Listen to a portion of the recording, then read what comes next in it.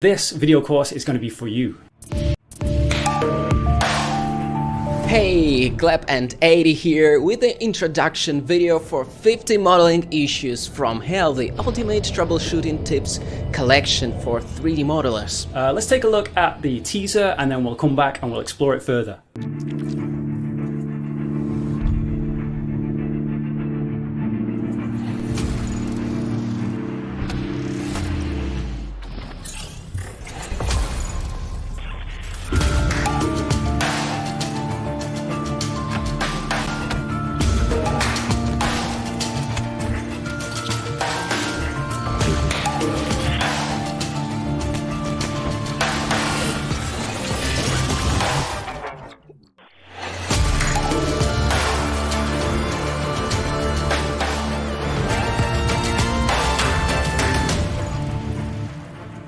If you just started with 3D modeling, you've probably realized by now that many things can go off the rails. Even if you feel more or less comfortable with 3D modeling in general, there are always more things that can spoil the fun. We definitely know that there are some techniques that we need to give special mention to, many thanks to your blends and emails and the general feedback that we get. And that allows us to really focus in on these same issues that crop up again and again. So we're gonna name a few common modeling issues and let's see if anything from that list rings true for you. Ready? A subdivided object collapses into a hopeless mess. The topology going haywire because you did something awful. Non-manifold geometry drives people nuts. Usually booleans are to blame. And flipping normals doesn't help. Boolean ops seems to be the most efficient way to ruin the topology. Blender text remeshing turns out to produce meshes that can't be properly beveled. Models explode due to some mistake in operating the modifier stack. Or they can do it on render.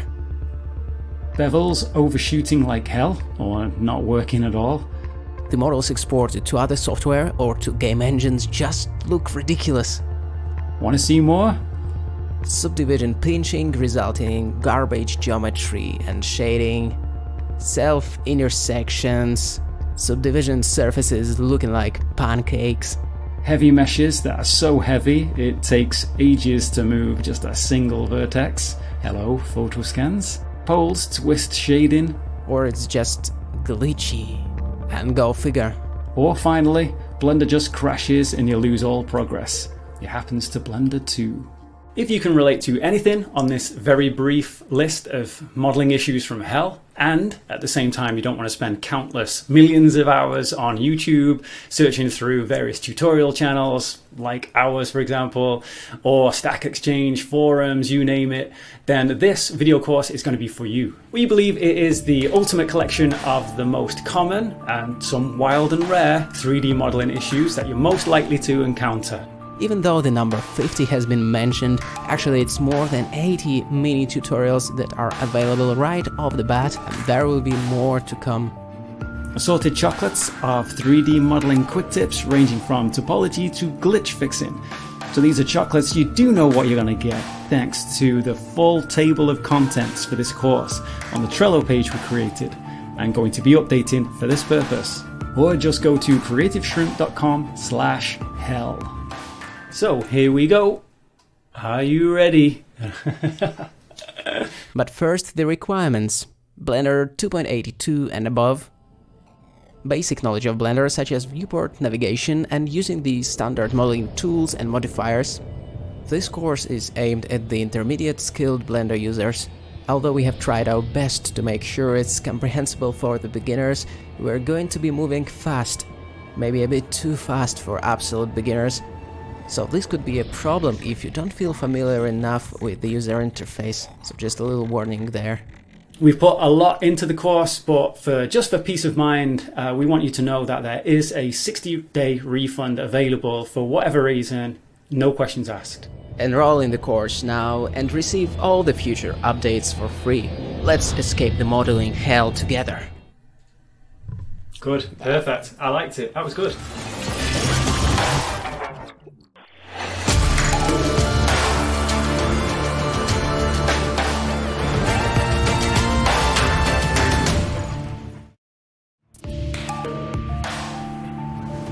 to do, this is a pretty common problem. After adding the subdivision surface modifier, the model collapses.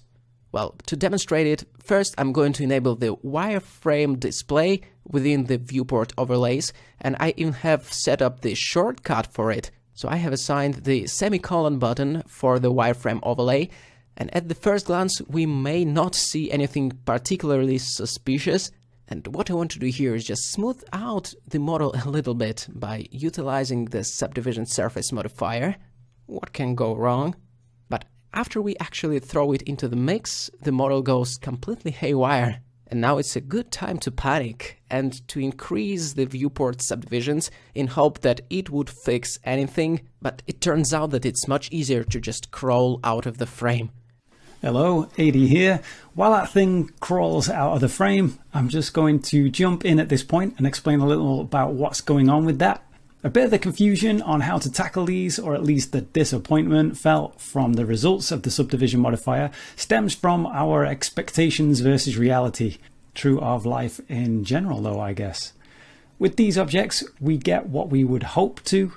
They are already smooth and quite curvy, and they have plenty of geometry already fairly evenly distributed, which helps to define its shape and keep its shape. Contrast these with the sharper objects and our hopes and dreams get shattered.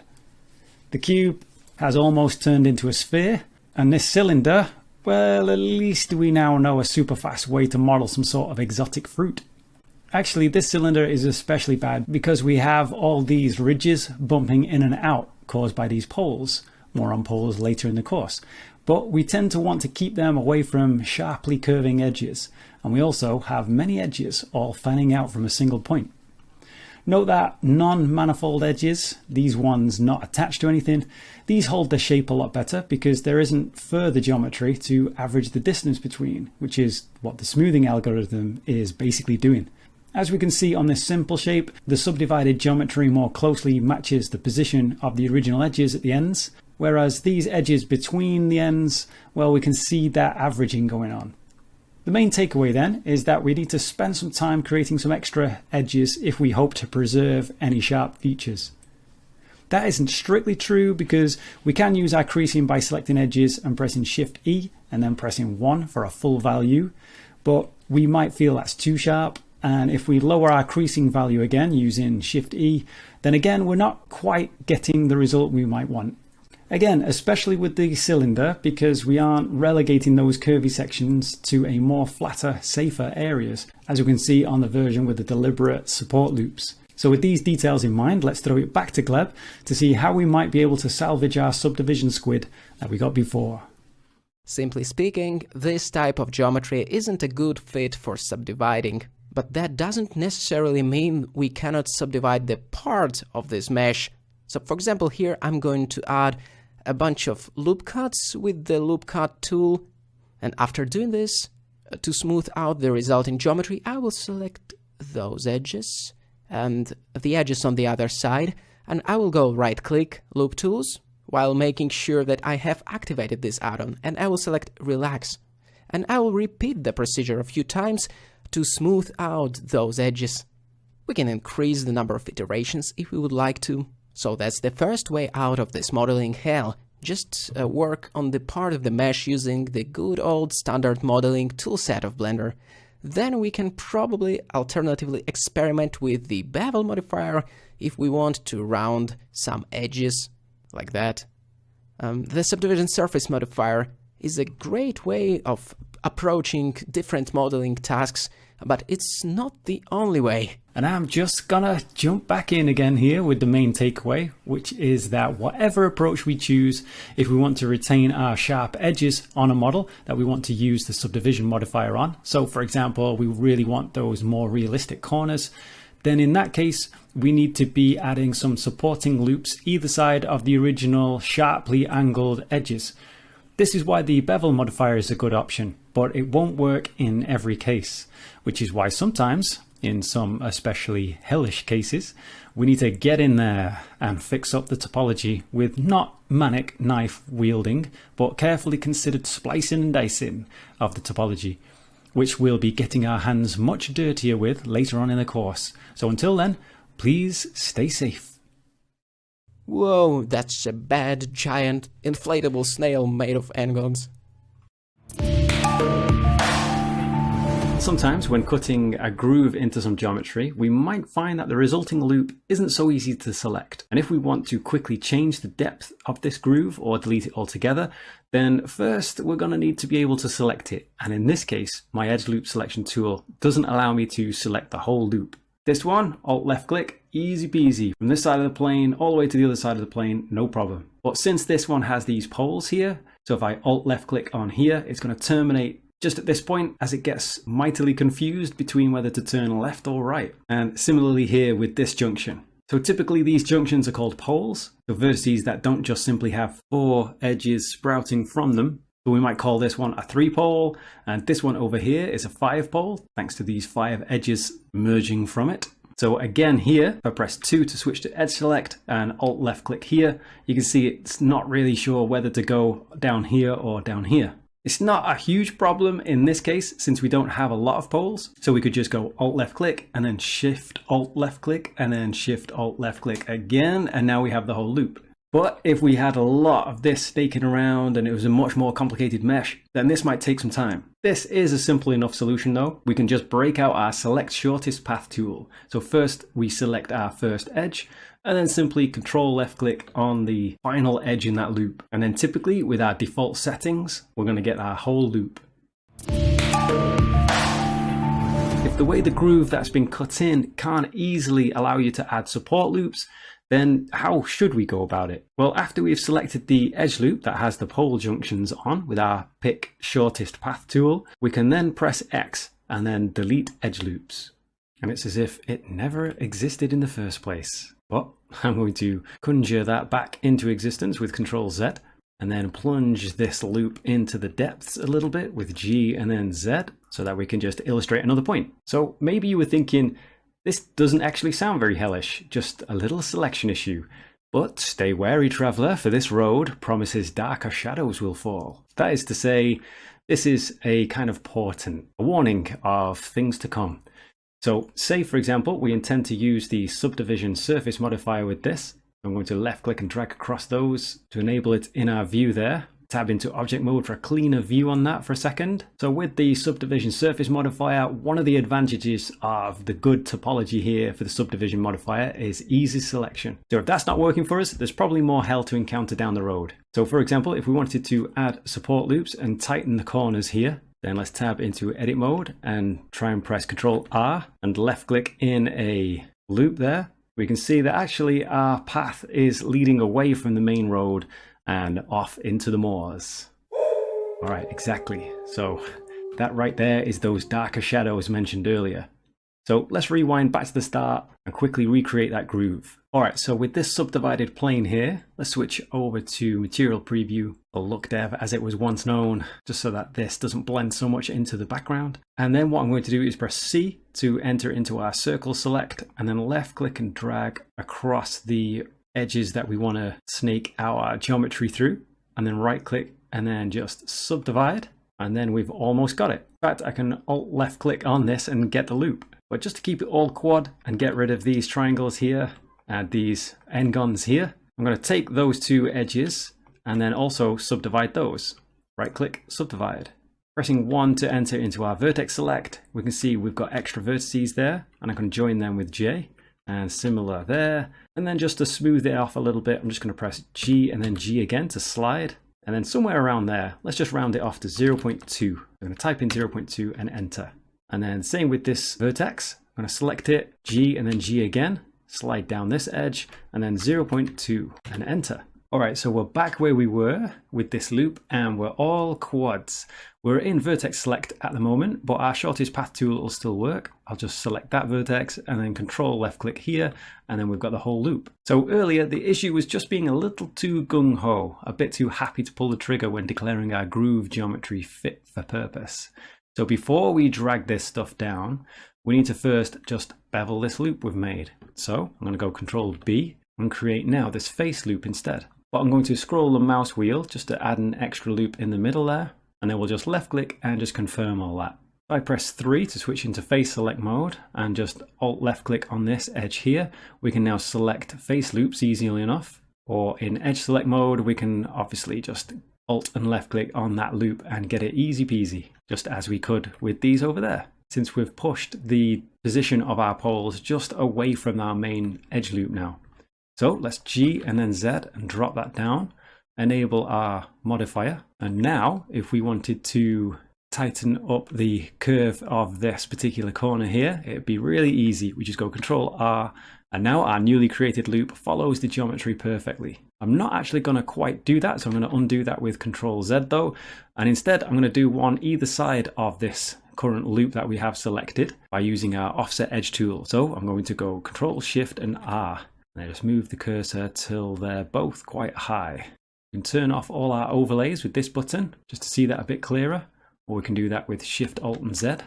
And now we've generally got way better control over our loops. So now I can simply Alt left click this one, press G a couple of times to start sliding, and we can change the fall off or the general design of this groove. It's a little bit clearer to see without all the overlay again, so Shift Alt Z, double tap G, and then we can see that changing, whether we want to make it tighter at the bottom or tighter at the top. And that I leave to you.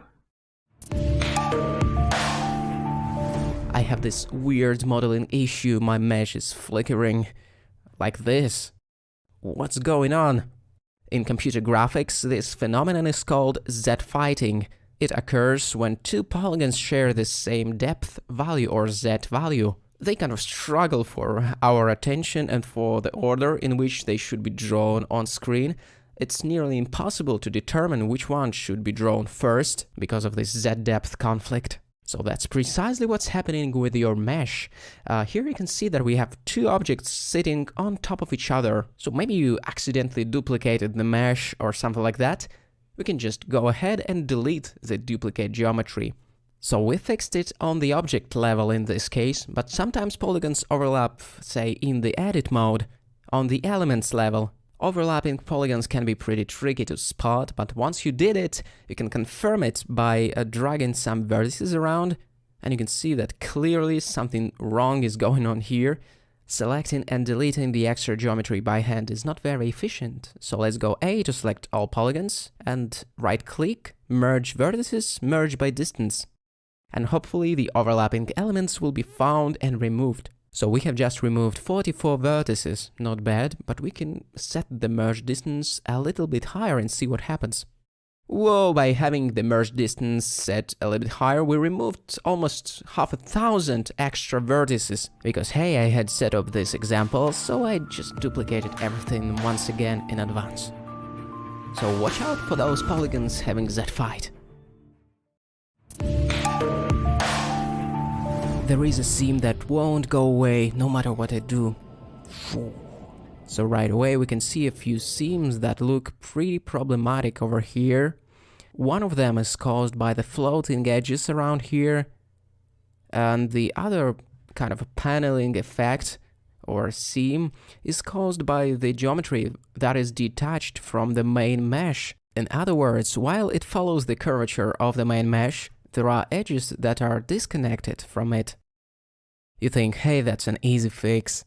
Let's jump to vertices selection mode, press A, and just merge all vertices by distance. Bam, 24 vertices removed, and pretty much all the seams are gone, except this one. And what is interesting, when you try to grab and move some vertices around, it behaves in kind of a normal way. Anyway, let's investigate it further by jumping into the viewport shading panel and enabling the X-ray checkbox. Now the problem manifested itself, right? There is a face, an interior face causing the shading artifacts, and on top of that, it's extremely tricky to select. But I managed to do it. That being said, the more optimal way would be to go select all by trait, interior faces. And Blender can give us a hand in selecting this non-manifold outlier, so we can just delete it and enjoy the clean geometry without any seams. But let's have a look at a little bit different example with two interior faces inside this cube. So if we follow our own footsteps and select the interior faces and delete those faces, it will carve a huge hole in the mesh because the selection was a little bit too ambitious. Let's try something else. Select all by trait, and then go non-manifold. Just make sure that you are in the edge selection mode. Now the selection is perfect, only the non-manifold or non-solid geometry was selected, so we can get rid of it. No more mysterious seams. You know, generating interior faces, even by chance, can lead to unforeseen consequences. It can make all the difference in the world. Oh, you won't believe that, but apparently I noticed that my spheres have wrinkles, as if you're looking at the planet Earth North Pole, and instead of the North Pole you see wrinkles. Well, that is strange, and to the contrary of what we may have thought intuitively, enabling subdivision surface modifier didn't smooth things out. Actually, the wrinkles became even more pronounced. And if we push it over the top and add this simple deform modifier and twist our mesh a little bit, you'll notice the extreme version of this effect. There are matcaps in Blender that may help to emphasize and to debug it. For example, the matcap with vertical stripes. So yeah, this configuration of polygons, which is typical for UV spheres, unlike geospheres, lead to pinching around the poles, which is not always bad. Let's put things straight, but sometimes it may lead to confusion. For example, if you want to add Gribble to your mesh or something like that, and you expect it to behave in a more or less uniform way. So here, for example, I selected a bunch of polygons randomly and extruded them inwards. Right away, we can notice that at the top of the sphere we have this strange configuration that may or may not be what you want to achieve, but chances are that we may prefer to have something more uniform there. So as the saying goes, the best spheres are made from cubes. So let's add a cube to our scene and then just throw in the subdivision surface modifier on top of that cube. That will effectively turn it into a sphere. Well, we have to add the cast modifier on top of it and set the factor to 1, or with the sphere selected as the cast type, and that will spherify our subdivided cube. Well, we could have applied the modifiers first and then spherify the geometry by hand, but anyway. Shade smooth now and remove the circular guide that I have added in advance. And now, ladies and gentlemen, this is officially a sphere. But unlike the UV sphere, it doesn't have problems around the poles, it doesn't have wrinkles, because the topology is distributed in a completely different manner. So voila, while there are applications for both types of the topology, oftentimes spherified cubes make better spheres. And if you want to learn more about poles and topology in general, check out the chapters related to poles, or data transfer chapters for that matter. Let's start with what they are. So poles are vertices that don't have 4 edges coming from them. So the inside of a typical grid is pole free. All of these vertices here, as you can see, have 4 edges coming from them. Where we will find poles is whenever we try to direct polygonal flow. It's easy to direct the polygonal flow by, for example, insetting. So I'm just pressing I to inset this selection here. And here now we can see this 5 pole and this 3 pole at each corner. We can create poles by merging opposite vertices together like this. Alt M at center. And now we have this 6 pole bordered by these 2 3 poles. Or we can take an edge and just Control E to bring up our edges menu, and then either of these rotate edge options will work. And so this looks a little bit more natural. Let's just smooth these guys. So Control V, smooth vertices. I'm going to take that all the way up with a few repeats. That'll do. And with those poles, notice all the changes in directional flow now. And it's not that tricky to actually move them around either. So let's find a 5 pole like this one here. And all we need to do is just take 2 of the legs And the way I kind of visualize these 5 poles anyway is kind of like a head with 2 arms and 2 legs, depending on how you've orientated it to you. Let's just say the active one is the head at the moment. So I'm going to take the 2 legs, or rather the ends of them, the end vertices, and then just go Alt-M and merge them together. And again here, Alt-M to merge them to the center. And we're going to see we're moving that, we're shifting it further and further away from the original position it was in. You'll often find that 3 and 5 poles are actually almost inevitable if we need our topology to change direction anyway, but we tend to try to avoid anything 6 pole and above. Since poles control direction, a 6 pole might be an indication that just too many face loops are depending on that vertex. That might make further editing tricky, as so much of the mesh will be relying on that vertex, and it's more likely to cause artifacts if it's animated too. Though usually in hard surface modeling, that's not going to be an issue. Poles that are on flat surfaces, from a shading point of view, we don't worry about them. But if it's not a flat surface, then pretty much any kind of pole tends to create artifacts in a form of warping in the shading. So here I've got this just flat grid, essentially, no poles. I have another object here, which is also flat, but this time we've got far more 5 poles in there, and 3 poles for that matter. And then I have another mesh here, which is just flat, which has got a lot of 6 poles and 3 poles, just by contrast. And what I'm going to do is give all of those the exact same displacement. But first, I'm just going to run it through a subdivision surface modifier. And then once we're with that, we have another subdivision surface modifier. So since the displace modifier is exactly the same on all of these, which I'm going to enable, we can see that when we switch between them, they're pretty much occupying the exact same space. And I've got a camera up here, so we're going to look through that so we can preserve the same point of view. I'm going to switch off the wireframe and we'll see that again. We've switched to the 5 pole, and this is the one with no poles. Now, as you can see, pretty much they all look pretty good. And this is a pretty shiny matte cap. So really a lot of this relies on common sense. If you've got a very grungy material, very rough and dirty, then probably you're not really going to have these sorts of warping really creating much of an issue for you. Should you be doing something which is reliant on hyper shiny surfaces, then it's just worth bearing this in mind. We have a kind of matte cap which is excellent for really managing some extreme analysis of our warping on the mesh. So here we have our perfect quads, and you can see most of this is perfectly smooth. But if we go to our lots of 5 poles version, we'll see quite a lot of that distortion happening where it probably shouldn't. And exactly the same happens with the 6 poles. And even from this view, without seeing the wireframe, we can pretty much analyze where those poles are. So for example, there's one here and there's one here. And to toggle the wireframe, you can see what we mean. There's the 6 pole and there's another 6 pole. And just to drill the message home, let's switch to the 5 poles and toggle the wireframe. And again, in those places where we see that exceptional amount of warping, that's where we're pretty much going to get those issues.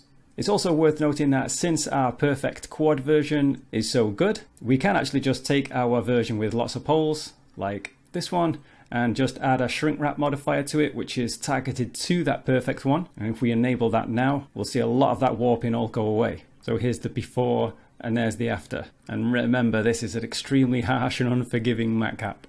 Here I've got another example, which is just to demonstrate that typically the more edges that we've got converging into a single vertex. So in this case, we have 16 edges converging into this vertex, so a 16 pole. And in this case, we're not only going to get more warping in the shading, we're more likely to get a kind of pinching too. So I've got my proportional editing on there, so I'm just going to raise this up and just create a little bit of a pattern, I suppose, a little undulation in the surface. And then let's turn on our subdivision surface modifier, disable the wireframes, and we should be able to see a kind of rippling effect, like the shading's all bumping, so the ridges are all bumped, and there's a little bit of a star shape in the warping at the center there. And that's due to a combination of the 3 poles creating all these diamond formations, and just more edges are getting tightly packed in the center there. I've got a similar example on this side, but you can see just the warping is happening at this section. And if we take a look at the wireframe and turn off the subdivisions, we can see that actually here we've just got a simple couple of n-gons, so we might expect further problems in this area, but really it's due to the tight packing of these edges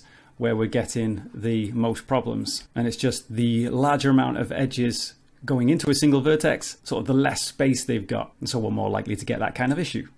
Coming back to this 5 and 3 pole example, which is undulating with the displace modifier, I've switched off the subdivision surface modifiers for the moment, just to point out something that you may have noticed already, and that's if we keep an eye on this 5 pole here, you'll notice that even when we do subdivide, it doesn't actually change the positions of those poles. You'll still be able to see exactly where the flow of your topology is actually being turned in various directions. The subdivision surface modifier will turn n-gons, as we noticed here, into quads, but it doesn't get rid of any of the poles. It keeps that direction of flow intact. And with the more subdivisions, so if we enable this second modifier, we can see the poles almost get even more easier to recognize. That was the 5 and 3 example, but the same is true of our 6 poles. We can clearly see them in these areas, and the more densely packed areas here are our 3 poles.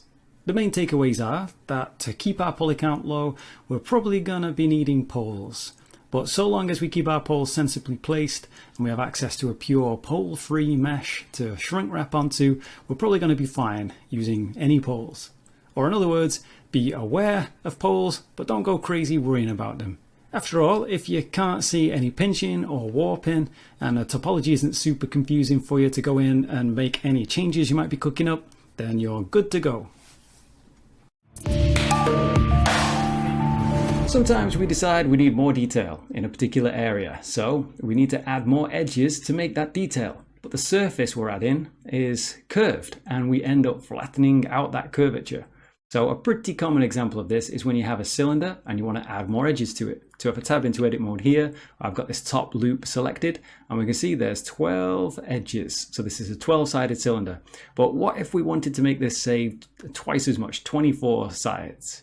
Well, with such an obviously simple cylinder, it might be best just to delete it and then recreate the cylinder with the correct amount of sides. It's never too late to turn back, you know, sometimes. But as it happens, I'm just going to leave it with this 12. Now, it's not quite as curvy as it was a second ago because I actually had a subdivision surface modifier on there. I'm going to set this to 2. Let's right click and shade smooth.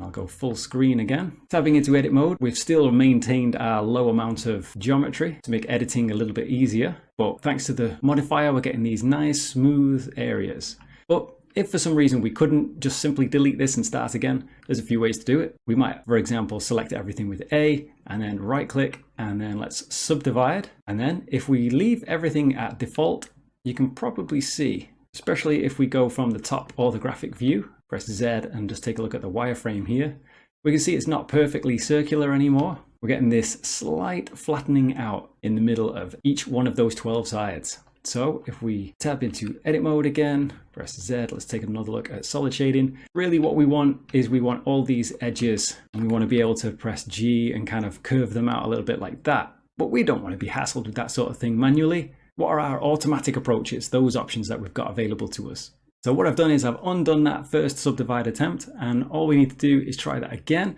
but we're going to set our smoothness up to 1. And we didn't really want this snazzy little belt on this thing, so let's just press X and then dissolve those edges there. And then we've nailed our uniformly distributed edges and they maintain the curvature perfectly for us. That's a very simple way to use the subdivide tool. We get more flexibility than that really than just doing a large uniform subdivide and throwing detail everywhere. So let's just quickly explore using that subdivide tool slightly differently. So I've hit Control Alt and left clicked on one of these edges to get the edge ring. And then let's go to select and then checker deselect to get every other one. And then we'll X and dissolve those. So we're back to 12 edges again. And then rather than getting everything with A, I'm just going to take the top and the bottom loop, then right click and then subdivide. And then thanks to our smoothness setting, everything should maintain its curvature. Well, that's very similar to what we had before. Let's undo that and instead just choose to take, say, these 3 edges along with these 3 at the bottom. I feel like selecting them a slightly different way this time. So select loops, edge rings, and now right click and subdivide. So this way we're just getting that extra detail where we wanted it rather than everywhere. There is something to be mindful of this approach though, especially with the subdivision surface modifier, is if we take a look at this from top orthographic and press Z to take a look at our wireframe, You can see this much smoother curved line within the boundary of our low polygonal cylinder that we've got here. We can see where it's lower resolution, it's slightly further away than it is on these extra edges that we've added here. To reveal the true horror of the implications here, let's just tab into object mode, press Shift A, add in a new mesh cylinder. Notice this is a lot higher resolution at 32. We can see by selecting the other cylinder that where we have the higher geometry, it's way closer to this higher resolution one than it is where it's lower resolution. In other words, with the subdivision surface modifier, adding our extra detail in some places is basically going to ruin the perfectly circular nature of it. To drive the message home on this, let's control space to minimize this view. I'm going to turn off this collection and have this prepared cylinders of Terra collection to demonstrate something instead. This selected cylinder here is 8-sided, this one is 12-sided, this one is 24-sided, this one is 48-sided, and we can see as we're going through these, they're getting larger, even though the original construction, the radius of these were all identical. We can even see if we open up our sidebar with the N key, if we check out our actual dimensions of this, this is nearly 2 meters. This one is less, this one less still, this one less again. And perhaps we can almost do a crazy one with cylinder just set to 4. The radius, again, it remains to be the same, but let's bring on our subdivision surface modifier and see it shrink under the awesome weight and responsibility that we've given this 4-sided cylinder to become an actual fully fledged real cylinder. Please do not feel bad though, little 4-sided cylinder, for of course you began as a mighty diamond. Let's take a look at all of these other cylinders. I'll just restrict the visibility of that mighty diamond there. And these are all perfectly circular, just with various different radii. That is until we uncheck what the subdivision surface modifier is doing. And then they all jump back to what they were before at 2 meters diameter. I'm going to alt click that again to set them all back though. And here we have another one, this cylinder chimera, this DNA spliced monstrosity that sits between 2 worlds, or at least varying orbits. So if I tap into the edit mode, we can see the lower resolution going around at the top half and some extra edges down at the bottom there, which of course, as we know now, will draw it further to the outside to its true radius. So where do we stand with those 2 cylinders we were looking at earlier? This one that we've adjusted and this other one that we've got with the 32 sides, which is perfectly circular. We corrected the flattening out of the curvature, but instead we dropped to another circle of hell, so to speak. There is salvation here, but as usual, we're going to need help from some outside force, some other object. And so to help this chimera, this mutant spliced version of low geometry and higher resolution down at this area, we're going to have this 32-sided one carry the weight. Let's name that accordingly actually. Instead of 002, this one's got 32 sides. Now let's return back to our troubled cylinder. And what we'll do to save ourselves here is we'll give this a shrink wrap modifier. And from our target, we'll just find the one with 32 sides. And we can use the defaults here. Let's take a look in solid shading and turn off the visibility of the 32-sided one. Let's take another look from the top, back into wireframe, and that's looking good. In fact, if we toggle the visibility of that 32-sided one, we can see it's matching it really nicely. Let's turn that off again though, and take another look in solid shading, because we might be able to see that it's not quite right. There's a little bit of waviness in the normals that we can see here. I'm hoping the recording can correctly pick that up. So the main thing to bear in mind here is that what we're doing, the shrink wrapping, it's going to work fine, but we need to be shrink wrapping to something more detailed. Otherwise, we're going to kind of end up flattening up some of our surface all over again. So while this cylinder has this extra subdivisions on, this cylinder 32 doesn't. So let's go and add a subdivision surface to that one. I'll get up to 2. And then I'm going to turn that one off. And now let's revisit our shading on our mutant cylinder here. And everything is looking fine. Here I've just set our 2 cylinders side by side, the 32-sided one here on the left and the one with the varying geometry on the right. Currently our 32-sided one doesn't show the subdivisions, and we can see that the general amount of geometry that we've got is less than what we had with our hybrid here, the one with the varying amount of detail. So without the subdivision surface modifier, it's clearly lower, but with it, it now exceeds this polygon count.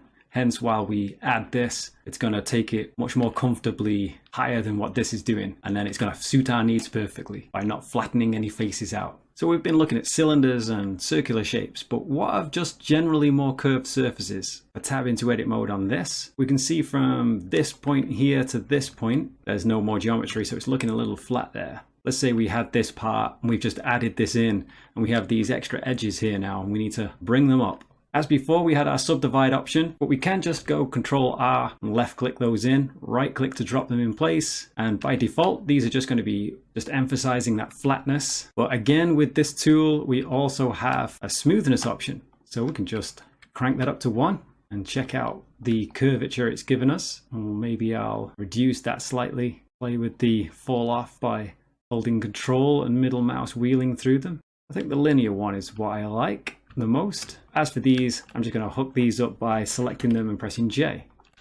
Once we have that new geometry, we could maybe try smoothing some of it out if we wanted. In vertex select mode, I'm going to go Control V to bring up our vertex menu and try smoothing the vertices there. I like to just do it once and then Shift R repeatedly, and that's kind of helping smooth that part out. I'm going to undo that though a few times with Control Z, and we'll just take a look at one more tool. So let's take the top loop here, and I'm going to Alt right click on it and come up to the loop tools and then curve. If I toggle the before and the after with Control Z and Control Shift Z, we can see that it's essentially used the top line of vertices as an input, and will attempt to apply that kind of curving to all of the edge loops beneath it until it stops at an imperfect edge loop. In this case, right here, since this loop has these 5 poles on it, or in other words, not all the vertices on the loop have 4 edges connected to each vertex. Or if we didn't want to make such a drastic change, we could maybe take these and right click and then curve, and then it will only affect the rest of that loop. Well, I think I preferred just doing the general sweeping idea of selecting the top edge and then curving the rest.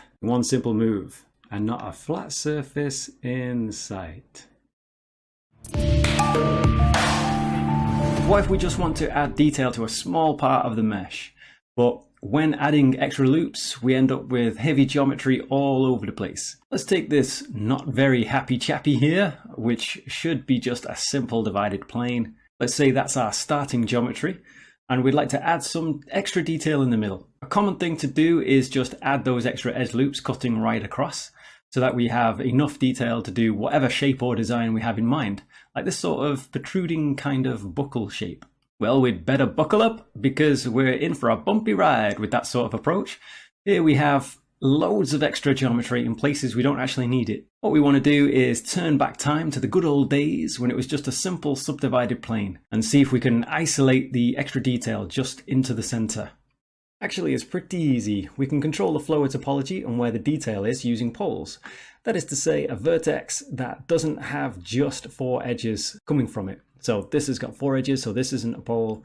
In fact, all of these aren't poles. So to show how the direction can change, let's just quickly make one. So I'm just going to select this face, right click and subdivide, and then I'm going to slide these 2 vertices into the same corner there. So thanks to our auto merge setting up at the top right there, I can just do that and it'll auto merge for me. And now we've created our pole. In fact, we've created 2. This is a 3 pole, this is a 5 pole. And just to make this nice and clear, I'm going to complete the new edge loops that we've created with the knife tool. K to select that vertex, hold Control just to get it nice and neat, and so that all the new points will be in the center. And then again, K, left click, hold Control, left click again, and then enter to exit the tool. And if I select 3 to switch to face select, and alt left click this edge here to get the face loop, you can see we've created this kind of elbow and 90-degree turn in our geometry. And those are pretty easy to make with a 5 pole on the outside and a 3 pole on the inside of our corner. So I can select this face over here and just simply press I to inset. And right there, we've just created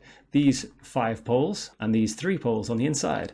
And that's causing us to have this nice contained circular loop going around. So let's apply that idea to make a kind of buckle shape in the middle here. So I'm going to select this face and then Control Shift click this to get the whole span in between. Breaking out our trusty inset tool, I'm going to press I to inset and then left click to drop that in. Now we could go about this in a number of ways at this point. We can continue to inset, so I could go I again and then I again. And let's say that's now enough geometry, but we're not quite happy with how it's spread out at the moment. It's a little uneven. I'm going to just select across these vertices and then go Control V and then smooth them out. I'm going to increase the smoothing all the way. I'm going to set the repeat up a little bit to say about 5, and that's looking pretty good. I think I'll just scale that out a little bit more with the S key, and I think we're good to go. From there, I can Alt left click this loop, and then I shift selecting these, and then E to extrude, and then we've kind of got our buckle shape. In fact, let's jump out of that and put on a subdivision surface modifier just to make it look all nice and slick. I'm going to undo that now though, and we'll do that just a slightly different way. So I'm going to I to inset those so that this middle section is fairly even, then just scale it all in. And then from there, because we have our base loop, which now has this looping direction to it, we can just simply go Control R and add in as many extra loops as we want there. And then we get a much more boxy-like pattern rather than it being rounded out, if that's the sort of thing that you're going for. Here's another example of creating extra detail, but this time, instead of in the interior, let's put that detail at the edge. The method is basically the same.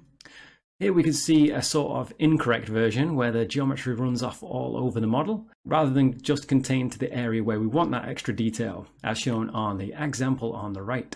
We can see the poles here directing the flow into this section to give us the extra desired geometry that we wanted here. Just to duplicate that on this side, I'm going to select this face, Control Shift click this one to get the whole span, and then I'm going to inset again. And so that it doesn't pay attention to the border there, we can just press the B key, which we can see if we keep our eyes up at the top there while we're in the tool, we can toggle that option. And from there, let's just grab these vertices, Control V, smooth them all away. With a repeat of 5 seems good to me. And I'll take these and just scale them in a little bit as well. And similar as we did before, if we want a little extra detail, we can now add in extra loops. Or we could even repeat the process by just taking these two, for example, and then insetting them in again just to create some extra little detail just right in the center line there. Here's an example just to show that in a production process. If I tab into edit on this model, we can see we have only so many edges going up here, but more edges were required to be able to help this cylindrical detail mesh in correctly. Hence we can kind of see like an inset here where the flow is following around this detail just to be able to maintain the consistent spacing of the various edges used to detail in that cylinder. But there's no reason why these points here would need to be cut in and go up this face loop here, and again with this one.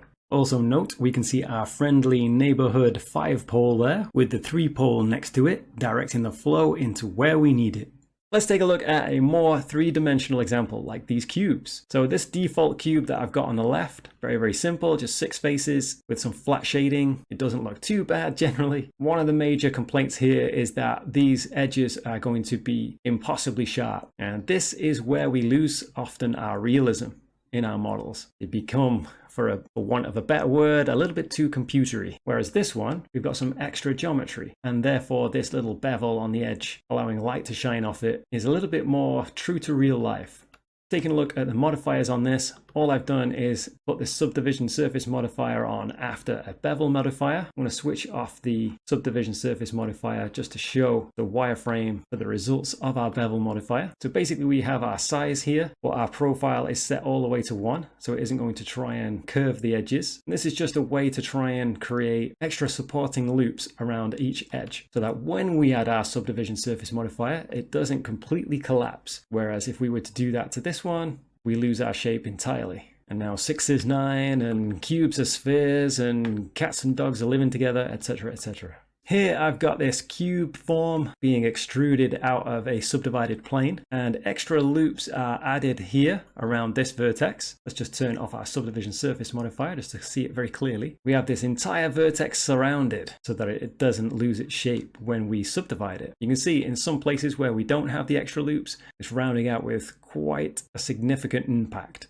So thinking of our poles in this kind of way, how might we save the amount of geometry that we've got here? Well, seeing how we have this detail extruding out from the center of this, what I would like is a face loop to kind of follow this. So let's just turn that off for a second, and Z to get into wireframe. We can see we have this loop that goes all the way around, but the next loop that we have next to it, this one, is just going straight across. So we know we're going to need a pole right here.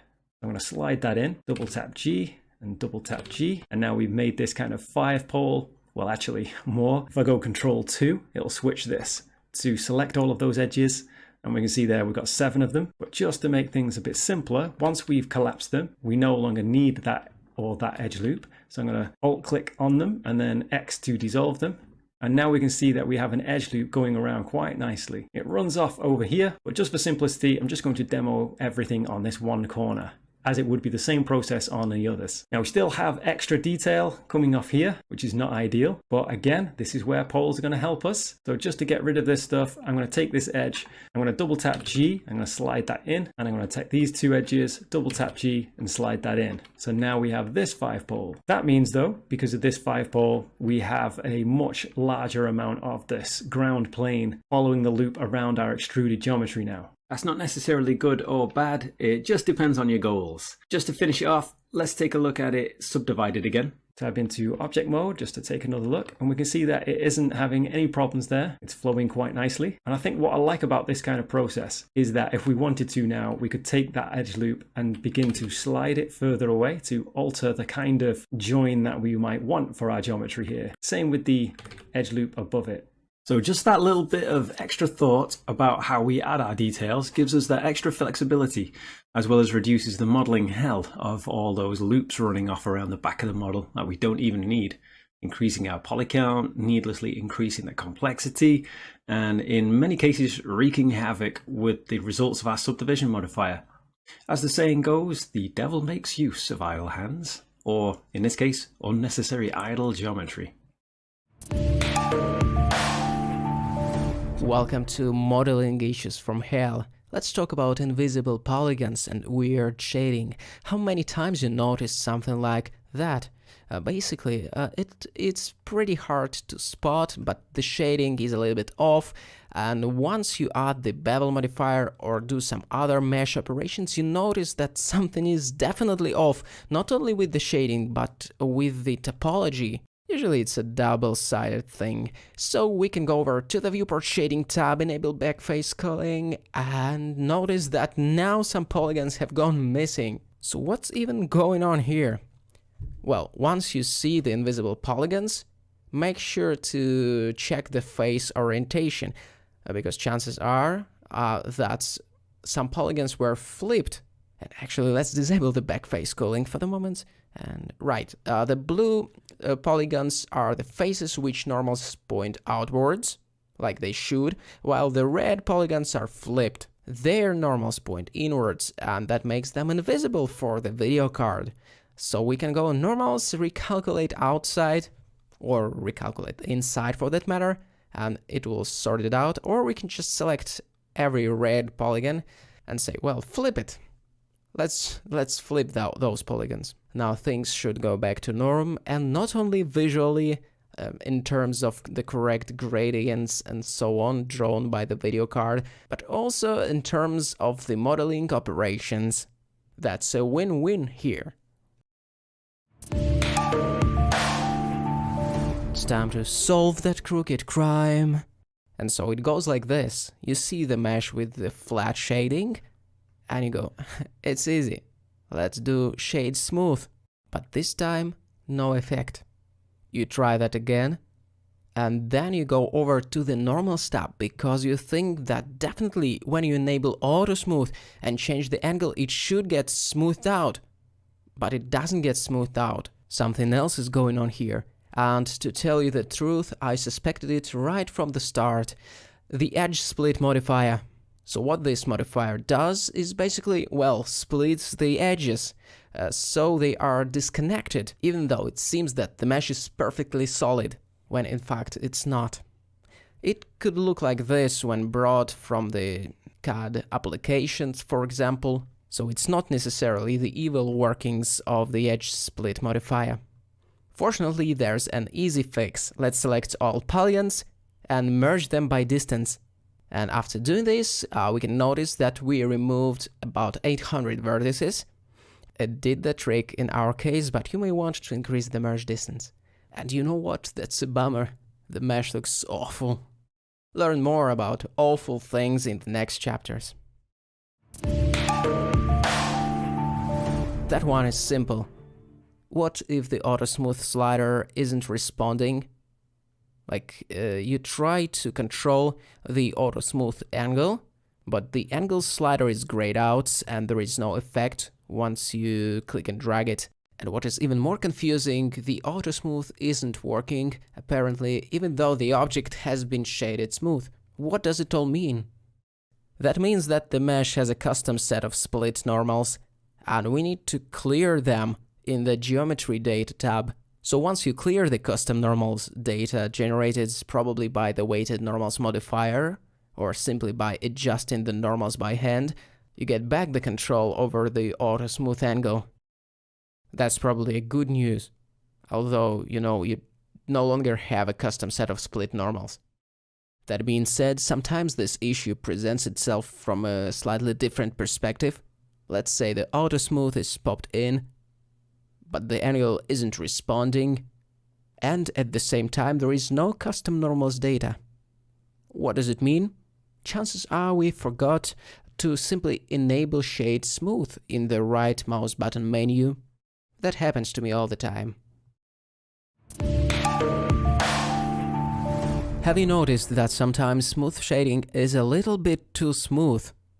That may sound strange, but right out of the box, the default smooth shading algorithm in Blender just makes everything look like jelly.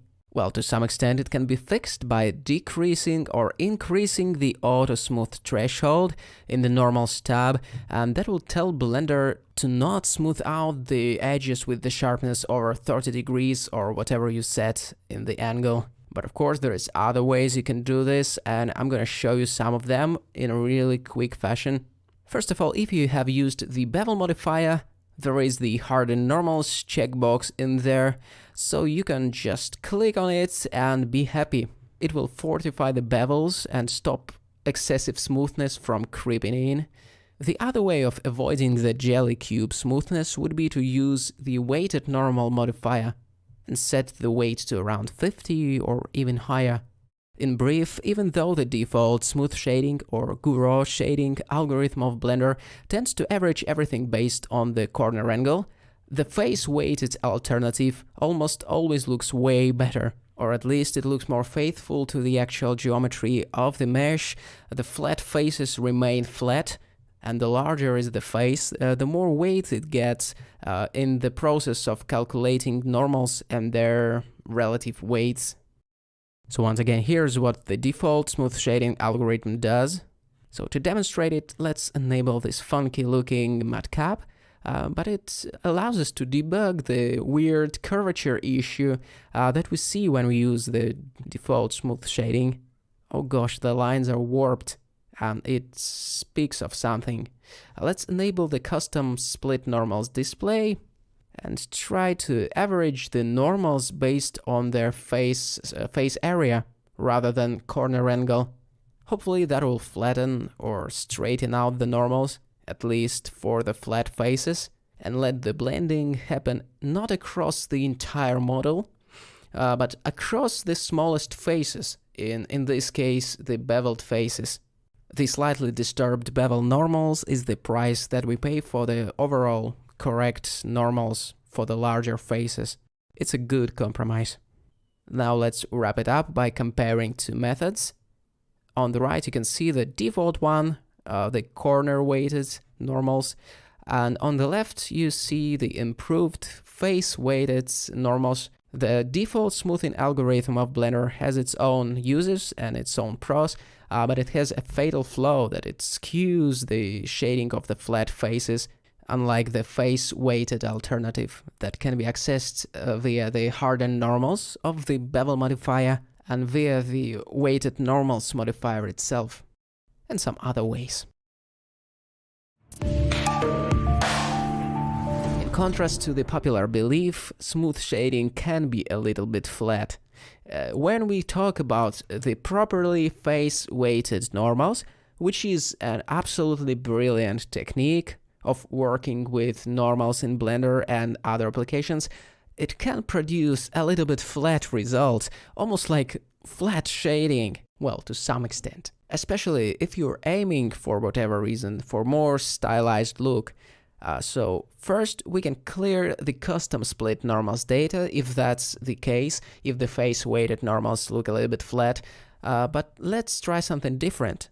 I'm opening my quick favorites menu and going Mesh, Normals, Average, and previously I have selected face area for this model to face weight the normals, but to roll back the changes I'm gonna press Reset Vectors, and that will bring the normals back to their initial state, the corner weighted state, the default smooth shading algorithm in Blender, and that looks a little bit more interesting, I would say, just an extra bit of curvature. A fake curvature, but nevertheless, we can push it even further by going Mesh, Normals, and selecting Smoothen Vectors. I'm gonna click it, and to make it slightly more prominent, I'm going to repeat this process a few times by pressing Shift-R to repeat the last operation, and believe me, I have pressed this at least 5 times in a row, and so the overall arrangement of the normals here, even though the geometry is still flat, reminds of a sphere a little bit. So that is one of the potential ways out of this situation, when the model looks a little bit flat, even though it should look flat technically, but maybe you want something different, and you can get creative with the normals. Even though most of the time I think we're better off face weighting the normals, occasionally we can pull off something different.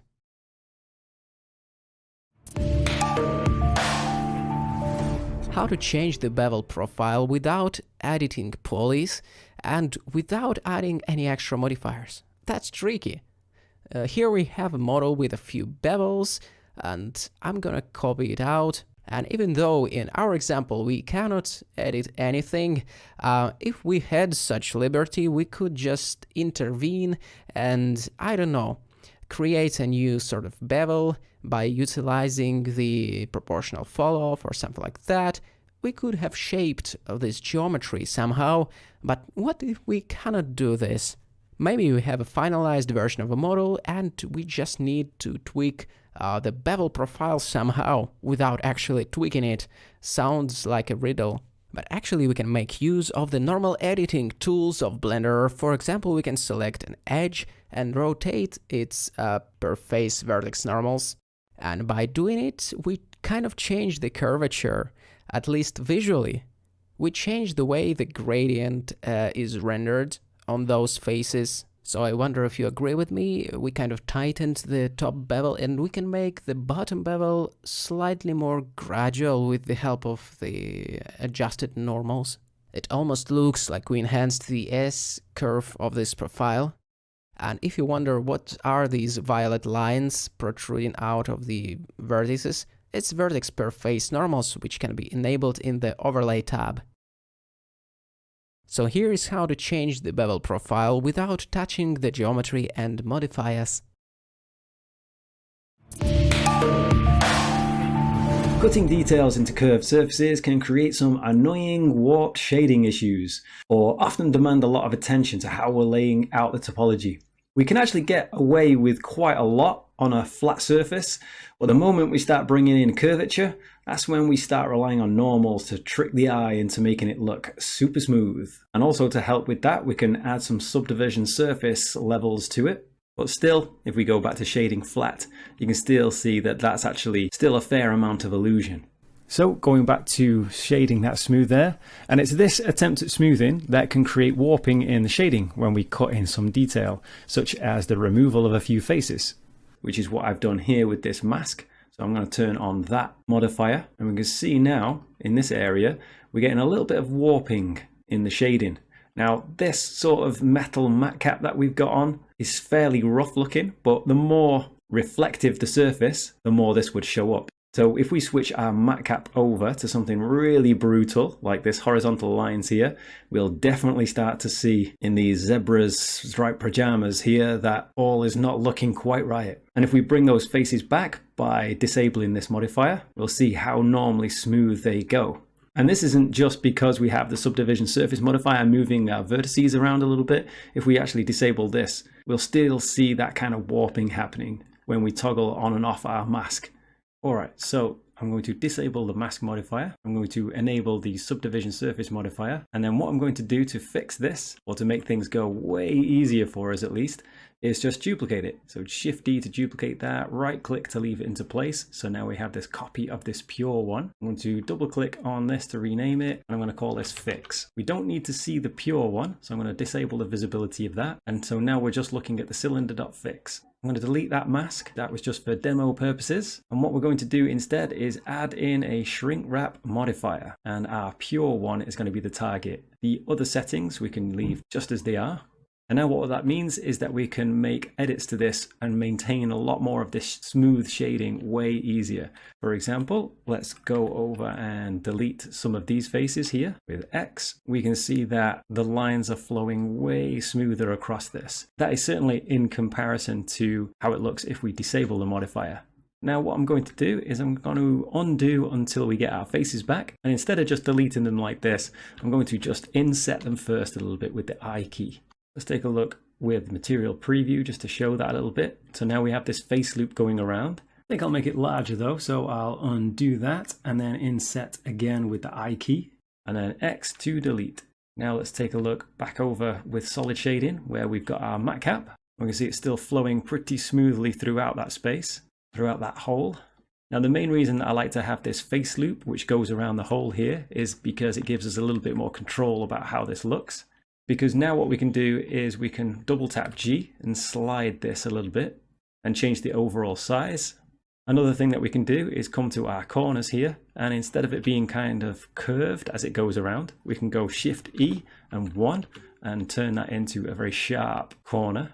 In this instance though, what I think I'd like to do is just, I'll leave one part of it sharp and this side I'll keep rounded. So I'll go Shift E and go -1. Just to clear that out to 0. We can check an edge is creasing, so by just selecting it and pressing N, and we can see the edge data value of this one is set to 1 and this one is set to 0. At the moment our mesh is impossibly thin, so let's give it more interest by giving it some thickness. Let's create a little more space in here by minimizing these, and then go Add Modifier and give this some solidification.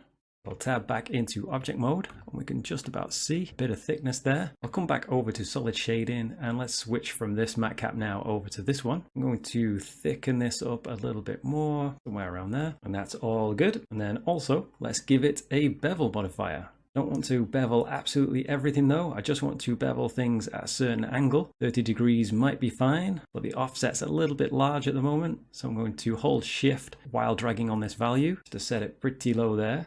And let's give it a few more segments, something like 3. So now we're getting some nice highlighted edges. The other thing that I'm going to change on this, if we get really close in and take a look at the wireframe, I'm just going to change this kind of area here from being sharp to being a patch. And I find that that just gives it a slightly smoother look going around those corners there. Another option with this modifier is that we can always try our harden normals. That should give us some nice shading for typical hard surface objects. And then we're good to go and ready to easily add details to this. So a couple of very simple things that we could do is delete the ends of these, X to delete those faces, and now we have a bit more of a hollow piece of metal, or something like that anyway. Something else we can do is take our pure cylinder there, just turn it on for a second, make sure we have it selected, and then we can duplicate that again with Shift D. And then let's just rename this as I'm going to call this the Pure Core. And what I'll do for this one is I'm going to give it a displace modifier. Basically that's going to shoot out on the normal direction and grow it slightly. But if we take this down, kind of go inside a little bit into the negative numbers, we'll be able to push it in. So I'm going to disable the view of that pure one again, and we can see what this is doing a little bit clearer. I'm just looking for the displace modifier to shrink the model itself so as to reveal what our solidify modifier is doing. And now we can return back to our cylinder.fix and add in more details. At this point, we're kind of off the leash.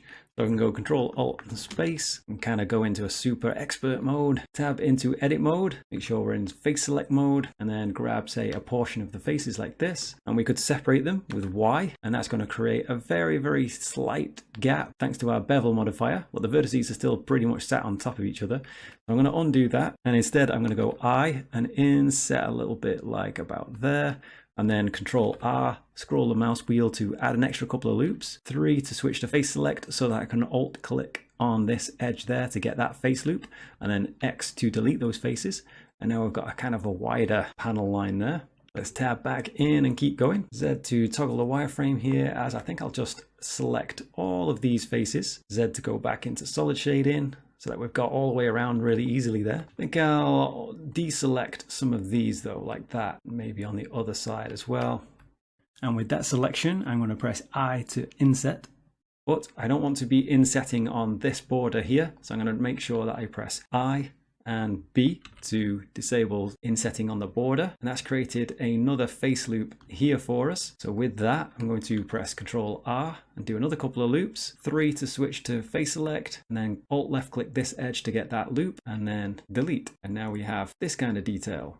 If we wanted some sharper lines there, we can tab into edit mode and just come through to this area and select those edges that are on the very corners and go Shift E and then 1. And that's going to sharpen them right out for us. And honestly, we don't actually have to even be that precise with this.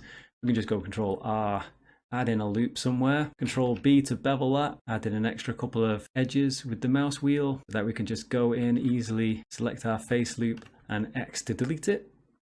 That's all good to go. Control Alt and Space to exit that view, and we can just test it occasionally with our super stripy material, and you'll see that all the normals are passing through it really nicely. But certain matcaps are going to make it easier to work than others, clearly. Here I have another example, which is basically the very same setup as before. If we take a look at the topology in edit mode, we'll see how loose some of the modeling actually is, while the shading is still looking really nice. For example, check out these N-gons here, but they're shading perfectly nice. In fact, let's get our screaming judgmental zebra on there. Actually, also check out this hole that we have. I'm going to select the edge loop there for that, and we can see the lines are passing through completely fine there, despite making it clearer with this matcap that there isn't actually any face loop that kind of borders the hole. That kind of brings me to another point, because if I take this vertex and I want to control how this edge is looking, I could use creasing on one of these edges, or I could use Control Shift and B to bevel a vertex rather than an edge. However, I'm going to right click that because the way I prefer to go about this is to bevel an edge instead. So I'll show you what I mean. I'm going to Alt left click this loop here, press E to extrude an extra loop, right click to leave it in place, and I'm going to scale that one in a little bit to about there. And now instead of a vertex, we've got this edge which goes into the corner. It's a little bit tricky to see exactly with the subdivision surface modifier still on, so I'm going to disable that a second, and we can see the edge in question there, just this one going into the corner. And then what we can do is Control B to bevel that and use the mouse wheel to indicate the amount of segments. And we can see this kind of shape showing up again, which is basically how these edges here were beveled. Then I can put my subdivision surface modifier back on. We can see the result of that. And we might like to leave it like that, or take these two edges, for example, and go Shift E and then 1. Give this little corner here a little notch. But we'll see that it still flows through really nicely.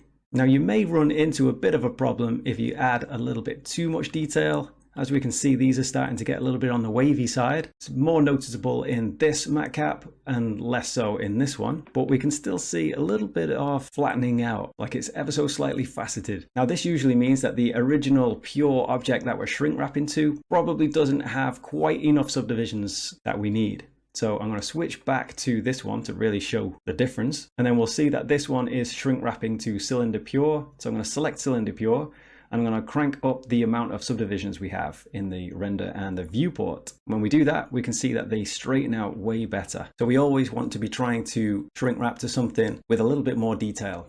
It turns out this is a technique that's been around for quite a while. I've been using the data transfer modifier for this kind of stuff before Chris Blush at CG Masters showed me how he was using the shrink wrap modifier for often easier to control results. And Ray Merlot, or Merlot, apologies if I'm pronouncing that incorrectly, Ray has been using this method for ages. And it's pretty interesting taking a look at this article here to see just how far he decides to push the technique. Sometimes if we don't have our topology arranged in quite the right way, when modeling with the subdivision workflow in mind, we can find ourselves doing the opposite of making something look hard surface and defined. The subdivision surface modifier does, after all, essentially smooth and round out the positions of our geometry for us. For example, let's take a look at this great car render by Hubert that we can see here posted up on Twitter. Looks like a fairly simple design, and it has nice appealing hard surface constructed feel about it. However, here's a quick attempt to recreate it that has gone a bit awry. It's not terrible, but it does look a bit like Hubert's version. In fact, let's show that on screen. Here's PureRef, and let's pin it so it stays on top. So this version does look a little bit like Hubert's version, only with maybe the addition of a huge blanket-sized pancake having fallen from the sky on it. So what are some things that might be going wrong with this version, and how might we improve it? First, let's get clear about what we're trying to do with our geometry. I'd say number one is we're trying to build our main shape, which we basically have, so good job on that. But secondly, the next thing we're trying to do is reinforce the transitions between the main shapes with supporting loops, which we don't have. So just looking at this current shape, we're not really emphasizing what might be going on underneath this car, helping to express its purpose basically.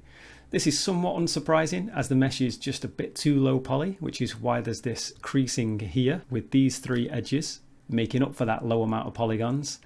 That's helping to define around the wheel arch, but on closer inspection, we kind of need the whole area there. We can see from the reflections that this whole bit should probably feel a little bit flat. And if we take a look at this, we can assume that's probably about these edges. So let's crease all those as well, Shift E and then 1. Let's take a look at that. And that's helping to define a little bit more of the shape on this end. But if we take a look from another angle, we're just introducing more problems with this pinching. And the general flow of polygons needs a little bit of work. So let's remove all the creasing. I'm just going to select one of them, Shift G, and let's select crease. I'm going to go Shift E, -1, and enter. And then tab into object mode, and we can see that looking softer now. We've removed our creasing.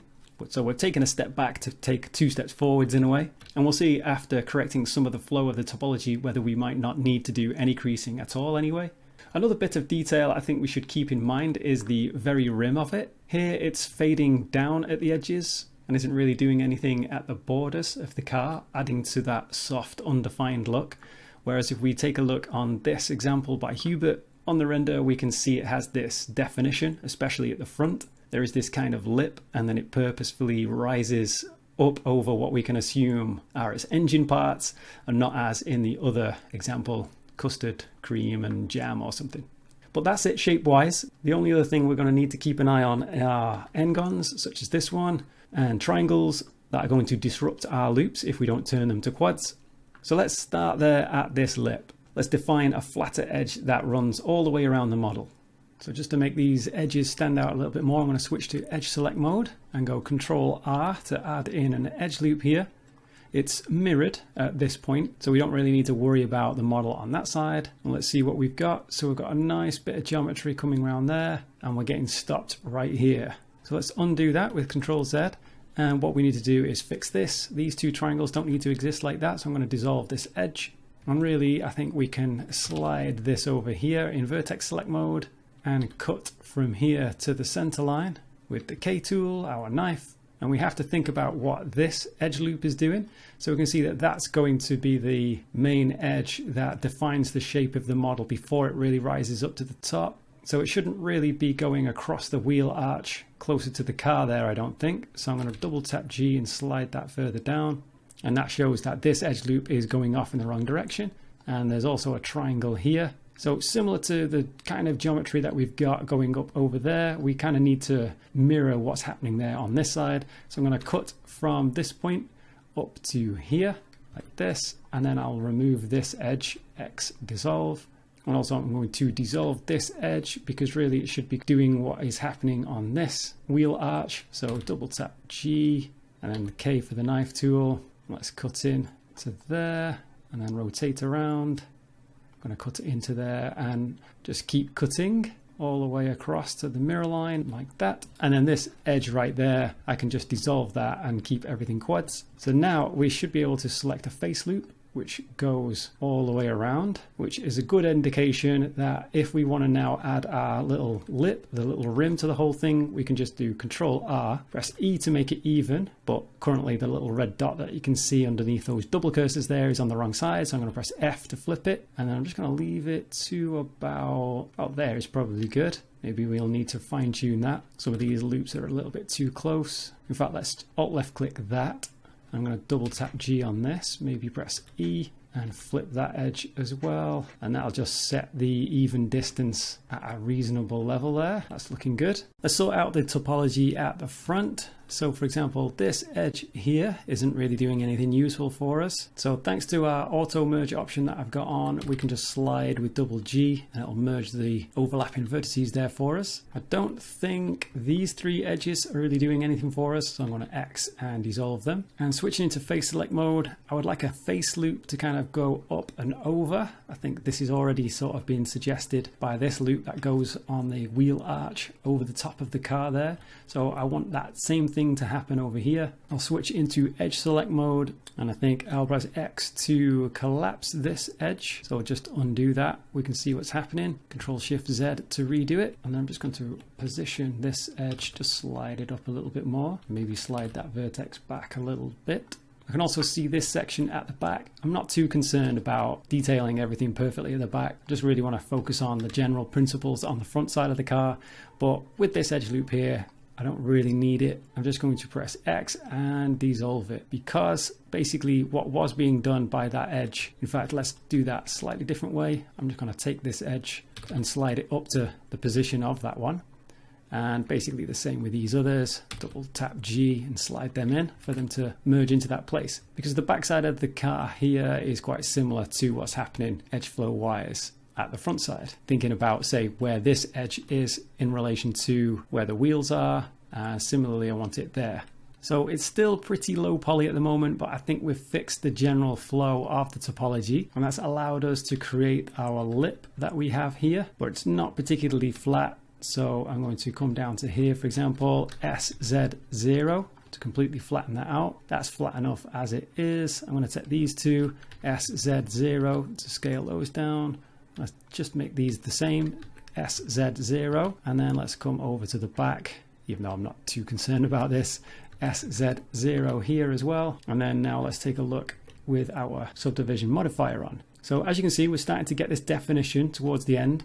Now we don't really have any real supporting loops, so if we were to press Control R to add in an edge loop there, we'll start to see a lot more definition as it rises from the lip to the main center of the car, the main mass. I'm not going to put it quite that close though. I'm just going to slide it by double tapping G and just place that roughly in the center, and then we can move on to the next parts of the car. Just before moving on, I want to try and underscore some basic subdivision modeling ideas. So for example, we've got a simple plane right here, which is a split in the middle, and that's raised down.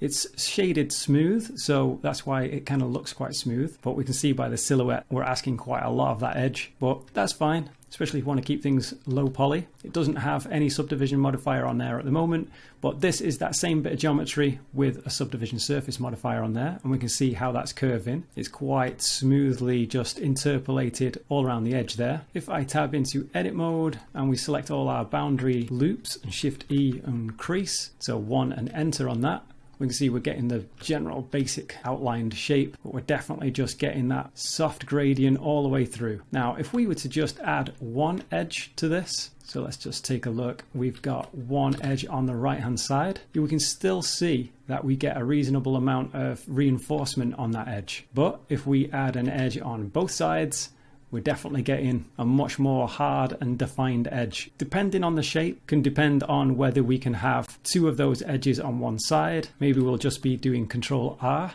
to bring them in. As you can see, that's still enforcing the definition of this hard edge, even though both of them are on the right hand side of that original edge loop that was given. Now, if I just go and dissolve both of these, we can select the original one and go Control Shift R to offset that edge loop, which just creates two edges for us in this case, one either side of the one we just had selected.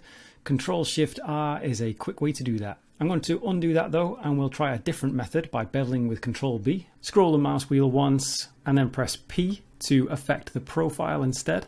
And if we set that all the way up to 1, as shown in our details that we've got of the bevel command we just did, we're not really going to affect the original position of that edge that we selected, that we beveled. But I'm going to undo that again. And if we can get away with it, one of the nicest ways to do it is just with Control-Shift-R. Another bit of theory that I'd like to emphasize is shown on this plane here. This is just a grid.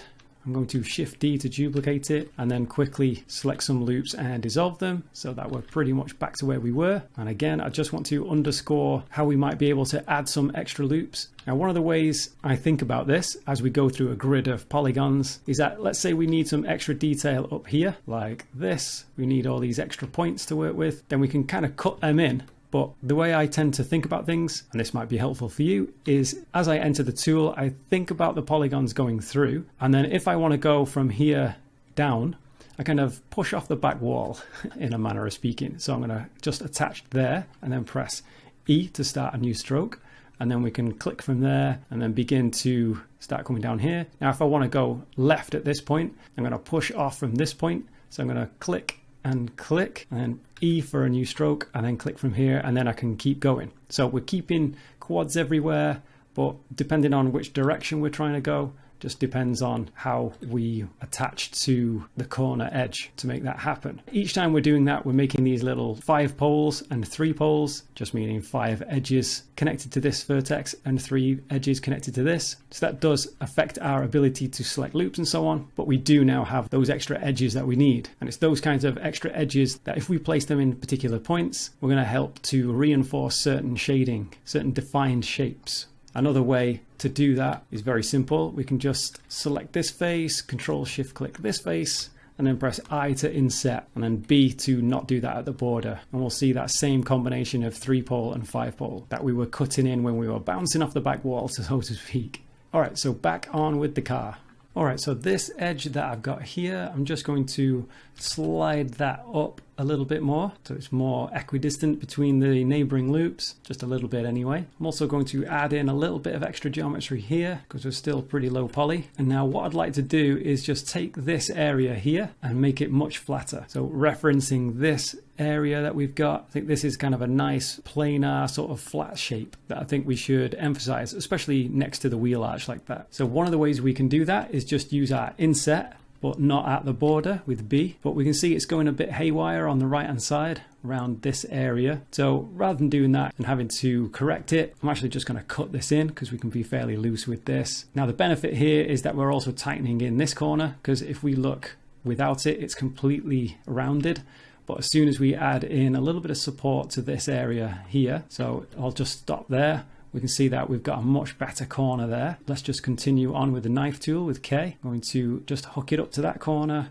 E for a new knife cut up to around there, up into this corner. E for another cut, and let's just bring it right down to about there and press enter. Now looking in object mode with the modifier on, we can see we've got a much nicer defined area now. Let's repeat that kind of idea on this side. I'm going to take these faces, I to inset, B to not do that on the border, and just go in a little bit there. Seems to not make the tool go too crazy. So with that, now we can see we've got much more definition on these areas on either side of the wheel arch. And if we'd like to make it even more defined, we can simply just add an extra loop, Control R in there, and then maybe Control R in this side as well. And we can see that's much more defined there along this section. Something else to think about might be the incredibly low poly nature of these wheel arches.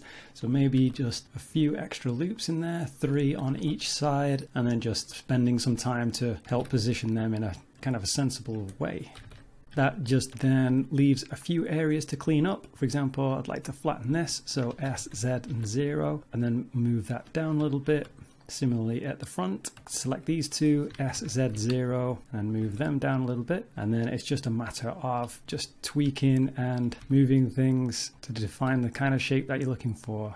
And I think that's all we pretty much need to demonstrate on this. That's all the geometry we need to fix the overall just softening pancake type look that we were getting at the start. From this point, it would just be a matter of fine-tuning the vertex placements so as to add the desired polish. Just to wrap up, here's the original that I've just placed over here.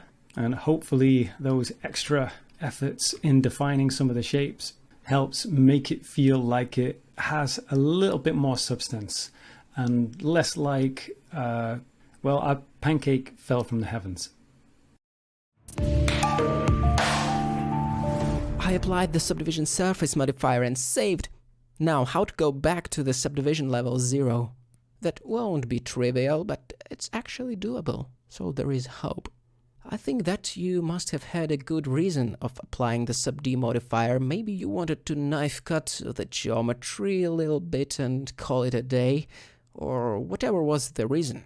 It doesn't make any difference, actually. And now we have to mend it with some modifiers. Namely, we will be dealing with the unsubdivide modifier. And that's not the end of the world. We can definitely revert all these editing operations, and I will show you how in just a second. First of all, let's add the decimate modifier, and we will see why we have to repair the mesh a little bit. Within the decimate modifier, we have a few types of decimation available. The first one is probably the most often used, the collapse, for example, which optimizes the mesh by shrinking down the overall number of polygons. And then we have the unsubdivide mode, which is just what we need, but we have to be careful with the iterations. The odd iterations are unusable if we want to just go back to the original sub-D levels. And so, notice the problematic triangulation going on in this area and this area as well. We have to do something about it. Unfortunately, n-sided polygons cannot be turned into quads really easily, so a manual intervention is certainly required in such cases if we want to end up with good quadrilateral topology. But what's actually going on here in this region of the mesh? It behaves in a pretty weird way. Something shady is going on here. Aha, gotcha. We have to dissolve these strangely positioned vertices that make some polygons effectively n-gons, and thus diverging from the quad ideal. And now we need to do the same for this area of the mesh. Let's select the excessive elements that we are going to recreate anyway. So I will select them, then hit X and dissolve those edges. And maybe this doesn't relate to 3D modeling strictly, but this different material was bothering me. So I cleaned that up as well, and I'm happy. Now on to recreating this area of the mesh. First of all, I will delete all the edges over there, and then I will select this edge loop by double-clicking on it, and go face and select the grid fill command. What I find deeply fascinating about grid fill is that it tries to approximate the curvature of the resulting filled-in geometry, which is very kind of this tool. Okay, and now it looks that the unsubdivide method within the decimate modifier works just fine. We can apply it to simplify things a bit. And I also added the subdivision modifier back. A silky smooth looking workings of the Catmull-Clark algorithm symbolizes our victory over the problematic areas of the mesh and over time itself. We went back to subdivision level 0, and now we can pretend that nothing happened and we can start fresh. We've already looked at some subdivision pinching fixes in our cutting details into curved surfaces chapter, but there are more pinching artifacts that can arise though, even on non-curved surfaces. In this case, the problem is applying what we might do to reinforce and define an external corner. So the method we use to tighten up the corner of a cube, for example, and then applying that sort of topology to an internal corner, which often doesn't work out quite as well. Or basically making a quad distort so heavily that it's just asking for trouble. So let's just review what options we actually do have for reinforcing a corner. So I'm just going to go Ctrl+2 to automatically place a subdivision surface modifier on there with 2 subdivision levels, and we can toggle that on and off with Ctrl+0 and then Ctrl+2 again to flip it back from 0 levels to 2, and then we can tab into edit mode and we can see our true cage, the true arrangement of polygons. So just a moment ago we were just using the Ctrl+R method just to add in a loop like this, but for such a simple shape there's actually a much quicker way to do that, which is to go Ctrl+B and then let's scroll our mouse wheel so that we've got one extra segment there, and then press P to set the profile all the way at 1 and then left click. So the main things that we've changed there is just the segments to 2 and the profile profile to 1. And we can see now we have those supporting loops over everything. Let's toggle the wireframe, which I've set to the semicolon key, but you can set that to whatever you like by right-clicking this. I'm going to shade that smooth by right-clicking on it. Let's tab into edit mode again. So we can see very clearly the topology that we've got here. This is our very corner original vertex, and it almost looks like a miniature cube or little boxy diamond, acting as kind of like a security detail all the way around this special corner vertex. So basically we have loops on all sides of the corner vertex so as to reinforce that shape. The closer these loops, the tighter the corner gets. That isn't the only way to go about this though. I'll just make this slightly easier on myself by selecting both top and bottom faces, and then I'm going to go Control F for the face menu and then poke those two faces, just giving us a vertex at the top and the bottom there. With that I can select all the edges with A and then go Control B, and then we can see if I come into object mode and go Control 2, right click shade smooth. Let's actually share the same material as this just so that they show how similar they actually are, and show the wireframe. Let's go Control 0 on them both, and we can see the subtle distinction there. I'm going to take this one and tighten in the corner as we did on the other one, just double tapping G to slide them in. Shift select them both, Control 2, turn off the wireframes, and that's pretty much good to go as well. I would probably make a little tweak of this, so I'll take that internal vertex there and then just Control plus on the numpad to just grow the selection there, and then X and delete those faces, and we can select that top edge loop there, press F and fill that, and an n-gon there, this 12-sided n-gon that we've got, as you can see, that's going to be fine on that flat surface. But if we really didn't want that for some reason, we can delete it. Let's do that a different way, and we can just go Control F and then choose our grid fill, and the default settings there do a fine job.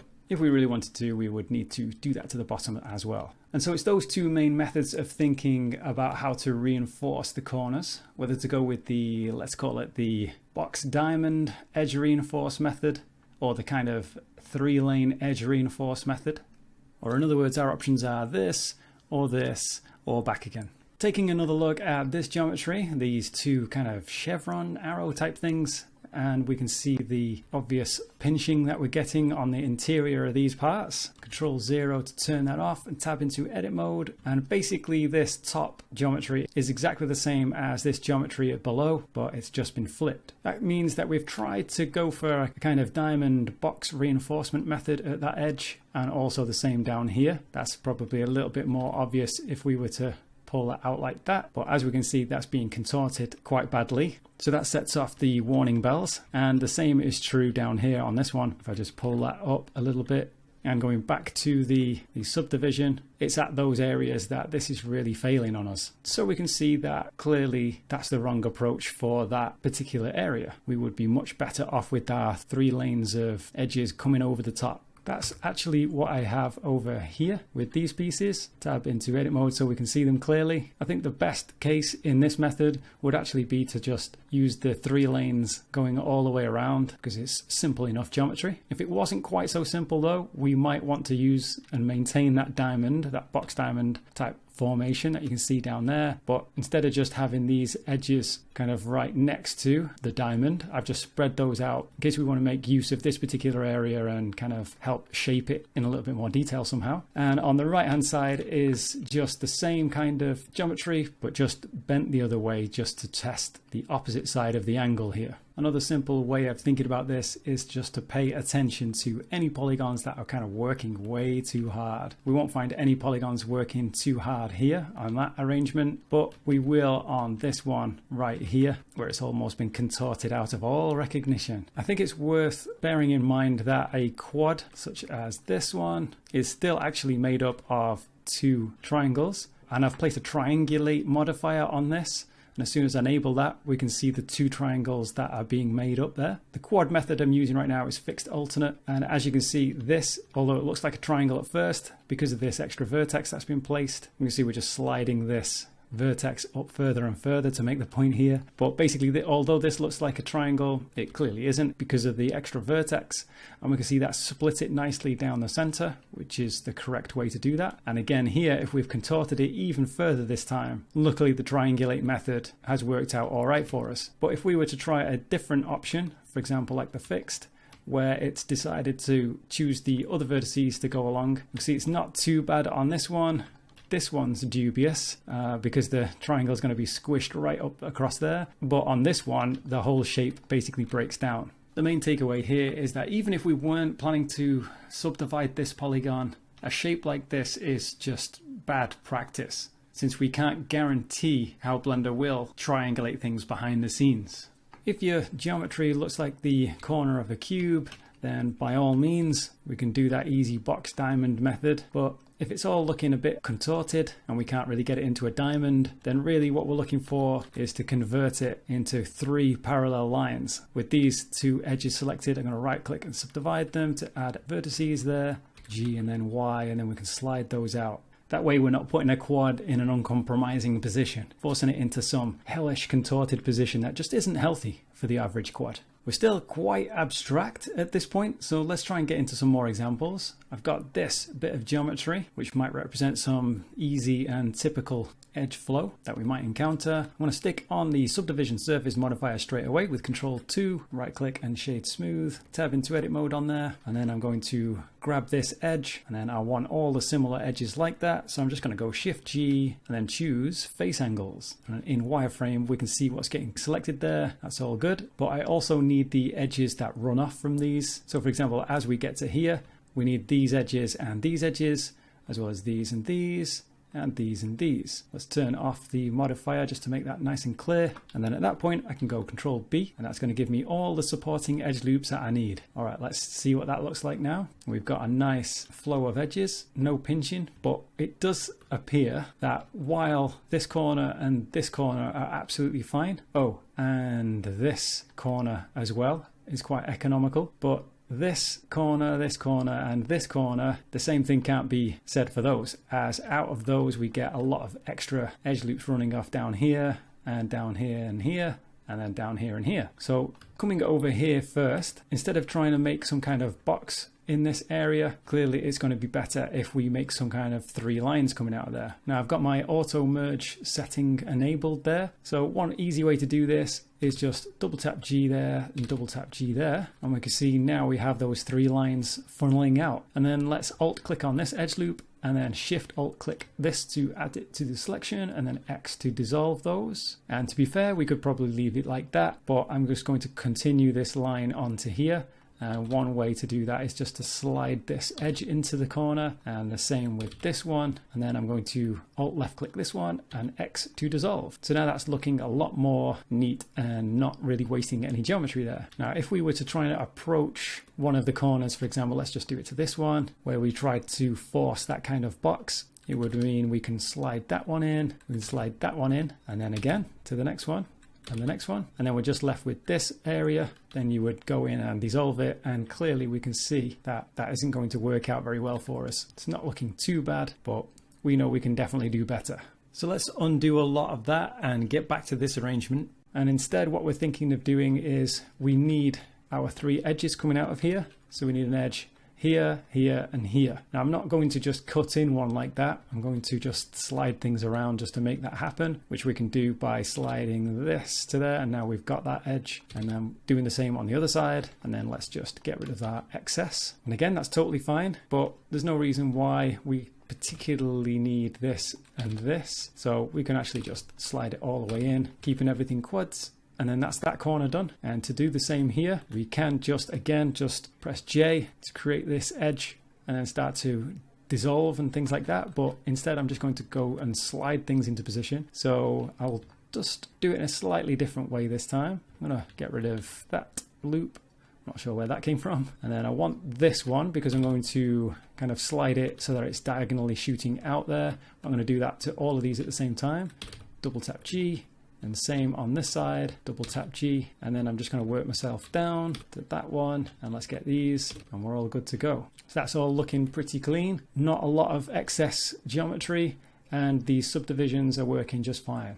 Let's take a look at another example, sort of jagged edges, jagged teeth or something like that. And let's take a look at how we might start on that. So here I've just got a grid of polygons again, and just sort of joining them together like this. An easy way to do that is just to go through and select every other vertex like this, and then just press J. It'll remember the sequence and create all those for us.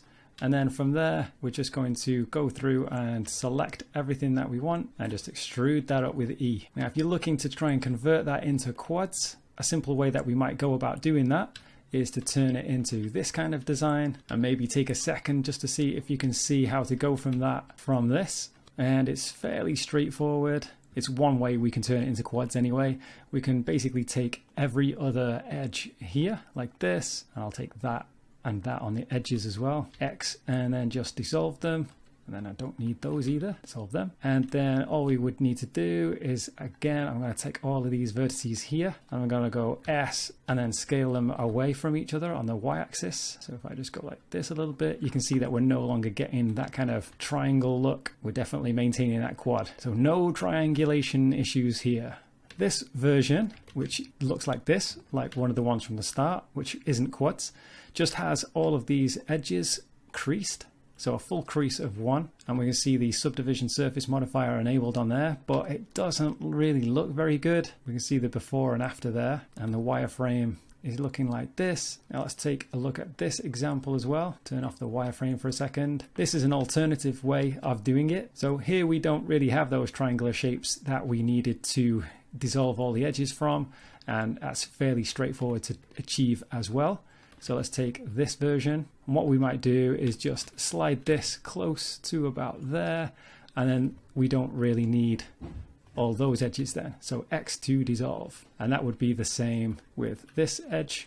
So double tap G to slide that in, and go through and take all of these edges and dissolve those. And that puts us to where we were with this version. But that does mean that we need many more edges to be creased. So, and still, it really doesn't look that good. So what's another way we might go about this?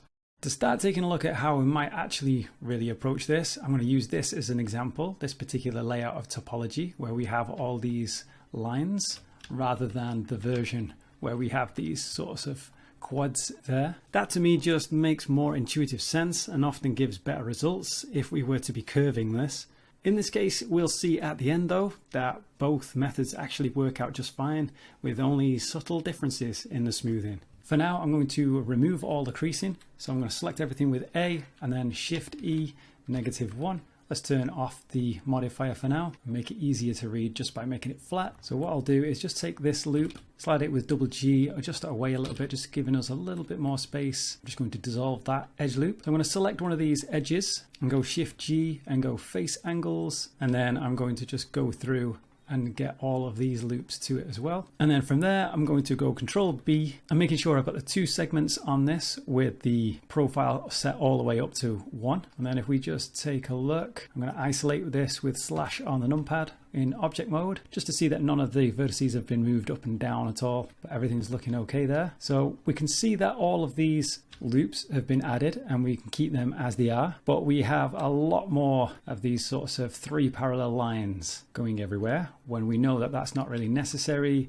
For example, we can slide these into each other and then take this edge right there and dissolve it so that we have that little box diamond instead of the 3 track lines, and then that allows us to free up all these and dissolve them. That isn't going to work on this side though. For example, if we try to do that and slide that into there and that into there, and then obviously dissolve this edge there, we can recognize this shape of doom now. That's not going to be very polite geometry. So let's undo that. And instead of sliding this in, let's slide it away. But I'm just going to do that with this one vertex right there. So slide that away to there, slide that away to there. And now the geometry for this general area makes a lot more sense. So what I'm going to do is actually just undo a few steps here till we're back to our selection, and just think a little bit more carefully about which ones I'm actually going to select and bevel at this point. And that bevel is just designed to add supporting edge loops on either side. Sometimes we're not able to use that type of bevel. It doesn't work in all circumstances. And if it doesn't, then just simply just go the long-winded route of just pressing Control R to add in edge loops,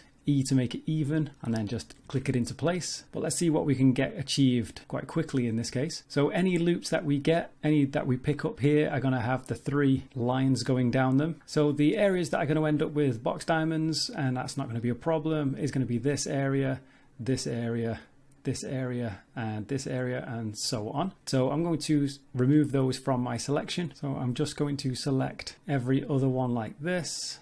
In fact, I think I'll get the whole of that loop and this loop on the edges there. And now I'm going to go Control B and just drop that in. Now I'm just going to fix this up a little bit. So just starting on this side here, we're clearly not going to be sliding in like this because otherwise we're going to create that shape again. So instead, I'm going to be taking this row and sliding that out instead. And then let's just dissolve that bit and then just rinse and repeat. That would be basically the same down here. So I'm just going to take this and slide them out all the way along, just as we did with the top, and then dissolve all the other edge loops that we don't really need. Let's take a look at how that's looking with our modifier on, and then let's shade it all smooth. And you can see we're not getting any artifacts. It's not really very good practice to have a close bunch of edges together, especially if that surface is going to be bending round, and particularly on a cylinder shape. Here we've got a fairly standard cylinder with 2 subdivision levels on there. And if I just come in with only one of those edge loops and go Control-Shift-R to add a couple of neighboring loops, we get that kind of edge creasing there that we might not want. So these guys are going to need to be doing some social distancing, or we can just dissolve them and go back to what we had, nice and smooth. So for this particular corner, I think we've got no problems creating that kind of box diamond shape. We can always test it out just by sliding in the neighboring vertices there. And there we go. It looks totally fine. And now we can take these two, slide them in, and then just dissolve that edge loop there. Just for practice, let's take it over on the other side as well. And then we can see this corner should be no problem. Take these two, slide them over to there, dissolve this, and dissolve that very corner, so it's a little diamond box. Down at the bottom here, we might want to be sliding these out as well, something like that, and then just get rid of the rest. Same on the other side. Now these triangles at the edge are pretty simple really. I don't think we really need to concern ourselves too much with them. We could instead, of course, just dissolve that and have that come through here instead. Control R to add in the loop and then join them up. And then we could do the same kind of idea on this side. So I'm going to dissolve this edge loop, Control R just to bring that in, and then let's just connect those two up. The next thing we might think about is the fact that we've created a load of triangles here and up at this bit as well. Now again, if it's a perfectly flat surface, as it is at the moment, we could probably just dissolve those. If we really want to be a purist with our quads, we could just leave those as triangles or n-gons. It mostly depends whether we're going to find ourselves curving this geometry or not. If we want to leave those edges in and we still want to be pure with our quads in the topology here, then in that case it'll be these edges that we'll want to change. So I'm going to save that as it is and just make an additional version of this and just work on this over here. And let's get rid of all those, going across, dissolve. And now if we look, we can take each of these vertices instead and press J to join them up that way. And now we can see, although it looks like a triangle, that's actually a 4-sided triangle. And if we wanted to make it a little bit neater there, we could take these and either slide that a little bit closer to, or we could just pull these a little bit further away like this. In fact, let's do it that way around. So let's take all of these and just slide them a little bit further away. And that would be the same kind of idea that we would need to do up here. So I'm going to take these vertices and just join them up. And clearly we would just want to use our knife tool and continue that across. Same on the other side. And with all of those edges selected, just slide them back a little bit, just to not create anything too crazy with those kind of faces there. And I think we can probably push that back. Actually, I just wanted to insert here that there is another way, and perhaps there are many others actually, but there is another way of keeping, as we had before, this topology layout and not having to go the diamond route by removing all of these edges. And that's just by adding in loops here, and I'll just go through and do the rest. And so if we really were looking for that purism in our quads, then we can see now that these faces have all got 4 sides, as does these on the end as well. But clearly they still look like triangles, but they do have those extra edges thanks to these loops, which aren't really doing anything except satisfying our purism. But if we take a look without the wireframe to make it clean, we can clearly see that our subdivision surface modifier is not struggling and everything looks perfectly fine. But that's just a quick aside. Let's carry on with the previous topology arrangement. Let's curve this around just to see how it's performing. So for that, I'm going to just simply use a simple deform set to the second option along, the bend, and it's not really bending in the right way.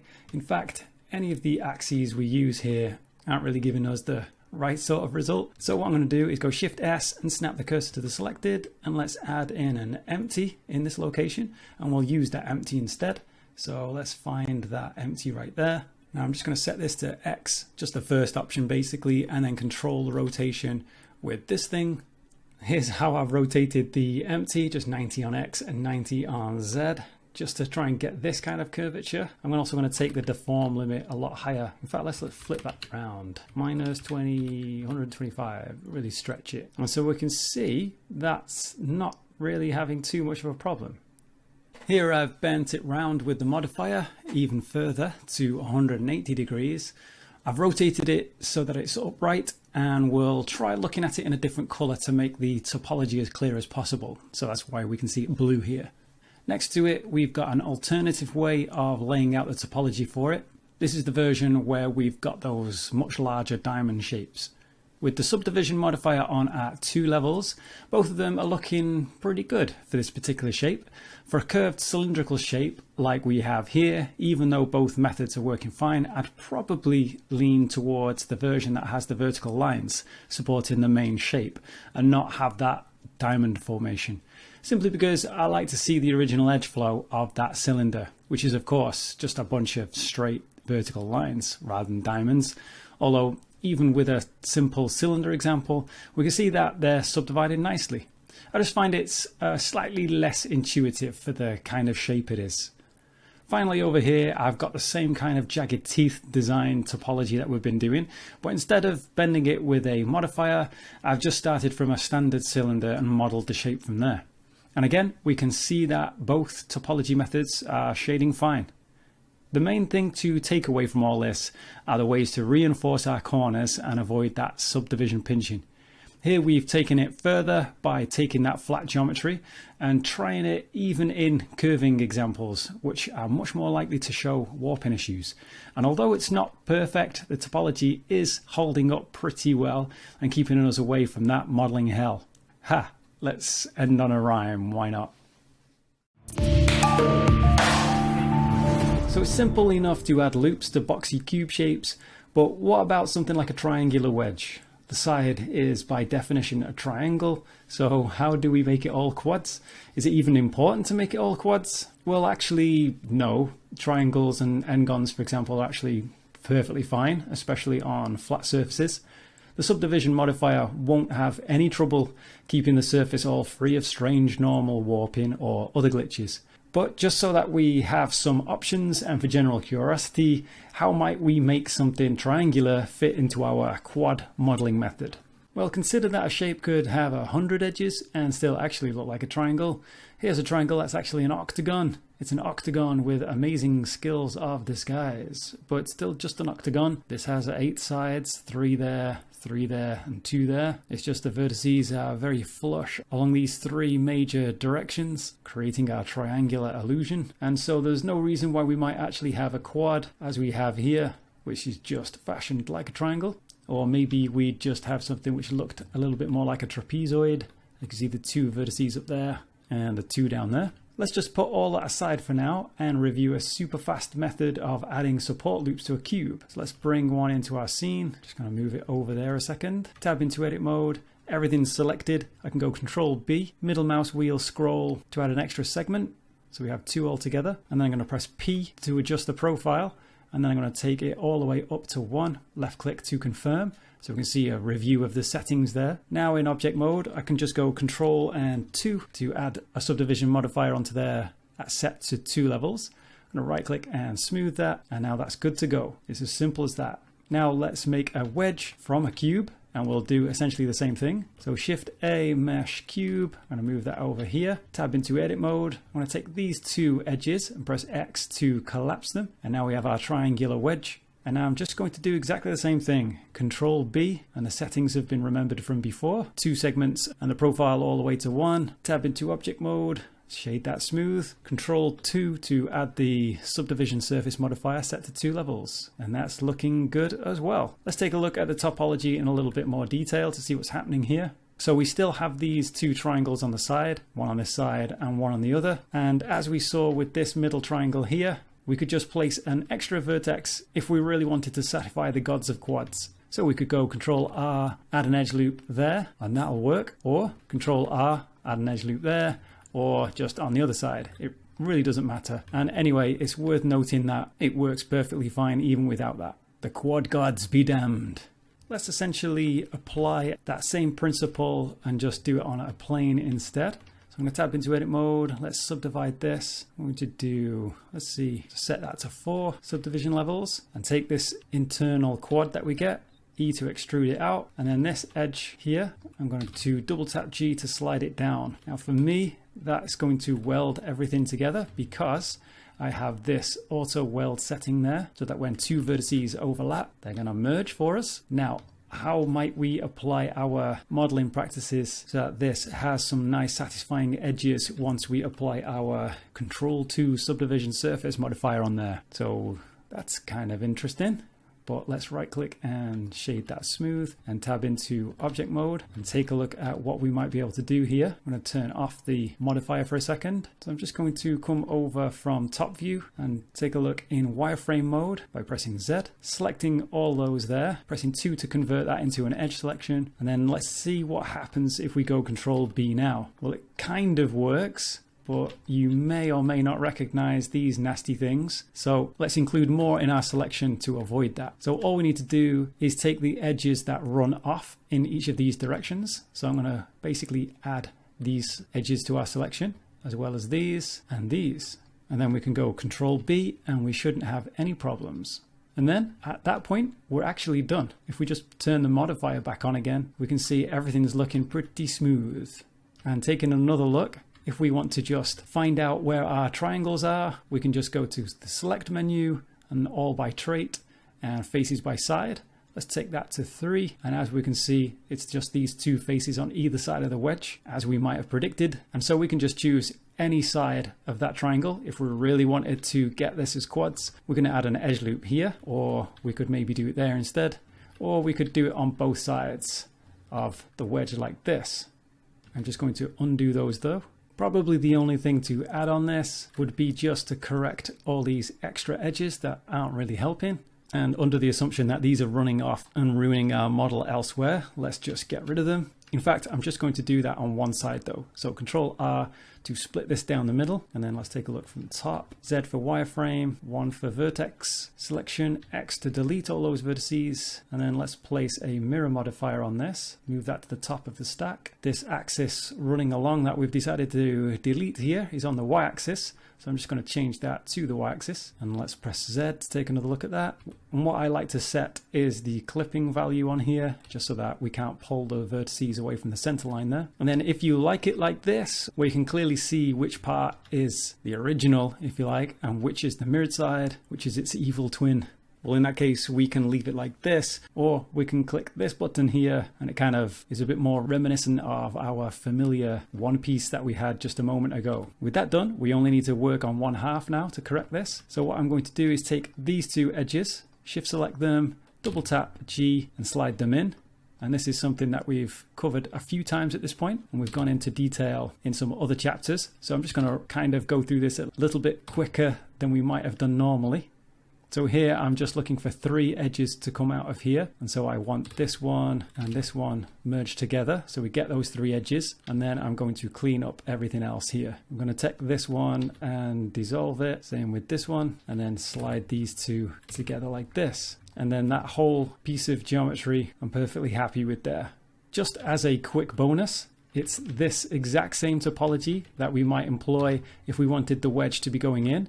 And it couldn't be quicker to convert this, in fact. If we just press A to select everything, S to scale, and then we just want to flip it on the Z axis. So I'm going to go Z, and then I'm just going to type in -1 and press Enter, Alt A to deselect, tab to see that nice and cleanly, and it should work perfectly well. In fact, just as well as this version. And we can see just how that topology looks by turning off the subdivision surface there, just to get a very nice, easy, clean look. And that's it. That's all there is to it.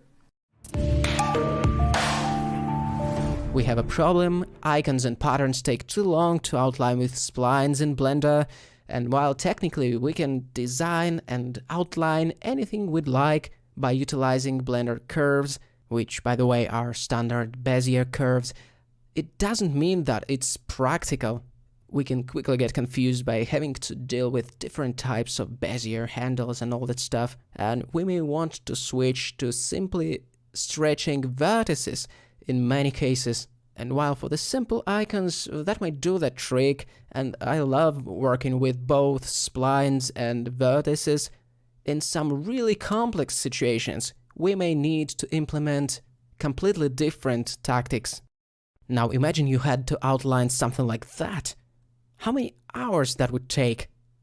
And while we are on this wavelength, what if you had a vector file, say an SVG file designed in Inkscape or Illustrator, and you would want to import it into Blender and turn into 3D model automatically? So let's do it. Here's our 3D dummy. We will use it for some geometric operations later on. And now I will go File, Import Scalable Vector Graphics, or simply SVG. That is the format that can be exported from Inkscape, Illustrator, or any other vector software. Okay, so I'm going to import the bathroom signs SVG file into Blender. Right away we can notice something in the center of coordinates, but it's a little bit too minuscule. So let's select all the objects from the bathroom signs collection that was automatically created. And by zooming in, we can prove that we definitely have imported something. Now we can just scale it up. So I found this file on Pixabay and we have imported it in a few seconds. That is awesome by itself. Of course, there can be minor glitches here and there due to the precision errors and whatever, some leftovers in the vector file. And we can clean it up a bit before converting it to geometry. Thankfully, Blender interpreted that SVG file as splines, so now we have full control over the shape of the vectors, of the handles, and so on. Just let's enable the handles and normals preview in the viewport settings. So once again, now it's just a set of editable splines, so we can tweak it to our heart's desire. We can definitely give a try extruding this stuff, or even giving it a nice bevel by utilizing the bevel depth and resolution controls. And as we've seen when working with the text objects in Blender, the triangulation of such objects, of such angles, is a little bit flimsy. We may need to apply the decimate modifier switched into the planar mode to fight this bad triangulation. And to put the last nail into the bad triangulation coffin, we may want to use the weld modifier as well. I recommend you to watch the weld modifier tutorial in this very pack of tutorials. I think it came before that one, so chances are that you have already watched it. Congrats then. I really appreciate the ambiguity of time and space. What have you watched? What haven't you watched? In what order? I'm the person who starts watching things from the last tutorial backwards. If so, good on you, you're welcome.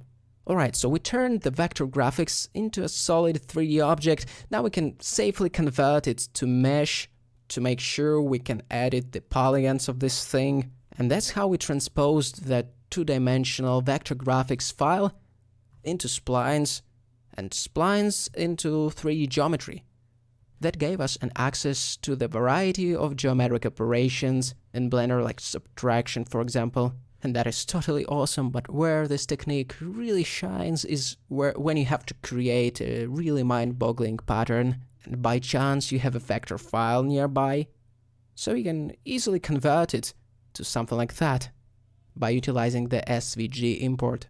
That can certainly fast-track creation of a variety of different patterns and things, especially if you have a sizable collection of vectors. Try pixabay.com. This pretty much concludes this technique. It's as easy as it seems. Sometimes we have to fix the resulting geometry, but that shouldn't be a big deal. Often it's just a matter of throwing in the decimate modifier or something like that. I think this example really showcases how the hybrid techniques, like importing scalable vector graphics into 3D content creation suite, can really drag us out of the 3D modeling hell, swinging a sword and riding a deer. Everybody comes across this problem at some point, how to bend a high poly cable like a spline. So when the cable geometry is pretty dense, pretty high poly, 17,000 vertices in this case, it's getting really tedious to deform, and for that matter geometry is by definition tedious to deform like a spline, because if you want something to behave like a spline, you'd better off to start with a spline. Otherwise it may spiral out of control. But how to solve that conundrum? Say, here we have a spline. It would be so great to have such amount of control, but with the geometry, when we could just manipulate the vertices of the curve, what could be easier? Fortunately, there is a solution, and it's called the curve modifier.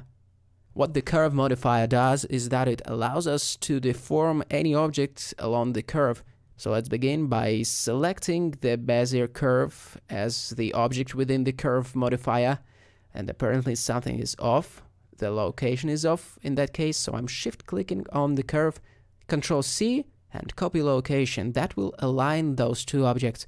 In order to copy location, you need to have the copy attributes add-on enabled. Okay, it seems that the deformation axis shouldn't be set to X. Let's try Y. And it was the correct answer. The Y-axis works as well as the -Y, and when we have it set up, we can slide the mesh alongside the curve when we have those two objects aligned and picked the right deformation axis, and it looks beautiful. But what if we need to extend the curve a little bit?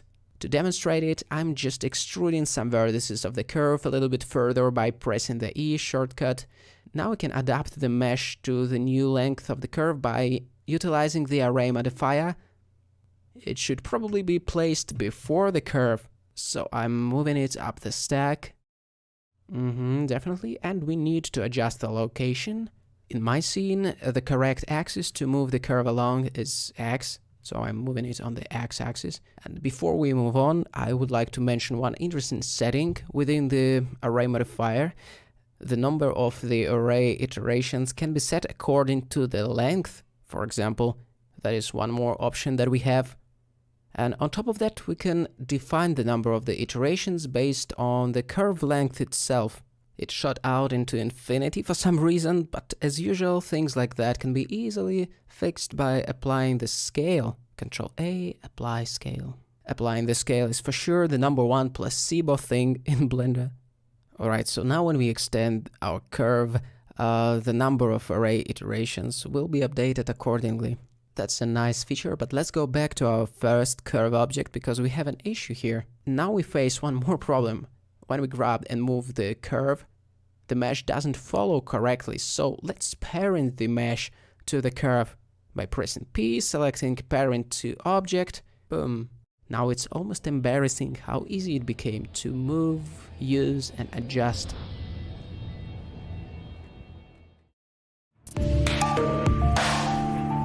So how to smooth out the wires and cables and disentangle this mess? Do cables even deserve to be a part of the hard surface modeling? Hell yeah, can you imagine a robo without some kind of a wiring in between plates? It's totally unimaginable, right? And shouldn't be legal. Alright, I'm duplicating the example so we can try some smoothing stuff. First of all, it's a Bezier curve, and I think that we can safely disable the normals and handles preview so we can see the points more clearly. And what I'm going to do now is right click and simply select smooth and repeat the procedure a few times by pressing Shift R or simply by doing things over and over again. Right click, select smooth, repeat, and we can congratulate ourselves at this point of the workflow, because if we retained the spline and not converted it to mesh, we can disentangle this thing really easily and we can smooth it out without a hitch. What if we converted it to mesh? It's no big deal. We can select the edge loop that runs across the entire object if it's the all-quad topology, and then we can separate the resulting thread and go object, convert, but this time we can convert it back to spline. So we have just rolled back geometry to spline, but in this particular state it is unusable because it's pretty dense, and we need to simplify it somehow. In order to do that, I'm going to search for Simplify Curves in the Add-ons tab within the User Preferences of Blender. This is one of the default add-ons, and then I'll go Curve Simplify while having this object selected. And we can crank up the distance error a little bit, then wait. Well, maybe a little bit less because it got too jagged. Yeah, I think the error of 0.1 will produce more or less okay curve. And then I'll go Set Spline Type to Bezier, and then right-click Set Handle Type Automatic, and that will relax the handles automatically. Surprise. After that, we can further smooth it out a few times if needed, and after that we can increase its depth to give it a little bit of thickness. But hey, let's rewind a little bit, because can you imagine that I simply didn't know that in the newer versions of Blender we have yet another way of decimating the curve, and it doesn't require any extensions. Alright, here is the steps. First we need to enter the edit mode, then go curve, clean up, decimate curve. If it doesn't work and you notice the orange error here that says that only Bezier curves are supported, just convert the spline type to Bezier from the right mouse button menu. Then repeat the steps. Curve, clean up, decimate curve. It works just like the decimate modifier, but with curves. In the sense that it tries to maintain the overall shape of that thing while shrinking down the number of points. And I think it did a great job at actually maintaining the shape. I'm very satisfied. Thank you, Blender developers, once again. Let's fast track forward now. Next, let's explore a little bit more exotic example and imagine that we have to deal with the non-quad topology or something like that. We cannot select the edge loop that runs across the entire model. I want to show a really crazy way of dealing with it. First, let's add the displace modifier and turn this into this kind of sausage. And on top of that, throw in the smooth modifier and carefully increase the factor, but not too much, and number of repetitions as well. That will naturally shrink it down, and at the same time, as a side effect, I suppose, it will smooth out the outline of the curve, if you know what I mean. And as a cool side effect, it will even help you to simulate the realistic tangling and pinching of the cable in some places. That is a bonus. And to help it out, enable the connected only function of the proportional falloff, so you can disentangle it a little bit like this. You can control the falloff with the mouse wheel. And now when the tutorial is over, we can play an inflatable Python. Oh, obviously you could have set different points of the curve, different thicknesses, but this is even more fun. So let's say you have a problem with a flat surface composed of a few n-gons. In my case, there are 2 n-gons, 113 edges, but anyway, the surface appears to be flat, almost to the point that it makes you believe it's actually flat, but it behaves in a little bit unpredictable way once you add a bunch of modifiers, say solidify modifier, and this is not a glitch, but it hints at the future glitches that we will see in just a moment. So you add the solidify, and then you throw the bevel modifier in, switch the limit method to angle, and so on, and here we see the first manifestation of a weird misbehavior. Look at this. The bevel went wrong. Here we see a phantom geometry, as if rendering and the underlying geometry somehow misalign. And to debug what's going on, we can crank up the auto smooth angle, and it can definitely serve as an indicator that something strange is going on below the surface.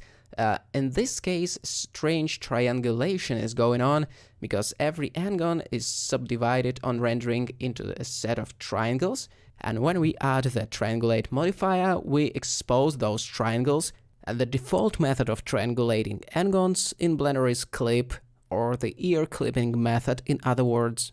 And while the strange non-flat rendering artifacts can be probably solved by marking some edges as sharp, but we still got a signal that the n-gon, which appeared to be completely flat, isn't flat in fact.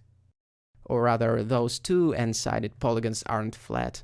Anyway, we can grab those n-gons and press S and Z to scale them on the Z-axis, and we can make it worse, or we can scale it to 0 by literally typing 0 on the numpad, and that will mean that we will flatten them, or we can flatten them using the loop tool's good old method, which is called flatten. So if you see a funky triangulation pattern on rendering, this could be a symptom that you should flatten your n-gon, which appears to be flat, but isn't flat in fact, and needs further flattening.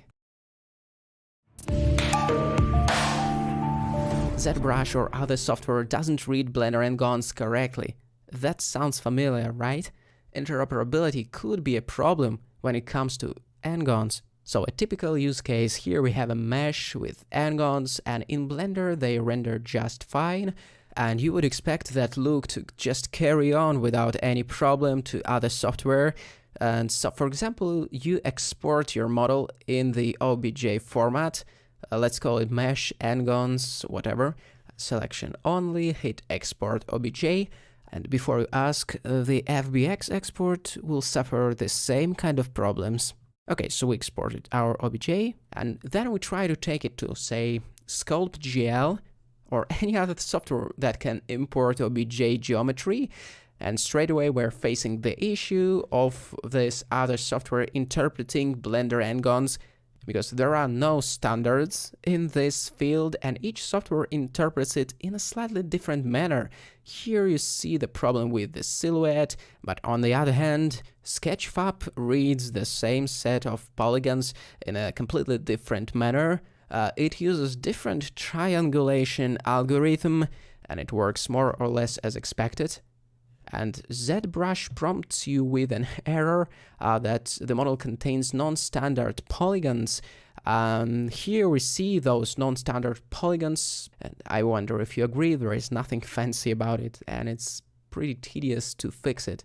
And just for the sake of thoroughness and to nail that message that there is no standards of triangulating stuff, we can import it into Instant Meshes, the software for doing ray topology, and notice how it got instantaneously screwed, but anyway, it's a great software. Back to Blender, what we need to do is remove the ambiguity of triangulating this n-gon, and we can do it by adding the triangulate modifier and choosing the triangulation method, as simple as it goes. The quad method doesn't matter much in this case. What's important is the n-gon method, which can be clip, which is the default one, by the way. It doesn't look great in this particular situation because it breaks the profile and creates a weird fan of triangles. Out of these two, the beauty one works better in this case because maybe on some other mesh it would produce a different looking pattern, but here it looks more or less okay. Even better would be to intervene, go into the edit mode and retopologize it a little bit, but more on that later in the upcoming chapters. So on export we can also toggle the triangulate faces checkbox, but it's better to define the triangulation ourselves and choose the right method and so on. So after we disambiguated our problematic n-gon and baked the triangulation, 3D modeling software and game engines will probably have less problems with following these instructions.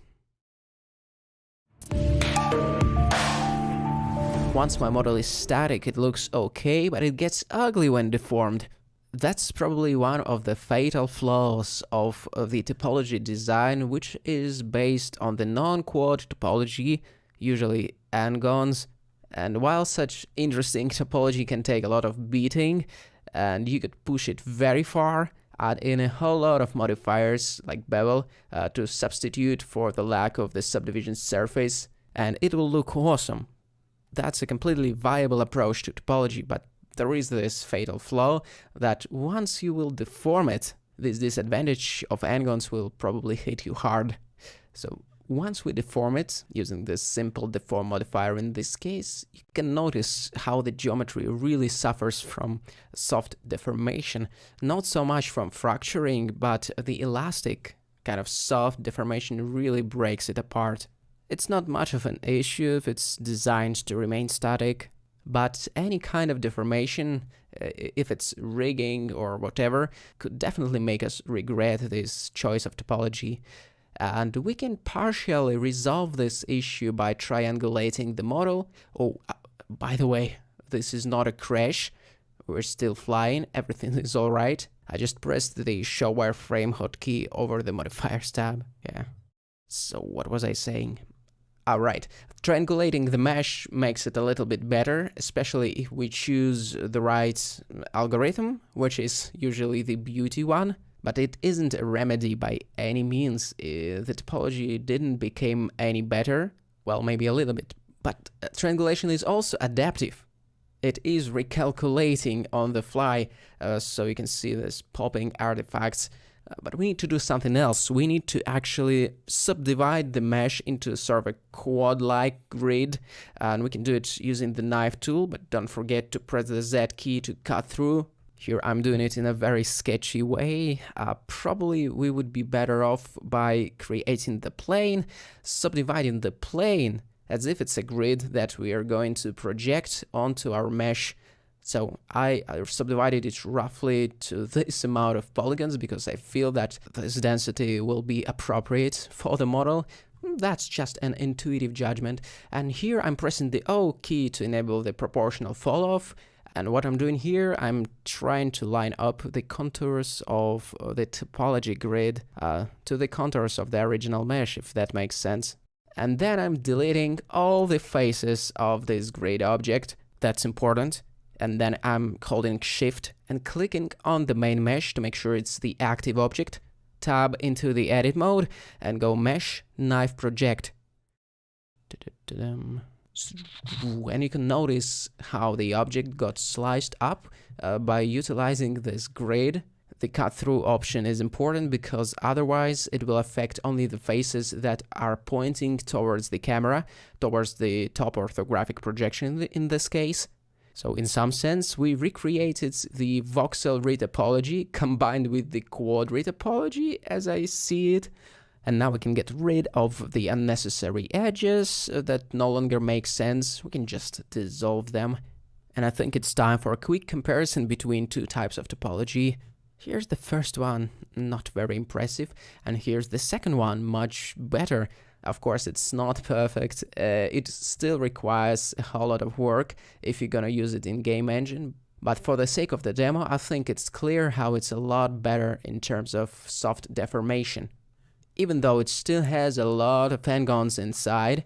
So let's select all the faces with the number of vertices greater than 4. So you can see, yeah, a considerable number of n-gons present.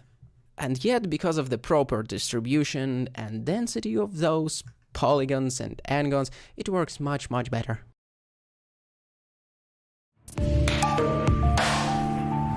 Alright, I get that Boolean operations create n-gons. So shall I get rid of them? They look ugly, they lead to absolutely horrifying triangulation, and they block the subdivision workflow entirely. Okay, let's unpack it a little bit. So let's imagine that you decided to create a mesh using the Boolean workflow. In other words, by running consecutive Boolean operations. So first you cut out the object A from the object B, and those generate lots of n-gons just by doing it. And the more Boolean operations you apply, the less quadrilateral is the topology. And this is the natural consequence of using this workflow. Basically, if you are really persistent with using the Boolean operations, and to some extent this workflow locks you down once you start using it, over time your topology stops being quadrilateral or made of quads. You're just saying to the n-sided polygons, get in, you're welcome here. But at some point you may start to doubt your creative decisions, maybe once you have added the subdiv modifier, and it's completely justifiable. I know it's very easy to lose a grip on reality once you face the alien-looking things like this. And I want to warn you, it's easy to fall into this trap of starting experimenting with those geometric constructs, screwing it. It may become an obsession really quickly, and you will find yourself on the glitchart forums. Oh, look at this Mandelbrot fractal structure that I created accidentally by messing up my model and so on. Returning to n-gons, there is nothing wrong with sticking to n-gons to the end, to the final render, if you know what you're doing, especially if you know how to utilize the bevel modifier in conjunction with the non-subdivision workflows like the Boolean workflow. It is a very powerful combination indeed. The procedurally beveled geometry is a good alternative to the subdivision surface modifier, which usually is used to smooth out like everything. Bevel can be used in a very similar context without any problems. That's not a big deal. The biggest deal with using n-gons, the biggest issue, is actually not being able to deform them properly. That is an issue, and interoperability between applications is also a mild problem, and in the end everything can be retopologized anyway, and n-gon based topology is a good preliminary step in this case. Generally speaking, if the model is predestined to remain static, it's more than fine to use n-gons. If it's a part of the design process, just one of the modeling iterations, of course it's fine as well. And don't fear the triangulation. Everything is triangulated anyway for render, even quads. And if you want to learn more about n-gons, I would recommend you to watch the full tutorial on creativeshrimp.com. And n-gons are not that scary, you know. But can you teach them to love?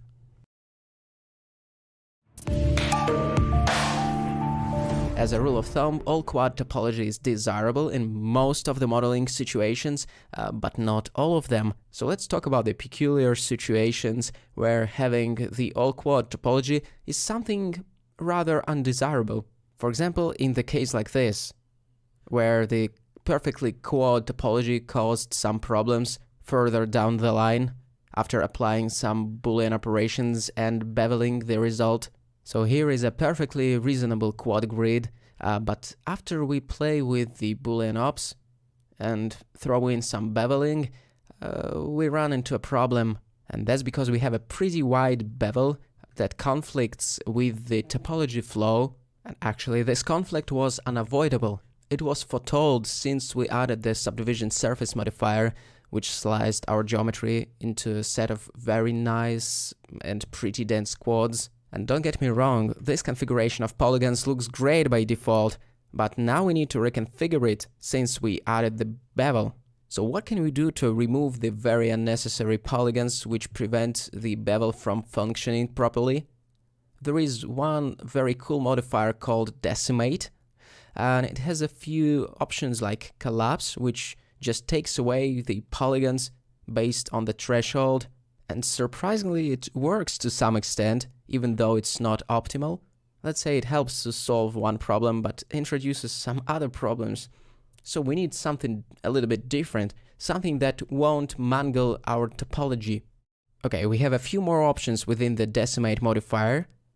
On Subdivide, we'll try to revert the effect of subdivision surface modifier to some extent, but it will alter the geometry along the way. What we need is the third one called Planar. Basically, it will make surfaces flat based on an angle, and by flat I also mean n-gon. So it will dissolve the faces below the certain threshold to create n-gons. It kind of works out of the box and takes away, or rather merges the polys below the angle limit, which is 5 degrees in our case, and we can also delimit it by normal material, etc. And if we set the angle limit too high, it will turn flat. So probably 5 degrees is about right for this model. Now I will just enable all the modifiers back. And after decimation it looks almost right. We just have to adjust the position of the Boolean object a little bit. So it worked, and we have generated just enough space for the bevel effect to operate. And that's what we wanted to do after all. And while I see a few problems related to triangulation, those n-gons probably, all in all, I think that the result speaks for itself. It's much better than the broken bevel we had before that. And the alternative for merging the faces via modifier is to use the dissolve faces command within the edit mode, or just press F while having a few faces selected, and those faces will be turned into one. That's the limited dissolve operation. That's what the Decimate modifier does under the hood. And again, even though quadrilateral topology is considered to be the gold standard in 3D modeling, sometimes it can push you into a corner and then you decimate it. Do we really have to mesh everything together? Maybe we still want a degree of freedom with our mesh placement. Maybe it's just going to be a very long and tedious process of going through and arranging our topology so that it looks seamless. Emphasis on the long and tedious there. Luckily, the data transfer modifier strikes again to make something look like it's been patiently all meshed in with perfect quad topology. But it's simply stuck on, floating as a separate bit of geometry. That way we can actually give it a little extra control too. For example, control how it flares and meets at the connection point. So let's take a look at how to set this up.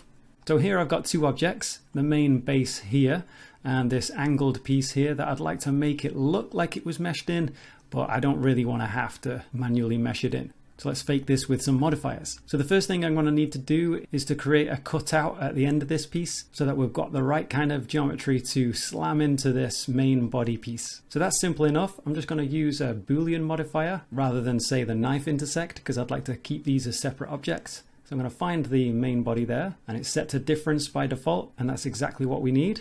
So I'm going to apply that. Tab into edit mode, select all these faces that we've got, and then I'm simply going to press E to extrude out. And then I'm going to take these vertices and press G and then Y 2 times to get the local axis, which aligns with the length of this geometry. And then I'm also going to flatten that bit out. So I'm going to go S and then Y 2 times and then 0. Now I can delete these vertices and I'm going to bring these back. So G, double tap Y, and let's bring that back to about there. So we've effectively rebuilt this bit of geometry and it's now ready to properly slam into this. And I'm going to actually extrude a little bit further out so we have an extra edge loop there. And then I'm going to delete all those faces with X. Now what I'm going to do is press G and then double tap Y and then move this much closer, say something about there. And now we're going to use some modifier magic. So let's go over to the modifiers and we're going to start with a shrink wrap modifier. And we want to shrink onto the main body. All right. So that is definitely not what we want. So I'm going to tab into edit mode there, select this very edge loop of vertices there, and we're going to place them into their own vertex group. Let's assign a full weight of 1. So these selected are going to have a value of 1, everything else is going to be 0. Let's go back over to the modifiers and we'll plug that vertex group in, and I'll just use the default nearest surface point because it looks like it's working quite well. So let's disable that and we'll see the before and after there. The next thing to do is to try and remove the sense that this is of such a hard connection between these two objects. So let's add our most magical modifier of all, the data transfer modifier. Let's take the same main body as the source. We want the face corner data, the custom normals, and here we're going to make sure that we do have our auto smooth setting enabled there. And then a little lower down, we're going to plug in our vertex group. And now let's deselect that with Alt A. I'm going to come over and turn off the wireframes. And also I'm going to need to come over and turn off the outline. And actually, just to make this even cleaner in the viewport, I'm going to turn off the cavity option there. So now it looks like it's pretty much seamlessly merged in. We can toggle the before and after there.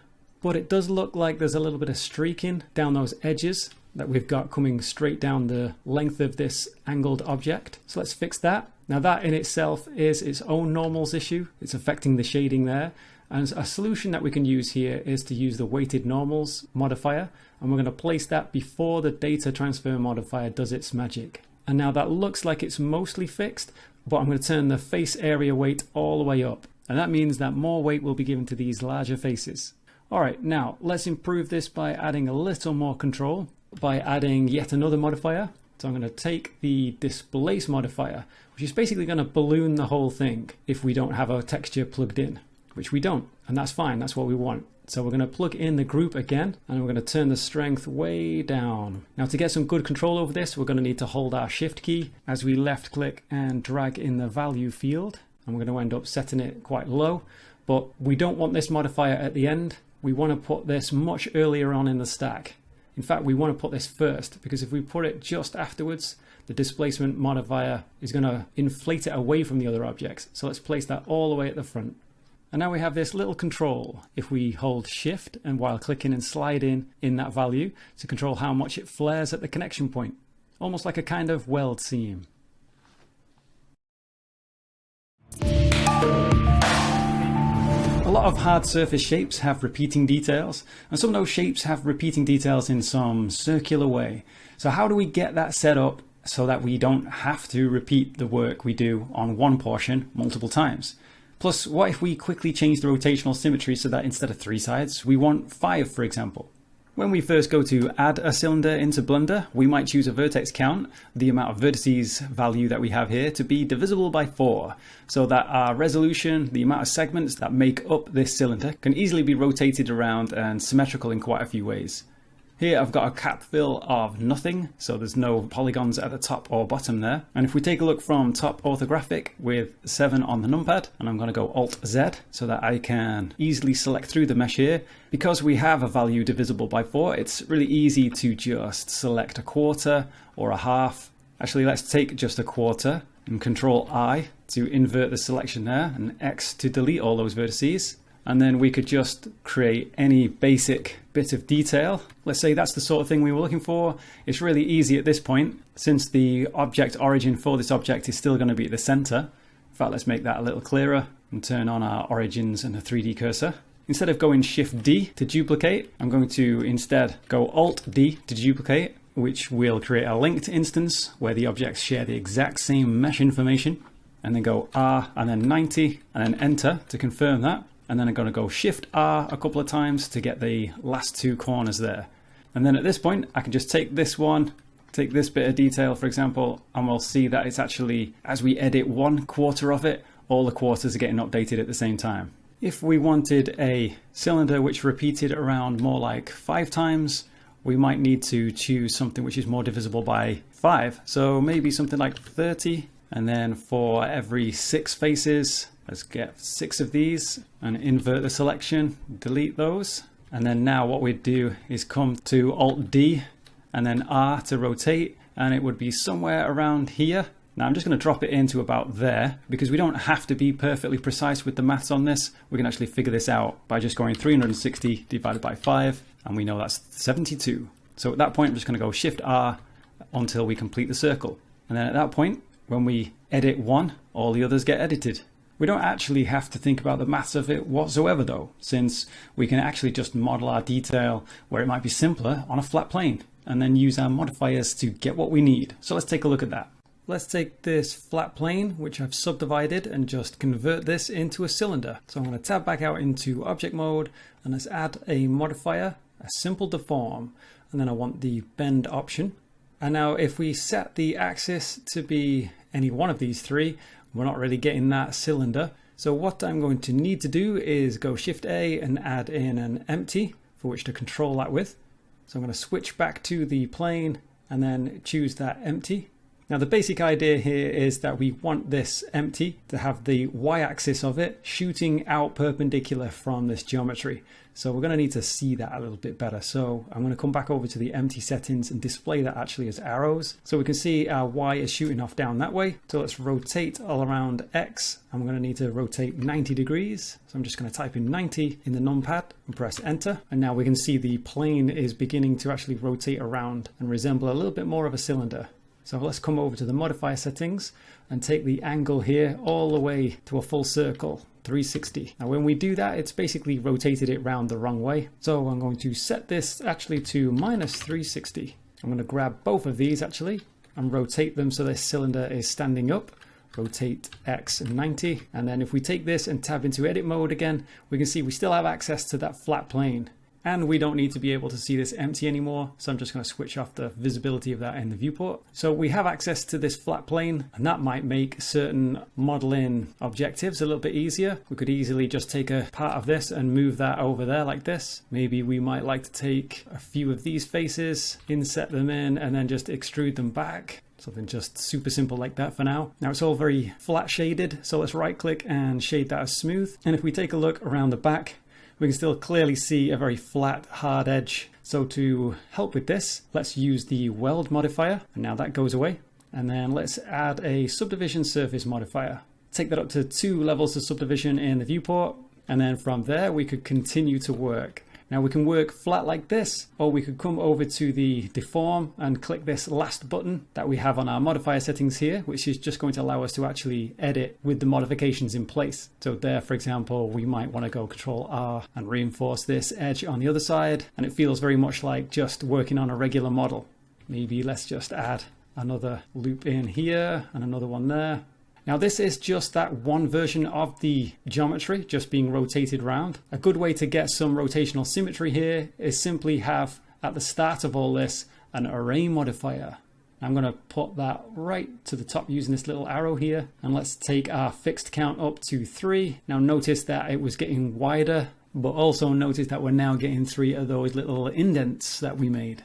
Taking a look in wireframes, maybe a little bit easier. So that's super quick and easy to just choose the amount of rotational symmetry we want there. So for example, let's just quickly take that to 5 and it's done. If we want to change the overall size of it, the overall radius of it, we could just scale it. In this case, that would be S and then Shift Z, just to eliminate the Z axis from being scaled. And now we've made it a little bit of a narrow diameter now. But maybe we might want to go back to this detail and maybe scale that down, square that out a little bit more, or whatever we like. So that was the cylinder. Let's take a look at making a more of a disc with rotational symmetry. So I'm going to go Shift A and add in a mesh plane. Let's move that off to the side. Tap into edit mode, right click to subdivide. Going to set that all the way up to 10. And then I'm going to come over to the modifier, bring in our trusty simple deform, change that to bend, change the axis to Z. So it's rotating as we look at it down here from the Z axis, and let's take that all the way up to 360. Now you can probably tell that that's overlapping quite badly there. So all we need to do is just press G, and in this case I've middle clicked and gestured towards the left and right just to lock it down on the Y axis there, and I can just drop it in about there. We don't need to be particularly precise about it. We can scale right where we are to change the thickness of this, and depending on how far we move it down the Y axis in this case will depend on its general overall radius. Now at this point we're already able to just tap into edit mode, find our flat plane, and then maybe just drag down this edge loop, G and then Z, to create some inner detail there. And for the outer detail here, maybe I'll just go E to extrude, Z to lock it on the Z axis, and drop it to about there. And we can already see some kind of disc starting to take shape. I think we're going to need to right click and shade this smooth though. Let's give it some subdivision surface levels, so maybe about 2. And notice where it's wrapped all the way around on itself, we need to weld that. So I'm going to add the weld modifier and make that above the subdivision surface modifier. Just collapse that a little bit, and I'll also collapse this. And then we're ready to just continue editing. So I can use Control R to reinforce this edge loop and tighten this up if we want. Or I'll Alt left select this one, just go Control Shift R instead, and that way we'll automatically create our offset loops required to tighten that edge up. I think I'll take this internal loop and just slide it to the left a little bit more. So if I take a look from an orthographic view, we can see the actual profile of what it is that we've created there. As we had before, we have the option to, instead of modeling in a flat plane like this, we could just enable this feature to edit on the cage, to edit in place, where it's going to feel a lot more like just working with regular geometry.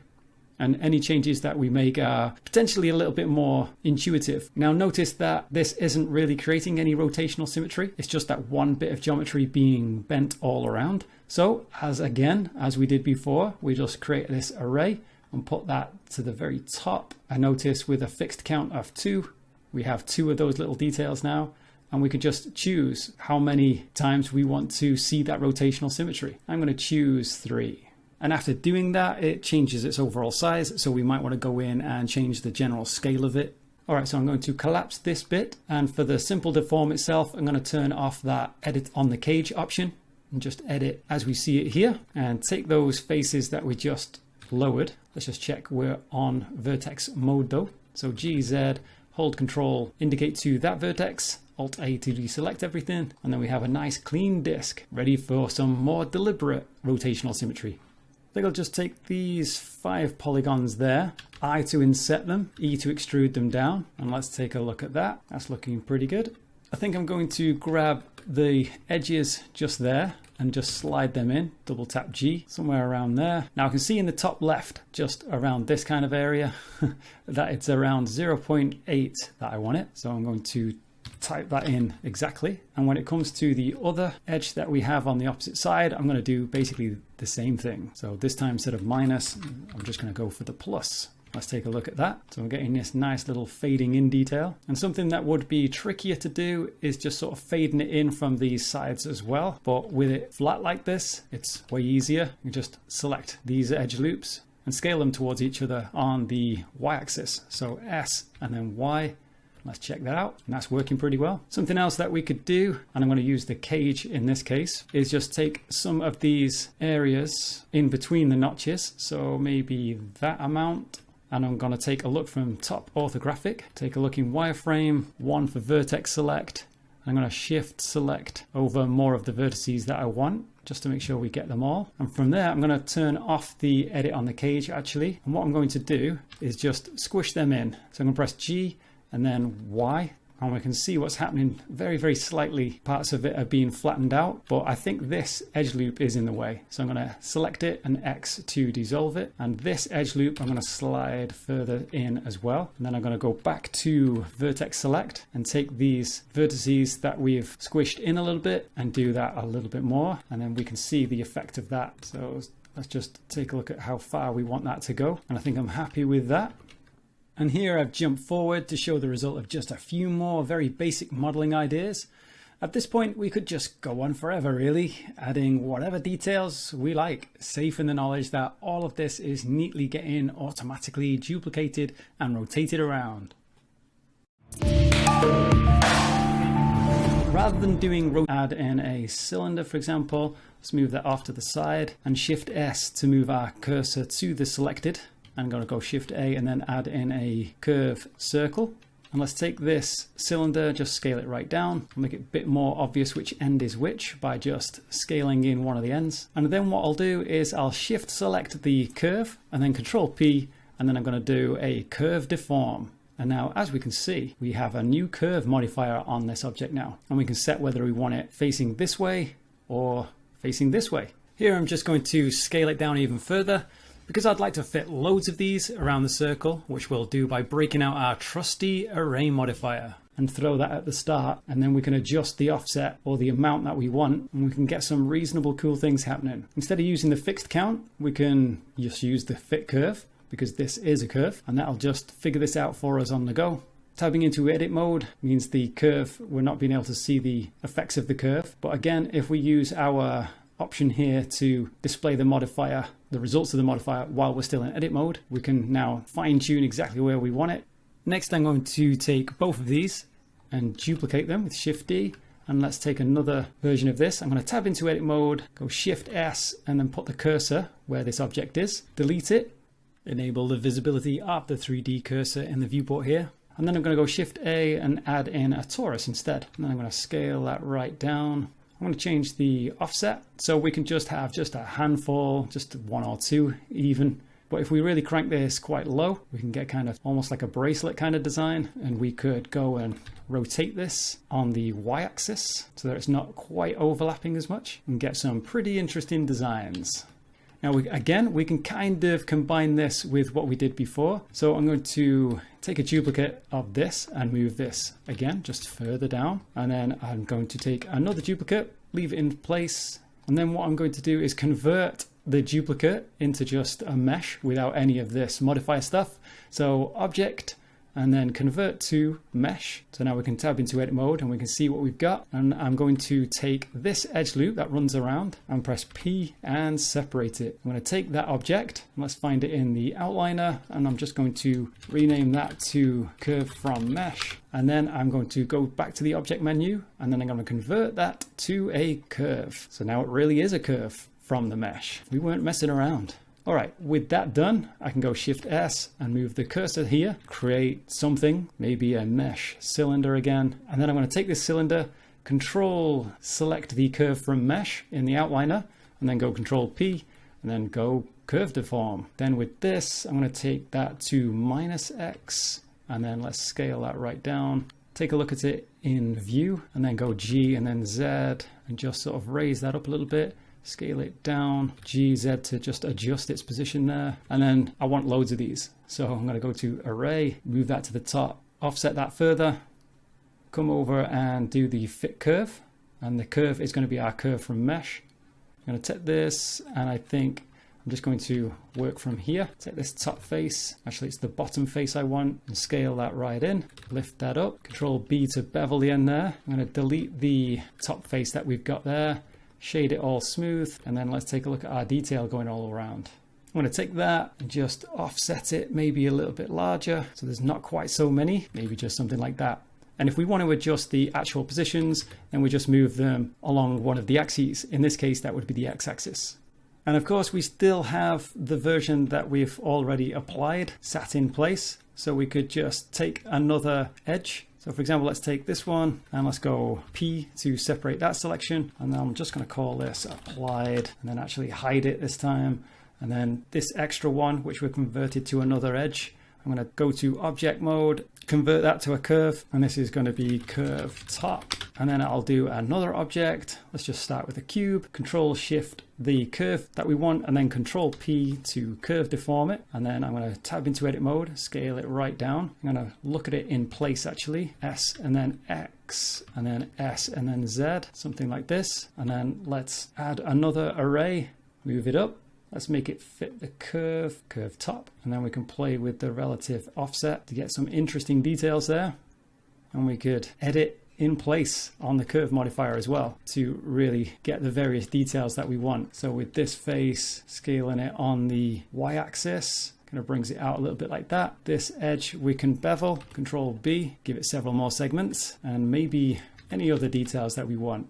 But I think you get the point, so we'll just leave it there. Yet another modeling issue from hell. Automotive curves aren't smooth enough. Here I have set up a little bit exaggerated example, but hopefully it will carry the message across.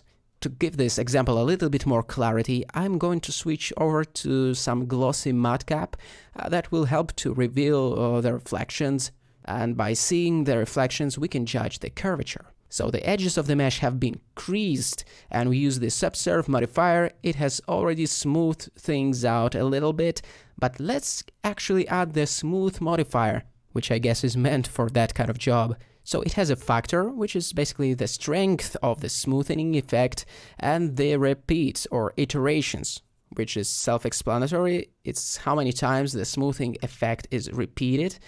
And here I want to select the boundary loop, and I'm doing it using the search function of Blender, which can be set in the user preferences of Blender. So, okay, let's add the vertex group. I'm going to call it pin, because what I want to do is pin the boundary loop vertices. So I'm setting the weight to 0 and hitting the assign button. So in other words, we are telling the smooth modifier that it will have 0 power over the edge vertices. And now I'm pressing Ctrl I to invert the selection and assigning the weights of 1 to the rest of the geometry. And lastly, I'm heading over to the Smooth Modifier tab and selecting this vertex group. So we can find the influence of the modifier to the inner portion of the mesh, so it doesn't affect the boundary. And I also think that we should probably exclude or maybe limit the effect of the modifier on those vertices as well, on those edges, because this detail, it makes me happy. I don't want to lose it. And the edges that have been creased or sharpened previously, let's also exclude them from the processing. Weight equals 0, assign. And as a result, that already looks, if not silky smooth, then a little bit more automotive, manufactured rather than beaten up. And by the way, this pinned edge at the top, it needs some treatment. Let's right-click, Loop Tools, you need to have the add-on enabled, and relax. I'm gonna repeat the steps a few more times. I'm pressing Shift-R here in a rapid succession, and practically relax is the same as smooth, just different naming. I'm pressing Shift-H to isolate this edge and relax it, Shift-R to repeat it a few times. So the Loop Tools Relax button is the edit mode equivalent of this smooth modifier. And lastly, I'm increasing the number of repetitions or iterations. It's pretty sleek, right? Let's try something different though.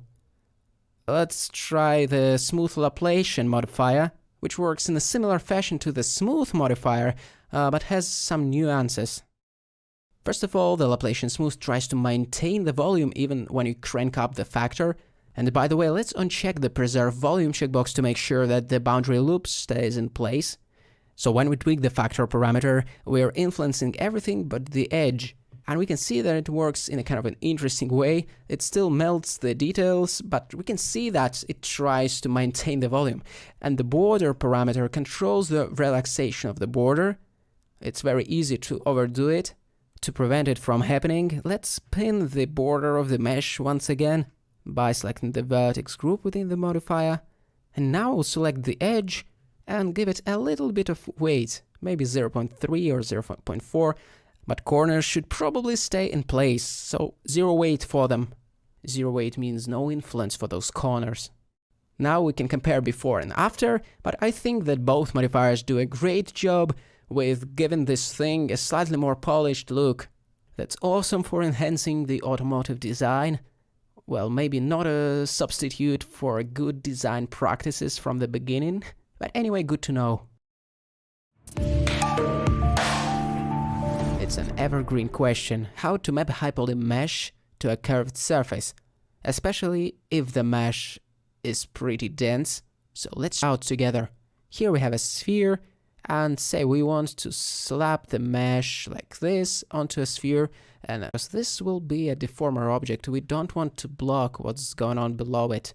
And from here we have a few options. We can either use the mesh deform modifier, or a slightly more modern variant, the surface deform modifier.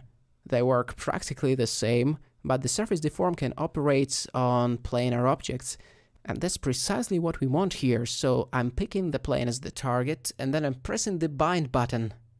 And once those two objects are bound together, the manipulations to the target also affect the source. This will become very useful in just a moment, but first let's parent the source to the target so we can just move the plane and the rest will follow. I'm pressing G to grab and holding Control to snap the plane to the surface of the sphere. I will change the snap type to active, so it uses the center of the mesh, the origin, for snapping. And we can also rotate it like this by pressing R and Z 2 times to rotate it on the local Z axis, but we still have to align the plane to the surface of the sphere, and we can do it by using the shrink crop modifier. Let's add it in. Click on the eyedropper icon and point it to the sphere. Now look at this, our constellation of modifiers, including surface deform and shrink wrap, now makes sense. The shrink wrapped plane is mapped onto the sphere, and the source mesh is mapped onto the plane, if that makes sense. From here we can proceed by covering the space for this object to integrate it a little bit better. But what I want to do instead is show a little bit different example. Here I'm binding the honeycomb high poly pattern to the plane, using the surface deform modifier, grabbing the plane and moving it into position, then once again utilizing the shrink wrap modifier simply to snap the plane to this noodle. And let's see, we have a problem here. We need to change the mode of projection from nearest surface point to simply project. Check the negative checkbox and probably increase the offset ever so slightly so the shrink wrapped geometry isn't stuck within this second mesh. So to sum it up, the combination of surface deform and shrink wrap does wonders for mapping one object on top of some other object, but make sure that your source object has enough geometry to support this deformation, otherwise it may end up looking beautiful. I'm no longer sure what's going on, modifiers don't work as expected, everything is falling apart. Everything I see is one huge glitch, and I don't know what to do and where to start. Yeah, right away I can say that the problem lies in the incorrect order of the modifiers within the modifier stack. So let me walk you through the steps we need to uncover the truth. Detective Pikachu is on the case. You know. First of all, let's tab into the edit mode. And do we see anything suspicious yet? Probably not a lot, right? The topology doesn't seem problematic. Like I said, the issue is in the modifier stack, so let's strip it away of all the modifiers by disabling the viewport visibility. And let's take a look at the initial geometry. So under the hood, it is a very simple model indeed. Nothing can go wrong with that kind of topology, it seems. So let's try to make sense of what's going on in the stack. What modifier should probably come first? Subdivision. Probably. You know, the subdivision surface modifier requires a good topology to work with, so we cannot position it after the Boolean modifiers, so probably it's one of the first modifiers in the stack. As for mirroring, what is the point of applying it so early? The point of mirroring is to take the information from one part of the mesh and transfer it to the other part, so probably it should be the last one. Decimate? Yeah, it makes sense to apply the decimation and to reduce the geometry to n-gons somewhere at the start and totally before applying any kind of bevels. And the weighted normal modifier should be moved to the bottom of the stack because it's the finishing touch usually. Let's see, then we have two bevels. The first one switched into the angle mode with the angle of 30 degrees, so every angle sharper than 30 degrees gets beveled. Let's actually take a look at the second one. I can tell in advance that it also uses angle as the bevel factor, and in fact we see the 35 degrees angle. That means that it's set a little bit higher than the first one, which was 30 degrees, to not accidentally pick up the same edges. I hope that makes sense. So it should be positioned near the bottom of the stack as well, after all other geometric operations took place. As for the Boolean modifiers, it doesn't matter much in what order they go, because they are just carving operations, nothing special. And yeah, as I've said, the weighted normal should be the last one. Here we see a glitch. It signalizes that we should probably move the first Boolean modifier above decimate. This first Boolean operation creates this large opening on which the bevel operates later on. And regarding that secondary shape, that is easy. The mirror should be the last one. Or they are interchangeable with bevel, but anyway. And that was relatively easy because, well, I set up this example. I rigged everything just to be able to fix everything easily for you. But actually the hardest part of the job is to keep the modifiers order in mind for me as well. So when we carve a Boolean shape or something like that, we need to jump into the modifier stack and restore the right order of things. In this case, I'm just going to move it up and position it before the bevel and the mirror and the weighted normal modifiers took place. Some 3D modeling add-ons like HardOps do it for you automatically, but it's good to know the modifier wrangling basics. And yeah, the order really matters. That's it.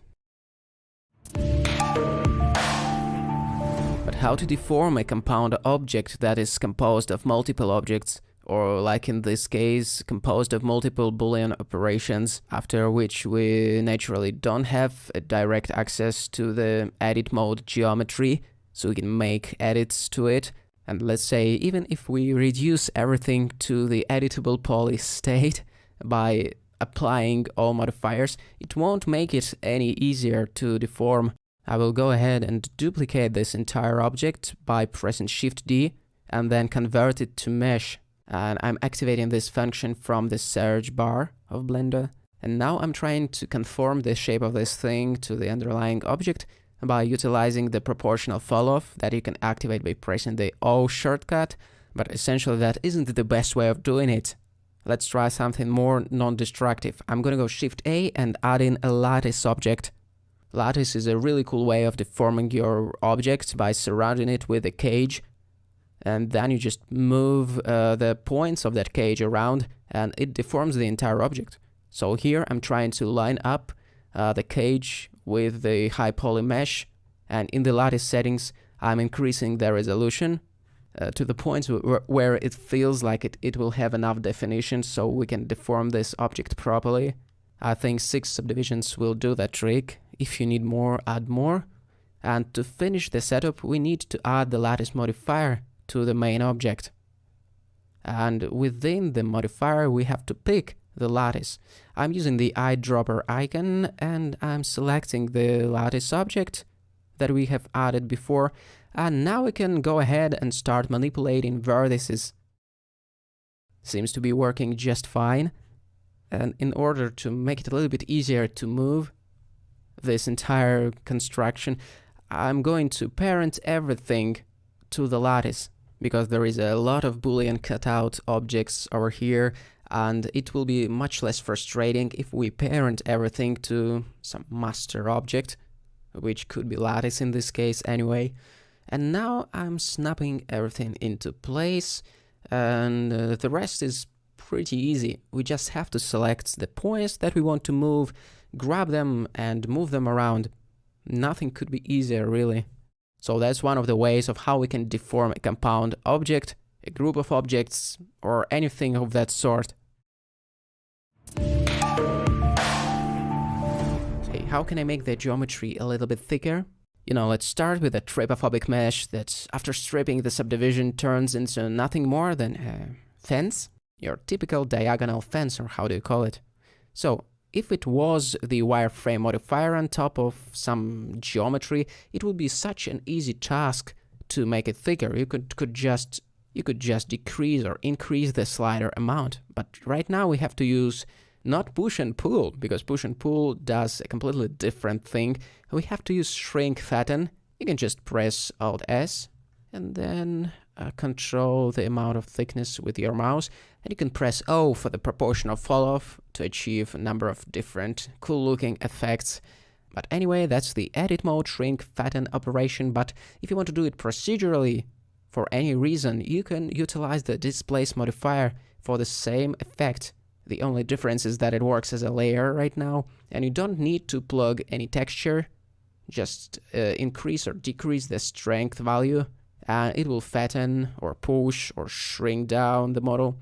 Let's now have fun and enable the subdivision surface modifier to create this kind of a soft, I don't know, pillow. And that's pretty much it. Within the edit mode, you can do it with the help of the Alt S command, which is shrink fatten. And if you want to use the modifier, then go for displace. And here is a beautiful cycles render for you, pure path tracing. You can stare at the screen for a few seconds of relaxation. Yeah, the use case for making the geometry thicker that comes to mind is making the splines thicker after you convert it to geometry for any reason. Just select it, go modifiers, add displace, adjust the strength, and call it a day. And I realize that it's totally unnecessary, but I want to show you yet another way of approaching the same procedure. Let's remove the displace modifier and replace it with the smooth Laplacian modifier instead. The lambda factor controls the smoothing effect, but the trick is, if we disable the preserve volume checkbox, we can actually adjust the thickness of the mesh this way, because if the volume is not being preserved, the negative factor of the lambda will make the geometry thicker.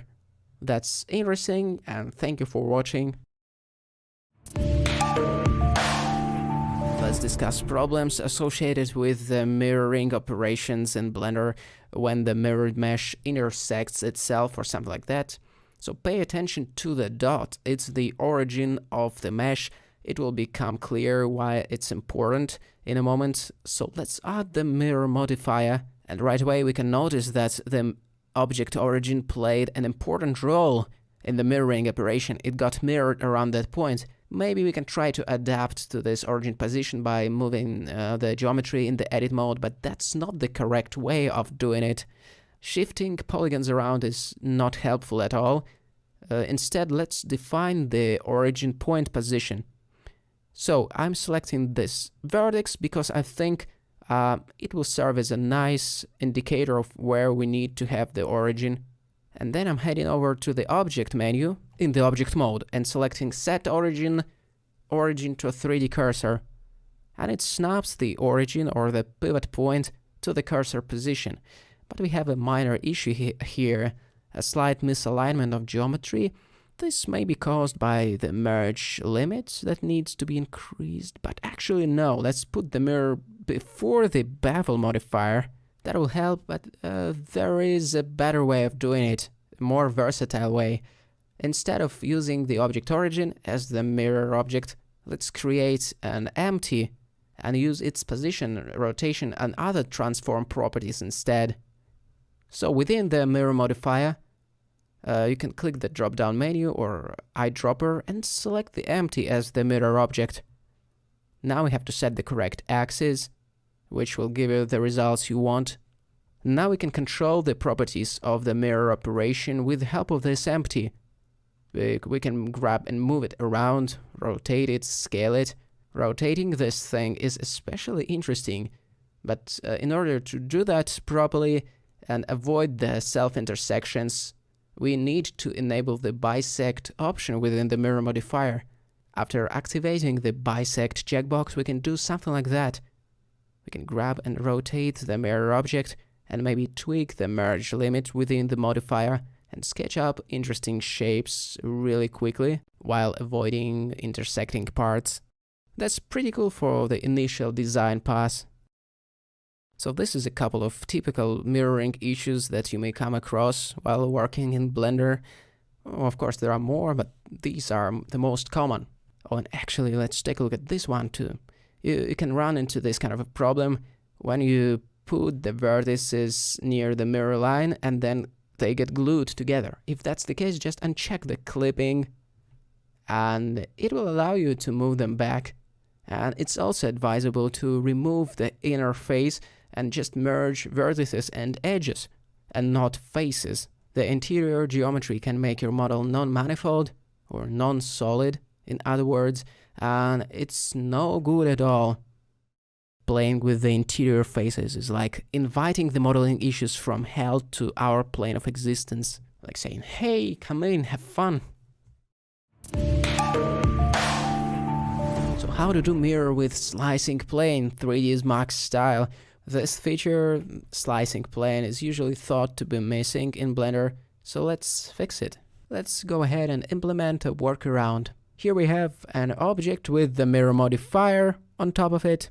Now let's add in a plane, which will be our slicing plane. Every day. Let's relocate it in place. Jump over into the modifiers tab, select Boolean.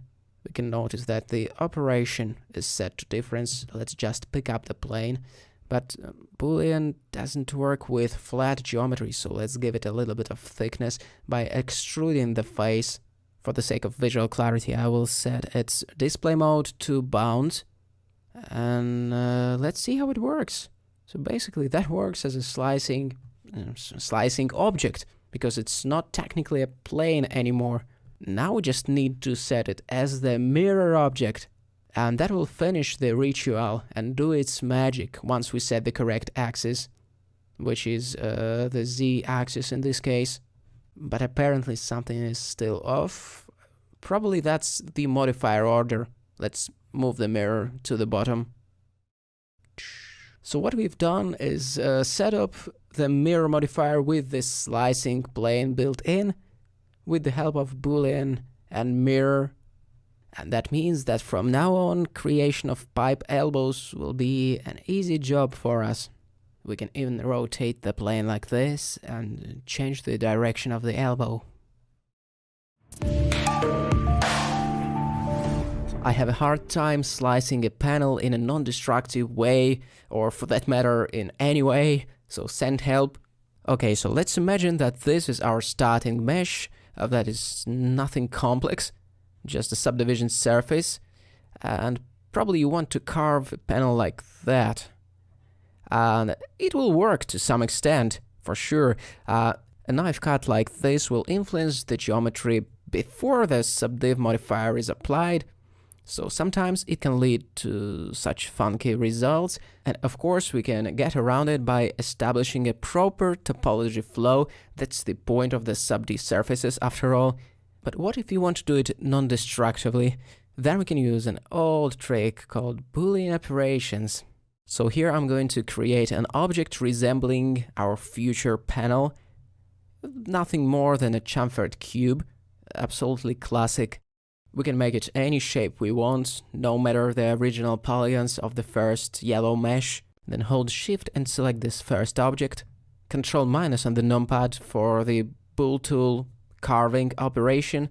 Don't forget to smooth out the Boolean object. So we created kind of a space for the panel, but if we switch the operation from difference to intersect, now it represents the panel itself. But how to get it both? We can either use difference or intersect, or actually we can use both. If we copy paste the object or duplicate it using the Blender lingo, and then we simply change the operation for the second one, and we are good to go. We kind of created the panel, at least the basics are there. The tricky thing about it is that we actually have the outline checkbox enabled in the viewport shading. Without this checkbox popped in, we wouldn't have been able to even see the separation between those two objects. So to emphasize this separation, let's add in the bevel modifier into the stack. Switch it over to the angle limit method, turn on the harden normals checkbox. At this point, we don't have to do anything radical.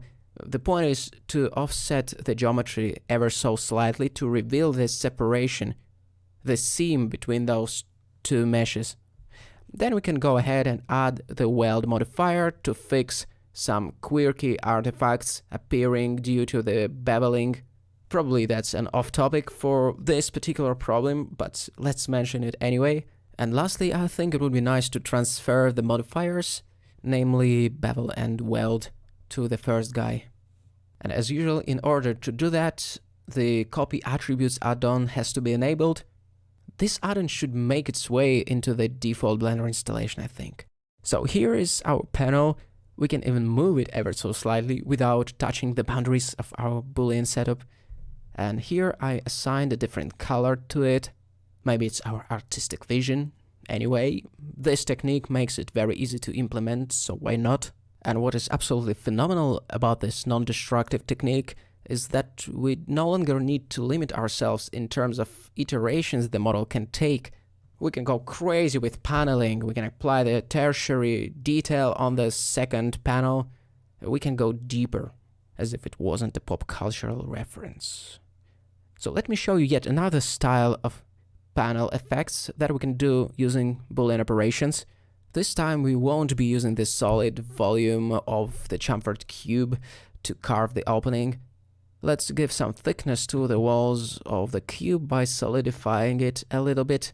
It's better to preview it in the wireframe mode, something like that, so it has a little bit of negative space inside, if that makes sense. So once we apply the difference operation, it creates a crevice rather than a hole. And that may be what we want or don't want, depending on the style of the panel we are aiming for. And the thickness offset can be either negative or positive, depending on how I feel today, mainly. And we can do the same trick by drawing some edges in one of the orthographic projections and then solidifying this flat object to give it a little bit of thickness, so it can be used to create a separation between two parts of the mesh. Sometimes that's way quicker than the first method we talked about. But anyway, if you still think that separating some objects in a non-destructive way or creating sci-fi panels is tedious, well, it is tedious, but give it another try. Boolean operations produce non-watertight meshes. What a surprise. That's classic. Obviously, we would like Boolean ops to behave more or less predictably all the time, but sometimes we get this instead. And tell me that you haven't seen that before. This hellish creature is called non-manifold geometry. But first, let's take a look at the setup that we have here. Here is a spherified cube, the slightly enhanced version of the UV sphere. Here we have a bunch of boxes, each one of them hooked to the Boolean difference operation. And finally, we have a cylinder over there. For the sake of visual transparency, I will activate the bounds mode instead of the wire mode within the viewport display. So in this tutorial, we're gonna be going over the main non-manifold issues usually associated with the Boolean operations, what causes them and how to get them back to where they belong, to hell I mean. So let's start with the issue number 1, the missing geometry that makes everything non-solid. When you inspect your models and you find out that Boolean operations behave in a kind of a weird way, maybe they erase a part of the geometry or don't work at all, it's a signal for us to get into the edit mode and visually inspect what's going on there. I see some duplicate geometry, I think, and we can prove it really easily. In Blender, there is the Mesh Analysis tab in the viewport overlays. In order to have it enabled, you need to first enter the edit mode, obviously. So right now we are in the intersect mode, so Blender highlights the overlapping polys for us in red. And in addition to that, we can check the geometry for consistency in the 3D Print tab in the right-hand panel that you can bring open by pressing N. But first, in the Add-ons tab, we need to find the 3D Print Toolbox add-on and activate it if you haven't done it already. Then it will appear within the right toolbar. And it has a number of very useful checks. For example, we can check for intersections, and we find out that we have 17 intersecting faces. Or we can check all and enjoy the list of potential errors that our mesh has. Non-manifold edges, 76, very nice. I'm especially interested in those edges over there. Obviously something dead wrong is going on here. We can safely delete those edges by hand, but slightly more convenient way would be to clean it up automatically. Like for example, we can click Make Manifold within the Cleanup tab, but unfortunately it produces pretty strange geometry in this area. I think we can undo the operation and try the manual method. What I'll do is select every vertex by pressing the A key, then right-click, Merge Vertices, Merge by Distance.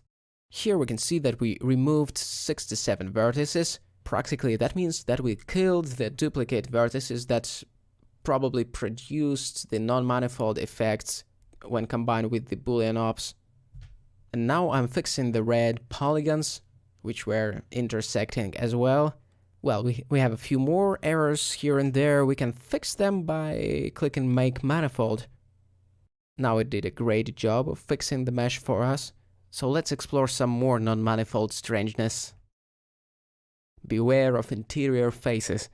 If you're encountering the issue that looks kind of like the previous issue that we have discussed, and on top of that, after visual inspection, you see kind of a break in the model, maybe you double check it by utilizing the Check All command within the 3D printing checkbox. That may point you out to the interior face, just like you see here. That by definition means that your model is non-solid, non-3-dimensional even. So let's select all interior faces. In this case, it's just this big face, and delete it. That's really simple once you identified the problem. The next issue is ripped edges. That's a typical issue that after some modeling operations or whatever, some parts of the mesh are not welded together. That is naturally leading to the mesh becoming non-sealed. We definitely need to fix it. Thankfully, it's very easy to fix, just make manifold. Or as before, we can merge the faces that are overlapping with other faces. Well, speaking of the devil, when you run into the problem where the Boolean ops leave the mesh shallow inside, That's no good, and that may suggest that something shady is going on behind the scenes. Almost 250 intersecting faces, and if you remember the Z fighting video from this series, you will recognize it. It's Z fighting exactly.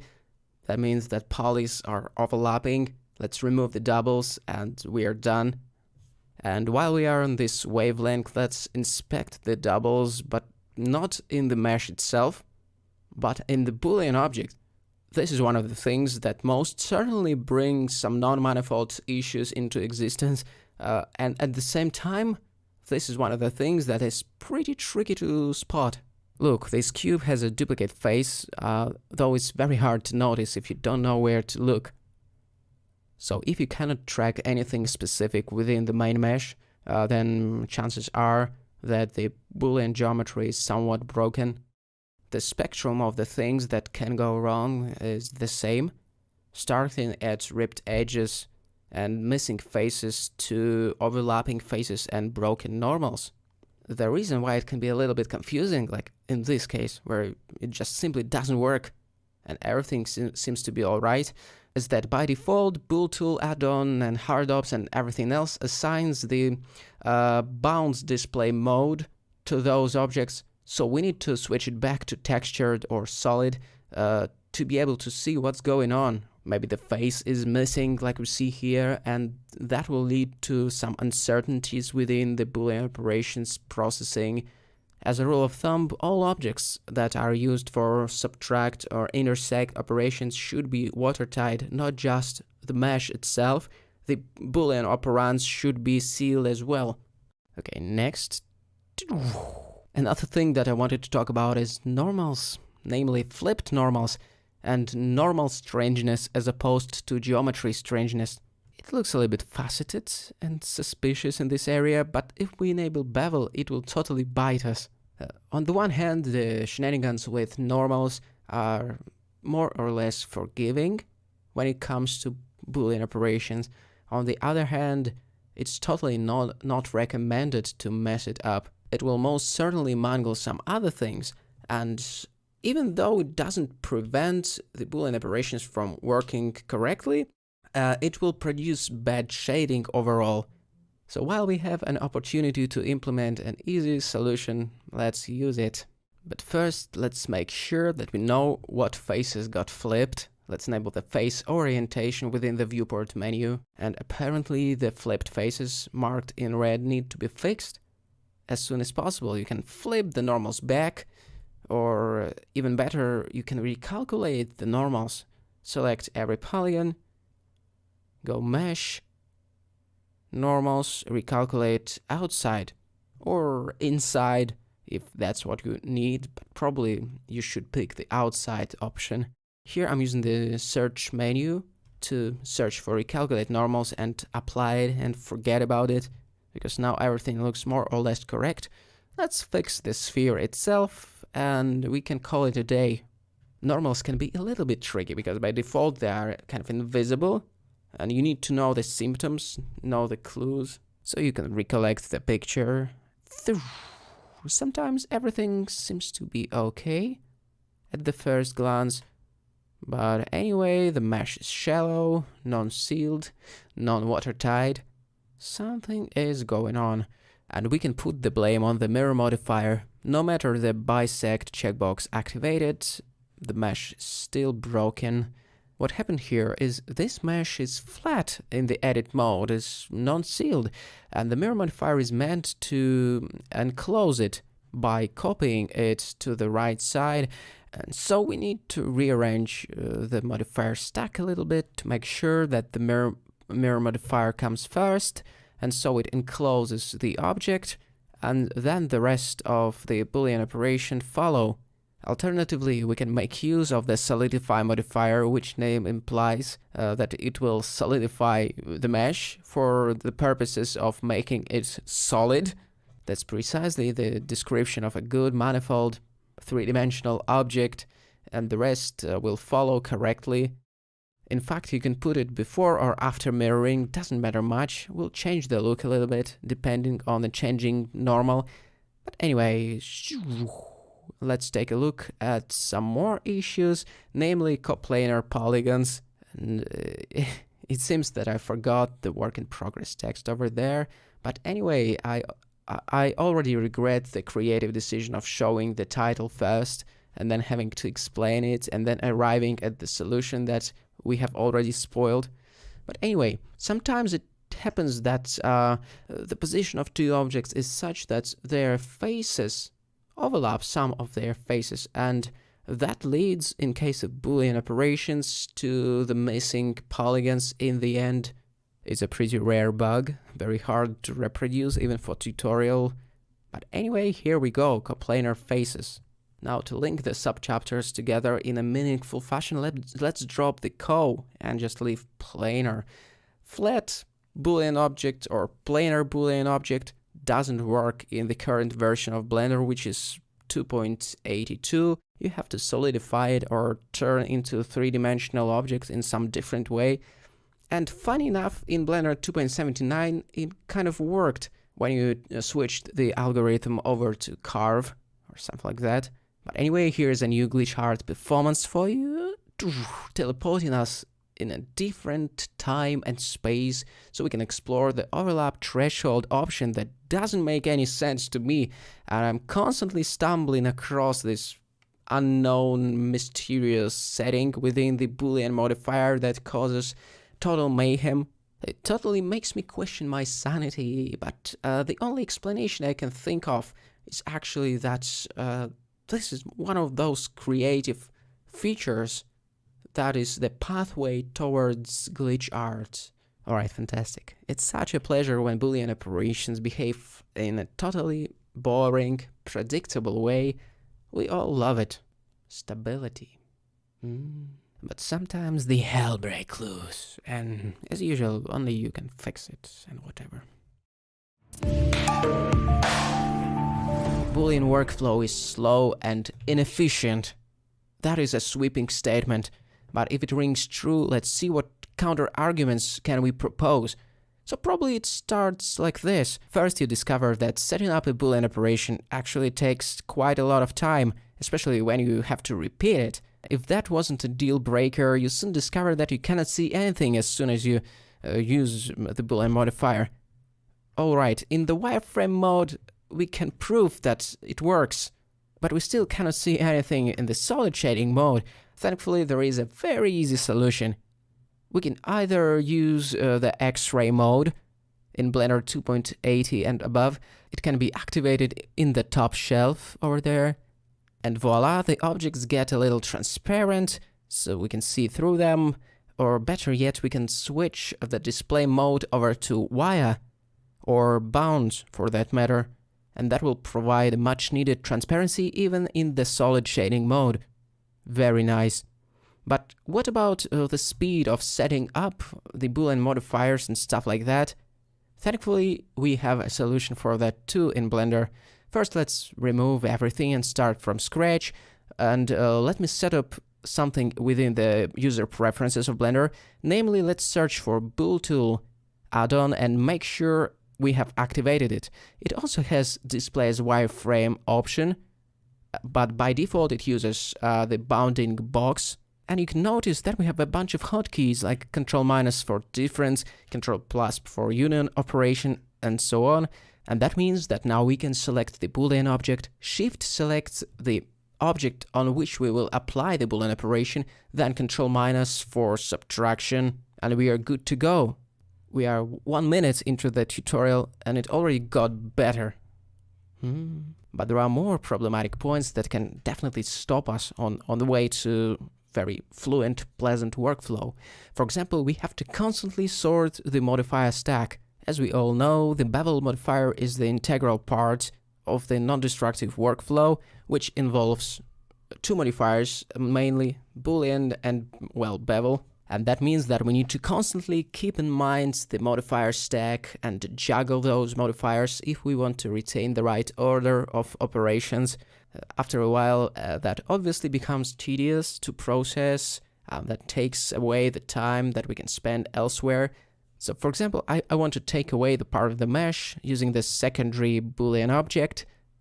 And now I want to add yet another bevel modifier with a slightly tighter ramp that it creates.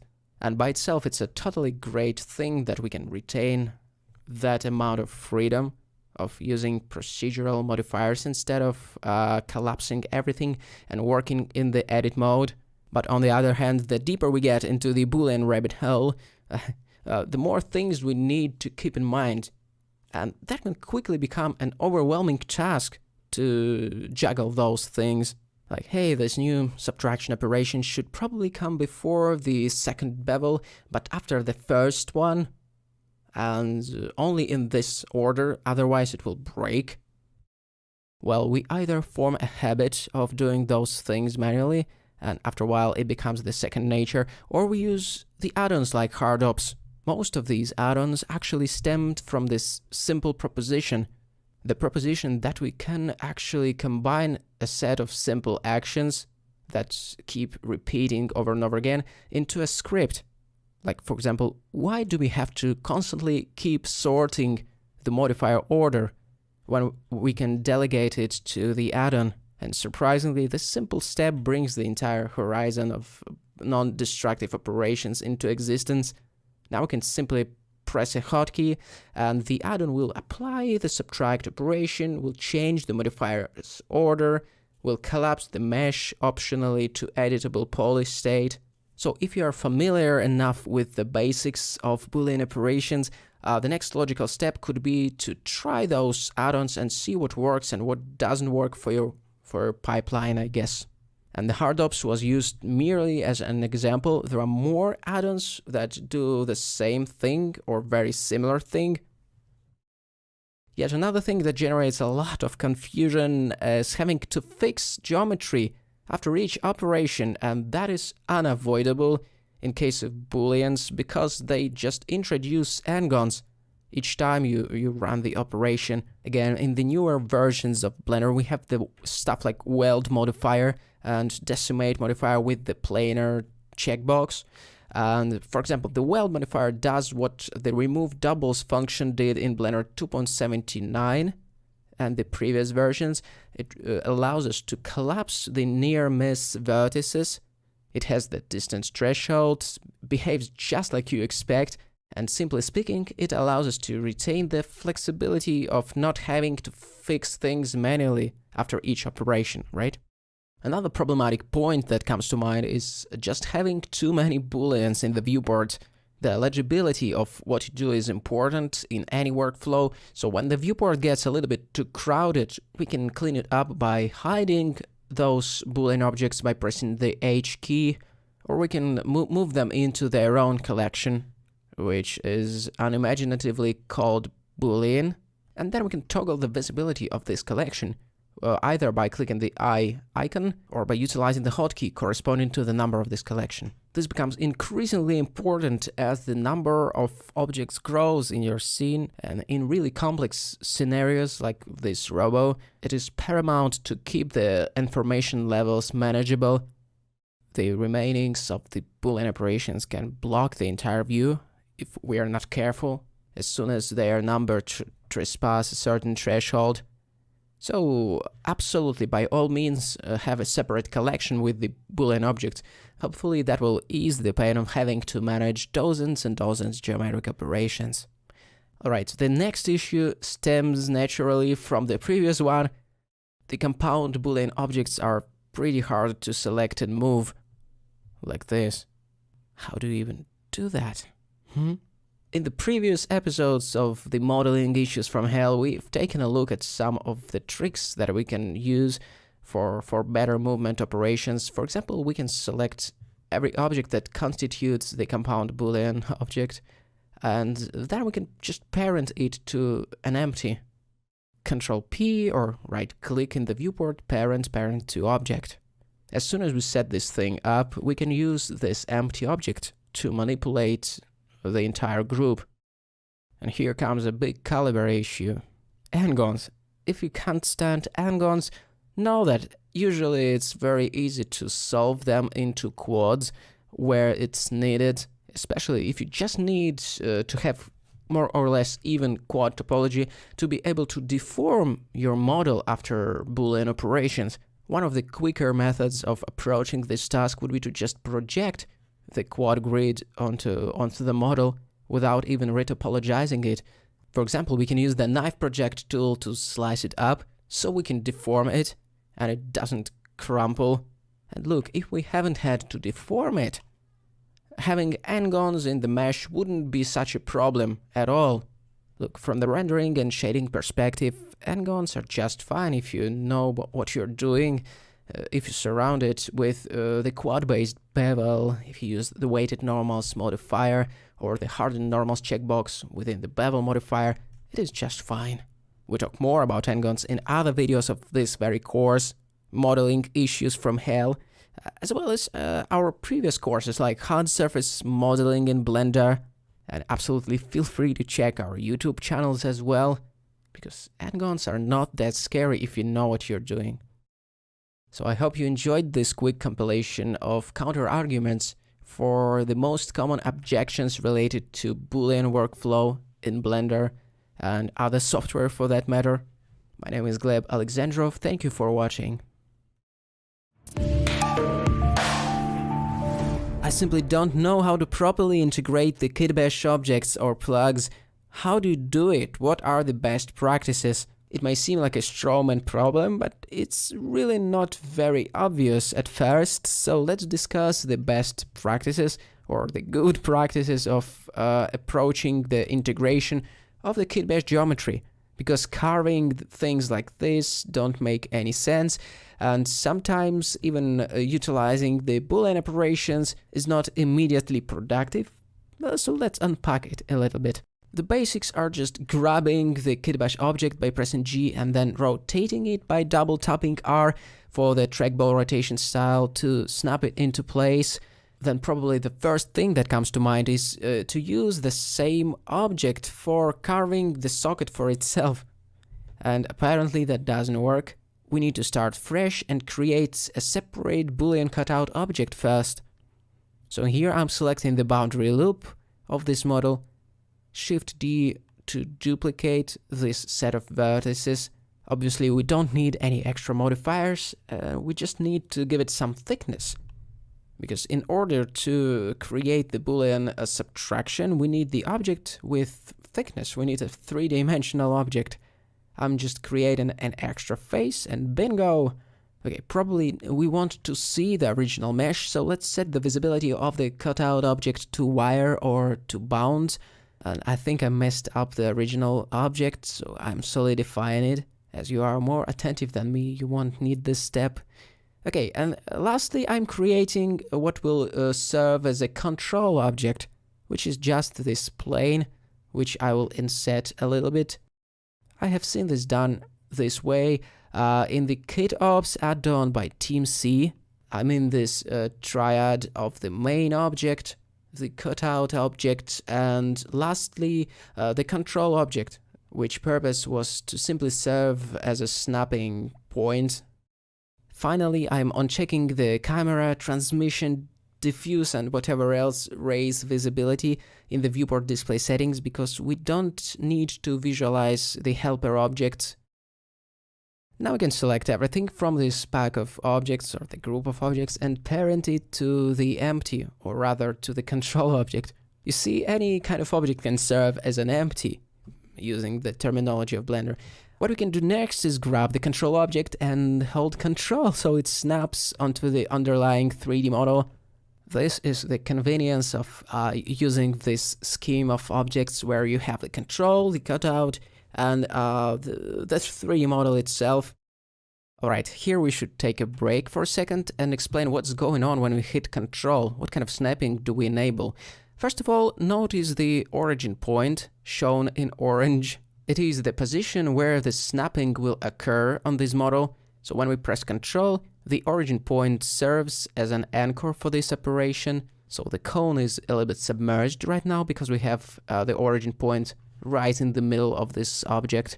Sometimes we may want to reposition the pivot point though. So for example, in this case, we can select the bottom portion of the mesh, the floor of the mesh, so to speak, and press Shift S and select cursor to selected. That will snap the 3D cursor onto this face. So now we can use it to set the origin point or the pivot point. Tab out of the edit mode first, then go right mouse button click, set origin to 3D cursor. If we did everything right, now the floor of the mesh should serve as the snapping point for this object. So when we hit Control, we will toggle snapping on, and this object will simply sit on top of the sphere. Pressing Control is the same as activating the snapping icon, just temporarily. So let's disable it for the moment and take a look at this menu, the snapping menu.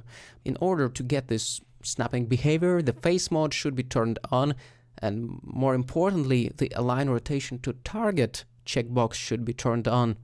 Otherwise, only the location of the object will be taken into account. And as we noticed already, rotation is the secret sauce that makes it so fun. So make sure to enable this checkbox as well as the face mode. This is probably everything we should know about the snapping operations to make sense of it. So let's get back to our KitBash object. R and Z 2 times to rotate it on the local Z axis. Control for snapping. Now when the object seems to be in place, let's select the cutout.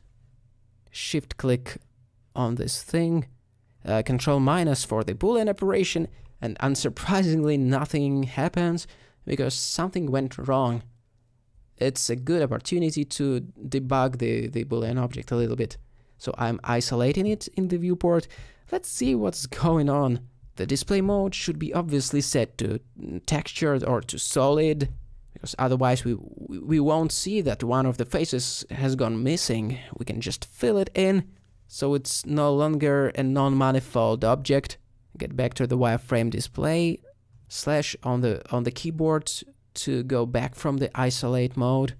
And you can notice that no matter how deeply you have ingrained the Boolean operations into your memory, you still miss some things from time to time, like forgetting that objects should be non-manifold and so on. But hopefully if you watched the rest of the course, you now are perfectly aware of these issues and the ways of fixing it. Presumably, I hope. Come on, show us something on Twitter. Now let's spend a few minutes talking about yet another good practice of integrating KitBash objects, which is to isolate a section of the geometry surrounding the integration spot, so to speak. You know, it's much safer to experiment on this small area of the mesh, so any mistakes don't simply propagate to the rest of the model. So I created the second, slightly larger Boolean object, and I will slice up the geometry with the help of it. Slice is just another word for the combination of difference and intersect operations. We just need to duplicate the object and change the operation from difference to intersect, and so we sliced up the mesh. That's how it goes. And the secret sauce is that we will use this tiny area for integrating things and for the carving operations. This technique will give the model a completely different vibe, in some sense, as if we were conscious about modules and their cross-section and integration during the creation of this thing, which not necessarily is the case, but it looks like this. And lastly, I would like to mention the surface deform object once again. We have already covered it in one of the previous episodes from the Modeling Issues from Hell series, but anyway, we can use the plane to shrink wrap the rest of the KitBash stuff onto the surface of the underlying object with the help of shrink wrap and with the help of, the surface deform modifier, because a proper, deliberately looking integration often means copying the curvature. So these were a few quick tips on integrating 3D plugs, and in the next video we will take a look at slightly more advanced concepts. I did everything like you suggested, but still this KitBash object looks kind of out of place. Cricky, that sounds familiar. Let's quickly go over what we have here. This is the object that we are gonna be using to punch a big hole in the sphere in order to plug the KitBash object, and this is just the control empty, which serves as a snapping device. So you can quickly snap this entire group onto the surface by holding the Control key. If only life was that painless, so we can resort to our usual Boolean way of organizing a socket, say selecting one object, shift selecting another, hitting Control minus on the numpad in order to add the Boolean difference operation, and bingo, we have integrated the KitBash object. No, actually we haven't. The edge flow in the integration spots is far from being flawless, so we'll have a really hard time trying to extrude this area to follow the shape of the KitBash object, to better integrate this stuff, in other words. I can totally imagine that may suffice if we have a flat surface, but as soon as we need to integrate something into the curved surface, that's a totally different story. Often we just have to redesign the polygon flow a little bit to accommodate for this new thing protruding from the main object. So I think we can reorganize the topology. And I think that something like maybe this will resemble the shape of the source KitBash object in a much better way. So let's test it out. As the first step towards this goal, I will duplicate the cutout object that once again we're going to use to carve a socket in the shape of this object. So I duplicated it, and as we can see, this object already provides kind of a contours of the future redesign operation with the vertices and polygons. I will hide the KitBash object for a moment, apply the Boolean operations so we get access to this polygon because it's kind of important. We'll use it for multiple things. First of all, I will create a custom transform orientation based on this face or this polygon. I will call it my face because I like to be inventive and original with the names. And in the view menu, we can align the view to the active polygon, to the top of the active polygon in this case. So the camera faces this polygon straight down. We need this exact viewport orientation and the orthographic mode as opposed to the perspective mode for the correct projection of the topology. And we need to delete all the faces of this object that we're going to be projecting. The edges is what we need here, really. So select this object, shift-click on the sphere to select it as well, and then tab into the edit mode and do the knife project. This will burn the edges of this coffin-like shape onto the sphere, so now we can manipulate it directly in the edit mode. It became a part of the topology of this model. Now onto the tricky process of organizing the topology in such way so we A. arrive at the quad-based topology, preferably so we can easily subdivide it, and B. we remove the unnecessary redundant vertices. I like using the knife tool that you can bring up by pressing the K key for reorganizing the polygon flow, and also good old standard modeling operations like joining vertices together. You can do it by hitting the J hotkey, sliding vertices with the help of the GG hotkey. Good game, obviously. Alright, the point is to draw a series of concentric supporting loops around this socket, so we can subdivide it and maybe extrude it a little bit. And when I sent this screenshot over to Adi, he proposed a few tweaks here and there because apparently some of the edges can be safely deleted because they make everything diverge from the quad-based topology rather than bringing it closer to the quadrilateral ideal. Anyway, that's pretty close. And once again, we need those concentric face loops for the extrusion operation. The extrusion operation is especially important in this workflow because it will allow us to line up the contours of the sphere object with the contours of the KitBash object. And remember, we created the custom orientation called My Face. Now we will use it for moving the vertices in the normal direction of this face, if that makes sense. And we can scale it down in the normal direction of this face as well. And as we use 0 as the scale factor, it will effectively make it flat. And because we were smart enough to insist on a good quad-based future-proof topology, we can easily add supporting loops and then translate them using the custom transform orientation. So everything should line up just perfectly at that point. I think at this point we can remember that this is the hard surface modeling, and so we can crease those edges by using the Shift-E hotkey or the right mouse button menu. This will help to maintain the sharper transition during the subdivision process. Hopefully that will make the whole transition thing look factory-made and deliberate. So now when we have set up the creases, it's a matter of adding the subdivision surface modifier. Maybe let's reduce the sharpness of those guys. So that's pretty much it for the more advanced KitBash integration tutorial that required a quick retopology session. We managed to make it through. Hopefully it looks more integrated, and hopefully it also gave you a few ideas for your own projects involving KitBash. That was Gleb Alexandrov for CreativeShrimp.com, and you're watching the Modeling Issues from Hell video course by Adi Burrows and me.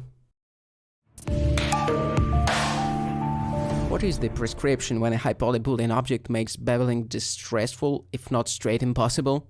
This time I spied a pretty cool hack on the Arimus 3D YouTube channel, and if you crave the topology wisdom, absolutely make sure to check the Arimus 3D YouTube and the courses as well. So here we have a spherical Boolean object which has a mad density of polygons, something around 100,000 polygons, and we used it for difference operation, and technically it worked, and even the shading is pretty much reasonable, especially if we turn on auto smooth. But the shading is not the issue here. The issue is that the bevel modifier simply refuses to work with such dense geometry. It simply doesn't have enough space to generate this rounding, so we need to help it somehow. So here comes a trick proposed by Arimus. Watch this. We will need the decimate modifier. As you remember for sure, previously we found out that decimate in the planar mode works wonders for fixing the topology after Boolean operations. I should have said for preparing it for beveling, but we haven't really thought about utilizing the collapse potential. When the collapse mode is activated within the decimate modifier and we take the ratio down, what happens is that the overall poly count of the mesh is naturally shrinking, and that means that the dense areas that were preventing the bevel from happening are shrank down along the way as well. And it already looks awesome, but anyway, I will turn off the cavity effect in the viewport settings so we can hide the imperfections furthermore. Alright, so actually let's repeat the procedure one more time, but this time with the wireframe preview turned on. So notice how the areas with the highest density and tension, and thus the most problematic areas, get progressively smoother and more relaxed. And what is great about the decimate modifier is that it tries to maintain the overall shape, so it doesn't simply crunch down the vertices that are needed for maintaining the shape. To nail it down, I will duplicate the mesh, change the Boolean operation to intersect, and it seems to me that even this type of a pretty curved mesh hasn't got corrupted by the usage of the modifier, and that is awesome. We can definitely try to implement this technique for a classical cylindrical cut into a spherical object situation. Let's not expect miracles here, because the topology will get ruined to some extent, because the decimate operation is still pretty destructive. But I suppose that even in the case like this, it will suffice for the design iteration probably. And what I find pretty surprising is that after all we have done, we can try subdividing this thing. Well, it's far from being perfect, but technically we can do it. We can do it and get away with it. We can prove that it works on this object as well, and the secret ingredient that makes it possible is obviously the bevel modifier. Without the additional fortification of the edges provided by this modifier, it will be simply dangerous. I'm only half joking here, because once you see it, you will never forget it. So keep the segments number higher if you want to experiment with such extremely dangerous things. Once again, kudos to Arimus 3D for this quick tip. You've been helping us to learn 3ds Max once, and you're helping with Blender as well. Fortunately, 3D modeling paradigm is universal, and those tips are applicable everywhere. That's a tricky question, but how to subdivide the mesh after Boolean? Well, warning, that's probably not the best 3D model in practice, but if you're asking, I think we can break some rules. So here is our typical subdivision after Boolean look, melted edges and other such stuff, and that's not even the worst example. As a rule of thumb, utilizing the Catmull-Clark smoothing algorithm within the subdivision surface modifier after Boolean is just a big no-no. That being said, let's see how we can possibly circumvent this problem. For the subtraction operation, I'm going to extract this part of the mesh by selecting the polygons, Shift-D to duplicate them, then simply separate them into their own object. Give it a little bit of creasing around some edges. I'll tap this button to minimize the visual clutter within the modifier. Yeah, so that looks alright. I think that will serve as a great subtraction object. At this stage of the process, it's important to keep the overall polygon density of the future Boolean mesh more or less in the same range as the original one. Otherwise, we will inevitably run into some weird issues upon subdividing it. What else do we need in order to use this as a cutter? Right, some thickness. And now we can just Shift select the first mesh, Ctrl- in order to apply the subtract operation. I'm not so sure that I like the shape of this Boolean operand, so I'm going to flatten it a little bit. We have set up a crime scene and we are pretty much ready for committing the crime itself.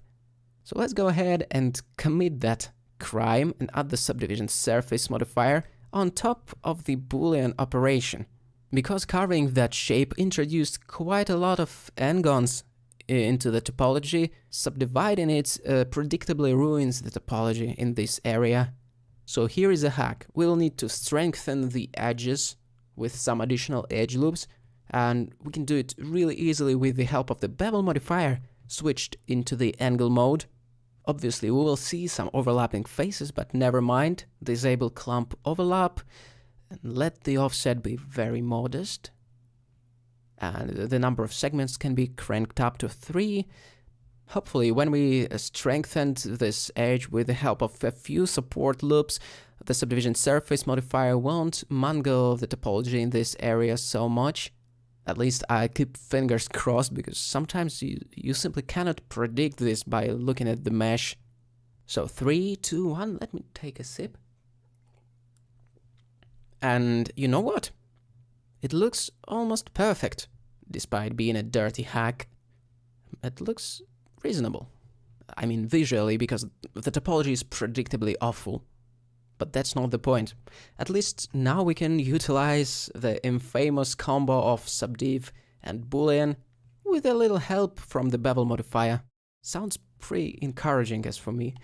Just make sure that all the Boolean operations that you add sit just before the bevel modifier within the stack.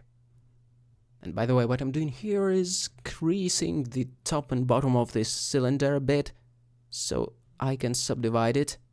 I thought, hell, why not? If we're already playing with fire here and utilizing very interesting combinations of modifiers, why not start subdividing the Boolean objects, perhaps? I'm 100% sure we will end up in some nice place if we just keep going in this direction. But hey, at least those objects are dynamic. Hey Gleb, I have no idea how to model this indentation. It's very intricate. I don't know where to start. I've seen the shapes like that in the hard surface works of Vitaly Bulgarov, and I want to replicate it.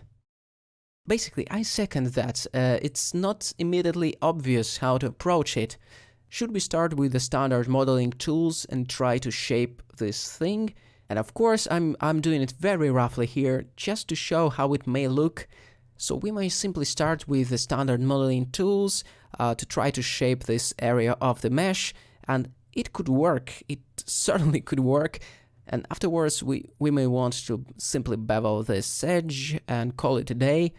Though I want to propose a slightly different method, and if you know that I have a soft spot for procedural tools and for modifiers, you will recognize the approach. We can try to think about it from the standpoint of a negative shape. That's pretty interesting. Imagine that we can manipulate the empty space, or as I've said, the negative space, and shape it however we want and achieve our modeling goals this way. At first it may seem totally non-intuitive, but as soon as you get the gist of it, it's actually not that complicated. So what I'm doing here is exactly modeling the empty space with the help of the subtract operation within the Boolean modifier, with the help of that secondary object. And if we were initially thinking about adding some bevels, we can do it to this negative object as well. It just requires a slight paradigm shift, but aside from that, it's not that complicated really. So let's select this edge, Ctrl B to bevel, control the amount of segments with the mouse wheel. We can even experiment with the way the offset works. There are 4 modes, one of which is %. This intriguing 4th mode allows us to slant the bevel effect according to the size of the nearby faces. That means that, for example, we can grab that face and move it further away, so now the bevel will get skewed towards the direction of that longer face, if that makes sense. And while we are on this page, we can make things even more complicated by beveling those edges too, and maybe giving this shape a global slant by adjusting the floor of this shape. I swear everybody will go, how did you model that? Did you use the standard modeling tools? And you will reply with, are you positive? Alright, it was not the best pun in the world. But anyway, thinking about the duality of positive and negative shapes might help you to visualize different modeling situations, so that is definitely something to keep in mind. Alrighty then, for the finishing touch, I put yet another bevel for a barely perceivable roundedness. And if this sharp configuration of edges around the corner bothers you, just change the miter pattern to arc. We're pumping out the quick tips left and right. So we created quite an intricate shape, I think. What is a huge pro, it is still dynamic. You can change the position of it. We should all appreciate that freedom of programmatical functions. By all means, feel free to replicate this shape and show it to us on Twitter. Maybe you have a different vibe and twist to it. Looking forward to hearing from you. Frustration caused by such seemingly simple thing as beveling is surprisingly widespread, and usually it comes in hand with Boolean operations, which can be also quite frustrating. So you see, things can get out of hand really quickly. Thankfully, the catastrophic chain of events is easily reproducible. Let's add a modifier of bevel into the mix. As usual, I'm going to use angle as the limiting factor of the bevel effect. But once we touch the offset slider, funky things start happening. At first, it simply doesn't work. It doesn't react to anything we do, and Blender crashes. Oh, actually no, I just mistyped some hotkey. Ooh. Alright, so when we get our hands on the offset slider, nothing happens. It signalizes that our mesh potentially has some overlapping vertices if the bevel effect is going to be applied. So once we disable clamp overlap, we can overdrive the effect, and essentially what we get is overlapping vertices indeed. And immediately we discover that we need to stay very modest with bevel widths. You can notice how increasing the offset ever so slightly leads to multiple intersections. And the main reason behind that sort of behavior is that the original mesh just doesn't support any breathing space for the bevel due to the polygonal grid that is a little bit too dense. But since this model is essentially flat at the top, what will happen if we select linked flat faces below 1 degree? That means faces that form a bigger flat face, and dissolve them with the F hotkey. Precisely, we will get an Angon instead of quad grid. And right away I can tell you that fate smiled upon us, and the triangulation of this Angon is good. It supports beveling. We can push those bevels as far as we like, almost to the point of touching each other. Hey, even the second bevel won't ruin it, I think. Angle. Harden normals. Don't forget about hardening normals. That's important for a proper shading. So we kind of enhanced our primary bevel with the help of the secondary detail. That was very elegant. And now look at this, it's still dynamic due to the procedural nature of the modifier stack. We can move things around and change the order of operations and do whatever we like. But what to do if random number generator or the dungeon master connected the circles vertically in this case, as opposed to the horizontal connection as seen in the previous example? So by chance it has simply less space for beveling. In that case, I'm afraid we need to apply the Boolean operation to get access to geometry. And here we lose the ability to tweak the Boolean operations naturally, but we gain access to the edges. And then we need to reconnect the vertices in such ways so they don't prevent bevel from functioning correctly. It's pretty hard to explain what configuration of edges is correct and what produces artifacts, but you will get it after a few iterations of redrawing the edges using the knife tool. This process is pretty repetitive, but not as hard at the same time, and you can listen to your favorite soundtrack for work, like C418, the Minecraft soundtrack, my favorite one. Artifacts show everywhere after beveling. That is one of my favorite modeling issues from Hell. Let's recreate the initial conditions. Here I just set up two objects, one of which takes away the part of the other, namely the Boolean operation set in the difference mode. That's a typical starting point for beveling anything, because that's the integral part of the non-destructive Boolean workflow, the combination of Boolean and bevel modifiers. Alright. First issue we run into is that once we set offset, nothing happens, and we have discussed this issue before. We need to uncheck the clump overlap to get this glitch supernova in our viewport. What a beauty! It totally resembles volumetric shader much more than geometry. We can fix it by applying the limit method within the modifier. In other words, we need to specify that it only bevels the corners that exceed a certain angle. Now it looks way more reasonable, not the Big Bang, but still super glitchy.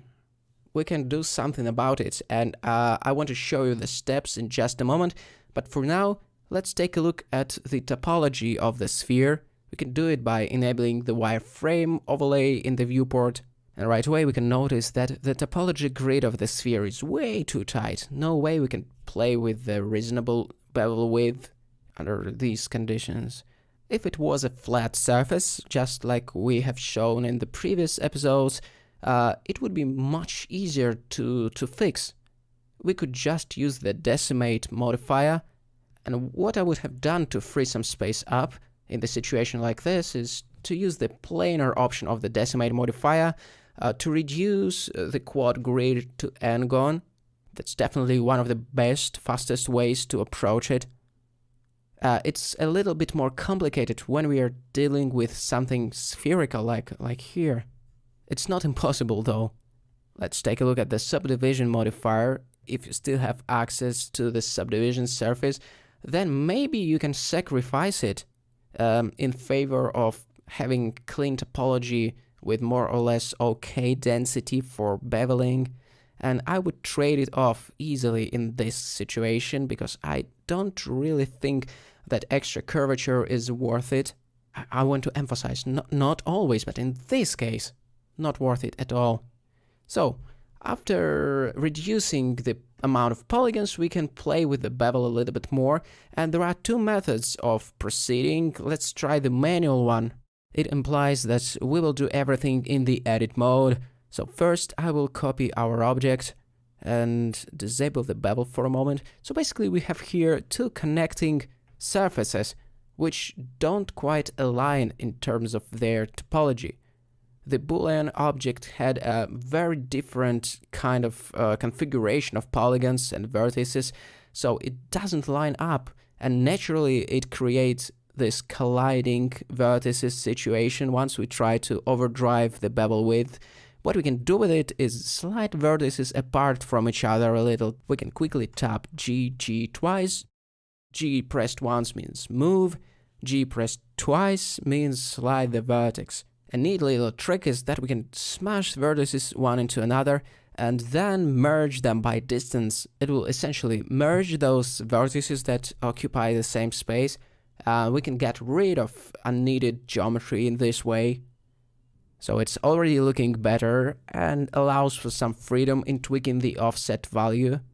From here we can keep visually inspecting the mesh and sliding problematic vertices apart from each other, where they form the points of tension, where the geometry looks too dense for your taste. Basically, we can do it just by utilizing two simple operations: sliding vertices apart from each other and merging them.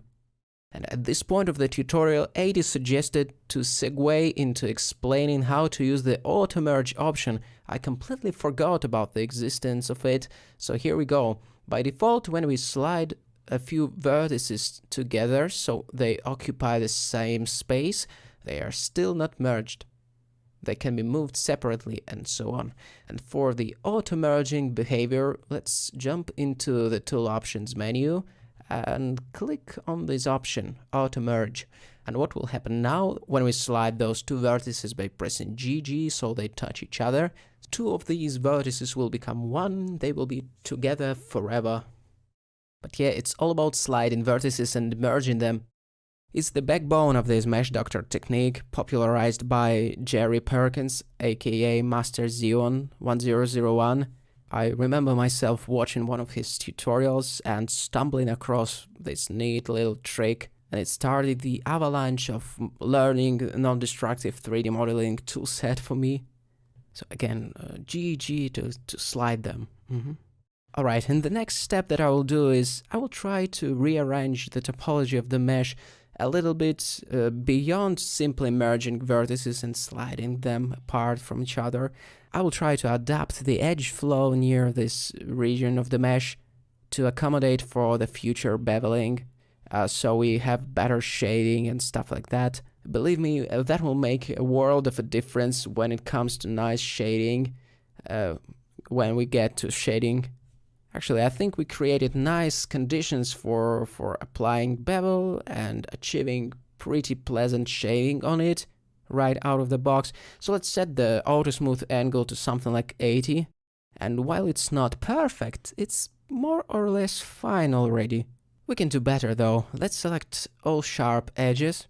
Practically that means edges that will be beveled. And I will mark them as sharp. Right click, mark sharp, while having those edges selected. Combined with the modifier, that will practically tell Blender to contain the bevel within its own smoothing group, so to speak. So the outside and inside of the bevel will be marked sharp, while the bevel itself will be under the influence of the smooth shading as usual, and it already looks pretty neat. Actually, very reasonable smoothing. Alternatively, we can fortify the bevel differently. We can set the profile to 1 and clear all sharpening on edges, and that will somehow reshape the normals of the ramp. That shading will just become better without us doing anything special. That's the feature of the bevel profile. The higher it gets, the more fortified is the shading. But thankfully now in Blender 2.80 and above, we have the harden normals checkbox, which does the same thing, even with the segments put down to 1. Wait for this.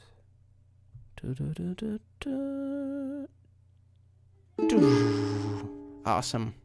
Yeah, we talked about that extensively before, but this stuff is worth repeating. So that was the manual way of freeing up some space within the topology for the bevel to occur. It works fairly well, but the prerequisite, unfortunately, is collapsing the modifier stack. But what can we do? And once again, artifacts show up everywhere after beveling. Let's imagine that we get something like this after applying the bevel modifier. Let's make things worse by increasing the auto smooth angle, so the smooth shading looks also broken. And here we have the classic situation, the bevel modifier overstepping the boundaries of the surrounding edges of the original mesh. And probably the first thought would be to reduce the bevel width, right? To avoid the bevel intersecting the nearby edge. And that is correct, we can definitely do that. But are we allowed to move the Boolean object a little bit like this?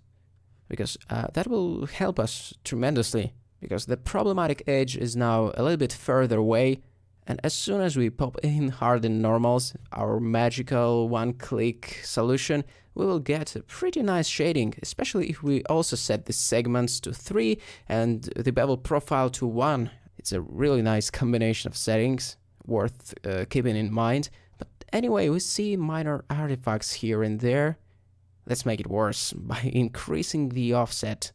It will be way more exciting to solve and way more challenging. This time let's give the semi-procedural method a shot. So first, weld modifier to merge the near-miss vertices. To some extent it works beautifully, absolutely gorgeous. But here we have a minor flaw. I think we can try adjusting the distance and see what happens. And as far as I can tell, there is no number that will work automatically straight out of the box, so let's intervene. Yeah, this won't be very elegant, but we can tab into the edit mode and let's say merge some vertices together like this, so the edge over there no longer overlaps with the chamfered geometry. And let's keep the ball rolling. Of course, adjusting the edge flow like this means that we are also adjusting the curvature of the sphere, and it may or not be visible in the final mesh. I don't think that in the end we'll be able to perceive the difference in this situation, but otherwise it's worth keeping in mind. Okay, fine. Again, what I'm doing here is I'm grabbing and sliding the problematic vertices away from the chamfered edge, so it don't overlap after we increase the offset, and so far it's working pretty fine. We have a few minor issues here and there, but nothing that couldn't be fixed by pressing GG to slide some vertices to prevent the overlapping geometry from happening. And actually, that looks sufficient. That will do the trick, almost certainly. And what I love about the workflow that implements non-destructive stuff like modifiers, even though we tweaked the geometry a little bit, is that we can apply more levels of Boolean operations and more levels of bevel on top of it, and we can definitely get away with this whole thing in Blender, especially if we adjust the vertices along the way a little bit. That excites me most about non-destructive workflows. I like to talk about it, is that you can throw in yet another level of bevel, adjust the angle a touch, and by doing it in this way, you're making sure that you can change things till the end of the production pipeline, basically. You're free to move things around, to change the Boolean objects, whatever you wish. Don't forget to enable hardened normals on the last bevel. And here I'm actually turning it off for the first one and leaving it on only for the last bevel within the modifiers. Otherwise, the shading is weird. So yeah, this was the semi-procedural method of taming the wild bevels of Blender. This is impossible to bevel and add a cool profile to, due to the arrangement of polygons or whatever. Let's take a look, maybe we can think of something. So here is our initial arrangement, a couple of subtract operations on top of each other, nothing unusual. The topology created by those operations cannot be beveled easily. I'm going to put those Boolean objects in a separate layer, the Boolean layer, and let's say we want to bevel this edge. So we add a modifier of bevel, constrain the angles that are influenced by the modifier to sharper corners, and as soon as we increase the offset, we notice that it cannot be as wide as we would like it to be. And even though the custom bevel profile option has been added to Blender recently, and it's awesome, we cannot make use of it, or we will have to face the consequences of overlapping edges and stuff like that. That can be overcome by redesigning the topology, That is a totally sensible way of approaching this hassle. But I would like to encourage you to take a look at an alternative method of dealing with this issue without touching any vertices. And this goes along the lines of creative shrimp, strange methods of dealing with topology issues. But let's keep this undercurrent of creativity flowing. A full disclosure, we're going to be using a procedural method, namely the Boolean subtraction. So let's create what I call a subtractive bevel object. I'm starting off by creating the edge that is centered around the y-axis, and we will use it to draw the profile of the future subtraction shape, or should I say subtractive shape? Anyway, let's imagine that this is the profile. To make it a little bit more interesting, I will go right mouse button menu, subdivide, and maybe subdivide it a few more times, or better yet, let's bevel this vertex by hitting Ctrl-Shift-B, something along these lines. We need now to turn it into an enclosed shape, so that's what I will do. The idea behind these actions is to revolve this shape and then turn it into a Boolean object. So let's go over to the modifiers tab and add in the screw modifier. After doing it, it's a matter of choosing the right axis. Right now it's Z, doesn't look correct. Y produces some kind of samsara. X looks fine, but we need to reposition the origin. So the pivot point of the screw effect is located not in the center of the screw object, but in the center of the sphere in this particular case. So I have snapped the 3D cursor to the center of the spherical object. Then I'm going right-click, set origin to 3D cursor. Now the revolved mesh looks fine to me. We can take a look in the wireframe mode to really appreciate the object created by the screw modifier. So this is the subtractive bevel I was talking about. Let's shift-click on the sphere and go Ctrl- to apply the difference operation. Now we can see that the polygons don't quite line up here due to the different subdivisions. We can increase the number of steps to make this a little bit better, but it won't be 100% aligned using this method because it's two distinct objects with different geometry. What we can do now is adjust the profile a little bit. I will use the proportional fall-off. It feels like making a pottery, something like that. We can adjust the position of the points and it will propagate to the revolved mesh, if that makes sense. It's really like creating pottery. So we kind of imitated bevel profile by utilizing the combination of Boolean subtract operation and this screw object. We can repeat it once again. Maybe what we can do is extract this edge loop. I duplicated the main object, then extracted the edge loop by Shift-D to duplicate it and P to separate. Now the proxy mesh can be deleted, and let's go back to the main layer. So I will turn it into yet another Boolean subtraction mesh by extruding the edge a little bit and solidifying it so it forms a 3D mesh. I will naturally use the solidify modifier in order to achieve this effect. Then I will shift select the other mesh, Ctrl- for the Boolean operation, and I will scale down this object a bit. Looks fine to me. How about some recursion? We can spice up the subtraction bevel object with the help of yet another bevel modifier to adjust its profile, if that all makes sense. And if that wasn't mind-boggling enough, we can select the main object, go ahead and throw in yet another bevel. This time to simply create some rounded edges, nothing more, nothing less. So, we used a bunch of bevel modifiers in different contexts to achieve the bevel profile that we couldn't have easily achieved in other way. And now we got this nice procedural thing that can be moved around, and all the bevels will be updated in some unpredictable but very exciting way. So that was a little bit awkward but incredibly interesting way of approaching chamfering your models when no other method works fine. straight to the point, it's impossible to create variable radius fillets in Blender, or is it? Let's have a look. But first a quick warning, I don't think we have an awesome solution for variable radius fillets in Blender yet, at least not in the vanilla Blender. There are plugins like Mesh Machine that definitely can do it, but in this tutorial we'll try to tackle this problem using the default Blender tools. So throughout this video we'll be dealing with intricate washouts, chamfers and other such stuff, so keep watching.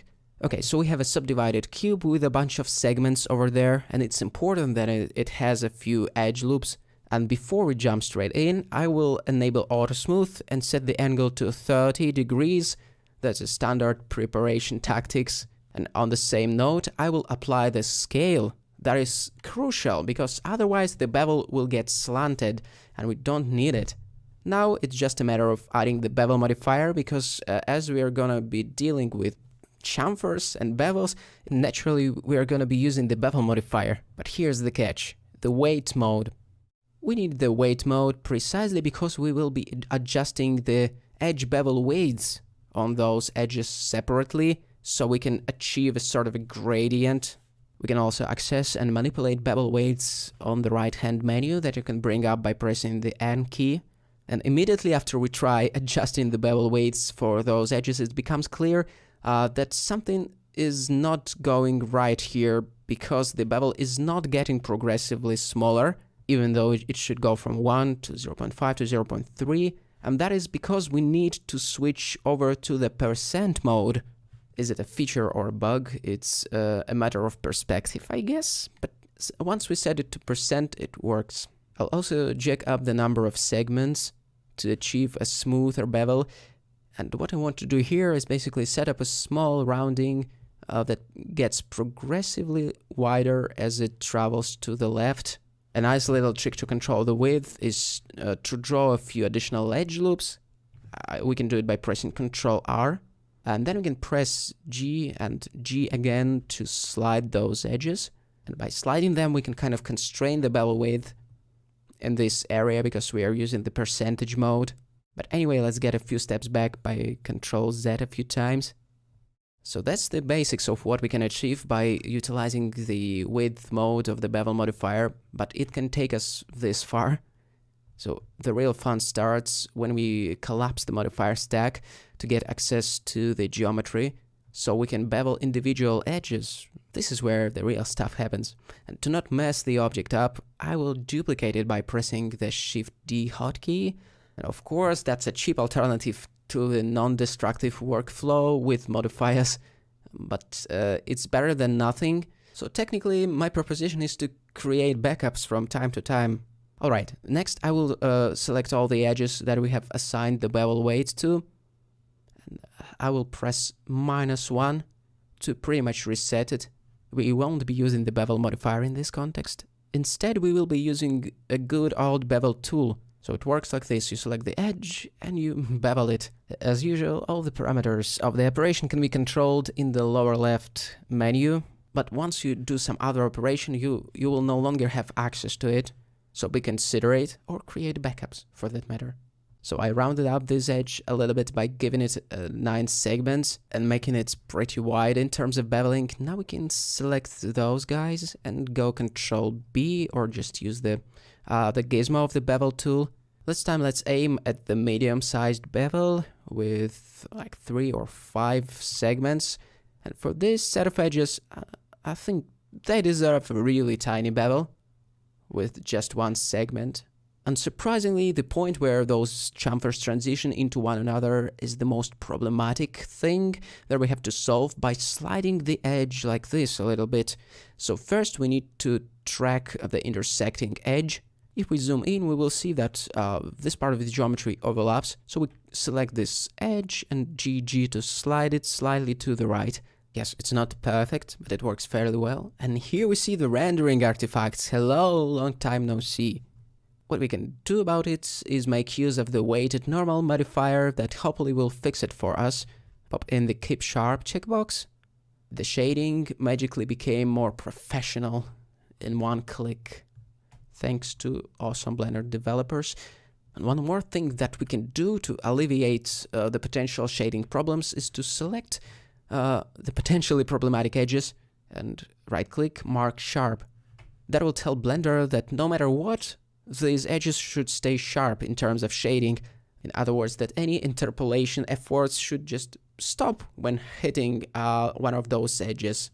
I'm going to do the same for those edges too. Right-click, Mark Sharp. Awesome possum. Now let's try to recreate a so-called washout effect. Very interesting transition from one shape to another by the means of beveling. So first I'm beveling those two edges.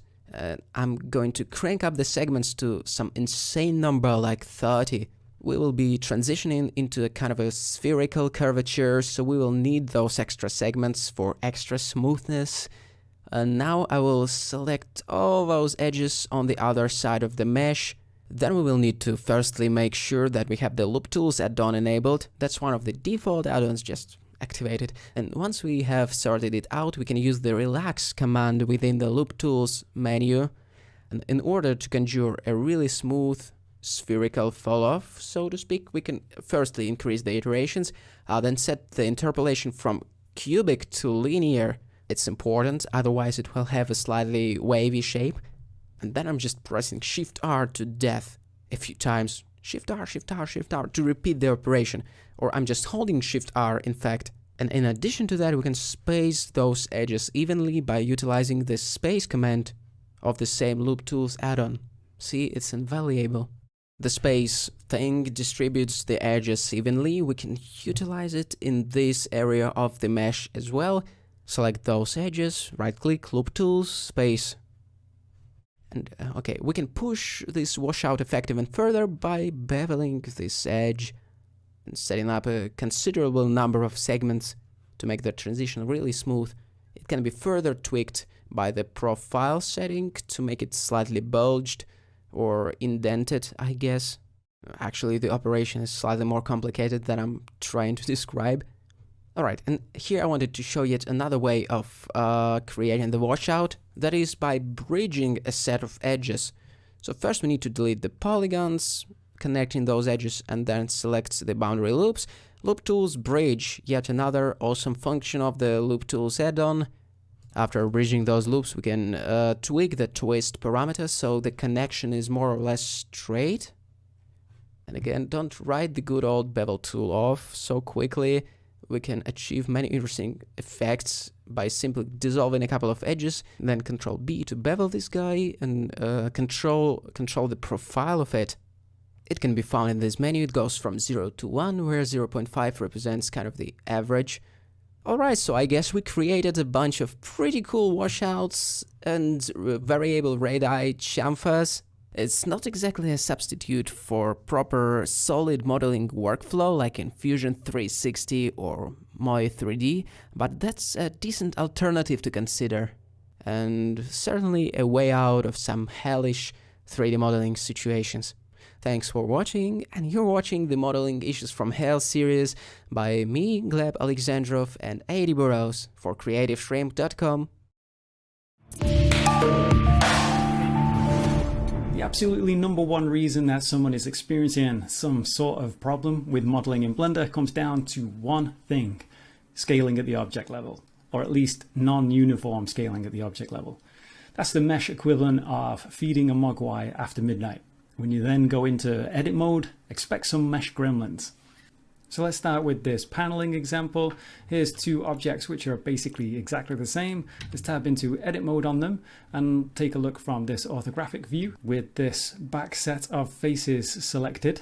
And here I'm just going to go Alt E and extrude faces along normals. And then although we should expect both of them to behave the same, you can see the one on the right along the horizontal axis as we're looking at it isn't as even. In fact, I would need to actually hold Alt while doing this to make it more obviously even. On the left, it looks very predictable. It's exactly how we would like it. And on the right, it's just not really doing the job. It's a super simple solution, since the reason that this works well is because the scaling is all uniform there. And on this one, the scaling isn't uniform. On this one, we're going to need to go Control A and apply the scale. But first, of course, we would need to undo that mesh change. So we would need to step back a few times, go Control A, and apply the scale, or we could find that in our object menu in the apply menu. And then if we try that again and go Alt E and extrude faces along normals, hold Alt to make it really even, we can see it's just like the one on the left now, which we kind of put out of frame there slightly, but the bit we need to see is definitely just behaving the same on each. It's particularly easy to demonstrate on some cubes such as these. At first glance they look exactly the same, but you might go in and try and do some simple operation like a bevel with Control B, and obviously things are very much not the same. Even if we go through and shade smooth instead, we can see that the normals on the right hand side definitely aren't looking the same as on the left. We can try a different view, such as in solid shading this matte cap, to show it quite simply as well. But as soon as we take this one on the right and go Control A and apply the scale, we'll notice all the normals change. And that's, of course, if I undo that, because we had a different scaling here. It's a very easy predicament to find ourselves in, because we could, for example, take a plane, which is something that people might model with quite a lot. And before they really start editing, they may have scaled on an axis where it looks like the plane isn't really having much of an effect. But as we can see here, we've just scaled the y-axis down to 0.2. And as far as we're aware, things that are on the plane are all looking perfectly fine. The real world dimensions look right. And if we just go in and start subdividing and maybe taking this edge, starting to extrude out and so on, we might not notice a problem for some time. So again, just beware doing any scaling at object level. It's worth pointing out a reminder that objects are a sort of container for the mesh information inside. The mesh information being the relative locations between the various vertices, edges and faces. The object container has its own transforms. So whenever we move the object container, so to speak, the mesh information inside isn't affected. The relative distances of all those vertices are still going to be the same. We can rotate it, we can scale the object, but it isn't actually editing the mesh in any way. We're still at the object level. The mesh inside is still going to be preserved. But remember, we can press S and X, and it looks like we're kind of changing the relative positions of the vertices between each other, but really we're not. This is happening at the object level. And if I go S to scale and then X to lock it on the X-axis, and then 0.5 to make that half as large on the X-axis, we can see it looks like a little bit of an oval there now, but the mesh inside hasn't been changed at all. So if we come over to the torus and find our object data tab, which shows there's the torus mesh data inside, and here's all the other bits of mesh information that we have. So our cylinder there is perfectly preserved in its nice normal uniform layout. It isn't actually squashed like this. Again, just to really stress this, that's just happening at the object level. So our torus that we had over here, we can swap this data from cylinder to the torus down there, and we should see that that is squished on the x-axis, which it is. Some people can really struggle with the concept, but really we just have one main takeaway, and that's before you go into editing your mesh by using the tab key or switching up here, just check everything's at 111 in our scale, and it should react to your operations in the way that you expect. So it's worth thinking of the scaling in terms of an object container, something on top, a kind of multiplier. But if you really want to know what actually your mesh is doing, the real world dimensions of it are going to be held in the dimensions. That's giving us our kind of more intuitive feedback of what's going on. So if things aren't as you expect, this scaling here should be the top of the checklist to check when you get some misbehaving gremlin geometry. Sometimes we want to simply snap an object to the surface of another object. Usually this works well because the objects have the correct orientations. But if the orientation of the object is all off, then we'll find that same action that we might take for granted goes completely askew. It's obvious what we want to have happen, but Blender just doesn't seem to understand which face we're trying to align to. Aligning objects between each other, just thinking about the origin point, that little orange dot, is actually just pretty easy. We can copy locations with Control C and then paste with Control V. We have a similar kind of option if we have our copy attributes add-on enabled as well with Control C. We can Alt click and then enter in a value, and then all the selected objects will share that value. We can use the Align to Selected option in the Object Transform menu for more controls. There's even an Align Tools add-on, which we can enable, and then find more options in the sidebar. But aligning faces within those objects can get a little bit tricky, and that's what we're going to explore here.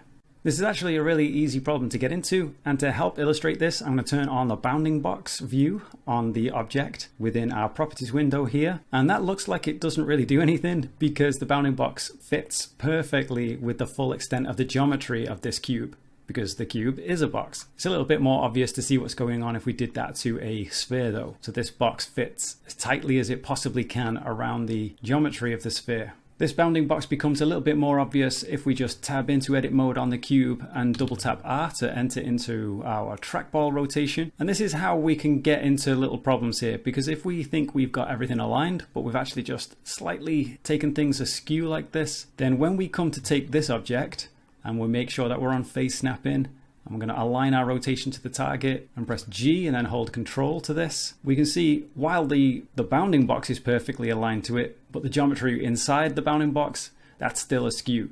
Another way in which we can get our rotation off is by rotating it somehow, like this maybe, and then we have some rotation information at the object level. But then if we go Control A and apply the rotation, but first I just want to say to keep an eye on the bounding box as it is right now. Let's go Control A and then apply the rotation. We'll see the bounding box, its orientation snaps back to the alignment of the world.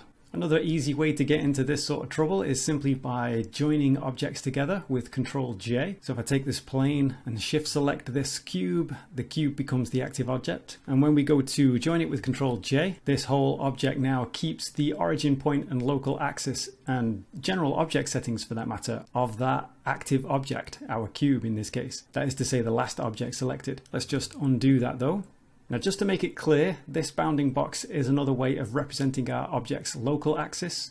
I'll turn on the move gizmo so that we can see that clearer in the viewport. And here up at the top, we can change our transformation orientation to local. With the rotation values all set to 0, our local orientation is exactly the same as the world orientation, this global orientation I should say. And as soon as we rotate this object at object level and get some rotation values in here though, we'll see this global rotation never changed. It should line up with the little axis that you've got in the top right of the viewport. I've set mine quite small, by the way, just in the user preferences. Usually it's a little larger than that.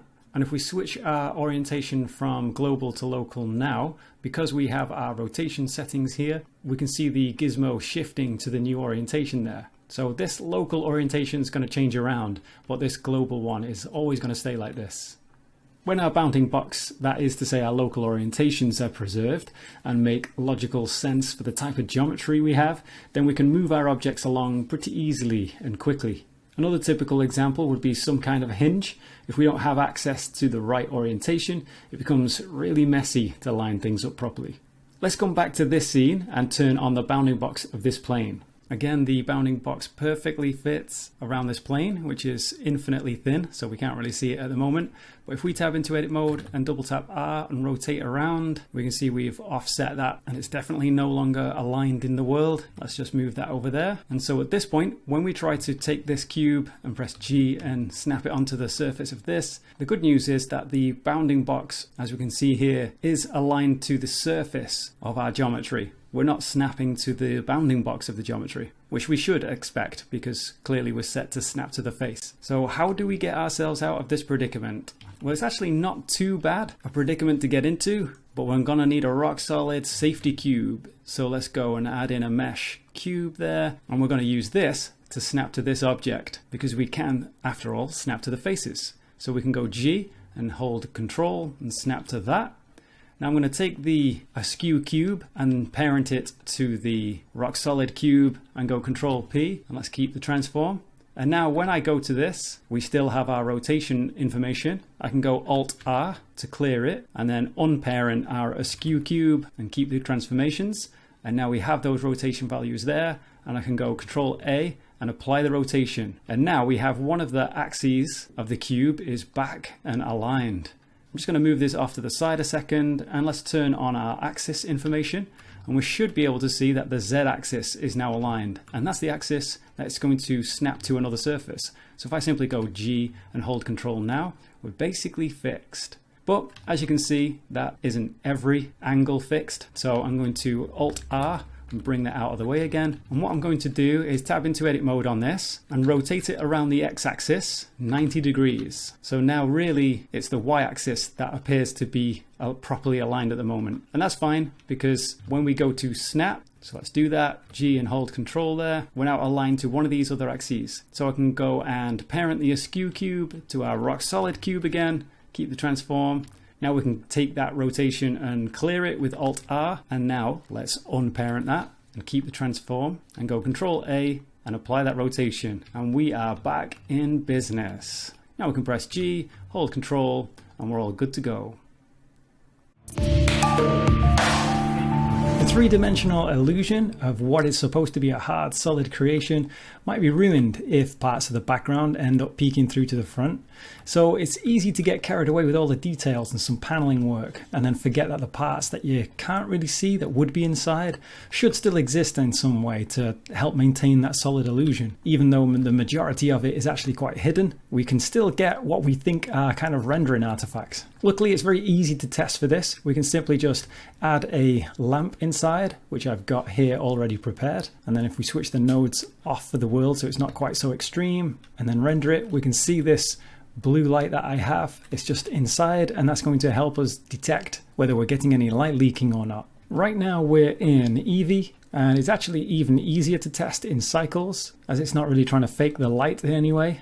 But if we were wanting to just stay within Eevee, then we may need to bear a couple of things in mind. So with that, I'm actually going to turn off the paneled box and switch on this collection instead, which is just a bunch of cubes constructed in slightly different ways, just to stress test this a bit. So if I take a look in rendered mode, we shouldn't really see all this light that we've got there. If we take a look in wireframe, we can see each of these cubes has got a lamp inside. Well, it's the exact same lamp, these are just instances of one another. This cube is actually exactly the same as this cube on the end. Again, these two cubes are instances, and really we shouldn't expect any light leaking because they're completely sealed. They're all welded on every vertex. So it's not like we've created any panel lines or anything, and yet we're, even in this case, we're still kind of seeing some light on these boxes. One of the ways that we can help with this is simply just come over to our modifiers and give this some solidification. And we can see there the light goes straight away. If we take a look in wireframe, we can see what's just happened. Just giving it some interior thickness really. There is something else that we can do. We can actually just take the lamp itself. So let's Alt left click this, and then we can select into the lamp itself. Come over to its settings, and we can enable contact shadows. And now you can see the lamp isn't shining through at all on any of them, apart from when we go to very extreme angles like this. And in this case, we can either turn up our thickness, if it's convenient for us to do so, or we can actually just reduce down our specular value. That is, if we were really determined to stay within Eevee. And just so that you know, just so that we can come and do this in completeness, this particular cube is just made up of separate objects, and this particular cube is all joined together, but all the faces do happen to be split, so they're not welded like they are in this one. The main thing to take away from that is that it doesn't really matter whether we have vertices welded or not, or whether they happen to be separate objects. These are still behaving like a regular meshed in, all merged together cube. Eevee has passed the test. Just a quick note for clarity, if we come back over to one of the lamps and come back into rendered view, turn on our specular there and turn off our contact shadows, this particular light that we're seeing now should be coming from this specular value as well anyway, so we can actually just control all this in one go with that specular value there, but maybe for some reason you need to keep it on for most cases. But as said before, the real most reliable way to check this would really be in Cycles. And there you can see we're plunged into the depths of darkness, as it should be in this particular case, as they're all sealed cubes. Coming back over to this object again, this paneled box with the blue point lamp inside, just set to Eevee at the moment. What might be a good way to fix this, to plug the gap? Well, it actually should be pretty easy. What I'm going to do is duplicate this, and then I'm just going to right click to leave that in place. And then I'm going to go Object, and then what we'll do is convert that to a mesh, which will just get rid of any modifiers that happen to be on there. Then I can move that out of the way. And a quick way to get a nice sealed mesh here is to just come over to the voxel options. I don't need to fix poles, but otherwise I can just leave all those settings at default. Click voxel remesh, and now we've got a nice watertight mesh. Now, if we were to take this and place it where the other object is. So let's go Shift S, and I'm going to move that to the cursor as I've just snapped the cursor to the other object. We can see obviously we're Z fighting quite a lot at this point. So I'm going to turn the paneled box view off, just work on this one, this remeshed one, come over to the modifiers, and then let's add a decimate modifier.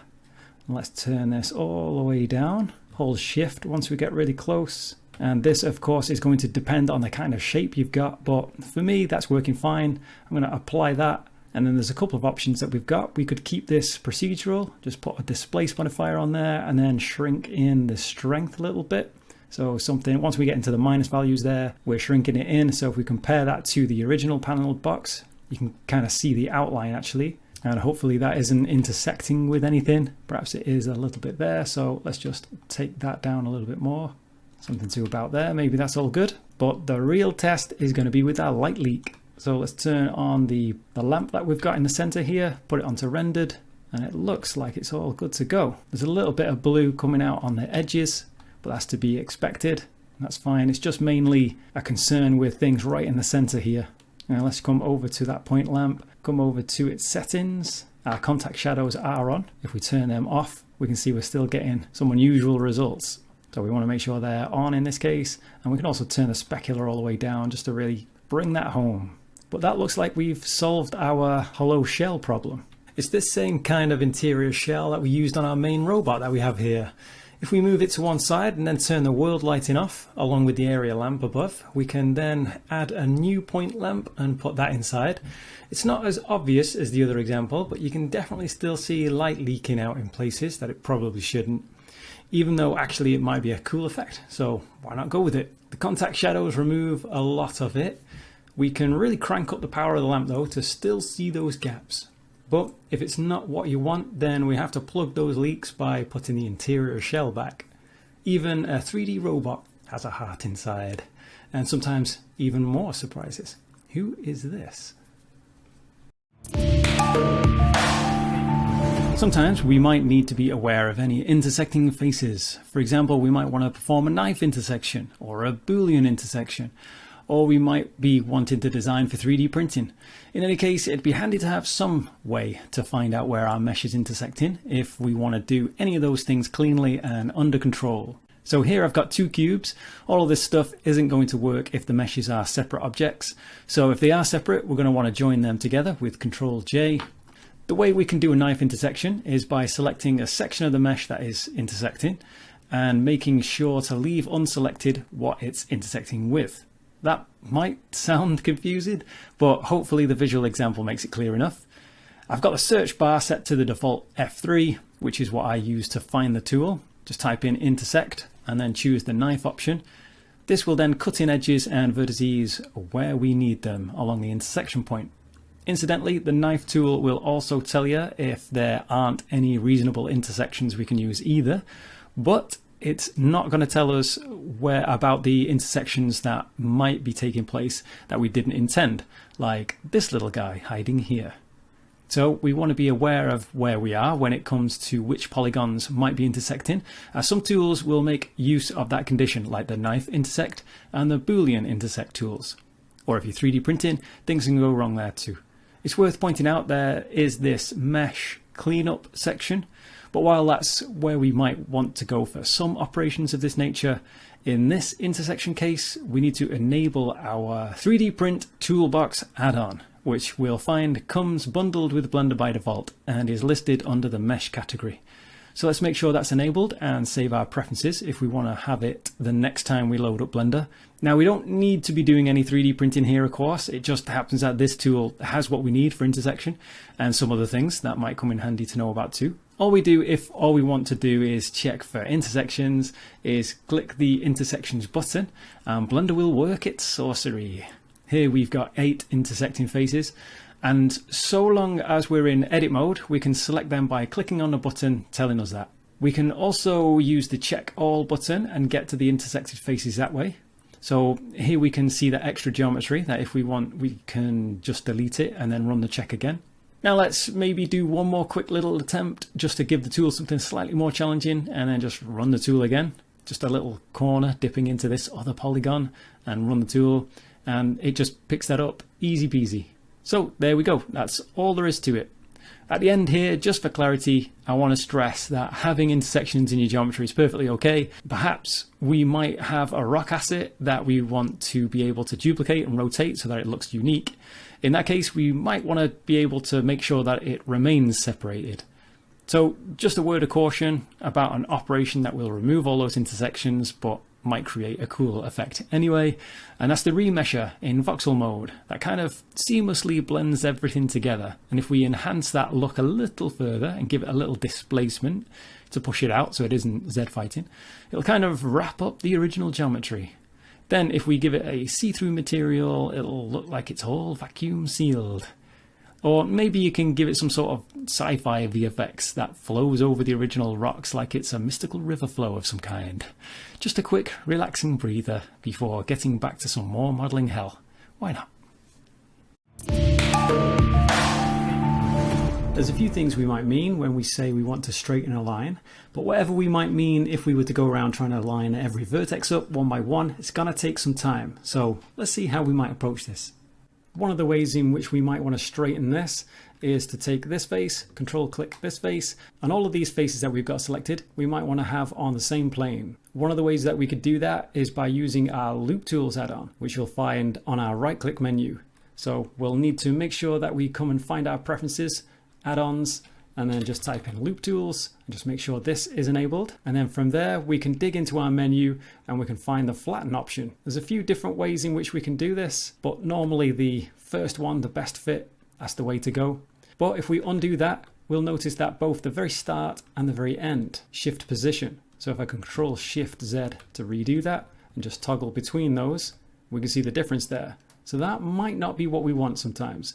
So what I'll do is take this edge and then Shift S to snap our cursor to the selected, and then using this face as our orientation, I'm going to go over to the various transform orientations and click the plus button. So now we've got that face in there, which we're set to. And then I'm going to select all of that again. So from there to there, let's come over and use our 3D cursor. And then when we press G and then try and lock it on a axis, for example the Z axis, we can see it's in line with that face. Let's make that more obvious by coming to a side view, GZ. Instead of moving though, let's scale that. Let's go SZ0 and then enter. And then that entire area is straightened. Let's undo that again though, and I'll switch back to global and I'll switch back to the median point, and let's take another look at how we might want to do that. Again, we're going to use our loop tools, but let's say we want to preserve this position and this position of these edges, but all these other ones we want to be in a straight configuration between them. So right click, loop tools and curve. Now that doesn't look too great right away, but let's give it a chance. Let's change our interpolation into linear, and there we go. Now it doesn't have to just be the start and the end there. We could choose any collection of edges. So let's go from this one to this one instead. Right click, loop tools, curve, and now we've flattened that area. We can also use that tool to kind of unbevel something, which we can try and do with this corner. There are probably better tools for this, for example Mesh Machine, and there is an add-on called Unbevel specifically. Can do all this sort of stuff a lot easier. So what I'm going to do is a combination of add-ons actually. I'm going to take these two edges, right click and go up to TinyCAD. So we're going to need the TinyCAD add-on, which comes with Blender enabled as well, and just go Auto. That creates this intersection point, which we want to snap this one to. So I'm going to change this to vertex mode, G, hold control, snap it to there. 2 for edge select. Let's get both of these and just delete those edges. And now we can straighten these out. Now, sensibly, we probably should just take these X and dissolve, and that would be simple enough. But let's just assume for some reason that we need another way around this conundrum. So let's go from there to there, and then right click, loop tools and curve. Now, it hasn't worked. Now, sometimes the option of the boundaries can help, and sometimes it just doesn't really know what we want to do. So I'm going to isolate what we've got by selecting it and then going Shift H to hide everything else. And then I'm going to try that again. So from this edge to this edge, right click, loop tools, and then curve. And then let's try our boundaries option. And there we go. Let's go Alt H, and then we can take this face to this face, Shift H to hide everything else. And then let's select these two, right click, and then curve. And then again, the boundaries, I think, is the way to go there. Sometimes I think it might be a bit glitchy where you can uncheck this, but it actually doesn't pay attention after that point. But for the most part, these settings should work. For example, the regular will space them out all evenly for us. So that might be something in addition that we wanted to have happen. So while we could have dissolved some edges, there may be certain other things that we're trying to do. So it's useful to know several ways to do the same thing, basically. Maybe we might have the general idea of the outline of our shape that we need to create, but we don't know what options we've got to get that done cleanly. It's actually pretty simple to do in Blender, but there are a few things we need to keep in mind. For example, first of all, we need to make sure that all of our shapes are in the same object. So for example, here I have these two circles and this little diamond in the middle, but they are all one object. You can create them separately, but we're going to need to make sure they're all joined to be able to do this operation. And what we're going to do here is just go Control E and then bridge edge loops.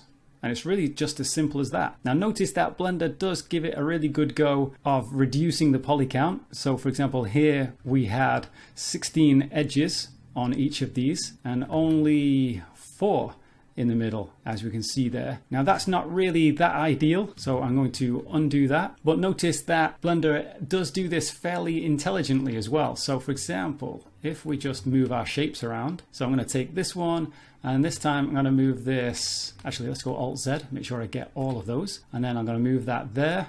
I'm going to rotate these and then rotate that. So I've switched the order around. So let's see if just by selecting everything with A, it can figure out in what order to loop from one shape to the other. And Blender should be able to do this. So Control E and bridge edge loops. And it's done it again perfectly fine. We do have other options here. For example, we can change the number of cuts. But notice for the area where it's trying to drastically reduce down from 16 to 4, it's really just sort of slicing across. It's not really keeping very nice geometry. So if I was to right click and shade this smooth, we can still see that it's kind of having a little bit of trouble there, especially here.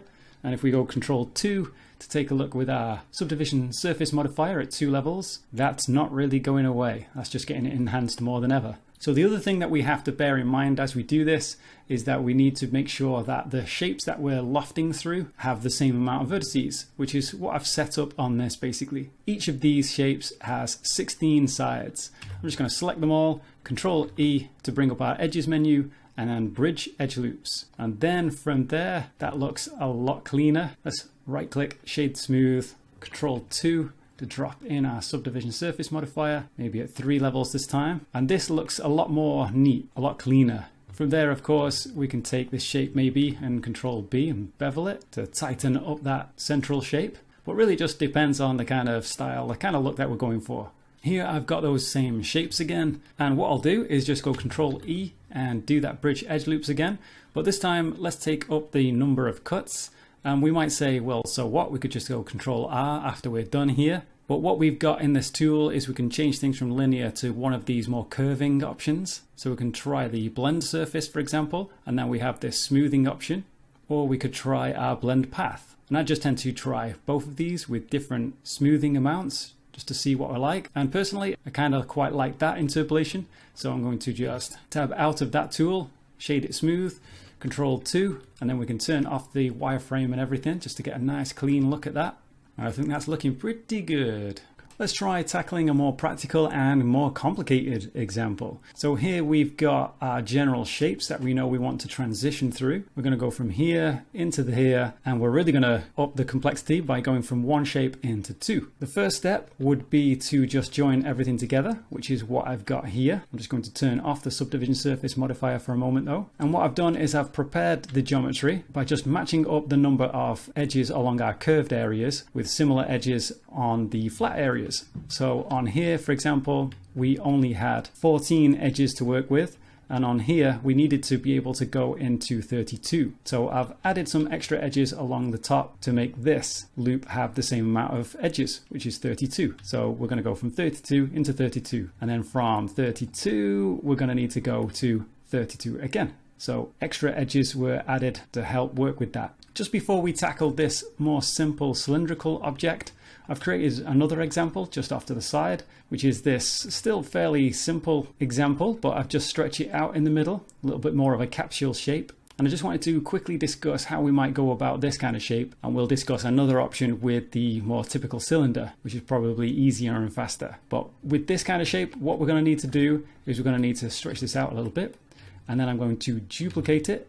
And let's just come and find this, actually. Let's call this Capsule 1. And the other one, we're going to name, what could it possibly be?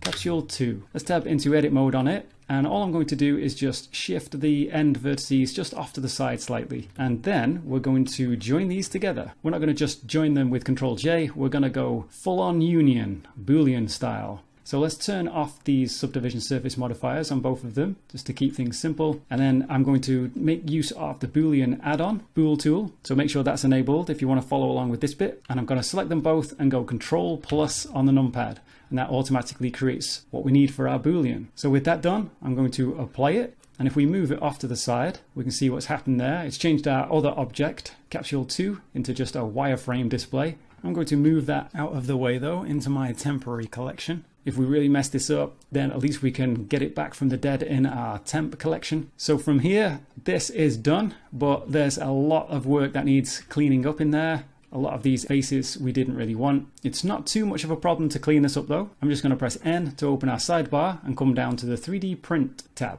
And we're going to need our 3D Print Toolbox add-on enabled as well for this. So with this object, what I'm going to do is check all, and we'll find that there's a few problems. So we've got a whole load of non-manifold edges. The ones at the very ends here are perfectly fine, but we don't really want these on the inside. A good place to start is probably with these intersect faces, and that's going to select a lot of what we want to get rid of. So I'm going to press C to enter into our circle paint selection tool, and I'm going to middle click around a load of this because I don't mind this. These are pretty much fine, and let's check the rest. And that's probably where we want to X and delete. So that's gotten rid of a lot of the problems. There's still some issues that we might want to just quickly come in and correct. X to delete that. I'm going to select everything and go M to bring up our merge by distance, and that's helped clean it up even further. This edge coming down here we don't want, so I'm going to, in fact it's actually two edges, so I'm going to X and dissolve those. Down here appears to be a little bit of a problem. We've lost the face here, so I'm going to press F to create that, and this clearly looks like some strange shading, so I'm going to go X and delete this face, and I'll start again with this bit, F to fill that. Then I'll go Control R to add in an edge loop here, and then let's just join those up. Let's go slash on the numpad to isolate this, and then we're almost there. So I'm going to select these two and press J to join those, and then let's check all again, and I'm liking the look of all these zeros. From here, we don't need that tool anymore. I'm going to come out of isolation with slash on the numpad. And then what we can just do is select both of these, join them together with Control J. That's put the subdivision surface modifier that the other object had back on. And then I'm going to select both of these, Control E, bridge the edge loops. Let's turn off the modifier just so that we can see that. And you can see by all this triangulation that I've forgotten to make sure that the end of this has the same amount of edges. So this one has 32 and this side had 34. So I'm going to need another two edges on this side. So let's just select both of these and go Control B. And where there was one, there is now two. So that should now be 34. So I can select both of these, Control E, and bridge loops. That's looking a lot better. I'm going to create some extra cuts. Something around 2 or 3 usually helps us to see what's going on with our curving, the smoothness of this. And we can see that that's not looking very good. So I'm going to try blend surface and take the amount down. I'm not too concerned with this because we're asking quite a lot with this very short distance that we've got. I think in all reality we would probably push that back, but I'm liking the majority of that. Now what I'll do is come over to this side. This amount of edges is 34 and down here is 32, so we need to do the same kind of idea on these. Just going to give these an extra 2 edges each, so I'm just going to bevel those, and that should now be 34, which we can go Control E and bridge edge loops, increase the number of cuts to say 4, and I'm liking the general shape of that, so I'm going to repeat that again. I'm just going to round that off just in case I need to remember it. So Control E, bridge edge loops, and now we need to set the number of cuts again to 4, but it's remembered our smoothness. And let's take a look with the modifier on, Shift Alt Z to turn off all the gadgetry, the on-screen widgetry, and I think that's looking pretty good. Alright, so what I'd like to do is come back to this more simple version, and really the only thing that I wanted to discuss on this is the fact that we have another add-on that can help us with this. So if I just come over to preferences with F4, and we want to filter by just showing our add mesh options, and we're going to add some extra objects. So I'm just going to enable that. And now when we go to use Shift A and go to Mesh, we'll notice a whole load of extra stuff going on down here. And what I want is the pipe joints. Now, going from one cylinder into two is basically just the same as a pipe joint, a Y pipe joint like this. And we've got lots of options here, so we can change exactly what we need. In fact, I'm just going to come to this area and just double check again. So we had 32 edges, and we can come to this and we can right click and change the Y joint and get our presets back up. So we have our 32 divisions. I'm not sure exactly what the radius is we need, but I'll set that up in a moment. And the angle for both of these, I think I'd like to keep them quite straight. In fact, one of them is almost right in front of the other. So that means that one of these angles should probably be 0, and this one should come off just a little bit like that. And that's all there is to it. From there, I'm going to take this and move it into position. RX90, RZ90, minus 90 that is. Scale that down until it sort of more or less fits, and that's good to go. So I'm going to tab into edit mode on this one, L to select this piece, and just X to delete it because we have this piece instead now. I'm going to tab into edit mode on there. Now I want to bring all that in a little bit further like this. And on the ends here, I'm going to take these loops and double tap G to slide. And I don't want them to be taking the shape of the inner join. So I'm going to press E for even and then F to flip that. I'm going to just bring them in just a slight bit closer there. So double tap G, E, F to flip, and then just bring them in. Then I'm going to join them with these, Control J, right click to make sure that's smooth. Come over to here, take this loop and this loop, Control E to bridge the edge loops, give it about 3, and come over to here and here, Control E, bridge edge loops, give that about 4 cuts. And the same on this one to finish up. Control E, bridge edge loops, 4 cuts. Let's take a look. Turn our subdivision modifier back on, Shift Alt and Z to get a nice clear look at this. And there's no real artifacts there. Let's join that all pretty nicely. If we wanted to, we could actually come through and add any additional edges just to tighten it up, or we could slide things around, but that's just a personal choice. Maybe you've cut a groove into your geometry, but that geometry isn't just flat and it's going around corners. Let's take a look at an example that might bring shivers down your groove making spine. Let's take our groove making into the next dimension. So I'm going to break out the trusty C tool, this circle select, and I'm going to left click and drag across some edges. Didn't want those though, so I'm middle selecting those. And then let's make it a little smaller with the middle mouse wheel. And I'm going to left click and drag up here. Actually, let's right click to cancel it so I can move around to here about, and then left click again. Let's take it over to there and then up and around here. And then let's take it left and then go up there. Let's clean up what I accidentally selected. So I don't want this, this, this, this, or this. All right, so that's good to go. I'm going to connect all these together with the subdivide tool. So subdivide, and I haven't allowed it to create n-gons, which has automatically created these edges for us on the corners. But I'm still going to go through selecting each vertex, double tapping G to slide them, and I'm going to go 0.2. So I'm going to go around and do that for all of them. All right, next I'm going to go 2 to swap into edge select mode. And then if I select this first edge and then control and left click the end edge there, you'll see things aren't quite working out for us. So we're going to break that into steps. I'm going to go from here to here and then to here. I'm going to keep control left clicking up the way there. All right, so we have the entire loop that goes all around these different angles now. And as we tackled in a previous chapter, if we want a groove that we can easily manipulate with our subdivision surface modifier, we need to be able to bevel this edge now. There is a certain amount of precision though that I want to point out with the beveling modes. So let's just take a quick look at that. So I'm going to go Control B to bevel this out. Our current mode, if you look at the very, very bottom of the screen down here, is offset. And let's scroll the mouse wheel once so that we have that extra segment that essentially replaces the edge that we had in the first place. Or does it?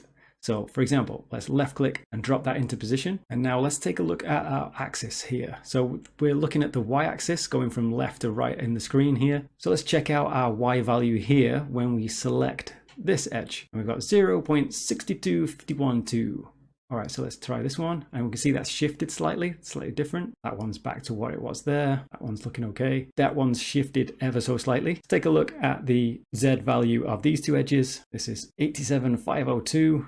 This one is quite a bit different actually. So some of these edges aren't perfectly right in the center of those faces. So what I'm going to do is I'm going to undo all these until we have just a selection of the edges that we want to bevel. And I'm going to do that again, Control B. And then if we press M for mode, we can change the various different modes. This one is the width option. Let's try that. Let's left click and drop them into place. And again, 62:513, and this one is 62:515. So we're getting some quite different results here. 12:513, and so on and so on. So basically, spoiler, skip to the end. In other words, all of the bevel modes are going to have a little problem as far as getting very precise center points of our edges there. All except one, that is. So we'll go Control B and switch our mode using the M key over to %. All right, so I'm going to take it to about there, and then let's check this out. So this one, 62:503. 62:503, 62:503, 62:503, same all the way around here. These two here are at the same level on the Z. These down here again should all be the same on the Y-axis, to which they are. This one's slightly off though, but only ever so slightly. So maybe it's not exactly perfect, but all of these on the Z-axis are fine. So in my opinion, if you want to get the absolute center points as close as you possibly can, then the % mode is the way to go. Even though that might have some slight hiccups in there, it's basically the closest we've got, and that will become important in a minute. So now I'm going to Alt left click on the main loop in the center here, and what we need to do is move these edges in multiple directions. Now the way typically we might do that, if I select a few faces like this just to test something out, we might switch our orientation over to the individual origins, and then if we change from global to normal, we can go G and then Z. And we'll notice that these are all going on their individual normals, which is exactly what we want. So let's give that a try with our loop. So I'm going to press 2 to get into our edge loop select, Alt left click on the edge, and now press G and then Z, and we can see that it's not going to move everything on their individual normals. It's going to treat the entire loop as kind of one averaged out normal, which is definitely not what we want. It does kind of work if I switch over to vertex select, and I'm going to shift select the vertices on the points at which the angles change so that we have these isolated sections of geometry. Now it will take the individual normals into account. So I can press G and then Z, and we can see we get these different sorts of normals. And that would mean we could do that, but then we'd need to go in and correct those vertices on the very edges there. Or we've got another way. I'm going to undo that with Control Z, and then what I'm going to do is just change these back to global, and let's take that back to the medium point, and then Alt S. We're getting that same kind of normal direction, but we're also bringing those corner vertices along for the ride. In fact, I'm going to do this from a different angle. So I'm going to come over to this area and press Alt S again so that we can really see that. I'm going to take it to about there.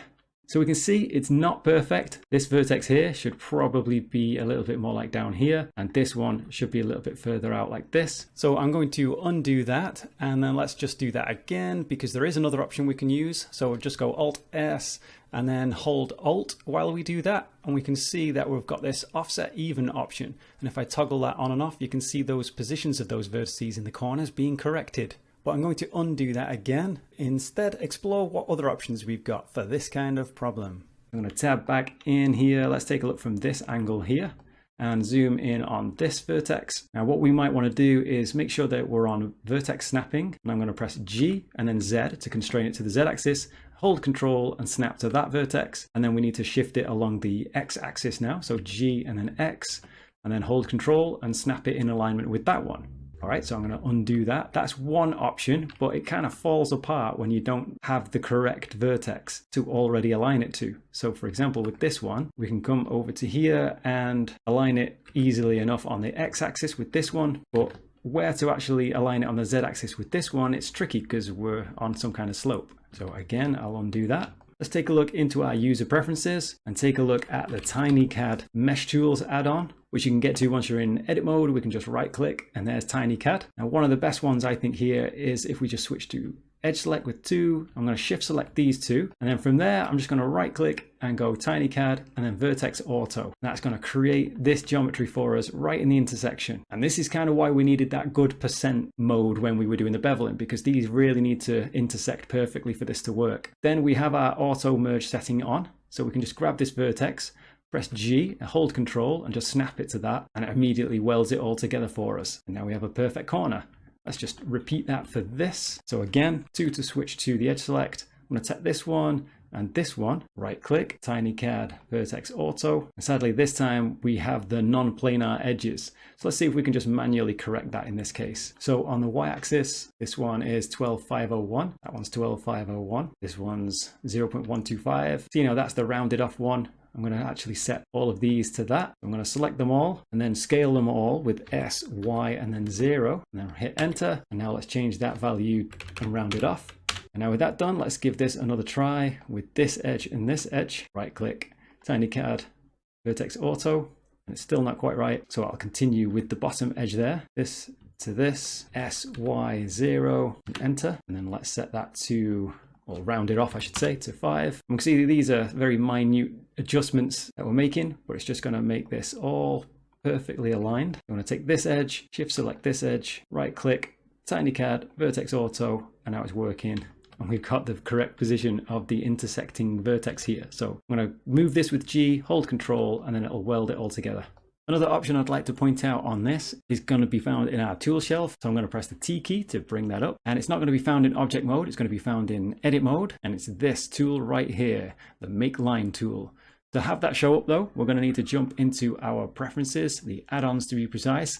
I'm going to use Snap in the text filter there, and that will allow us to find easily this Snap Utilities line add-on. We just check out the icon there. You can see it toggles on and off as we enable this. So that's how we're going to get that button there. And that should come bundled with Blender by default. Now, simply put, if we enable the tool by clicking on it, we should be able to see just a little dark gray square. And if we left click around the screen, we're making vertices connected by edges. And then we can hit enter and join all that up. I'm going to hit W to jump back to the box select tool though, and just drag over all those and delete them. And then jump back to the tool, and let's take a look from this angle here. Actually, what I'll do is just select this vertex here and just move it completely out of the way. Jump back to this tool one more time, left click, and that's going to create a vertex from that point. And then I'm going to hold shift when indicating along this edge, and that will now snap us along here. And then if we just simply hover over that vertex and left click, it's going to create a vertex for us at the height of the second vertex we clicked on. I'm just going to click here also and press enter. And now what I'm going to do is switch back to my select with W, click this vertex that we want to move, and then press G and hold Control,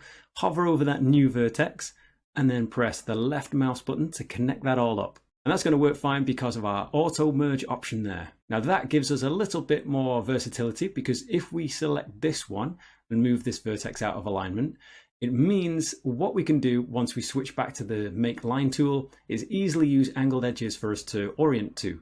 So I'll click on this vertex here, hold shift while indicating at this edge just to snap the orientation of what we're doing there. And now unfortunately we can't select this vertex and have it kind of automatically snap to that point, but it can snap very nicely to this point along this edge. So what I'm going to do first is go from this one and click, hold shift, and then bring this down all the way to there and press enter, and then click on this one, hold shift, and come all the way up to this edge and click and press enter. And then I'm going to exit the tool, just press W, and then simply take these points, G, hold Control to snap, G, hold Control to snap. And then now that should be all nicely aligned as well.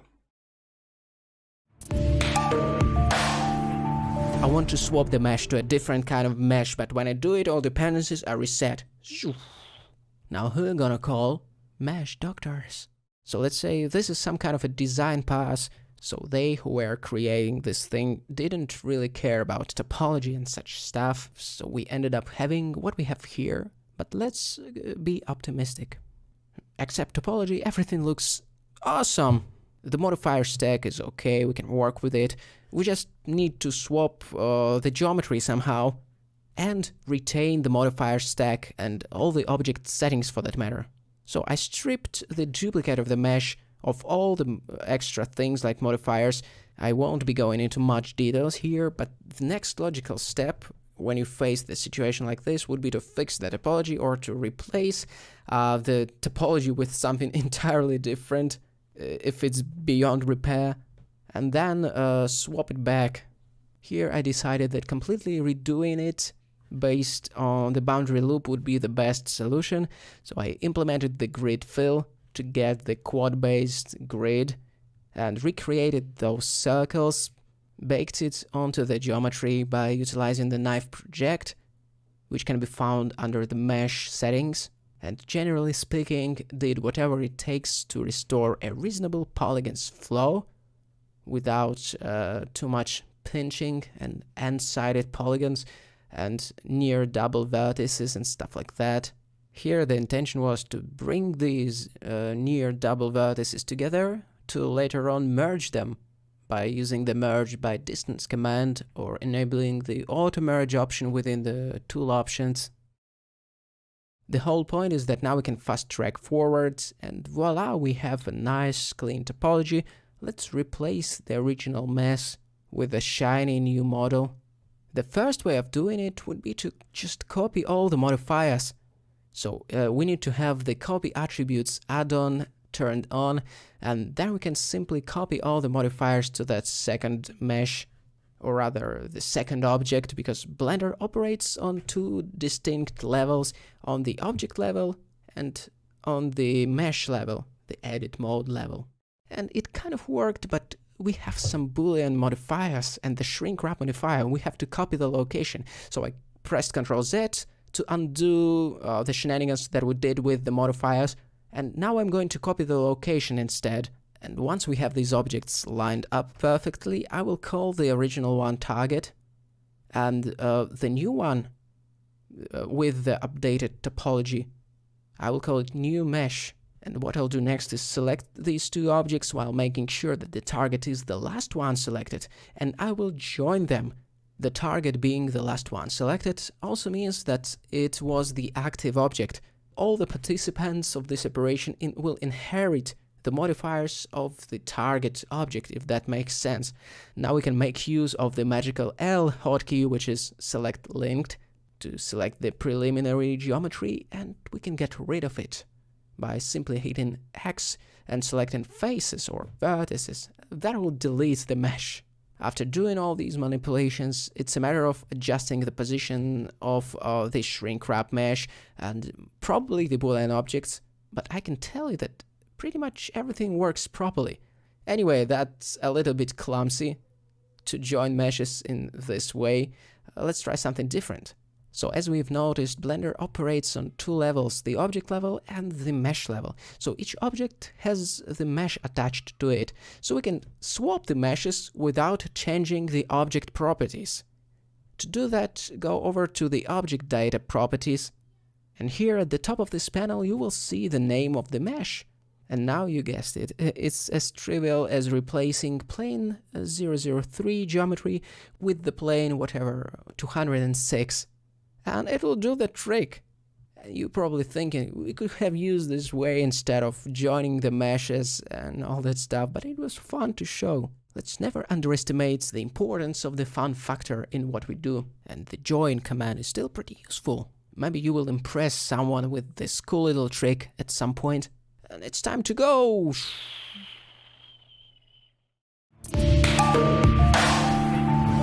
Reducing at a poly count creates poles, and poles can create warping on curved surfaces. Another problem we get is that the size of the cylinder will shrink if we're adding the subdivision surface modifier, making it different diameters at different points depending on the density of polygons. Luckily, by using a mesh that keeps its polygons fairly consistent, we can get around it by shrink wrapping onto that mesh, and that should fix everything for us. We'll get into that in more detail in a moment. Thankfully, reducing poly count on a flat surface is pretty easy, and the same is true on a cylinder. Though because on a cylinder the polygons wrap back around, we need to have some thought on how many segments make up our cylinder. We want the edges to be all evenly spaced. If we have a couple of edges close together, which we'll be able to see here with that edge, then that's basically going to look like a bit of a creased area, especially once we enable our subdivision surface modifier, and it's going to stand out in a way that we don't really want. It's a little tricky to see with this shading. We should be able to just see it just about there. It's pretty common that the amount of segments that people choose on cylinders is divisible by 4. This is probably one of the reasons that the default cylinder that we see here has 32 edges to it. That gives us a decent amount of edges to make it pretty smooth. Plus it's divisible by 4. It means that we can easily mirror our detail vertically and horizontally. Let's take this cylinder. In fact, I'm going to delete the top and bottom and right click and shade it smooth. Tab into edit mode, press A to select everything, S and Z to stretch it out. Control R, a whole bunch of segments. It's not important exactly how many, but I've got an additional 35 cuts there. And let's do a very quick example of turning this 32 segmented cylinder into something a lot less by the top. So let's keep it high res up to about here. And then I'm going to shift select this one and then control shift and plus on the numpad until it wraps all the way around. Thankfully, because it's an even amount, every other edge should be pretty simple. And then let's go select loops. Let's press 1 on the numpad to take a look from one of the orthographic views. Z to go into wireframe, B to middle click across, say, that amount, and then X to dissolve those edges. Just making sure that the verts are getting taken along with the edges. Z to switch the view back to solid. And then I'm going to take each one of these bottom corners of these new 2 n-gons. So I'm going to go all the way around, and then with that selection just double tap G and slide them up. Thankfully our auto merge is on, so that makes it fairly easy. And then I'm just going to repeat that at about here. I'm going to select this one, shift select this one, control shift plus on the numpad until it wraps around there. Select loops, take a look from the side, Z to wireframe, B middle click about there, actually maybe take that up further, and then X to dissolve all those edges, Z to switch back. And I think I'm going to reduce the poly count vertically as well, which is really simple. So I'm just going to take every other one there, and then let's go select loops and then X to dissolve them. I'm going to take the bottom corners of each 2 n-gons or the top corners of the 4 below, depending on how you look at it. So just going around like this, which is not going to take very long now since we've got much less polygons. Double tapping G to slide them up, and let's say we want to dissolve a few more edges just to really take the polygon count much lower. Just because it's not very clean, I'm just going to delete that top edge loop. Part of the problem is that if we go Control 3 and automatically add a subdivision surface modifier on there at 3 levels, we can see that the cylinder is reducing size. The diameter of it comes down at each reduction in polygon level. It actually happens whether we've got this set to 1 or higher, and we can just toggle it on and off to show that size change there. So a simple solution to fix this is our trusted shrink wrap method. So what I'm going to do is just take these high density polygons at the bottom, Shift D to duplicate them, P to separate them into a new object, which is this cylinder.002. I'm going to call that the cylinder of dreams, and then tab into edit mode, take the top edge loop there, G and then Z, just to slide it all the way up. In fact, I'm going to overshoot this, so I'm going to go G and Z and slide that slightly down as well. And then why not, let's give it a load of internal geometry as well. So we've got a super amount of polygons on this. Let's keep it really dense. This is going to stay as faithful as possible to that original diameter that we want. With that done though, we don't need to see it. So I'm going to switch off its visibility. Take this one, add a shrink wrap modifier to it. Find our dream cylinder, plug that in, and it says simple as that. Let's turn off the wireframe with the semicolon key, or you can set that to whatever you like by right-clicking this and changing the shortcut. That's down to yourself. And if we just toggle the shrink wrap on and off, we can see we're fixing the shrinkage issue. So that's pretty cool, but it's fairly boring. There's not really any detail on here that we can have because they're going to just shrink wrap and slam themselves into our guide mesh. As perfect as it is, as dreamy as that cylinder is, it's still going to be a big mush if we try and add some details to this. But thanks to the vertex group option, we do have a way of getting around that. So let's tab into edit mode. Let's take, say, these 2 polygons, I to inset them in, and then Alt E to open up our little extrude menu. And then I'm going to extrude the faces along the normal. And instead of pushing out, I'm going to go in a little bit. Let's turn off the modifiers. Hopefully we can get a slightly clearer look. And I'll just swap the matte cap.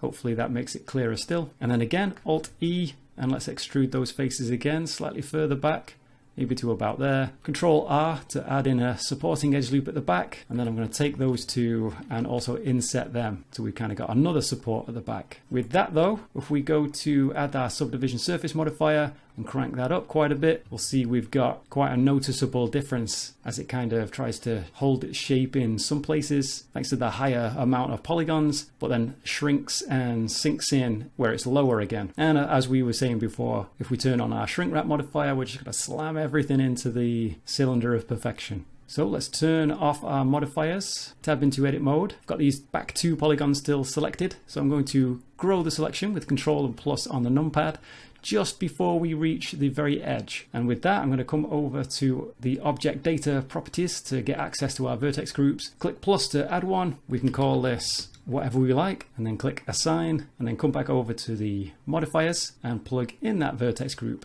Let's turn both modifiers on, tab into object mode to get a nice clear look at that. And while I wouldn't say that was perfection, I would say it's the exact opposite of what we want. So all we need to do is flip these double arrows here, and that makes the world a little bit more right again. Let's jump back to the matcap we were using before. From there, we could go in and maybe add some extra support loops just to make that a little bit more box-like, something like that. But we'll always need to make sure we've got the correct vertices that we want in that group. As well as the shrink wrap modifier, we've also got our data transfer modifier. And if we come to the face corner details, if I just pull this out a little bit, we can take our source object, which would be the same as what we're using before for the shrink wrap, cylinder of dreams, turn on our custom normals, and let's just make sure we've got our normals enabled here, auto smooth, take that up to 180, so we're not really doing anything. Now you'll notice that everything's gone very smooth, so it was at that point that we enabled the auto smooth that this kicked in. And again, we want to look for our vertex group area, so I'm just going to plug that in and find which way around we want it, which is this way. This is the button for whether we want to use it in local space or in world space. Since the 2 objects are sat right on top of each other in the world, this doesn't really matter. And then otherwise we want to just choose the correct algorithm from here. Just holding Control and scrolling through with the middle mouse wheel shows us our options, and many of them are actually looking pretty good. And then once we've settled, we can do a before and after. And if that's pleasing to us, then we're good to go. Extracting a piece of mesh may seem like a deceptively simple task, yet it has its own pitfalls. Let's take a look at some of them. Here is a subdivision mesh, a typical use case, and if you want to split, say, this part, what would you do? Probably split the edges. That's definitely the first thing that comes to mind, but once you do it, you will discover that the shape of the object changed along the way. So the split operation was successful, but we failed at retaining the shape, which is a shame. We can do better than that. I'm going to press M to merge those split edges back to start fresh. And since our plan is to ask AD how to do things properly and retain the subdiv modifier, I will do things the lazy way and apply the modifier altogether, and then just split those edges again. Now it should be working fine. Because we no longer have to deal with the Catmull-Clark smoothing algorithm that depends on a certain polygon flow. So once we collapsed all the modifiers, it's a matter of selecting the edge loop and going edge split. Now we can quickly select those islands by hovering the mouse over them and pressing the L key. That's one of the hidden Blender features that I love. And we can obviously separate those islands. A little bit of cleanup work would be required if we want to make it waterproof, because the part of the geometry along the split is obviously non-watertight. We can bring it back to norm by selecting the boundary loop and applying the grid fill command with the right value of spans, which is 34 in this case for some reason. You can determine it experimentally, and if you have a keen eye, you probably noticed that we have a slight vertices mismatch in these areas. If you have any suggestion what could have caused it, please let us know. That would be much appreciated. And for the other part of the mesh, I will restore this edge, give it the same number of subdivisions as the edge opposed to it, then select this boundary loop and grid fill it. It's important to keep the number of vertices on the opposite sides of the mesh the same in order for grid fill to work properly. And yay, we split the part of the geometry or extracted it. And along the same lines, we could have used the knife tool to draw a slightly more freestyle line that would serve as the boundary of that new island that we are going to select and split or in this case I'm going to duplicate it rather. Shift D to copy it, and to give it a separate existence we can just press P and separate selection. Now it's a brand new object. And as for the old one, why didn't I create a proxy first? But anyway, we can delete those knife cuts by dissolving the edges over there. And what we can do with the split section of the mesh is a good old extrude, or maybe this solidify modifier to make it three-dimensional. And that serves as a great transition into the next section of the tutorial, which is how to take advantage of Boolean operations for slicing up the mesh in chunks. So here I applied the difference operation by pressing Ctrl and minus on the numpad. Make sure to have both objects selected. Then the first approach to this task would be to apply the solidify modifier. So now the Boolean operand works effectively as a knife cut with some thickness, something along these lines. And once we apply the Boolean operation, we naturally can separate those pieces of geometry. If we did everything right, I believe that is the case, we should receive a totally solid geometry. But even better, we can do something slightly different. Let's undo the damage by a few consecutive Ctrl-Z hits. And then I'm going to select this wavy object, press Shift-D to duplicate it once again, and change the Boolean operation from difference to intersect.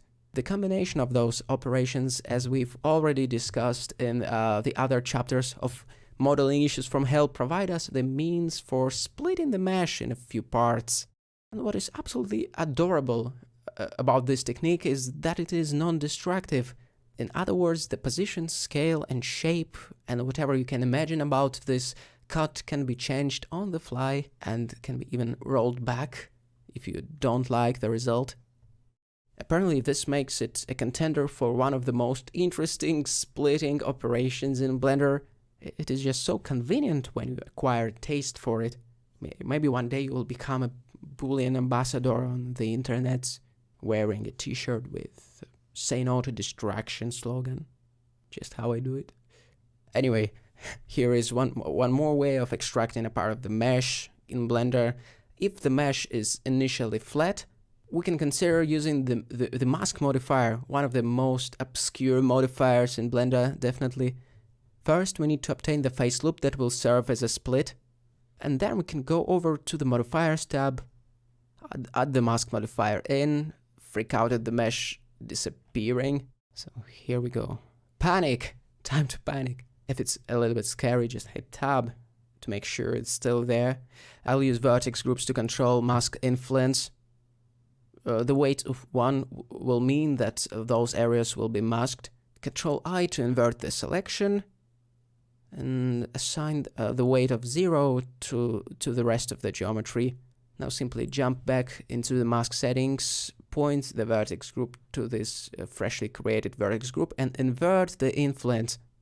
The areas given the weight of 1 became totally transparent.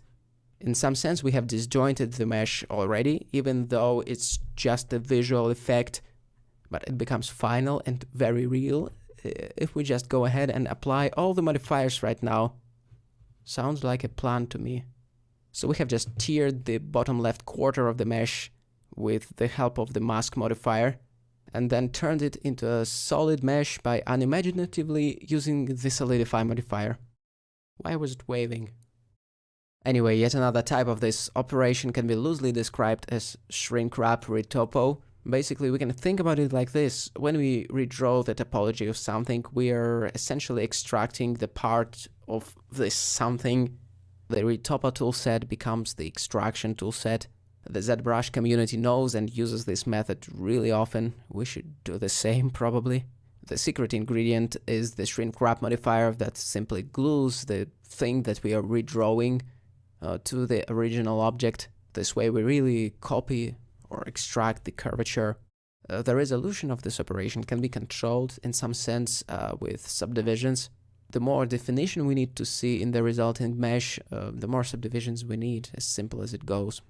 The great thing about shrink wrap is that it prevents us from diverging too much from the original geometry, so we can experiment with extra details, not worrying about the pinching and other artifacts.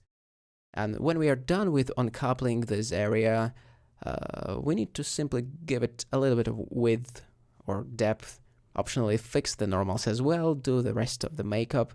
So this method of extraction is probably the most universal among the methods that we went through. And on that note, I'm happy to pass this tutorial over to Adi. Adi will explain the subdivision part of the equation, so have fun. In the chapter about extracting a piece of mesh by Gleb, he shows various ways to overcome the problem that we get when we try to separate a part of the mesh from the rest of it. If we're using the subdivision modifier on it, then splitting the mesh is introducing new hard borders where we really want it to flow smoothly instead. So is there anything we can do? Can we arrange our topology to overcome this? Well, the bad news is we won't be able to keep the mesh very low poly. When we're modeling with the subdivision modifier, we're trying to add extra edges that kind of act like weight. Notice how far away the resulting curve is, created by the smooth algorithm of the subdivision modifier, is away from the actual edge. But with the addition of the extra edges, the subdivisions don't stray too far from home. In fact, barely at all. If our geometry doesn't have enough polygons to properly express our shape, then we're going to lose that shape as soon as we start adding extra edges.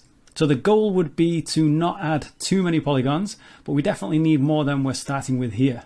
So I think if we take what we've got here and just go with 2 viewport subdivisions and then apply it, but first making a little backup copy, then we'll be good to take it from here.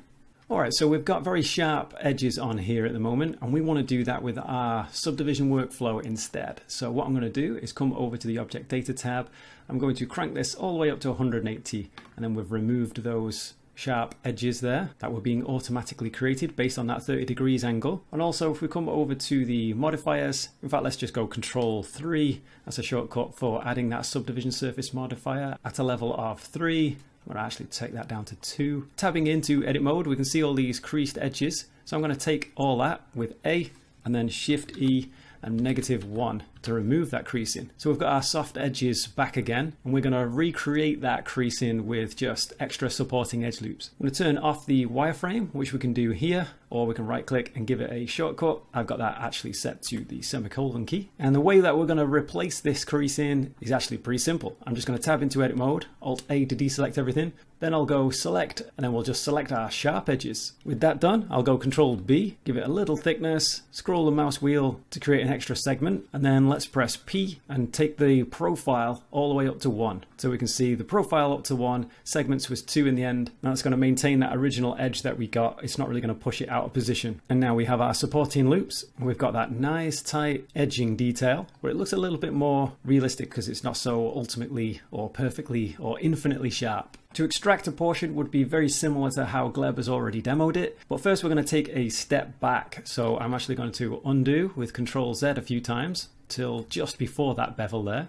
just before we created our supporting loops. We don't absolutely have to do that really, but it just makes the process a bit faster with not as many edges to work with. So I'm going to take a look from top orthographic on this, 3 to switch to face select, Alt Z to be able to select through this, and I'll just select about this much, and then simply press Y to split it. And so now when we press G, you can see that we've got that separate piece there. I'm actually going to just put that slightly offset for a moment because of our auto merge setting that is currently on.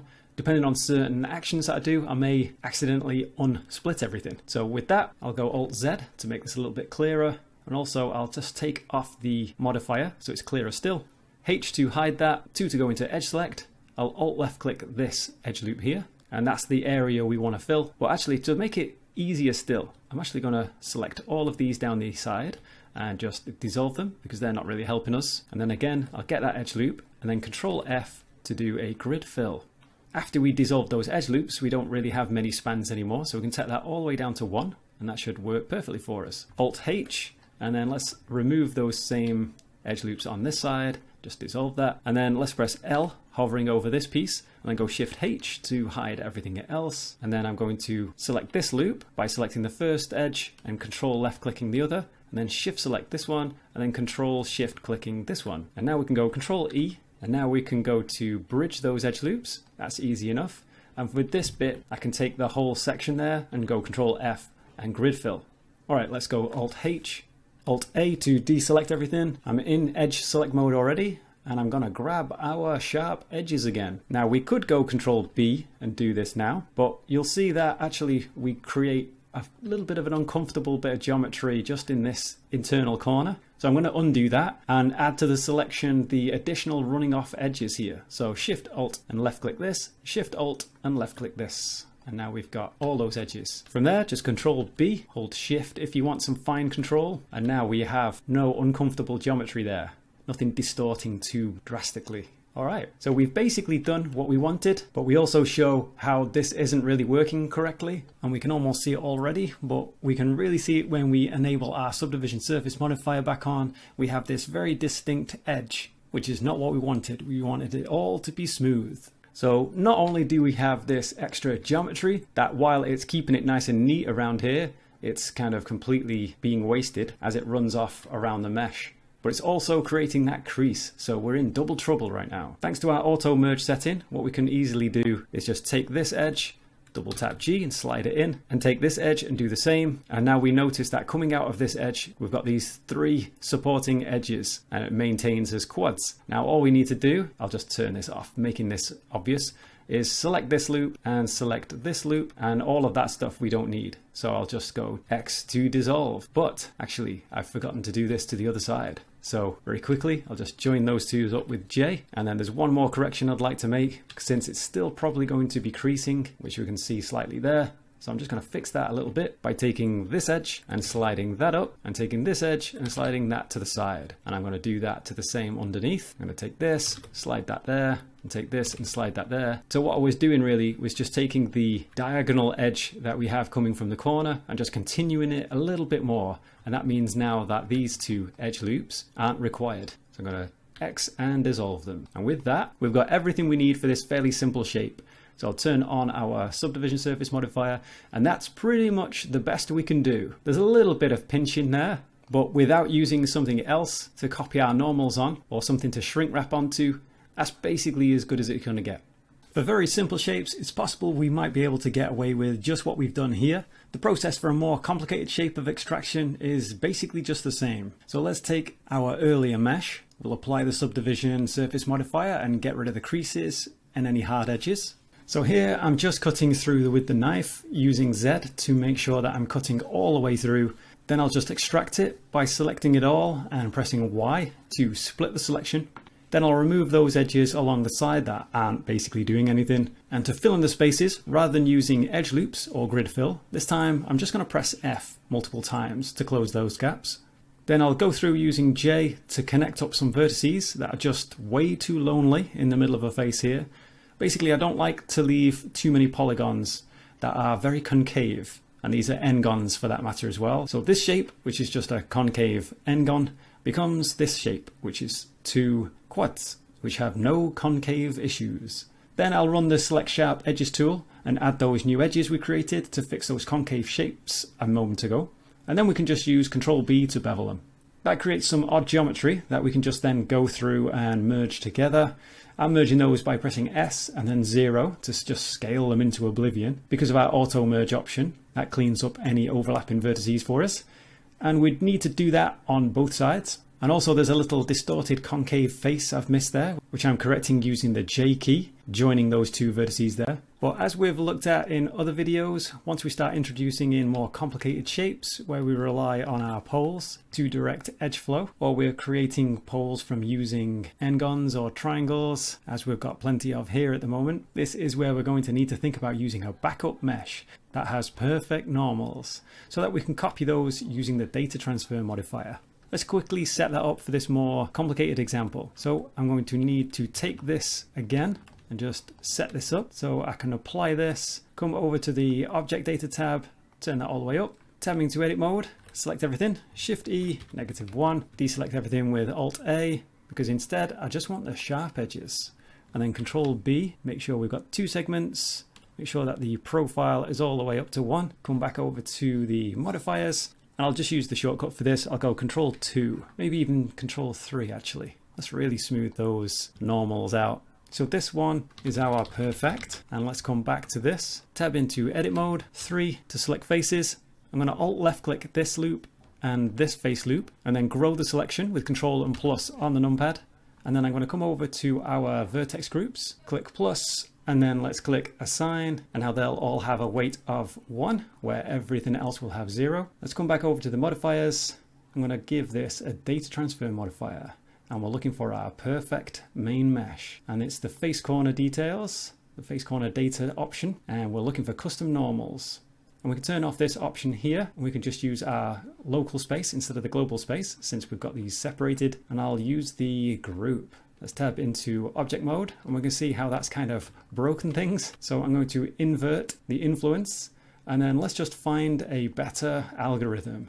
And projected face interpolated usually works pretty well. And it is, apart from the fact that I've moved this off to the side, so I would need to correct for that. I'll tab into the edit mode on this, just select this piece. I'll turn off the auto merge, and then I'll come over and put it back where it should be, which is somewhere just around over there. No need to be too precise about it. And now that should be perfect. And that's basically about it. The data transfer modifier has saved the day once more. What is the remedy for the horrible topology associated with the Blender default text, and most importantly, how to achieve a proper even bevel? Without a further delay, let's take a look. First of all, I'm going to create a text object, tab to edit it, and write something interesting like Space Ducks Rock and Roll. And we won't be editing the text properties, so let's jump straight into the modifiers and add this solidify modifier. Let's say we want to create a classic chiseled text, absolutely indispensable thing in 3D modeling and in motion graphics. But when we add the bevel modifier, the problem presents itself to us. Once we clear the clamp overlap checkbox, set the limit method to angle, and play with the offset a little bit, it becomes clear that we need to invent something to make the topology look better. Let's have a brief look at the wireframe, and I have a separate shortcut in order to do that. And you can do that as well, because we're gonna be looking quite often at wireframe. It's a nice indicator of like everything. So the wireframe, triangulated or not, doesn't feel so good, you know. We need to do something to reduce it to n-gons. Our hope lies in n-gons, you know. But first of all, I'm going to pick a slightly more exciting font, Orbitron Black, for purely stylistic purposes, but also to test a slightly different topology configuration to double check that this issue persists, and it does persist. So let's add the decimate modifier, the most unlikely solution we may have thought of. But when you think about it, it actually makes sense. We need to collapse the excessive edges, either by using the collapse function of the decimate modifier, or better yet, by utilizing the planar option of the modifier, which reduces the geometry to form n-gons, and that's exactly what we need. We still have some bugs over there, but we can make use of yet another brilliant modifier, which is the new one in Blender 2.82, called Weld modifier. It does the same thing as merging vertices by distance command in the edit mode, but it does it procedurally. So we can increase the distance just a touch to simply merge down the problematic vertices, so the bevel can go through this edge without a hitch. And the O letter shows a little bit more serious problem that unfortunately cannot be fixed in this way by utilizing the modifiers. So I'm going to remove the bevel and solidify modifiers and convert everything to mesh. Select it, right click, convert to mesh, and then add them back. So here we go, solidify, increase the thickness a little bit, and throw in the bevel on top. And unsurprisingly, once we recreate the initial conditions in which the topology issue presented itself to us, it shows once again. And now we just need to reconfigure the topology a little bit. I feel that we need to join those vertices and draw one more supporting edge over there in order to delete this misbehaving edge that messes around with the bevel. And I'll do the same for the bottom part of the mesh. Draw the supporting edges with the K for the knife tool. Now we can dissolve this unnecessary and totally unproductive edge and enjoy the reworked topology for space docks and rock and roll. Of course, the same principles can be applied not only to the text primitive in Blender, but also, let's say, more general 3D modeling situations that require dissolving geometry into n-gons. So you can put the bevel on top of it and it just works, right? So this type of wizardry can be achieved with the help of the Decimate modifier, especially consider using the planar option. For space, ducks, and rock and roll. How can I optimize a quad mesh without altering the curvature of this mesh? Well, we are going to talk about a pretty obvious method, but I think that we should repeat obvious things from time to time for the sake of scientific accuracy. So here we have a subsurf modifier and we can't remove it for whatever reason. Maybe we just need that extra geometry and extra smoothness that it gives, but we also want to keep it pretty optimal in terms of poly count. So after applying the subsurf modifier, we can go ahead, select the redundant edge loops that don't contribute to the overall shape of the mesh. That's important. So double click, X, dissolve edges. So we have thrown away a bunch of edges and the shape of the mesh hasn't changed a bit. That's what I mean when I say redundant. So after the subdivision surface treatment, we can usually go ahead and find a little bit of that sort of edge loops that can be safely thrown away. Or for example, the space surrounding the cap of the cylinder, I don't think we need extra definition in this area. So I'm selecting all the vertices over here and pressing Alt-X to dissolve them. Not delete, but dissolve. That's two distinct operations. So the idea is to give the final mesh the second treatment to optimize the poly count a little bit by removing the edges that don't contribute to the form. And here is the result. You can compare the 5K faces mesh with the 10K faces mesh. They look the same. That's the point.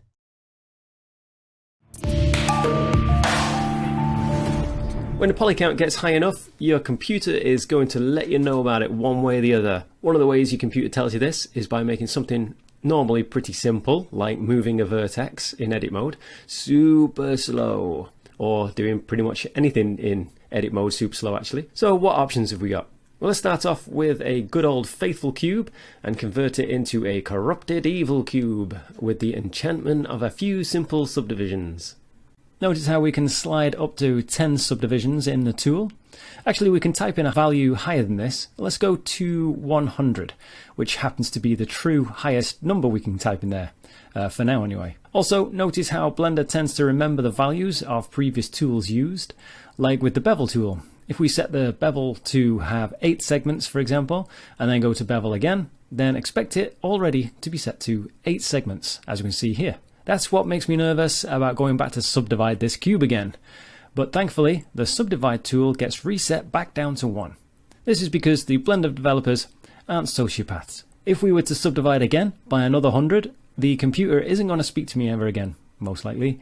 Over subdividing is one of the easiest ways to accidentally kill Blender. But at least we'd be wiser and know not to forget about keeping an eye on the poly count and recognize that a subdivision of only 1 means a jump of 4 times. So 1,000,000 triangles would then become 4,000,000 triangles. For me, about 1,000,000 triangles is where my computer starts to bring out a little bit of that silent treatment. Look at how sluggish a vertex moves here, for example. First, let's take a quick review of some things that might work visually, but don't really work from a performance point of view. So hiding everything except what you're working on. So let's say we were to tab into edit mode and then select a portion of the mesh that we wanted to work on, hoping once we go Shift H, that with the rest of the mesh out of the way, maybe things might speed up. But unfortunately that doesn't work. So let's bring everything back with Alt H. We could also try clipping planes. For example, with Alt B, we can draw out a portion of the screen that we want to see while clipping out everything outside of that drawn border. But after another test moving a vertex around, we can see it's still just as bad. So Alt B to cancel that view. In the sidebar, we'll find the camera that we're looking through's clip settings. And again, after some tweaking to get as little as possible, it's the same old story. None of this is helping speed Blender up on this high resolution model. We could retopologize the mesh, that is to say rebuild a new low resolution mesh that takes on the general contours of the high resolution mesh. For a cube that's going to be easy, but if the mesh isn't so simple then it could take quite some time. For example, let's take a look at this cool 3D scan which Gleb took somewhere around his neighborhood, I think it is. The mesh comes in at about 1 million triangles. So let's take retopology off the table for now and look at some more automated options. The main options would be the decimate modifier and the remeshes, that is to say the voxel remesher and the quad remesher. However, for this particular mesh, it isn't a sealed watertight mesh, so that kind of rules out the voxel mesher. It isn't going to do a very good job as shown on this ultra simple version of the mesh right here.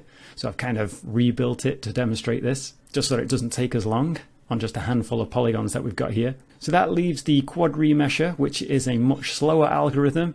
And even though the polygon target is set really low, like 10,000, it still takes too long, in my opinion, or it might freeze up, or it just glitches out in some places. Our best hope with this sort of mesh, I think, is the decimate modifier.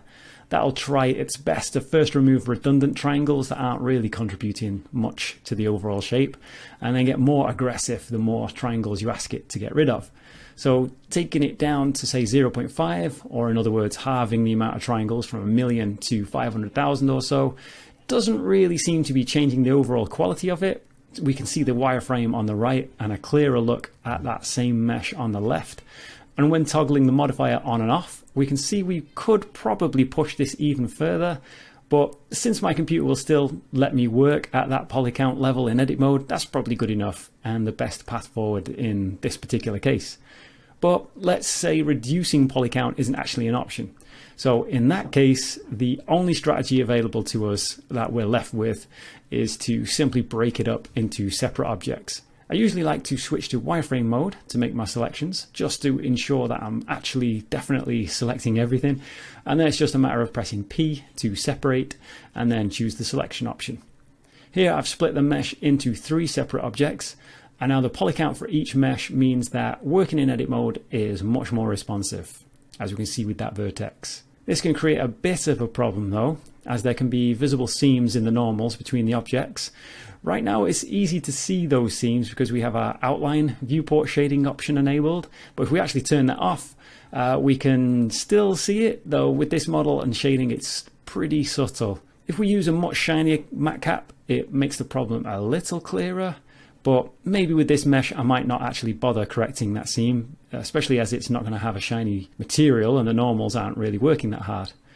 So let's take a look at another example to show a kind of worst case scenario and a potential fix for that situation. So I'm going to tab into edit mode, right click and subdivide this plane. And if we take that up to 10 and take a look from top orthographic, you can probably see that there isn't actually a vertex right in the center, which I want. So I'm going to take that to 11 and that should be good to go. So I'm going to grab that middle vertex, turn on our proportional editing and press G and then Z and just raise that up. Tabbing into object mode, we can see it's pretty faceted. So right click and shade it smooth, and I will just leave that as it is. Next, I'll go Shift D to duplicate that, Z and just lift that up a little bit. And let's work on this one. Let's say we're going to divide this right in the center. So I'm going to grab all of these and press P and separate that selection. And now we have these 2 separate pieces. If we take a look in our shading view, we can clearly see that seam there now. And again, we don't have our outline shading enabled there, so it's nothing to do with that. And this just gets more extreme depending on how we're visualizing this. With various matte caps, you can really push this compared to how it should flow on the one below that we can see. Now the reason this is happening is because of the normals on the mesh. So let's visualize those by coming down and checking this middle option here, the display the split normals. And you can see at all the places where it actually looks fine, it's just this one kind of magenta straight line poking out. Whereas over here we've got 2, and that's basically creating our seam. Now, if we were to take both of these objects and join them together with Ctrl J, we're still no longer going to be merging them because, after all, if we grab one of these vertices and turn off our proportional editing, we can see that these are actually completely different vertices. They just happen to be sitting on top of each other. So if we were to grab them both and press Alt M and merge them by distance, we can see now that that's corrected that issue. Now, unfortunately, we can't come to our mesh and normals menu and find a fix from here. It seems like it should be possible, because if we say, for example, take this vertex and go Alt N, let's use the shortcut, and then simply copy that vector over to this one and paste it, we can see that we've corrected this one now. Let's take a look at it in the shading. That isn't ideal though. What we would really want to do is to be able to select them, go Alt N, and then do some merge by distance. But unfortunately, we can't currently do that. What we're going to want to do instead is take all of these vertices that we know are going to be affected, and I'm going to add them to a vertex group. So let's just call this normals fix, and then assign a weight of 1 to them. If we tab into object mode and go Control Tab and take a look at our modes here and switch to weight paint, and I go over to solid shading, we'll see that all of those vertices down the middle there have got a full weight of 1, and everything else is at 0. And we can see a fade from red to blue as it reaches its neighboring vertices. Control Tab, back into object mode, tabbing into edit mode on this again. I'm actually going to press Z to take a look at wireframe, and now we could separate this into a separate mesh, or I could just make sure we've split everything with Y while it's all still part of this plane.001. I'm keeping it one object for now so that I don't need to do the next parts twice. We will be eventually separating this part into another object though, of course.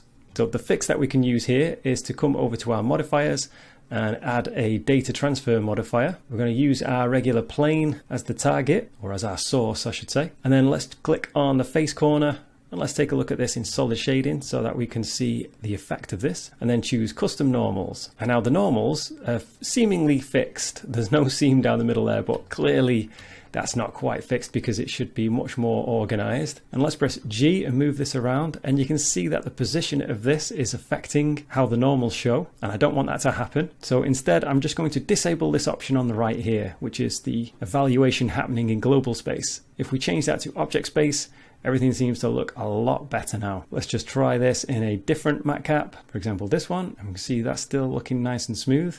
If we toggle the modifier on and off again, we can see that fix taking effect. Now, one downside to this is that you might be thinking, especially if we had that massive scan with millions of triangles, is that we're really inflating our scene because we've essentially got copies of that whole mesh. Now, instead of that, what I'm going to do is take this edge loop in the center here. This is the only one that we're really needing, and then go Control 3 to grow that to the faces that are involved in that. And then I'm going to go Control I to invert the selection, and then just X and delete those faces. And now we can see that the normal suddenly shifted there in a way that they shouldn't. It's only the normals in the middle that we want to correct, and that's why we have our vertex group. So I can just come over to this area and plug in our normals fix. And now when we toggle this on and off, we should only see the normals changing right in the center. That way we don't have to have as heavy a mesh hanging around in our scene to just help with this little correction here.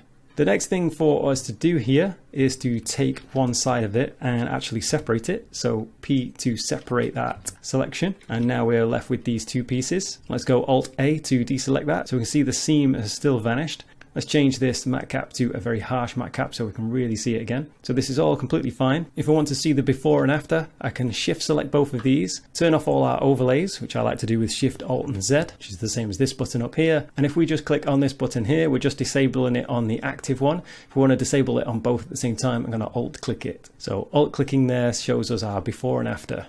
If what we want to achieve by moving our verts around isn't too complicated, then we could probably rely on some sculpting. Sculpting is, after all, designed for this kind of thing, moving the verts around of extremely highly dense polygonal meshes. It isn't going to be as precise as mesh modeling, but it might do what you need. Let's try jumping into sculpt mode. Let's zoom in on some of these areas here. These might look like little chips in the wall, but they're actually vertex problems. Let's in fact clean up the view a little bit by coming over to our viewport shading, turning off the cavity and the shadows, and I'll just zoom in even further here. So we'll notice this area and this area. Let's press T to open up the tool shelf, and I'll left click and drag this out so we can see the names for everything. What we could do is switch to our smooth brush, and then we could start to smooth that out, which is basically relax the position of that vertex, which is just what we want in that case. I don't tend to jump over to the smooth brush though. I just keep it on whatever it is already, and instead hold down Shift as we left click across what we need. So let's find another place like up here I'm just going to hold down Shift and left click across it just to smooth those out. The other thing that it's worth noting is that by default, when you jump into sculpt mode, it's usually always acting in symmetry, and I don't want that, so I'm going to switch that off up there. And over here we've got our wireframe toggle, or we can set that to a hotkey. I've got that set to the semicolon key, and then we can just left click and drag on all of these different places. Now, it would be better to go into edit mode and actually run some kind of proper cleanup on this, but here we're just trying to focus on being able to manipulate our vertices on a very highly dense mesh. Another very typical tool could be the grab tool, so we can left click and drag that around, and as you can see, that's acting very, very smoothly. Instead of it moving around in relation to our view here, let's just move it straight out along its normal by coming over to the normal weight, cranking that all the way up, and then there we go. And there are actually a few basic manipulation tools down here. For example, the move, rotate, and scale, or we can jump into our transform tool and get all of those in one go. By default, the gizmo will be at the position of the object's origin. That is to say, this position right here. And the orientation we can find up here, which is just set to the default at the moment, which happens to be aligned to the world. So what we could do is we could take our box mask, we could left click and drag across this area here, invert the mask with Control I, and then jump over to our move tool in order to move that section. And we'll see that that moves really fluidly and it's very, very responsive. Of course, the main problem with that is where this gizmo is placed. Now, there's another way to kind of do this, which is to come over to our mask settings and we can see our expand mask by topology. So if I bring my cursor to where we have our little rectangle there and press Shift A, as I start to move the mouse now, we can see our area growing or shrinking. And then when I left click to confirm that, we can see that little gizmo has moved to that place now. If we didn't want the mask, we can just go Alt M and clear it, and notice that the gizmo still stays there, which is pretty cool if we're looking for something in particular. So I can switch to the mask, turn the strength all the way up, and just mask out this area, for example, or maybe hold Control and just create this kind of shape in the center of it, and then switch to the move tool, and we can see that gizmo is still roughly in the same place that we had it before. In fact, let's be a bit more sensible there and invert that with Control I, and let's maybe push that into the wall a little bit. And again, we can clear the mask with Alt M to get a good look at what we've done there. So if we're really drowning in polygons, maybe the sculpting mode, which is designed to keep us afloat in a sea of polygons, might be the answer. Otherwise, divide and conquer by separating into smaller pieces, and if we can't choose logical places to place the seams, then we might need to do some normals trickery with the data transfer modifier. This is definitely one of my favorites, extremely fun issues that we may encounter in computer graphics. Basically, it goes like this. The viewport starts behaving so strangely that it's no longer clear what's going on with the scene, with the file, with the model. The entirety of your 3D objects go completely haywire. The polygons pop in and out of existence, everything fluctuates, the Z depth, which sorts out the drawing order for the video card, no longer makes sense, and later on you notice that there are no modifiers and stuff like that that could possibly cause this corruption. And then by accident you discover that clip start and end parameters of the viewport are a bit extreme. The end value is something like 80 trillions, something like that, and the dimensions of the object, look at that. Basically, this Utah teapot is truly intergalactic in terms of its size. What we notice here, my friends, is the floating point precision error. Welcome to the world of the floating point arithmetics. We can make objects a little bit smaller, so Python doesn't have to calculate this insane amount of decimals and number with such precision, and it doesn't run out of digits while doing that. But wait a moment, after scaling our teapot, we entered some kind of a quantum realm where things got really ambiguous and really weird. Well, we usually don't expect computers to be entirely accurate, and usually the floating point precision doesn't present itself in such a clear way. But when we do something insane and we scale our objects to crazy proportions, or for that matter, if we move them too far away from the center of coordinates, we simply get hit by the floating point rounding error in the face. The programming behind Blender can no longer provide us with more or less accurate vertex coordinates and stuff like that. So, for example, what happened in this particular scene and why we are enjoying the quantum effects is that we placed the cube accidentally far away from the 0, 0, 0 center of coordinates. Now to fix that, we can simply snap the cursor to world origin and then go Shift S, selection to cursor. Now I'm going to press dot on the numpad to re-enter our comfy and completely predictable 3D modeling space, where floating point precision error doesn't really matter anything, you know, just because it's close enough. It's good to be back. To celebrate it, let's give the teapot a green material. Let's double check the location and the dimensions to make sure that no surprises are waiting for us. And that's it, my fellow space-time travelers. That one is easy, but we still need to talk about it. How do you even move a compound object made of many different objects? A typical use case would be a complex web of interrelated Boolean operations on one mesh, and it's completely understandable that it isn't immediately clear how to even approach translating this main spherical object. Because once you grab and move it around, it loses the connection with all the modifiers and procedural stuff associated with it. A very easy workaround is to create an empty object. I'm calling it master of booleans. Then select everything that we would like to see included into this group. Here I'm spending extra time to make really sure I selected everything, because it's really easy to miss something. Then hold Shift and select the empty. Right click, parent to object. And now we can use this master empty object to manipulate the entire group. And that's pretty much it. That's the solution. Not everything has to be complex, right? Then we can change the display type of the empty object, set it to whatever you wish, arrows, cube, whatever. We can even go as far as setting up our custom empty, if you want a stylish solution, I guess. But the point of setting things up like this is to retain the legibility of the scene once it grows in complexity. You may even want to build the hierarchy of empty objects parented to each other.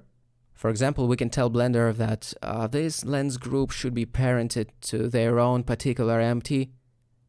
Let's do it. Right click, parent object, or just hit Ctrl P on the keyboard. Alright, and then we simply go ahead and extend this organizational principle to the rest of the scene until they build the sensible hierarchy of empties. 3D modeling in a broader sense is not just pulling vertices around, it's creating a complex structure of objects and building hierarchies and stuff like that. And so here I'm parenting everything to this kind of a super important empty, and we can easily move this constellation of objects. And one last thing that I wanted to share with you is that I really hate seeing relationship lines drawn. And guess what? They are drawn by default. As for me, it kind of ruins the elegance of the hierarchy that we have set up. We can disable those pesky lines.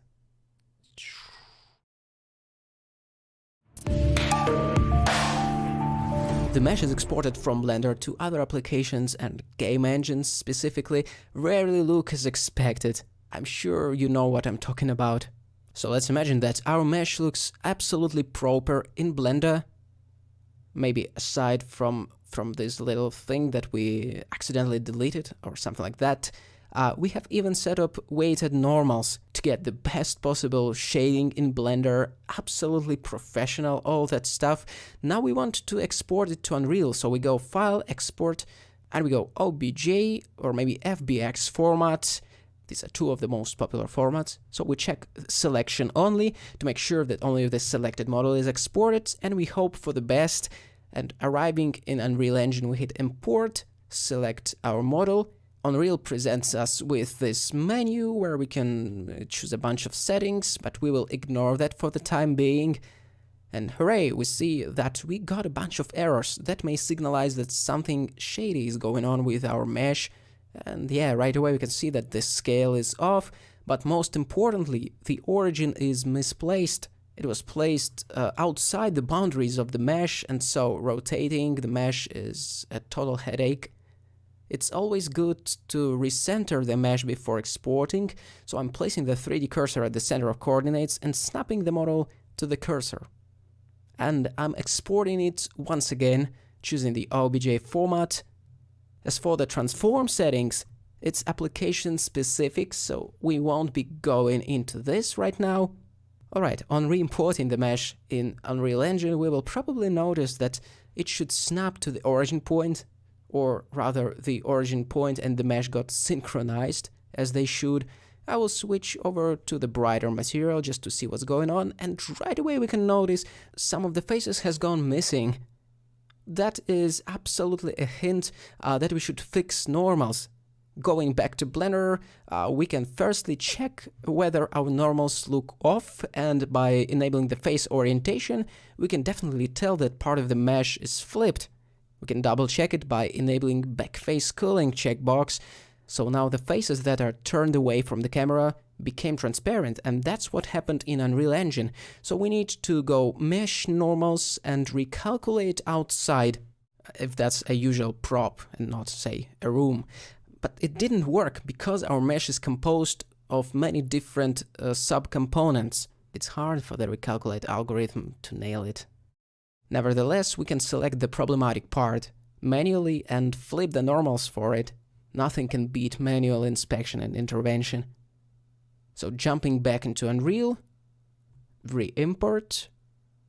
Now the normals should be fixed, but the shading looks completely off. And that really triggers me, because we have set up such an awesome shading in Blender with the help of the weighted normals modifier. It was such a Star Citizen or Alien Isolation look, totally professional set of normals. How can we transfer it to Unreal and to other applications for that matter? Revisiting the export settings, we can now go over to the Geometry tab over there, and here we have the Apply Modifiers checkbox, which is absolutely crucial for the correct export operations, and the Right Normals checkbox, which may come in handy as well. The logic behind this is that we first need to apply the modifiers, the weighted normals modifier, and then we will get the correct set of normals presumably, and that's exactly what happened. And now look at this, the interaction between the material, which is slightly glossy, and the lighting is absolutely delicious. We made it! We have a moment to enjoy this small victory before plunging into even more problematic things.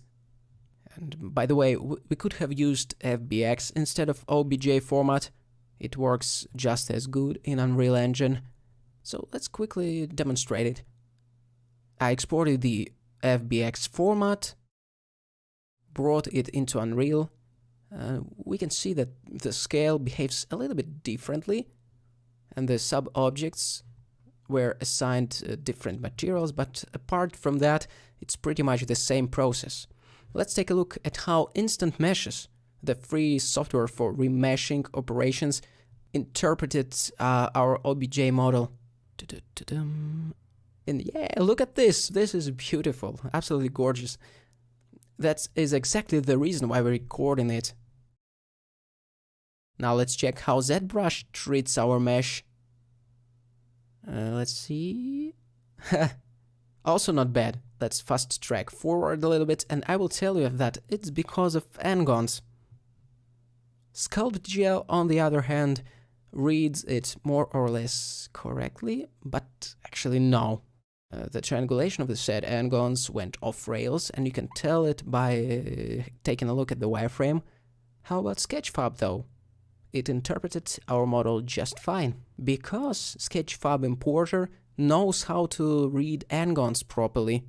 Kudos to Sketchfab for that. Jumping back into Blender now, our mesh is absolutely full of N-gons. We can tell it by taking a look at the faces with the number of vertices higher than 4. That is the definition of N-gons.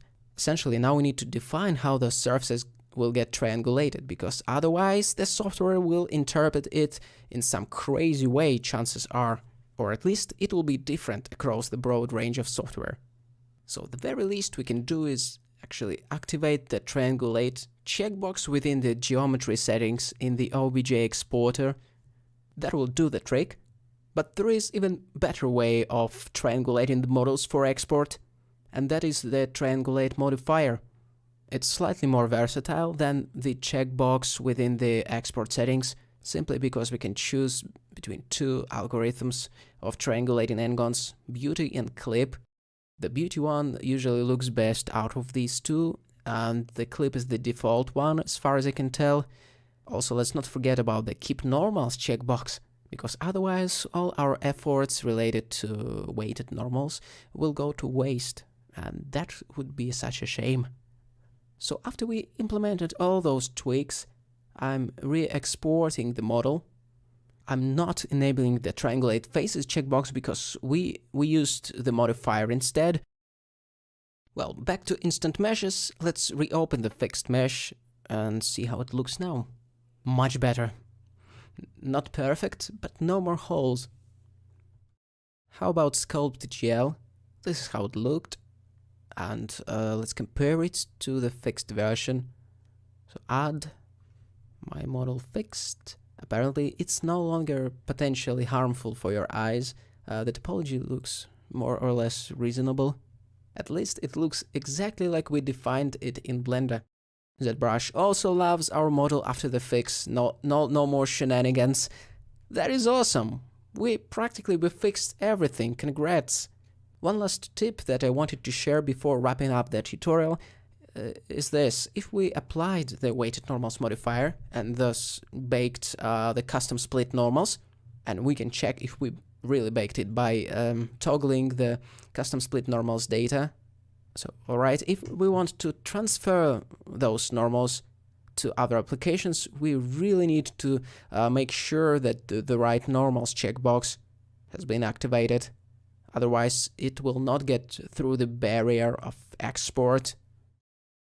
But as we all know for sure, the wrong model in the right place can make all the difference. The life is good, but how do I model these detailed cutouts? Like this, for example. I see it literally everywhere, but I don't know where to start, and the subdivision workflow doesn't give me the results I want. This looks spectacular, by the way. Oh, thank you very much, actually. I also think that looks great and gives me the 80s nostalgic vibe. And let's try to unpack the modeling strategy in a few minutes.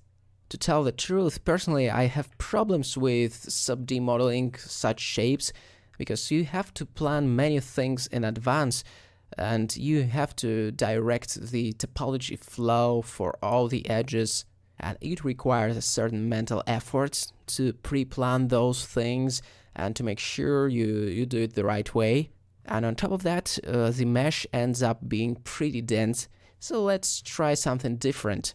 Let's start with the plane, bevel the corners a little bit by hitting Ctrl-Shift-B.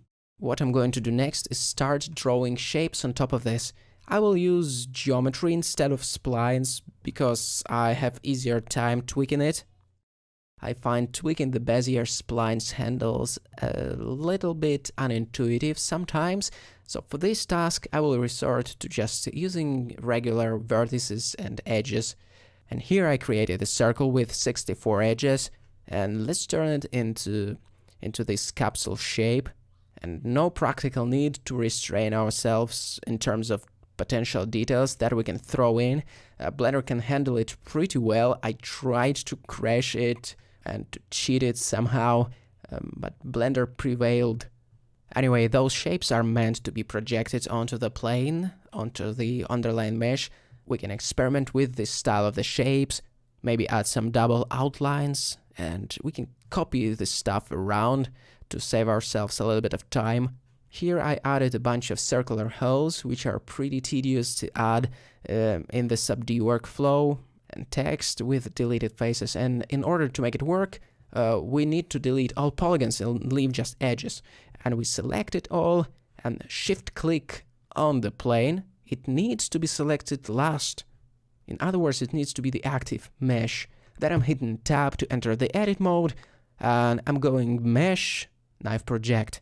And what is crucial, we are using the top orthographic view for projecting those details. That's really important. It's easy to accidentally start projecting from the perspective view and it will be a mess. And as you can see, everything went well and we have successfully projected all the shapes that we have designed for this asset onto the main mesh. Wow, it's awesome. And from here we can either separate those things and design them as separate meshes, or we can extrude, inset, and just tinker around with the geometry to add a little bit of depth to this thing. And I find it to be extremely liberating to work in this what you see is what you get fashion. You design the shapes as you see them without the additional step of Catmull-Clark subdivision, and then you just slap it onto the geometry. Of course, it requires a certain degree of responsibility, but just make backups so you can roll back and repeat the process with slightly different shapes. So yeah, that's how this detailed panel cutout look can be achieved in Blender. How can I rotate the topology by 45 degrees while retaining the form? For example, here we have a perfectly quad-based geometry, a cylinder, and now we can select a vertical edge, go select similar, direction to select all vertical edges, and then right-click, rotate edge clockwise. Done. But like everything in computer graphics, this problem has many solutions. Let's try something a little bit different. I'm gonna select all the polygons by pressing the A hotkey. Right-click, poke faces. This has created a nice diagonal pattern. Now we just need to delete all the redundant edges. I'm selecting all the vertical edges with help of select similar, direction, and I'm dissolving them. Now we need to do the same for the horizontal edge loops. Shift G, select similar, face angles in this case, then X and dissolve edges. This should get the job done. But we have even more methods at our disposal. Let's take a look at some of them. Modifiers, add the triangulate modifier. The direction of the newly created support loops or edge loops can be altered within the modifier settings. But anyway, after we applied the modifier, we can do the rest of the job. For example, dissolve the redundant geometry. And that's not everything. Lastly, I wanted to show you my favorite method, which involves the decimate modifier, switched over in the onSubdivide mode. OnSubdivide, how does it relate to rotating the edges? But anyway, once we set the iterations to 1, you can notice how all the edges got rotated by 45 degrees, just what we want. But also the poly count changed, it was cut exactly in half. And now we can start experimenting with all kinds of wonderful insets and insects, like trypophobia. That somehow relates to insects. Yeah, but how to model a structural frame? Let's have a look. It may seem like an easy task, but actually modeling a frame has its own set of very intriguing difficulties. If we take a look at a generic frame, we will notice that it has the primary shape, which is this general curvature, and on top of that, this primary shape is subdivided into a set of secondary shapes that actually create a frame. And it can even have a profile, which is kind of tertiary details showing up. And the tricky thing about this structure is that tertiary and secondary details shouldn't spoil the primary shape and pinch the geometry and all that stuff. So let's try to figure it out. First of all, I will create sort of a scaffolding for the frame. It'll be a pretty simple subdivision surface, which will serve, as a scaffolding to hold the main frame. And in some sense, this will serve as the primary shape, on top of which we will improvise the tertiary and secondary details. So it shouldn't be complicated. It will serve just as a guideline for the rest of the modeling process. So I've added a few levels of subdivision surface modifier, and I think that a few edges could use a little bit more creasing, and you can crease edges by selecting them and hitting Shift E, and then controlling the amount of tightening up with the mouse. So after building this sort of a basic carcass, I will now duplicate the mesh, move it up a little bit, so we can see this one, and I will name it target, because it will be the target for the shrink wrap effect. And finally, let's switch the display mode over to wire and enable optimal display checkbox within the subdivision surface modifier. This is just the scaffolding, remember? And the top object, I will call it mesh_01, whatever. This will be the main frame. Now when we set up the guide mesh, it's time for actual modeling. First of all, I will enlarge the main mesh just a little bit so it fully covers the scaffolding, and then I will jump over to the modifiers and add the shrink wrap modifier in.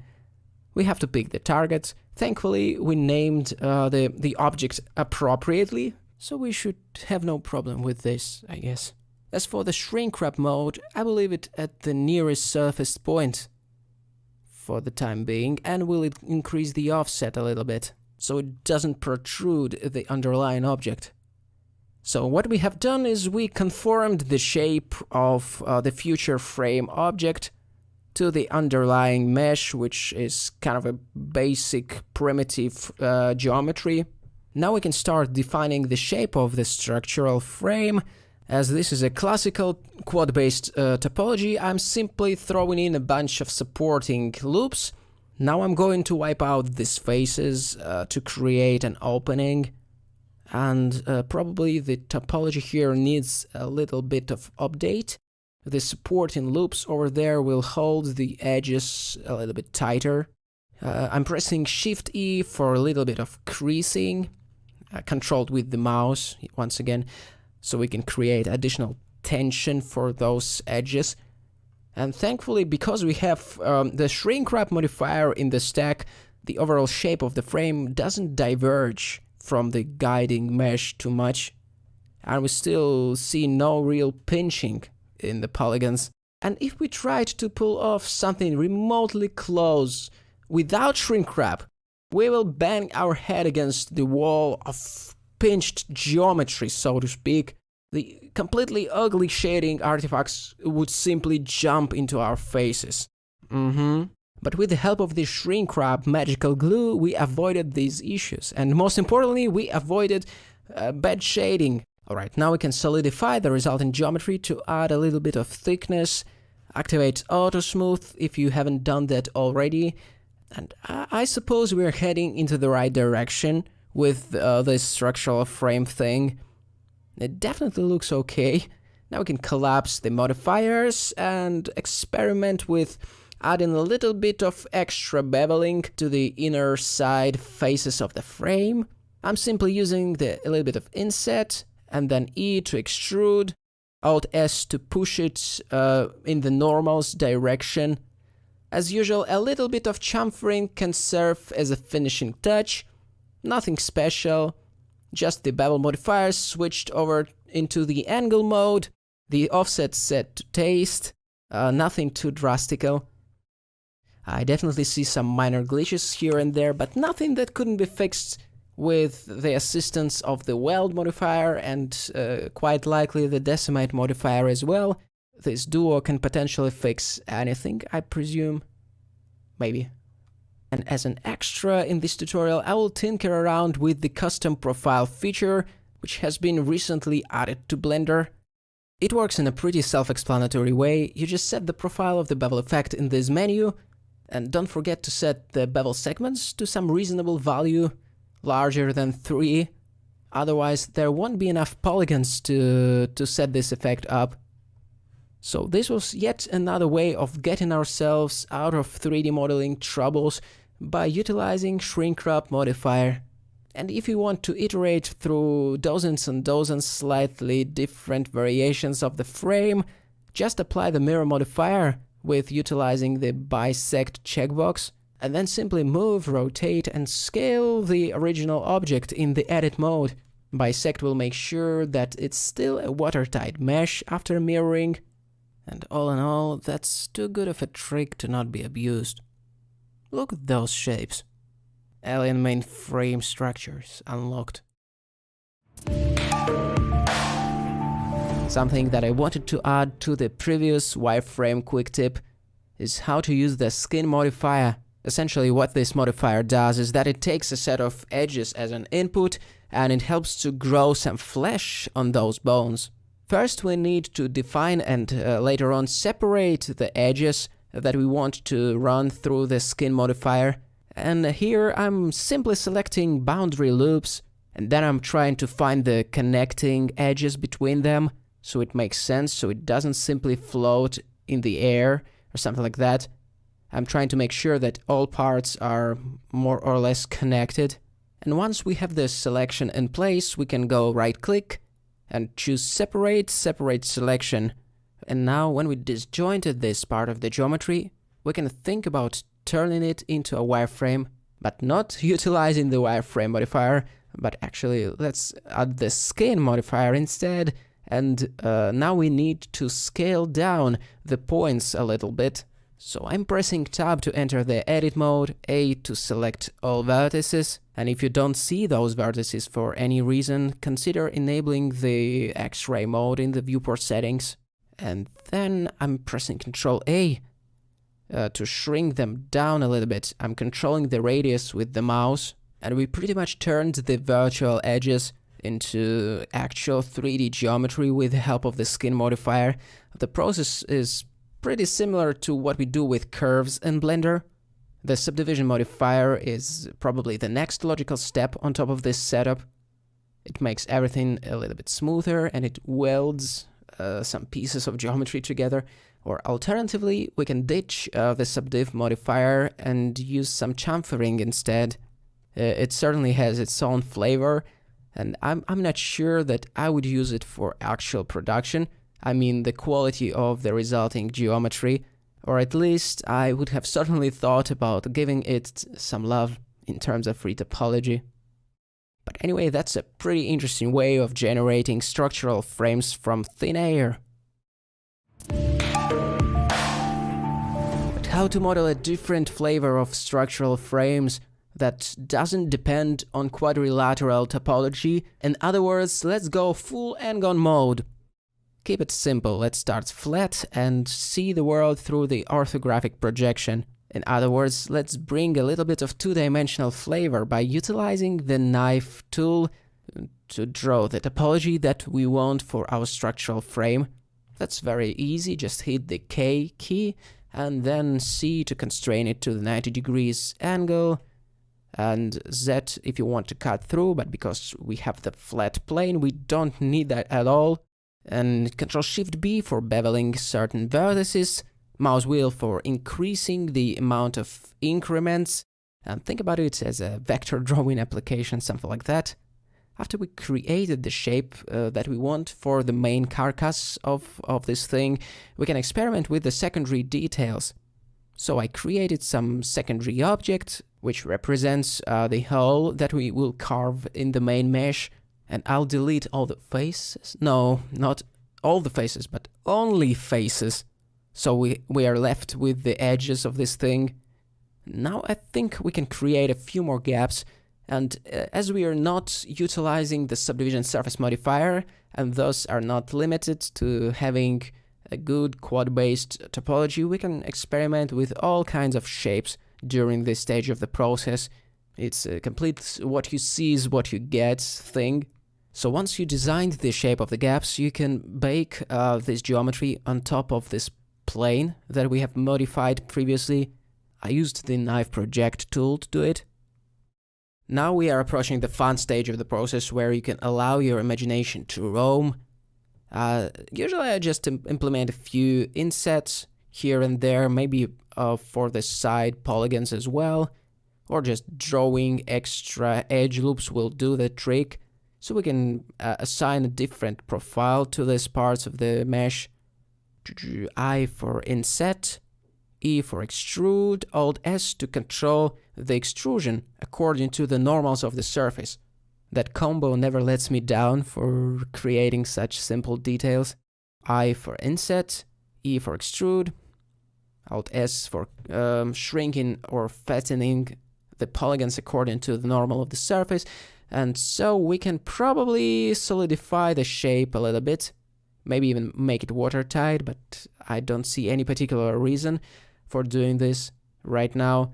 I think it looks good enough. I like this flavor of creating wireframes and stuff like that. As a finishing touch, we can spice it up by rounding the edges just a touch. And among the potential ideas of where to take it further if needed, I like the idea of experimenting with mirroring this shape. I wonder if you agree, it's so satisfying to be able to bisect the geometry alongside the mirror line so it retains the structural integrity.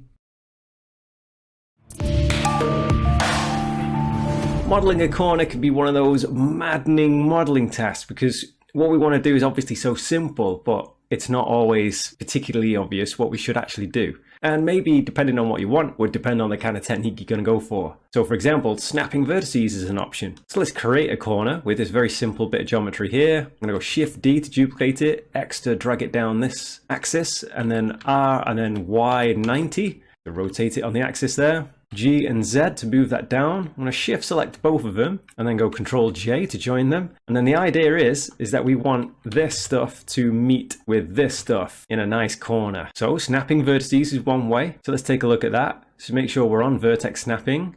And then I'm going to go G and Z, hold down Control to toggle our snapping. I'm going to just indicate to that vertex because that's how high I want it to be. Alt left click this loop and then G and then X. And then I'm going to hold Control and snap it to that. And then notice because we've got our auto merge option set there, if I press G now, it's going to move the whole lot. It's automatically welded it for us as soon as those vertices are overlapped. Now I'm going to hold the middle mouse wheel to rotate around the view and then hold Alt just to snap it into this front orthographic view. Then I'm going to press Z to come into wireframe, 1 to hit our vertices, and left click across these. And what we want to do is we want to go G and X, and then hold Control to indicate to those, and then do the same with these. G, Z this time, hold Control, snap them up, and then we have our perfect corner.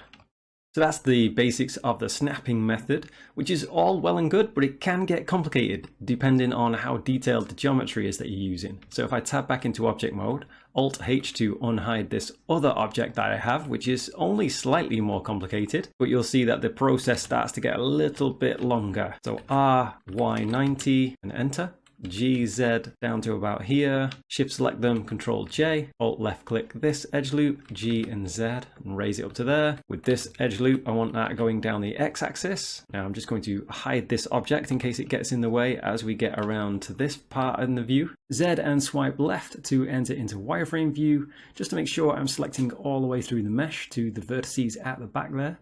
And then G and Z, hold Control to snap to the height of this vertex. GX to there, GZ up to here, GX over to there. Let's check it out. So again, that's not particularly painful, but as you can imagine, the more and more detailed the geometry here, for example, maybe the geometry looked a little bit more like this. Now suddenly it's going to take us a lot longer to get that sorted since we have so many more vertices along this edge to have to go through and snap. So that was snapping, which is all well and good, but it can get complicated depending on how detailed the geometry is that you're using. Let's take this as an example. I'm going to Shift D, duplicate that, R, Y 90, enter, G and then Z, bring that down, join these together. Let's bring that up a little bit and let's bring this one a bit closer in. So with this going through snapping every edge is going to take us quite a bit of time. Unfortunately, we can't grab, say, this edge and just start rotating and moving it up. And the same with this side, because I'm sure you can see that as we start to rotate things, we're going to lose our thickness. It's not going to be uniform throughout. So we're going to need to undo that. It would be great if there was just a one-click solution, something like selecting both edge loops and then going Control E and then bridging those edge loops, kind of like this, especially given the extra options that we have here and the different interpolation options that we have, which yield okay results. But if I wanted a nice sharp corner, that's not really going to happen. Selecting the merge option, again, we're going to get that squishing in around that area, which we don't really want. So I'm going to undo all that and we're going to look instead at the shear tool. This is going to be really good if we want just a simple 45-degree miter. We can find this tool in the mesh menu and we can go to transform and then shear. And you can see the shortcut there is Shift, Control, Alt and S. Once we do that, we can see in the top left, we have our X and Y that we could press to toggle the axis. This is the correct axis for us. And all we need to do is to bring it to about here. So luckily it's very easy to do our 45 degrees because we can just hit the number 1 and then enter, and that's that one done. And then this one, so let's do the shortcut key, Control Shift Alt and S, and we can see it's not moving on the correct axis. So let's press Y and then type in 1, which has gone the wrong way. So I'm going to hit a minus to invert that and then hit enter. That should be all good to go. Now I'm just going to move these into position. So G and Z, and then hold Control, gestures there. Alt left click this loop, and then G and then X, and then highlight to here, which is not quite the right one we want in this case. I'm going to go to the very, very top one, just there. And that snapped it perfectly into position, which has then welded it all automatically for us into one sealed corner. And that is way faster than having to do all that manual snapping. And then from there, we can bevel that and get more control of the corner with the bevel settings, or just leave it nice and sharp. For a simple 90-degree corner here with like a 45-degree mitre, there's another tool that we can use, which is going to make things quite easy for us. So I'm going to rotate with the middle mouse and then hold Alt to snap into the front orthographic view. Tab into edit mode, Z and take a look from wireframe. And then for this, I'm just going to use the knife tool. So I'm going to press K, and then note at the bottom, we have a whole load of options with this tool. I'll start with Z to toggle on the cut through option so that even faces at the back of the model as we're looking at it here, we'll still get cut. And then I'll press C to constrain the cut along these lines here, one of which will give us that 45-degree cut that we're looking for. I've not started that cut in the right place there though. So I'm going to right click to cancel that and press K about here, then indicate to about here. Z to cut through, C for the constraint, and then left click and then hit enter. And now that perfect 45-degree cut is done. Let's do that in this. K, left click from here, press C to constrain it, Z to make sure we're cutting through. So it doesn't need to be in a particular order there, as long as we just do those actions at some point. Hit enter to confirm that, and then we're all good to go. I'm going to grab these loops here and then just press X and delete those vertices. And then again, it's just a matter of simply snapping these together. Let's recap over the problem of modeling corners. We need to find the right angle of our edge flow, as that will affect the thickness of the geometry that makes up our corner. If we, for example, did a clean knife cut at some angle and then extruded out that geometry along its normal, we'll notice that the size of what comes out isn't going to be the same as the size that goes in. And that just becomes more obvious the more extreme the angle is. So let's give ourselves yet more options to do this without skewing our angles or sizes. I'm going to take this piece, which is just a duplicate of this piece, and press G and hold Control so we can snap it right next to each other. And now what I'm going to do is use a screw modifier to create just this space in between. So I'm going to tab into edit mode, Alt left select this edge loop, and then press P to separate that. And now we have a separate object here. Tab into edit mode on that, and I want the 3D cursor to here. So I'm going to go Shift S and then cursor to the selected. We can't actually see the 3D cursor at the moment, so let's enable that again, just for clarity here. And then for this object, I'm going to right click it, set origin to the 3D cursor. That's important because the screw modifier is basically going to create segments around a particular axis. And in our case, it's the Y axis, as we can see here. And it'll create all the geometry we need to fill this gap. So let's go Control Space, minimize out of there, come over to the add modifiers. And I'm going to add in a screw modifier, and let's choose the Y-axis, and let's just change that to 90 degrees. And in fact, we need that to be minus 90 degrees. The faces are flipped at the moment, which we can easily tell if I turn off back face culling and instead use the face orientation as an overlay. So this red is screaming at us saying that maybe something's a little bit wrong. But we can see that anyway because of the shading. So I'm going to take the back face culling back on again and set this to flip. Or we could do that by recalculating the order there. And the reason the normals still look a little bit crazy is because we have our smooth shading on, which actually I do want on. And the way I will control the normals is by coming over to this tab and choosing auto smooth. Let's jump back over to our modifiers, Alt A to deselect that. And now we have a nice corner.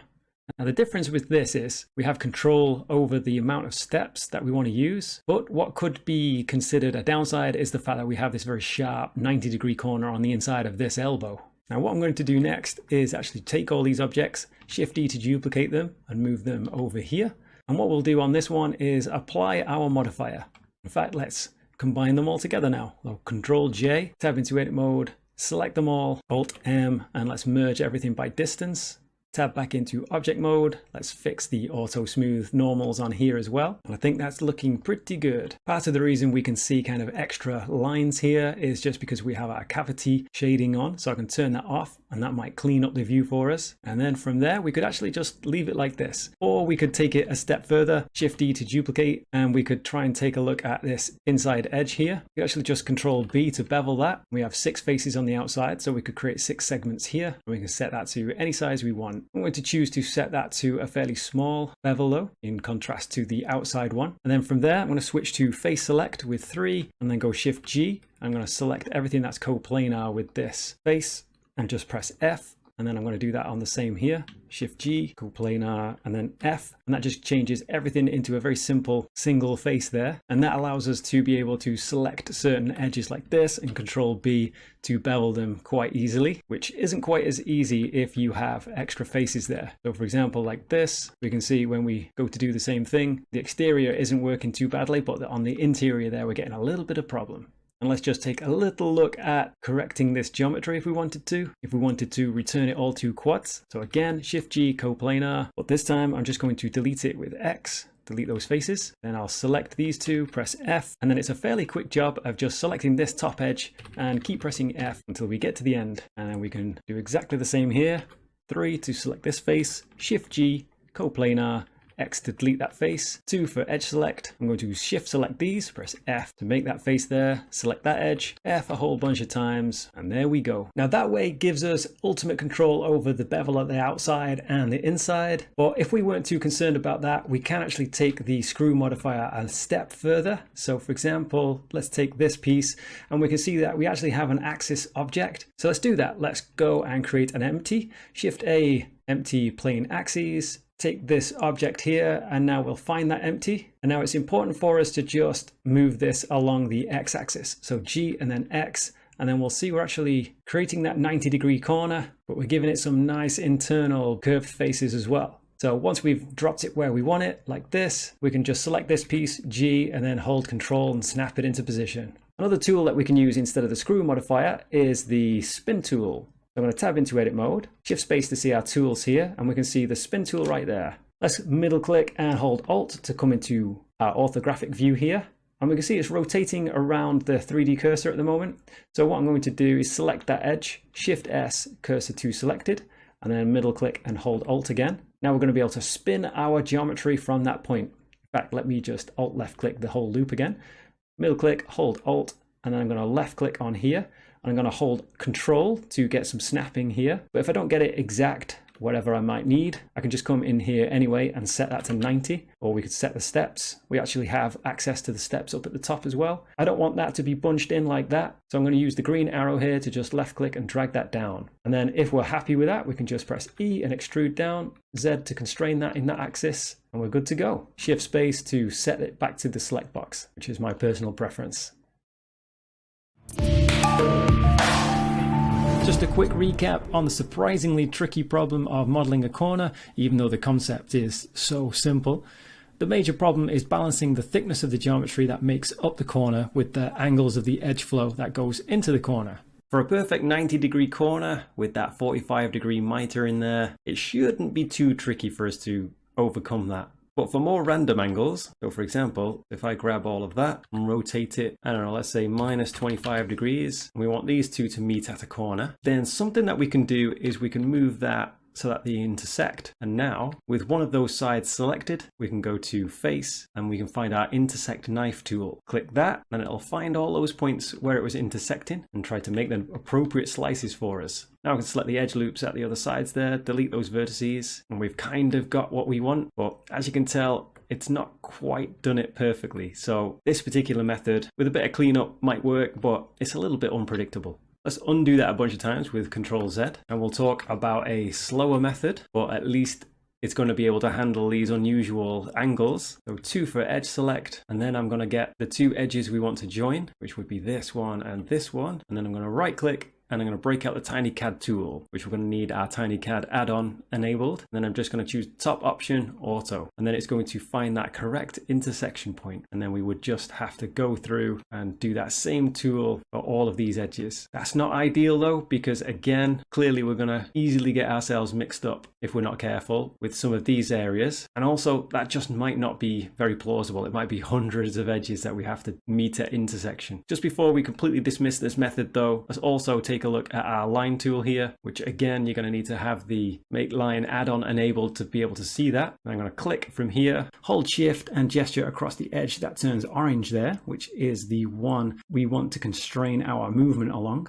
And then I'm going to select this edge and click again, hold shift to constrain it along there. And now we're going to be able to meet that edge that we just made. Let's go back to this and select these two edges. And then I'm just going to delete them. So there are tools available to be able to find that correct intersection point, and we can build our geometry that way at these unusual angles. And at least it's controlled, but I think it would be better to rely on a different method, especially the more complicated the geometry gets. So this final method is probably the best, but it just needs a little bit more setup. And if this was part of some other elaborate model, then we're going to need to separate this section for a moment and then join it back later. So let's ride this cool tool out of hell. So actually all we need is the mirror modifier, and we need a mirror object. So I'm going to go Shift A and add in an empty. Now first of all, what I've done is I've made sure I've selected these vertices here, Shift S, cursor to the selected, to just make sure the cursor is at that point. And then when we add the empty, it's going to show up there. But the absolute precision of that isn't that relevant, as we'll see in a moment. So now I'm going to pick the mirror object, which is this empty. And now when we take this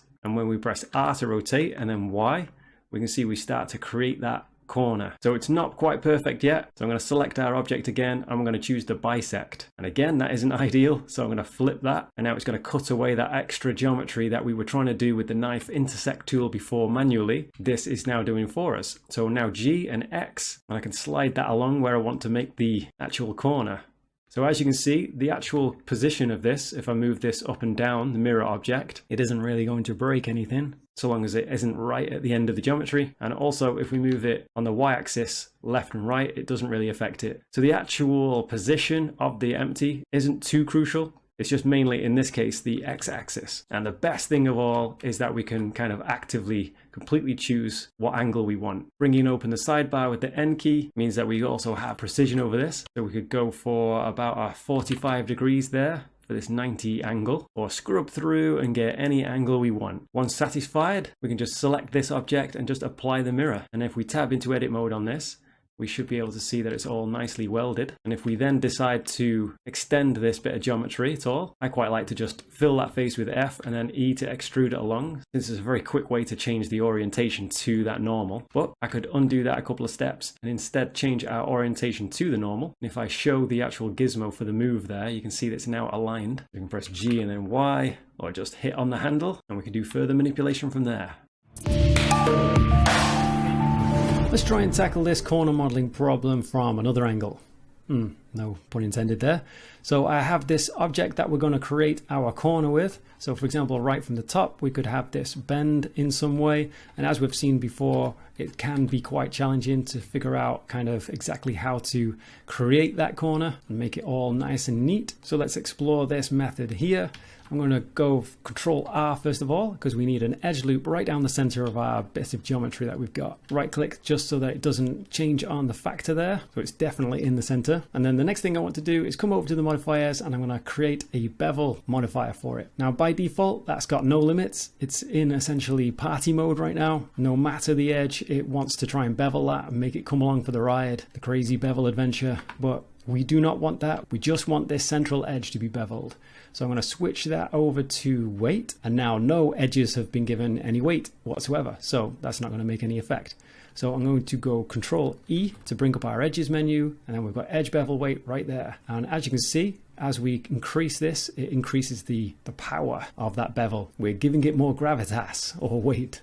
So I'm going to left click that once it's at 1, or we can adjust it just here, or we can just type in 1 and enter. Any way we get here, it's all good to go. And if we can't see the wireframes very clearly, just make sure that we have that set here. That's just going to make things really easy as we work through this, just to see exactly what's happening. So with that set, only this central edge loop is beveled, and now I want those edges to be able to go right the way down the length of this geometry. So leaving that at offset and trying and eyeball it, or just kind of guess exactly how long our geometry is, or maybe we don't even want to have to think about measuring it or anything. An easy way to do this is just set this to %, and then once we turn this to 100%, you'll see that just values right shy of 100% are almost at the end, and that's basically meaning the entire length. It's just another way of saying I want that bevel to go all the way across that, all the way to the neighboring loops. Basically we're using 100% of the space. So with that, our central edge loop has disappeared again, and it's almost like, what was the point in any of that? So what we're going to do is increase the segments up to 2, and now we have that central loop back. Or we could set that way higher if we wanted to. And it's always going to be evenly distributing a load of faces along the length of our original geometry there. An easy way to get our head around this as well is that if we say set 4 segments, then you can see we have 4 individual pieces along that geometry. And also, just to clarify, there's an edge loop that got bunched right towards the edge. If I just take this down a little bit, you can see it's slamming against the borders that we have. And that means there's 2 sets of loops actually sat on top of each other at either end of this. And so just to make things clean, and in case we forget later on, I'm going to employ the weld modifier. So I'm going to drop that in at the bottom there, and the default settings should be fine. And if we keep our eye on the vert count at the bottom, we're set to 40 there. But if I disable that, you can see it jumps up to 56. So we can see the 2 loops that are basically being cleaned up there for us. Next, we need the bend modifier. So I'm going to go add modifier, and we'll find the bendiness within the simple deform modifier. Let's just come down to the bottom here, and twist is the first option, bend is the second. That's what we want. I'm going to set this to say Z, and we can see now if we take a look from the top orthographic view and take that to say 180 degrees, we can see we're bending that around nicely. Now what I actually want to do is have this controlled by an empty instead, because that's going to give us a little bit more control over this. So I'm going to go Shift A and add in an empty, just plain axes is fine. Select the geometry, and then we'll find that empty in our list there. And now if we select our empty and press G and then X, for example, we can change the placement of that. What I'm going to do is actually place the empty right at the edge. So I'll left click this edge loop, Shift S, cursor to selected, and let's turn on the visibility of our cursor. Actually, I've got it switched off for some reason, and then tab back into object mode, take the empty, Shift S, selection to cursor, and now we're back. Now the reason I like this, and I think this is pretty useful, is because this axis, the y-axis, we're going to be able to change the lengths of our geometry there, so it's easier to work with. I'm going to select this again, and instead of 180, I'm just going to bring it all the way around, so 360, and then let's take our empty, G and then Y, just to stretch things out a little bit there. And you can probably already tell we've done some nice 90-degree corners here with this sort of geometry. And we can control the length of each of these by moving the empty on the y-axis in this case. Now what's happening on this is the geometry is being bent all the way around. So we can see we're going to have some overlapping geometry right at the end there again. So let's just make sure that is around 360. And then what I'm going to do, I'm going to drop the weld modifier below the deform modifier so that it's going to catch those. So we can see, if I undo that with Control Z, see we've got 40 vertices there. And if I move that to the bottom of the stack, it's going to drop down to 32. So as we can see, we've got these 90-degree corners.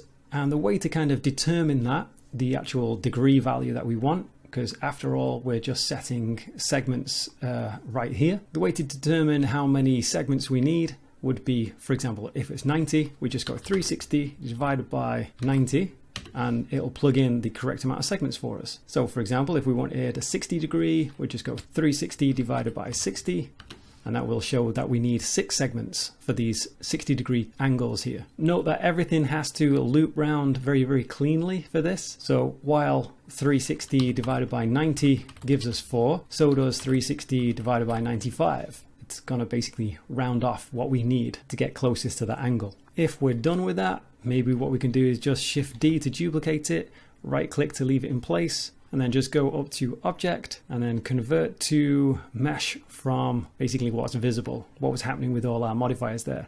Then when we press G to move it, it won't really make any difference. But as you'll see, everything, for example, with the weld modifier has all been perfectly applied and our corners are created.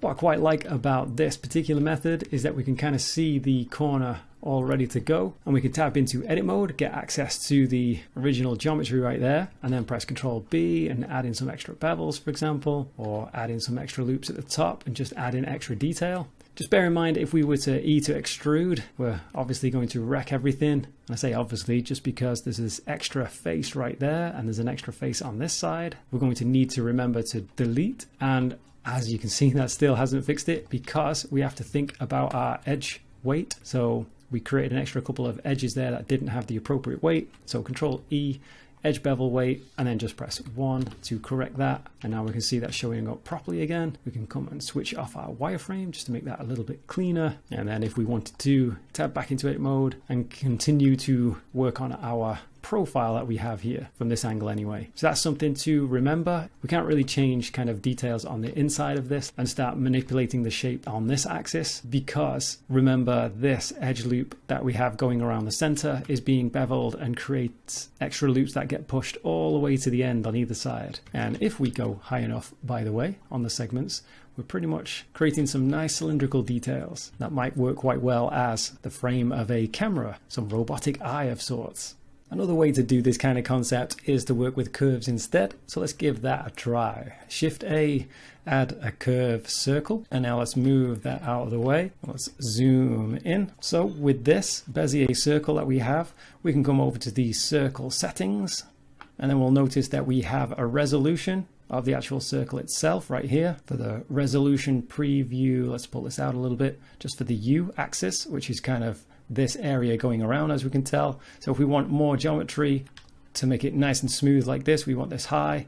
But if we want it to be very low, like the 4 segments that we had over there, we would need to come over to this and set that right the way down. So that's the U axis, but we don't really have any thickness to this. And for that, we can come over to the geometry and the bevel section, and then we can just give this some depth. And with that, we can see from a certain angle that is basically giving a circle, and it's not got too many sides at the moment because this is a fairly low resolution, but we can set that even lower to give ourselves actually just a diamond kind of shape. Now this diamond shape kind of looks a little bit strangely shaded because it's all smooth. So let's come down to the active spline and we'll turn that off. And now it's nice and hard shaped again. Now this is all very simple at the moment, but there is a few more things that we can do for this. Instead of working on a diamond kind of extrusion that goes around the circle, or the square or diamond or whatever you want to say, we can actually retilt this or turn it or twist or tumble or any of the popular T's to kind of describe this action. So we can go Control T and we'll see what we mean. In fact, actually we're turning from the 3D cursor, so let's set that to the median point. That'll be easier to see what's happening here. And then we can twist and turn and tumble and all those good T's. And if we open up our sidebar here, you can see it's actually the tilt, and we can set that to 45. And now we've aligned that a little bit better. Something else that we can do is alter the mean radius. We can do that here, or we can go Alt S, and that's essentially going to shrink things down for us. Now we want everything to be pretty uniform, but what that means is we can actually just take 1 on its own and just shrink that right down if we like. But still, this is very limited because we're just dealing with a very simple boxy shape or a more circular shape if we were to up our resolution. But as we'll see in the bevel section, we do have option to plug an object in here. And we need another curve to do this. So let's go Shift A, add in a curve circle. Let's move that over here as well. This is called Bezier Circle 001. So let's come over to this and we'll plug that in here. It's pretty much easy because it's the only one. And then we can scale this down if we like. And if we wanted to get that kind of boxy look to it, we could come and change the resolution on this, or we could tab in to edit mode and press V to show our handle type. I always think of that as V for vector because that's one of the main options here. In fact, that's what we're going to choose right now because that's going to give us this kind of shape. Basically, the points just take a linear trajectory from one point to the next. Let's move that a little bit closer so we can see. That's all looking pretty good. Let's take this and I'm going to take the tilt of everything and reset that down because I would like to adjust this curve so that we can look at it and make better sense of how altering the profile will affect the end result. So I'm going to go R and then Y90, and let's tab into edit mode, take this, move it around, analyze which point is operating on which, and then after a little bit of rotation and manipulating and just checking that things are all lining up properly, I've got these settings. It makes a bit more sense that when we move the point on the right, it affects the point on the right in the end result. So now I can just select these, rotate 45 degrees here, take these two at the top, and that should raise it up at the top, and then similarly at the bottom. Or we could take these, right click and then subdivide, and that should give us a point at the top. And then let's take a look in solid shading. We can take this corner and instead of it being a vector corner, we could set that to automatic. That's going to curve the inside corner there. Actually, you can see it's coming a bit low, so maybe we might like to shift it up, and we can see as we move that, we can see that updating. I'm going to undo that though, but maybe take them all and squeeze them down a little bit. And then if we were happy with that, we can Shift D to duplicate it, right click to convert it to a mesh. And now if we wanted to, we can now take an edge loop, Control B to bevel it, or whatever mesh operations we want to perform on it. Now we've plucked it from the curve realm. So that pretty much wraps us up on another couple of ways in which we can create those tricky corners. So we're back looking at more modeling of corners. Maybe it's intuitive to think that if we find the right pivot point, everything will work out. But as we can see, we need to look deeper into this particular pit of modeling hell.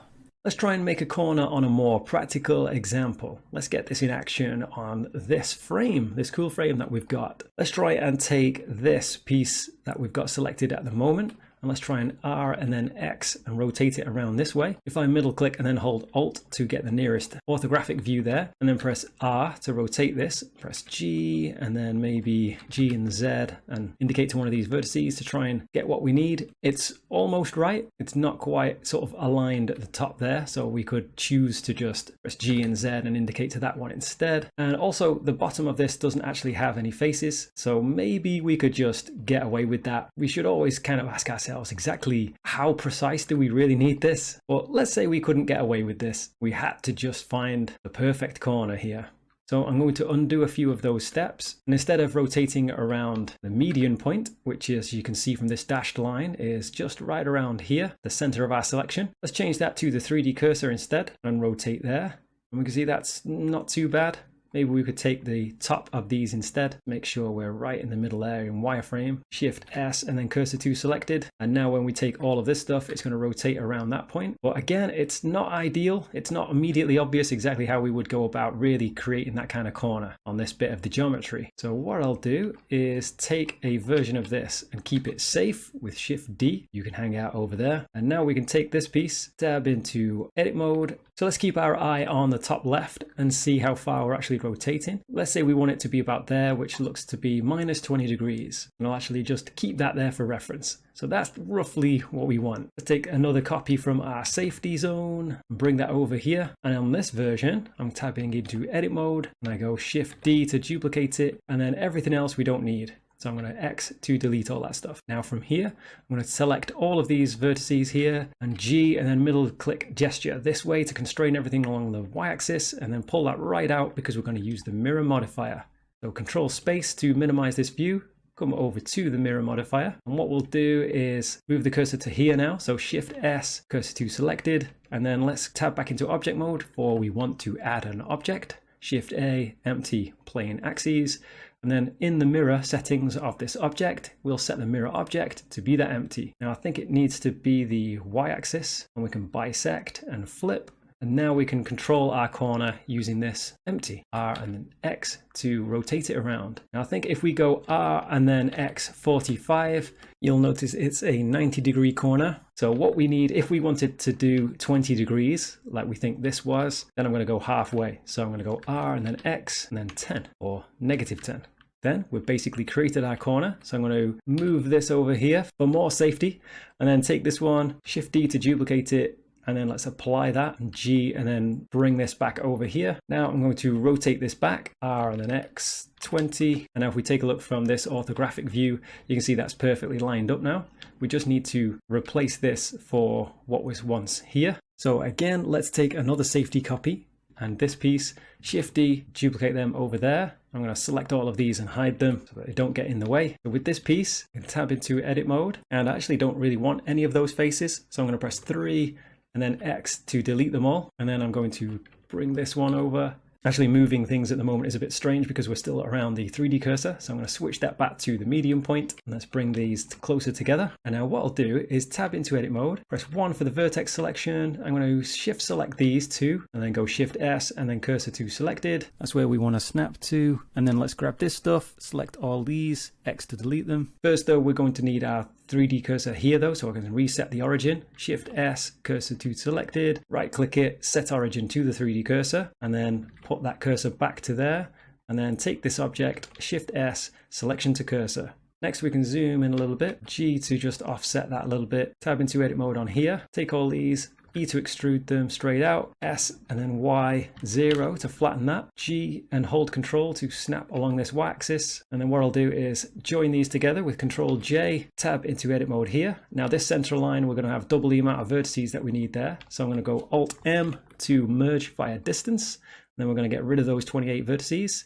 Actually don't want those two edge loops, so I'm going to go X and dissolve them both. Tab into object mode, and now what I can do is come over to this area and set the distance, how long we want this piece. And as far as this goes, for us to be able to change the distance of this, what we want to do is change that to the normal.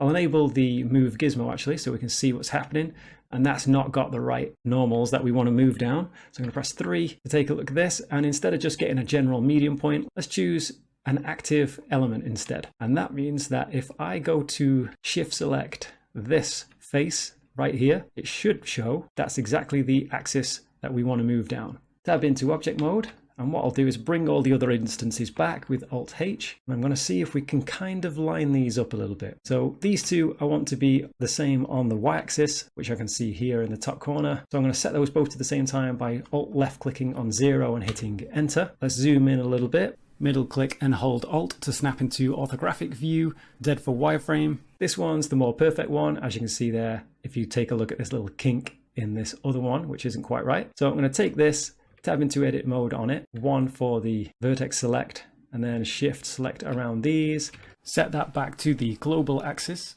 Let's move this to align this edge down here to somewhere where this edge is. So let's go G and move it, drop it in about there. I'm just going to left click and drag across these again. Press 3 for face select, switch that back over to the normal, and let's just tuck that back out there, something like this. And now we should have the perfect corner. Sometimes it can happen that you modeled everything to the best of your ability, but on render it looks a bit off. For example, the top viewport here reflects our original intent, and then we press F12 and we notice that something went off the rails. Often we can put the blame on modifiers, because those guys just add something on top of the mesh, and oftentimes we forget that the mesh has changed along the way, so the modifier needs to be updated or reassigned or something like that. And on top of that, some modifiers like subdivision surface distinguish between render and viewport subdivisions due to performance reasons, so that is something to keep in mind. The other source of confusion is visibility. So here I moved the problematic mesh to the invisible layer, or rather to the invisible collection that is called TMP or temporary, but on render we still see it perfectly. That is because Blender has many different types of visibility. The eye icon just means the visibility in the viewport. But we also have slightly different options that we can use to set up the visibility for render, for viewport, and so on. And within the restriction toggles menu, you can find those extra options and activate them. So now, in theory, we are able to control those different types of visibility, but the sure hit solution would be to just uncheck the entire collection. That'll make sure that it isn't rendered. But what are these spikes? It shouldn't be like this. Maybe something else has exploded. In the viewport, this object doesn't look very suspicious, right? And in the edit mode, some faces are missing, but that's because the edit mode has its own visibility checks. For example, we can reveal the hidden polygons by pressing Alt-H. Maybe it will help to track the source of the corruption. But no, it looks fine in the edit mode, and it looks fine in the viewport. And again, it looks completely broken in render. Broken almost to the point when I can safely assume that it would work great as a glitch art, so I just recommend to save those things and pretend that it was your creative intent. Just research some hashtags related to glitch art, you will be fine. And again, when I see something like that, the first thing that I inspect is modifiers. Right away I see a few suspicious things.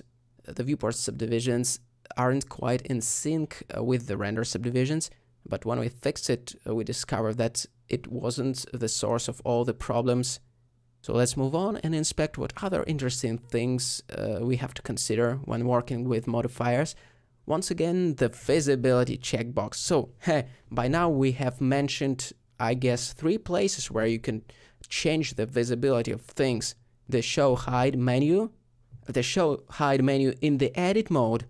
The modifiers render and viewport icons that can cause discrepancies.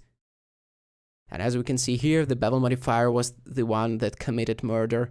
The offset value was initially driven a little bit too far, so it caused this supernova explosion of polygons that we didn't see in the viewport because the viewport visibility checkbox was turned off within the modifiers.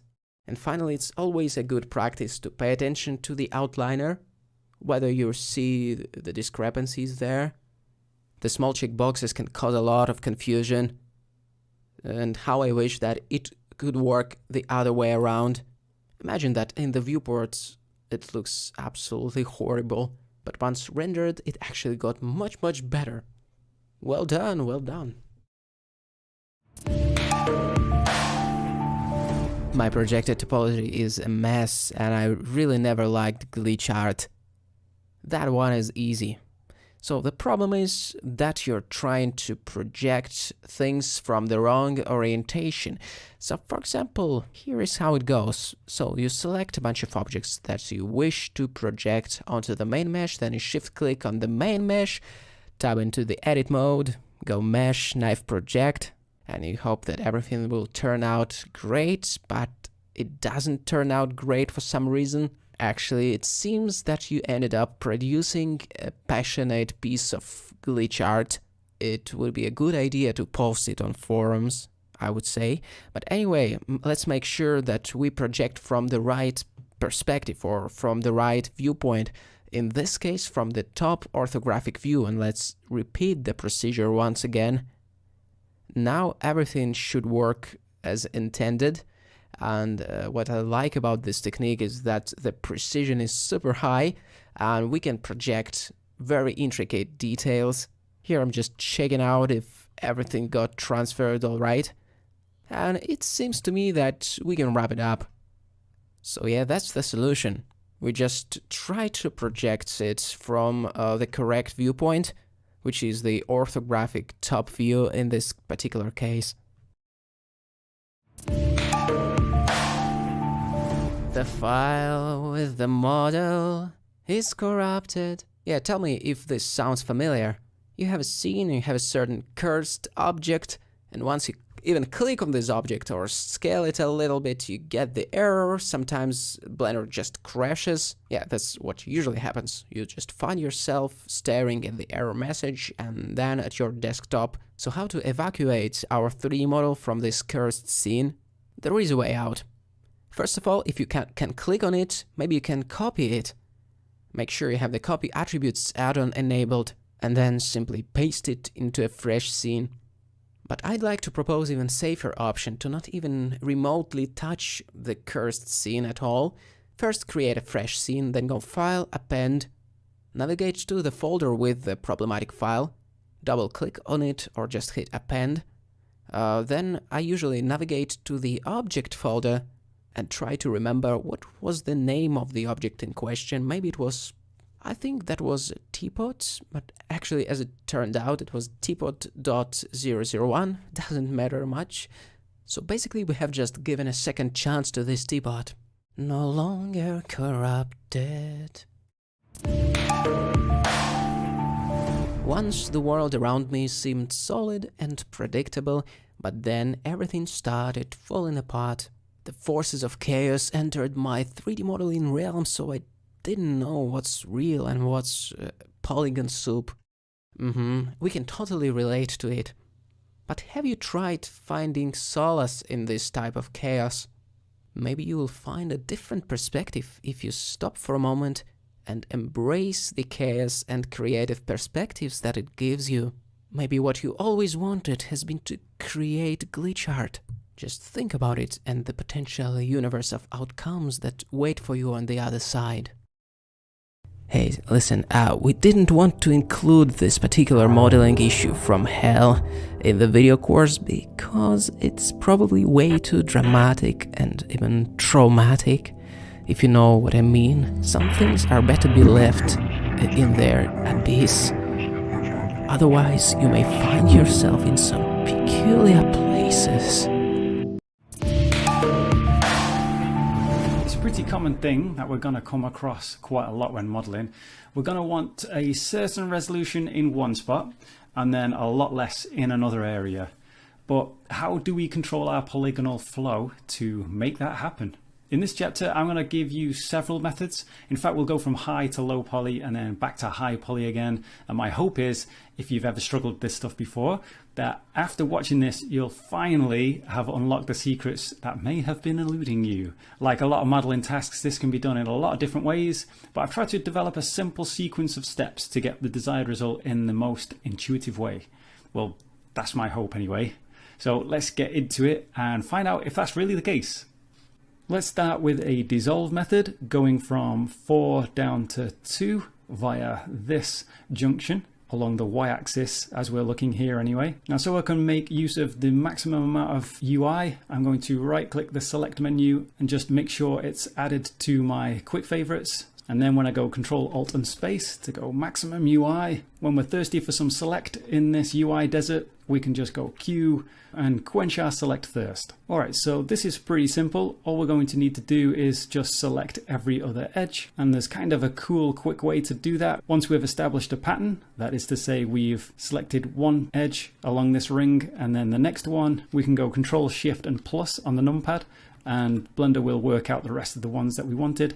So I'm just going to start from the end there as I miss those out, and then it completes the rest of the pattern. We can do that along the loop, by the way, in exactly the same way. But here we just want the ring. With that done, our Q key is going to pay dividends once again because I'm going to convert that into all of its loops.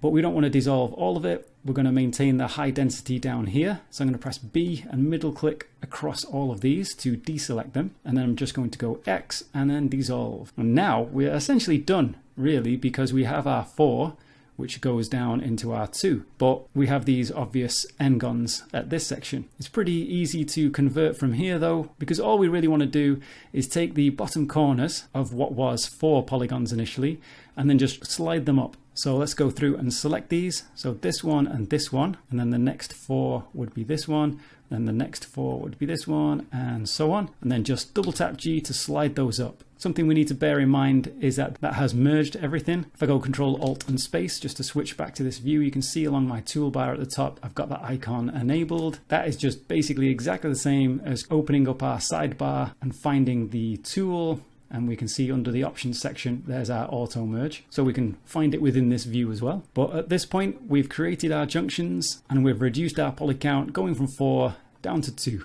Now it's a fairly trivial matter to reduce the poly count on this axis. We could just select loops and then dissolve them, but I'm just going to leave it as they are at the moment. And as a quick aside, if for some reason we wanted lower amount of polygons here, but we wanted to build it back up to what we had at the bottom down here, that's fairly trivial to do. All I'm going to do is delete one edge loop going across, well, dissolve it, and then we can probably see, if I just demonstrate on this one, we can simply inset that section and make sure to press B to not inset along the border. And when we drop that into position, we can see we're not along the boundary there. Let's round that off, 0.125, and that's ready to go.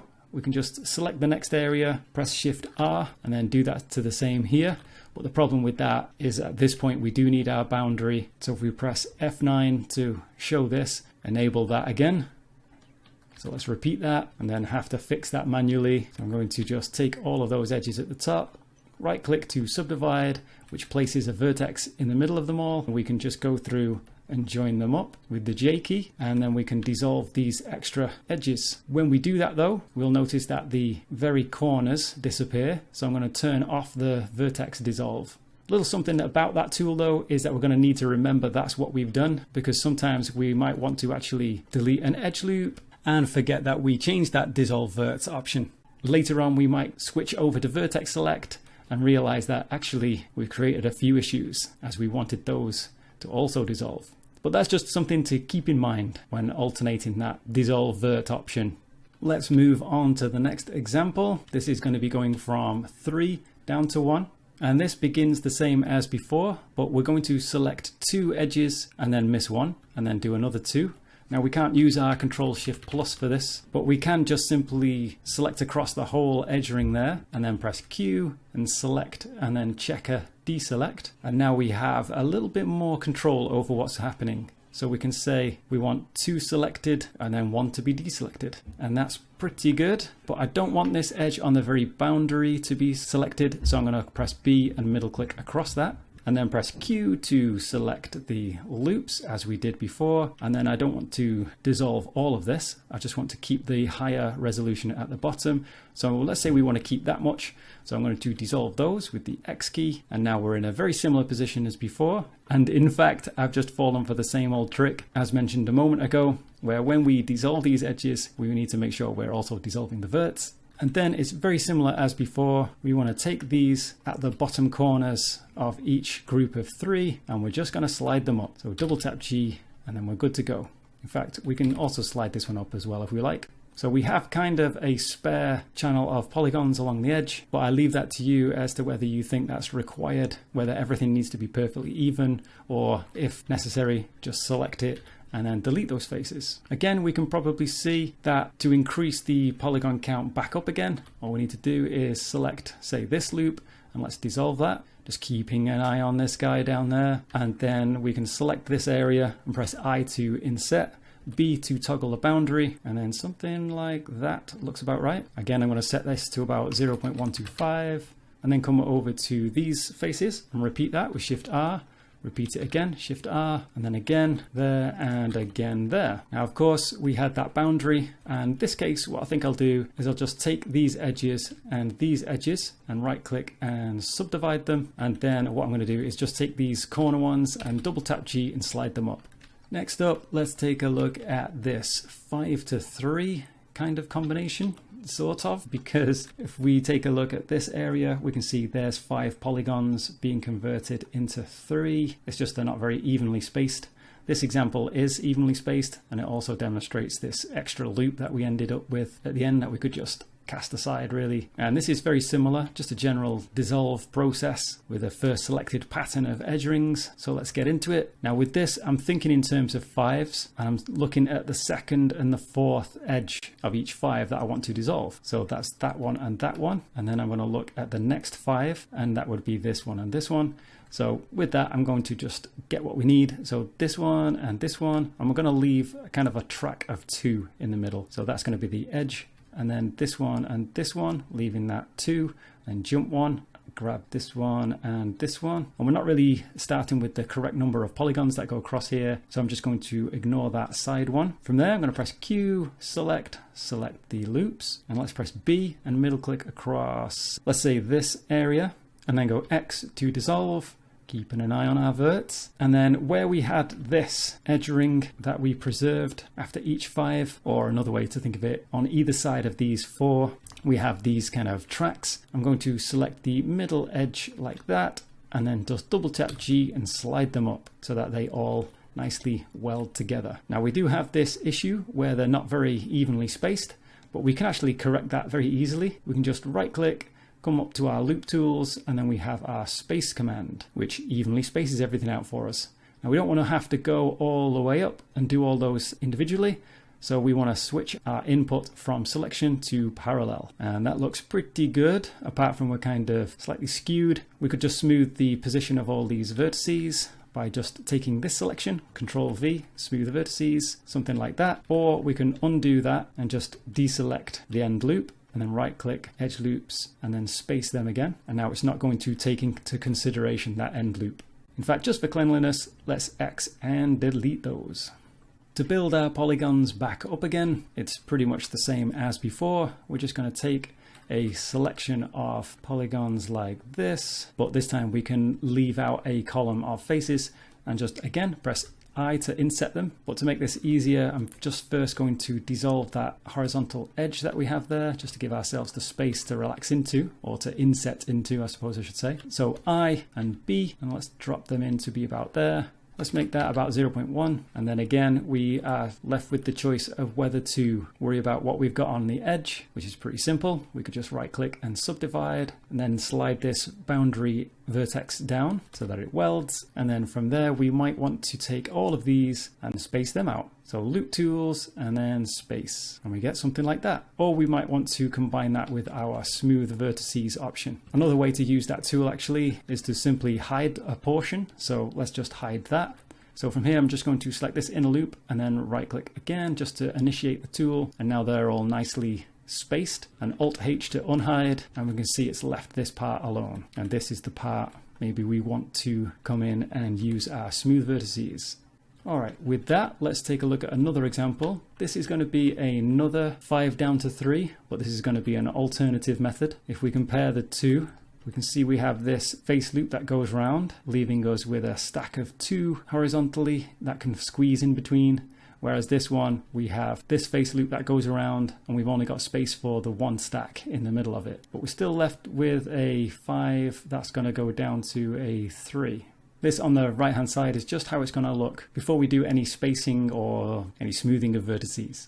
So let's come over to this area and zoom in a little bit. So very similarly as before, we're going to select this edge loop and then just miss out the last 2 and then take this one. So again, we're looking at our 2nd and 4th of each group of 5. So this one and this one, and then this one and this one, and then this one and this one. Now I'm going to press B and middle click across this area that we want to preserve as being fairly high poly. And instead of dissolving, what we want to do is take each one of these and slide it into that central track that we had. So with this visualization, hopefully this makes a little bit more sense once we start getting into it. So I'm going to select from here, Control Shift click this bit, and then double tap G to slide that in.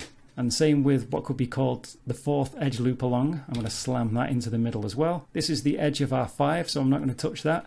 But I'm going to take this one, which would have been our 2nd, and slide it in there. And same with the 4th, slide it towards the left that time.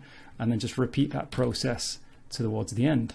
With this edge loop that runs across, I don't need it. So I'm going to press X and dissolve it. And then all I need to do is take these and sort of build a little H in the middle and right click and subdivide will do that for us. And now we're left with whether we want to go through and take all these, Control V to smooth that out. And rather than clogging up our undo history by repeating that lots of times, we could just change our repeat on here. So it just stores it in this one action. But I'm going to take that back to 0.5, maybe take that to 3. And then from there, I can select this edge loop. I'm not going to worry about this one on the end, and right click and then loop tools, space. Thankfully, because the parallel is selected, it's going to do the whole rest of that for us. I'm finding that a little bit warped, so I'm actually going to undo that and instead take it from here. I'm going to get that edge loop, shift select this one at the end to deselect it, and then right click, loop tools, space command, and then I think that's a little bit more cleaner for more hard surface designs. And then that also makes it pretty easy to build it back up again. Remember where we started was with these 2 down the center with this kind of narrower middle track between each 5. So just to pretend that that was the case, I'm just going to take all of these edges like this and then right click and then subdivide.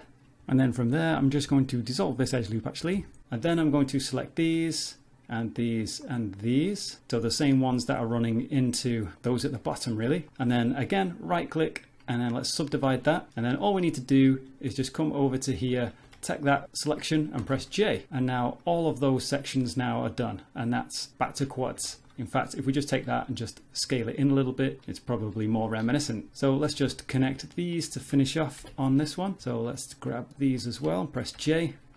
And then let's grab all of these, press the full stop to change the pivot point from median point to individual origins. So I'm going to press S and just scale all those down. And then I'm going to put that back with full stop on the main keyboard to back to median point.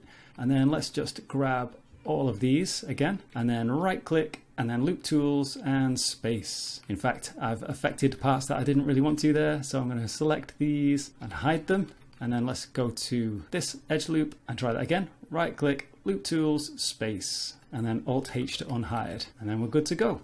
Here we're going to do a slightly different method. We're going to go from 4 to 2 as we did at the beginning, but we're going to use a more collapse method. So now I'm going to Control Alt and left click on this, and then again, but this time with the addition of Shift to add another edge ring to the selection. So we've got 2 adjacent edge rings selected there, and then I'm going to miss 2 out, and then I'm going to select these I'm going to miss 2 out, and then I'm going to go Control Alt and Shift is how I'm adding to the selection here. Miss 2 out, and then get them. And then B to middle click across these to deselect. And then all I need to do now is X, and instead of dissolve, we're going to collapse. Then it's just a matter of finding the insides of these little triangle shapes that we've got. And when we go to dissolve these, we'll be left with what is essentially a 4-sided triangle. But I'm going to B to middle click across these to deselect them. Now I can just double tap G to slide those down. And it's easy as that. To build back up again, all I need to do is select this edge that we can see here. All of these edges. So I'm shift selecting to start a new edge loop, and then simply control left clicking to get the rest of it. And from here, I'm going to go Control B to just bevel in some more edges. Scrolling the middle mouse wheel to add an extra central edge loop. And then we can drop that in about there. Or if we want to be really precise about it, we can press M and change our mode until it becomes the percentage, which I think is this one. I'm just going to type in 50, which obviously isn't right. So I don't think I was on percent there. So instead I'm just going to change the tool here, change it to percent, change it to 50, and then that's done. And then I'm just going to select everything, Alt M to just make sure that we've not got any overlapping vertices at these points here. And then we just select inside here, X to dissolve those edges, and then switch to vertex select with 1 on the keyboard, B, and then middle click, drag across these, double tap G to create that edge slide and have that diamond effect there. And that's that. All right, moving on to our last example. Very similar as before, but instead of missing 2 out, we're just going to miss 1. So we're going to go and select every 2 adjacent edge rings, skip 1, and then just add to the selection like this. So I'm just holding Control Alt and Shift as I click through. From there, I'll press B and middle click across there, X to collapse as we did a moment ago, and then we'll just go through the same idea as before. Get in the middle edge that's kind of propping up these triangles, and then X to dissolve. And then 1 to switch to vertex select, B, middle click across these, and we can just double tap G to slide those down. In this instance, it's a little bit of a different situation here. We can just simply select a lot of edges like this, right click and subdivide, and then let's take the number of cuts up from 1 to 2. So we could always mix and match. So we could take these vertices here, for example, and just slide them up. So we're combining methods there. Or if for some reason we had our heart set on those diamonds, we could just slide them up the other way instead. I'll just start from here and go selecting through and join in and creating those diamonds like this. Just sort of avoiding the sides really. But if we wanted to add that along, we'd have to subdivide and add an extra edge loop. But the main point being, if we wanted it to be basically the same as below, we would of course need to dissolve that central edge in between our diamond. Another way of doing this is just selecting this and this and joining it up at the edges. Again, getting rid of that and dissolving the central edge. And then if we take this one and dissolve those, we've maintained a little bit of a hybrid. So we can get a little bit creative with exactly how many polygons we need. It's down to you whether you want to go through and use any smooth vertices or spacing on that. Also, it might be worth noting that of course you could just continue to reduce on any of these methods. So for example, I've got this edge ring here. We could just go X and collapse and then press X to dissolve that edge and then just pull that down. In fact, let's get rid of that whole edge loop just to give ourselves more of a nicer diamond. In fact, let's get rid of the other one above it as well. Just raise that up. So now we've gone from all of these polygons down to just 2. So that's going to wrap up this chapter. Everything we've looked at here is on a flat plane, but the same ideas work on surfaces that aren't flat. But they do have a couple of issues of their own, but they are quick fixes, and we'll dive into that in another chapter. Hey, Gleb and 80 here with the introduction video for 50 modeling issues from Hell, the ultimate troubleshooting tips collection for 3D modelers. Let's take a look at the teaser and then we'll come back and we'll explore it further.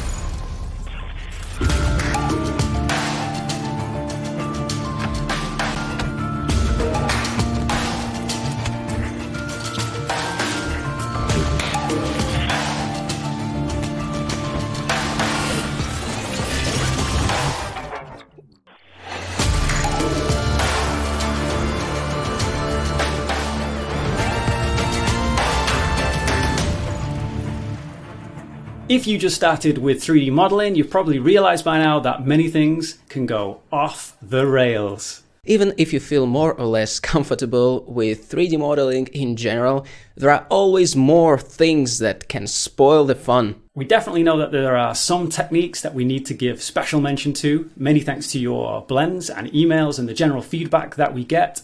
And that allows us to really focus in on these same issues that crop up again and again. So we're gonna name a few common modeling issues and let's see if anything from that list rings true for you. Ready? A subdivided object collapses into a hopeless mess. The topology going haywire because you did something awful. Non-manifold geometry drives people nuts, usually booleans are to blame, and flipping normals doesn't help. Boolean ops seems to be the most efficient way to ruin the topology. Blender text remeshing turns out to produce meshes that can't be properly beveled. Models explode due to some mistake in operating the modifier stack, or they can do it on render. Bevels overshooting like hell, or not working at all. The models exported to other software or to game engines just look ridiculous. Want to see more?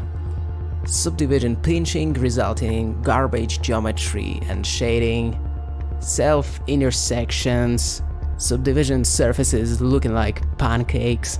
Heavy meshes that are so heavy it takes ages to move just a single vertex. Hello, photoscans. Poles twist shading. Or it's just glitchy. And go figure. Or finally, Blender just crashes and you lose all progress. It happens to Blender too. If you can relate to anything on this very brief list of modeling issues from hell, and at the same time you don't want to spend countless millions of hours on YouTube searching through various tutorial channels like ours, for example, or Stack Exchange forums, you name it, then this video course is going to be for you. We believe it is the ultimate collection of the most common and some wild and rare 3D modeling issues that you're most likely to encounter. Even though the number 50 has been mentioned, actually it's more than 80 mini tutorials that are available right off the bat, and there will be more to come. Assorted chocolates of 3D modeling quick tips ranging from topology to glitch fixing. So these are chocolates you do know what you're going to get thanks to the full table of contents for this course on the Trello page we created and going to be updating for this purpose. Or just go to creativeshrimp.com/hell. So here we go. Are you ready? But first, the requirements. Blender 2.82 and above. Basic knowledge of Blender such as viewport navigation and using the standard modeling tools and modifiers. This course is aimed at the intermediate skilled Blender users. Although we have tried our best to make sure it's comprehensible for the beginners, we're going to be moving fast. Maybe a bit too fast for absolute beginners. So this could be a problem if you don't feel familiar enough with the user interface, so just a little warning there. We've put a lot into the course, but for peace of mind, we want you to know that there is a 60-day refund available for whatever reason, no questions asked. Enroll in the course now and receive all the future updates for free. Let's escape the modeling hell together. Good, perfect. I liked it. That was good.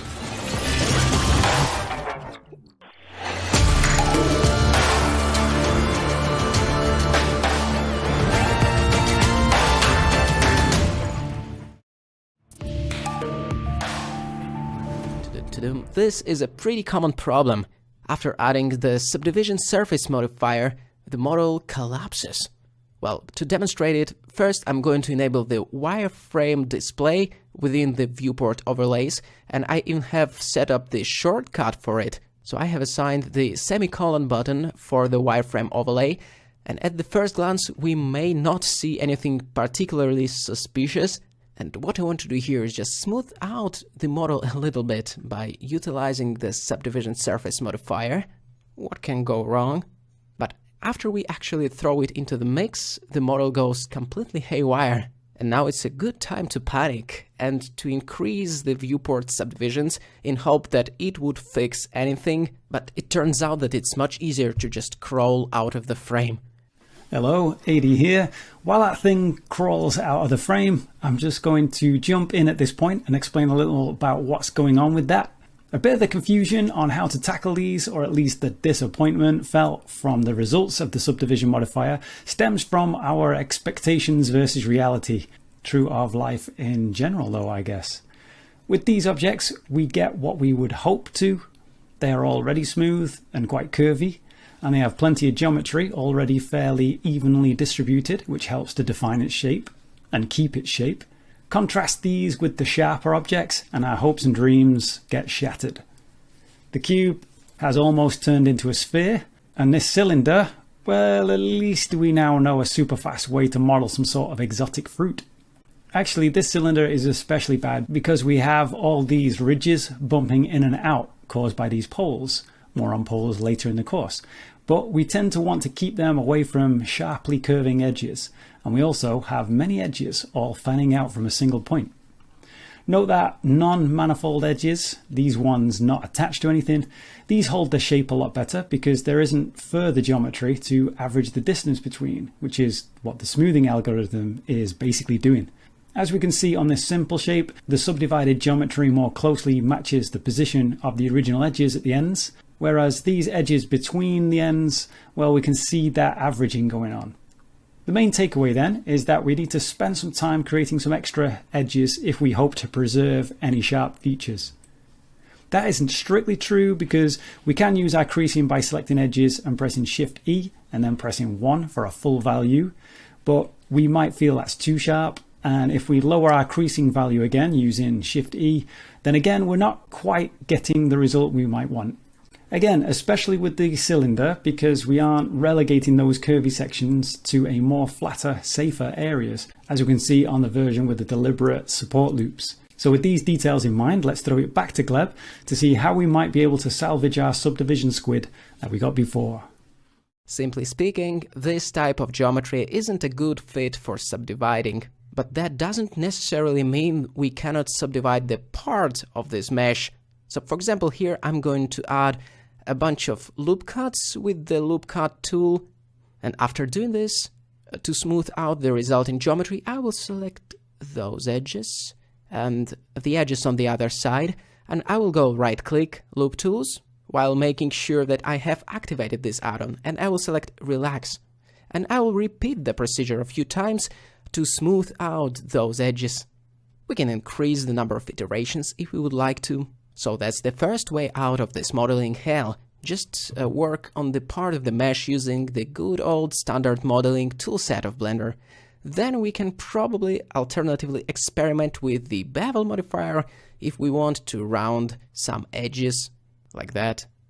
The subdivision surface modifier is a great way of approaching different modeling tasks, but it's not the only way. And I'm just gonna jump back in again here with the main takeaway, which is that whatever approach we choose, if we want to retain our sharp edges on a model that we want to use the subdivision modifier on, so for example, we really want those more realistic corners, then in that case, we need to be adding some supporting loops either side of the original sharply angled edges.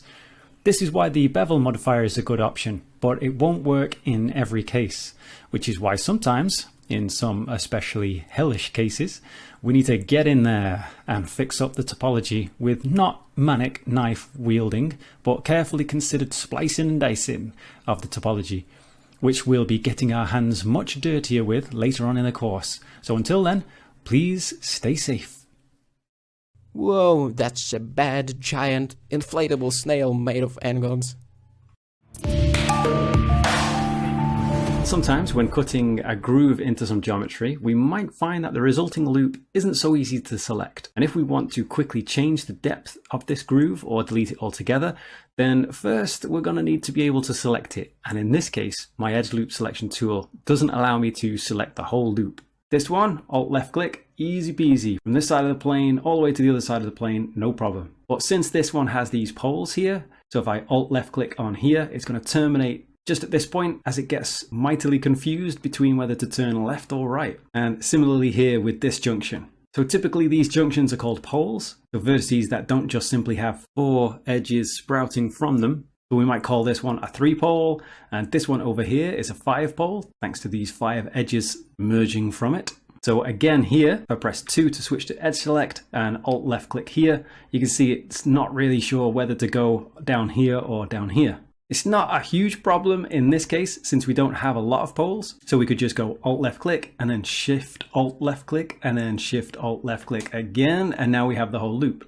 But if we had a lot of this staking around and it was a much more complicated mesh, then this might take some time. This is a simple enough solution though. We can just break out our select shortest path tool. So first we select our first edge and then simply control left click on the final edge in that loop. And then typically with our default settings, we're going to get our whole loop. If the way the groove that's been cut in can't easily allow you to add support loops, then how should we go about it? Well, after we've selected the edge loop that has the pole junctions on with our pick shortest path tool, we can then press X and then delete edge loops. And it's as if it never existed in the first place. But I'm going to conjure that back into existence with Control Z and then plunge this loop into the depths a little bit with G and then Z so that we can just illustrate another point. So maybe you were thinking, this doesn't actually sound very hellish, just a little selection issue. But stay wary, traveller, for this road promises darker shadows will fall. That is to say, this is a kind of portent, a warning of things to come.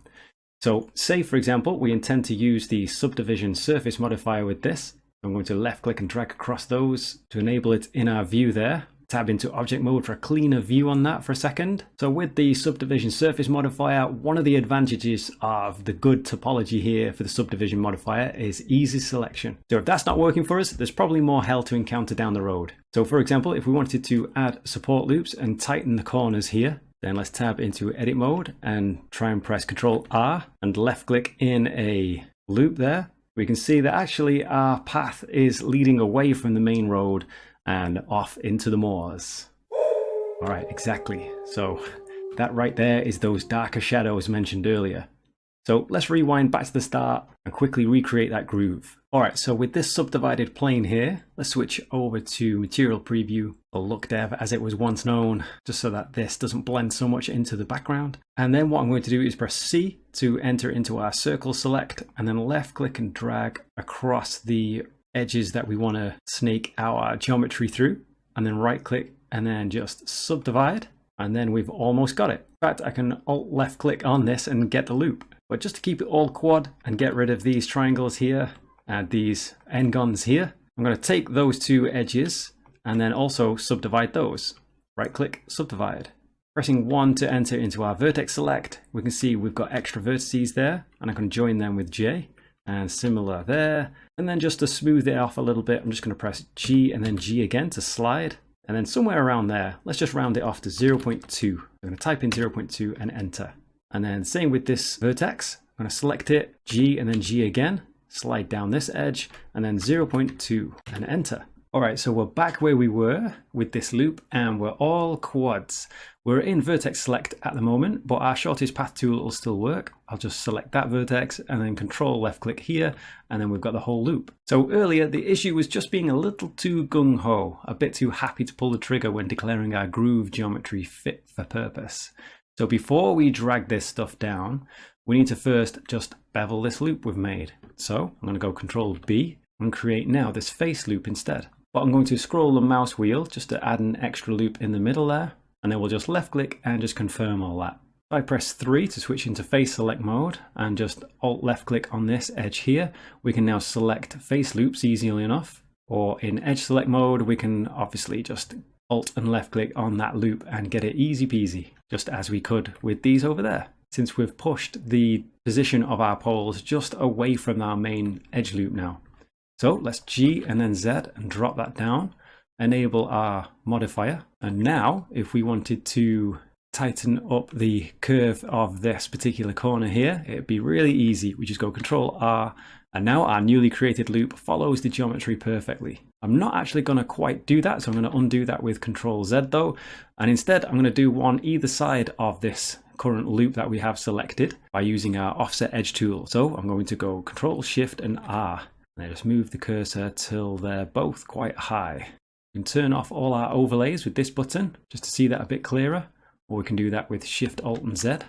And now we've generally got way better control over our loops. So now I can simply Alt left click this one, press G a couple of times to start sliding, and we can change the fall off or the general design of this groove. It's a little bit clearer to see without all the overlay again. So Shift Alt Z, double tap G, and then we can see that changing, whether we want to make it tighter at the bottom or tighter at the top. And that I leave to you. I have this weird modeling issue, my mesh is flickering like this. What's going on? In computer graphics, this phenomenon is called Z-fighting. It occurs when two polygons share the same depth value or Z value. They kind of struggle for our attention and for the order in which they should be drawn on screen. It's nearly impossible to determine which one should be drawn first because of this Z-depth conflict. So that's precisely what's happening with your mesh. Here you can see that we have two objects sitting on top of each other. So maybe you accidentally duplicated the mesh or something like that. We can just go ahead and delete the duplicate geometry. So we fixed it on the object level in this case, but sometimes polygons overlap, say, in the edit mode. On the elements level, overlapping polygons can be pretty tricky to spot, but once you did it, you can confirm it by dragging some vertices around, and you can see that clearly something wrong is going on here.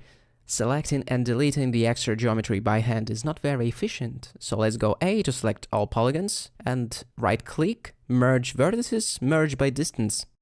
And hopefully the overlapping elements will be found and removed. So we have just removed 44 vertices, not bad, but we can set the merge distance a little bit higher and see what happens.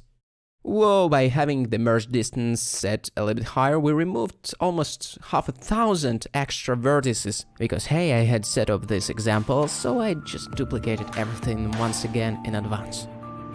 So watch out for those polygons having Z-fight. There is a seam that won't go away no matter what I do.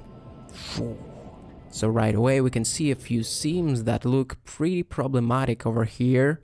One of them is caused by the floating edges around here, and the other kind of a paneling effect or seam is caused by the geometry that is detached from the main mesh. In other words, while it follows the curvature of the main mesh, there are edges that are disconnected from it. You think, hey, that's an easy fix. Let's jump to vertices selection mode, press A, and just merge all vertices by distance. Bam, 24 vertices removed, and pretty much all the seams are gone, except this one. And what is interesting, when you try to grab and move some vertices around, it behaves in kind of a normal way. Anyway, let's investigate it further by jumping into the viewport shading panel and enabling the X-ray checkbox. Now the problem manifested itself, right?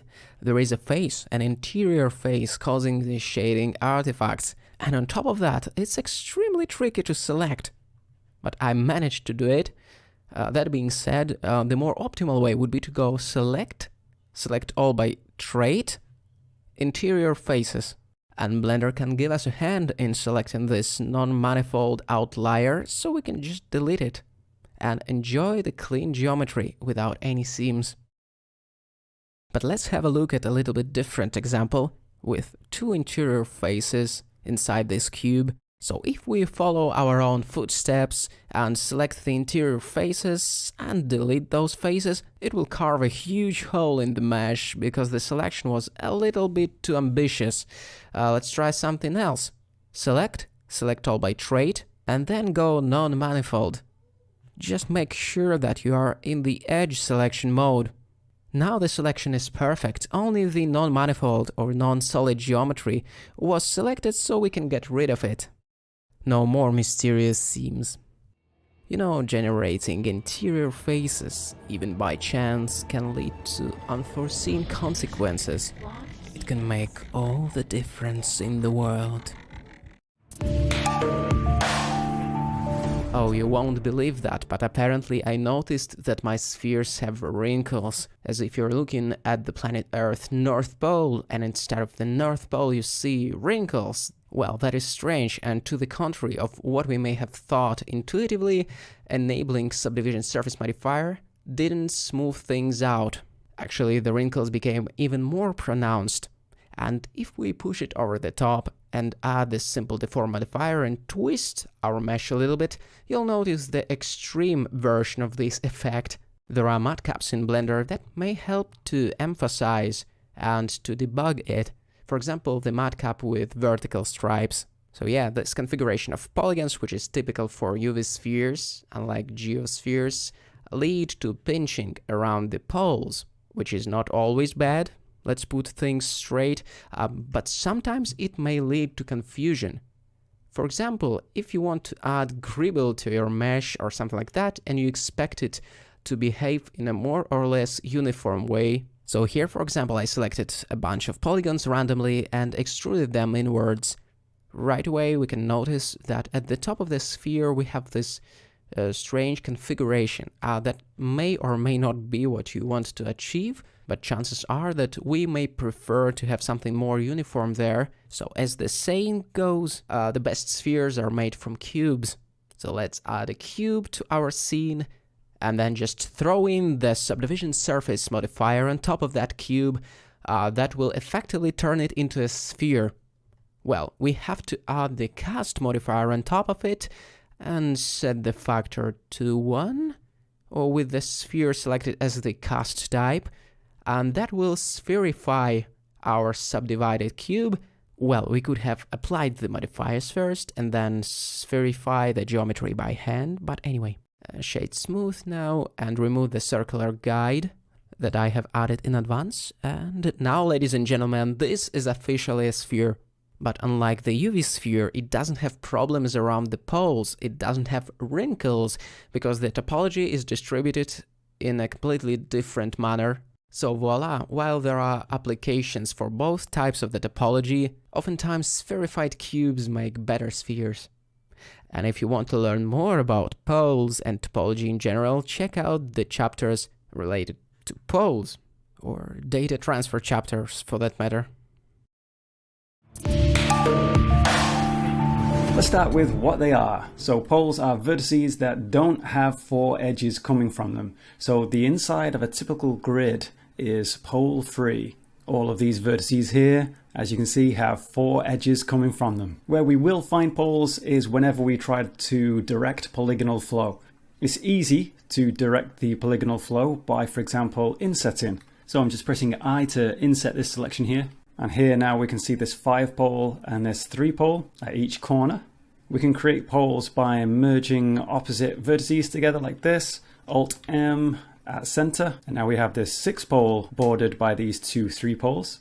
Or we can take an edge and just Control E to bring up our edges menu. And then either of these rotate edge options will work. And so this looks a little bit more natural. Let's just smooth these guys. So Control V, smooth vertices.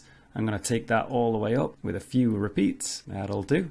And with those poles, notice all the changes in directional flow now. And it's not that tricky to actually move them around either. So let's find a 5 pole like this one here. And all we need to do is just take 2 of the legs. And the way I kind of visualize these 5 poles anyway is kind of like a head with 2 arms and 2 legs, depending on how you've orientated it to you. Let's just say the active one is the head at the moment. So I'm going to take the 2 legs, or rather the ends of them, the end vertices, and then just go Alt M and merge them together. And again here, Alt M to merge them to the center. And we're going to see we're moving that, we're shifting it further and further away from the original position it was in. You'll often find that 3 and 5 poles are actually almost inevitable if we need our topology to change direction anyway, but we tend to try to avoid anything 6 pole and above. Since poles control direction, a 6 pole might be an indication that just too many face loops are depending on that vertex. That might make further editing tricky, as so much of the mesh will be relying on that vertex, and it's more likely to cause artifacts if it's animated too. Though usually in hard surface modeling, that's not going to be an issue. Poles that are on flat surfaces, from a shading point of view, we don't worry about them. But if it's not a flat surface, then pretty much any kind of pole tends to create artifacts in a form of warping in the shading. So here I've got this just flat grid, essentially, no poles. I have another object here, which is also flat, but this time we've got far more 5 poles in there, and 3 poles for that matter. And then I have another mesh here, which is just flat, which has got a lot of 6 poles and 3 poles, just by contrast. And what I'm going to do is give all of those the exact same displacement. But first, I'm just going to run it through a subdivision surface modifier. And then once we're with that, we have another subdivision surface modifier. So since the displace modifier is exactly the same on all of these, which I'm going to enable, we can see that when we switch between them, they're pretty much occupying the exact same space. And I've got a camera up here, so we're going to look through that so we can preserve the same point of view. I'm going to switch off the wireframe and we'll see that again. We've switched to the 5 pole, and this is the one with no poles. Now, as you can see, pretty much they all look pretty good. And this is a pretty shiny matte cap. So really a lot of this relies on common sense. If you've got a very grungy material, very rough and dirty, then probably you're not really going to have these sorts of warping really creating much of an issue for you. Should you be doing something which is reliant on hyper shiny surfaces, then it's just worth bearing this in mind. We have a kind of matte cap which is excellent for really managing some extreme analysis of our warping on the mesh. So here we have our perfect quads, and you can see most of this is perfectly smooth. But if we go to our lots of 5 poles version, we'll see quite a lot of that distortion happening where it probably shouldn't. And exactly the same happens with the 6 poles. And even from this view, without seeing the wireframe, we can pretty much analyze where those poles are. So for example, there's one here and there's one here. And to toggle the wireframe, you can see what we mean. There's the 6 pole and there's another 6 pole. And just to drill the message home, let's switch to the 5 poles and toggle the wireframe. And again, in those places where we see that exceptional amount of warping, that's where we're pretty much going to get those issues. It's also worth noting that since our perfect quad version is so good, we can actually just take our version with lots of poles, like this one, and just add a shrink wrap modifier to it, which is targeted to that perfect one. And if we enable that now, we'll see a lot of that warping all go away. So here's the before, and there's the after. And remember, this is an extremely harsh and unforgiving matte cap.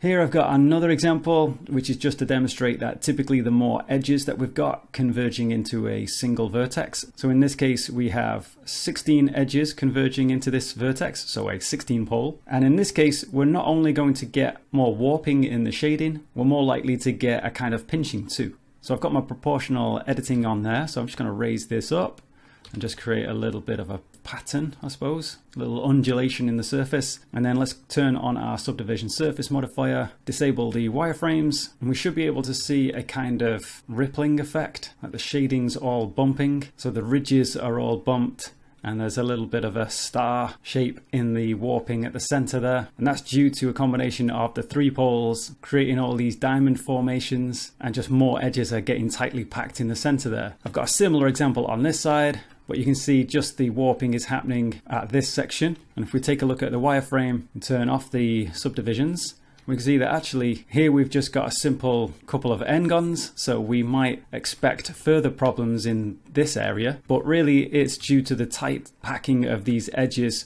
where we're getting the most problems. And it's just the larger amount of edges going into a single vertex, sort of the less space they've got, and so we're more likely to get that kind of issue. Coming back to this 5 and 3 pole example, which is undulating with the displace modifier, I've switched off the subdivision surface modifiers for the moment, just to point out something that you may have noticed already. And that's if we keep an eye on this 5 pole here, you'll notice that even when we do subdivide, it doesn't actually change the positions of those poles. You'll still be able to see exactly where the flow of your topology is actually being turned in various directions. The subdivision surface modifier will turn n-gons, as we noticed here, into quads, but it doesn't get rid of any of the poles. It keeps that direction of flow intact. And with the more subdivisions, so if we enable this second modifier, we can see the poles almost get even more easier to recognize. That was the 5 and 3 example, but the same is true of our 6 poles. We can clearly see them in these areas, and the more densely packed areas here are our 3 poles. The main takeaways are that to keep our poly count low, we're probably going to be needing poles. But so long as we keep our poles sensibly placed and we have access to a pure pole-free mesh to shrink wrap onto, we're probably going to be fine using any poles. Or in other words, be aware of poles, but don't go crazy worrying about them. After all, if you can't see any pinching or warping and the topology isn't super confusing for you to go in and make any changes you might be cooking up, then you're good to go. Sometimes we decide we need more detail in a particular area, so we need to add more edges to make that detail. But the surface we're adding is curved and we end up flattening out that curvature. So a pretty common example of this is when you have a cylinder and you want to add more edges to it. So if I tab into edit mode here, I've got this top loop selected and we can see there's 12 edges. So this is a 12-sided cylinder. But what if we wanted to make this, say, twice as much, 24 sides? Well, with such an obviously simple cylinder, it might be best just to delete it and then recreate the cylinder with the correct amount of sides. It's never too late to turn back, you know, sometimes. But as it happens, I'm just going to leave it with this 12. Now, it's not quite as curvy as it was a second ago because I actually had a subdivision surface modifier on there. And I'm going to set this to 2. Let's right click and shade smooth. I'll go full screen again. Tabbing into edit mode, we've still maintained our low amount of geometry to make editing a little bit easier. But thanks to the modifier, we're getting these nice smooth areas. But if for some reason we couldn't just simply delete this and start again, there's a few ways to do it. We might, for example, select everything with A and then right click and then let's subdivide. And then if we leave everything at default, you can probably see, especially if we go from the top orthographic view, press Z and just take a look at the wireframe here, we can see it's not perfectly circular anymore. We're getting this slight flattening out in the middle of each one of those 12 sides. So if we tab into edit mode again, press Z, let's take another look at solid shading. Really what we want is we want all these edges and we want to be able to press G and kind of curve them out a little bit like that. But we don't want to be hassled with that sort of thing manually. What are our automatic approaches? Those options that we've got available to us.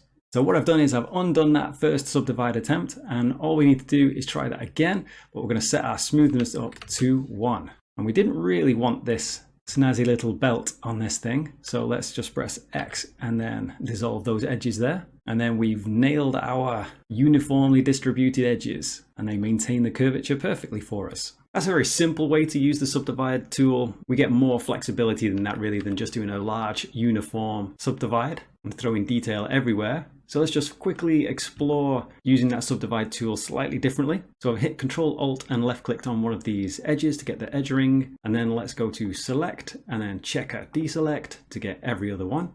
And then we'll X and dissolve those. So we're back to 12 edges again. And then rather than getting everything with A, I'm just going to take the top and the bottom loop, then right click and then subdivide.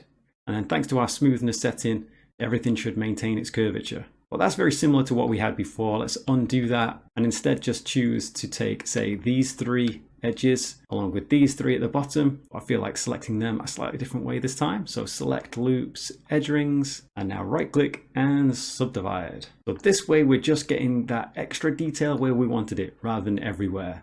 There is something to be mindful of this approach though, especially with the subdivision surface modifier, is if we take a look at this from top orthographic and press Z to take a look at our wireframe, you can see this much smoother curved line within the boundary of our low polygonal cylinder that we've got here. We can see where it's lower resolution, it's slightly further away than it is on these extra edges that we've added here. To reveal the true horror of the implications here, let's just tab into object mode, press Shift A, add in a new mesh cylinder. Notice this is a lot higher resolution at 32. We can see by selecting the other cylinder that where we have the higher geometry, it's way closer to this higher resolution one than it is where it's lower resolution. In other words, with the subdivision surface modifier, adding our extra detail in some places is basically going to ruin the perfectly circular nature of it. To drive the message home on this, let's control space to minimize this view. I'm going to turn off this collection and have this prepared cylinders Aptera collection to demonstrate something instead. This selected cylinder here is 8-sided,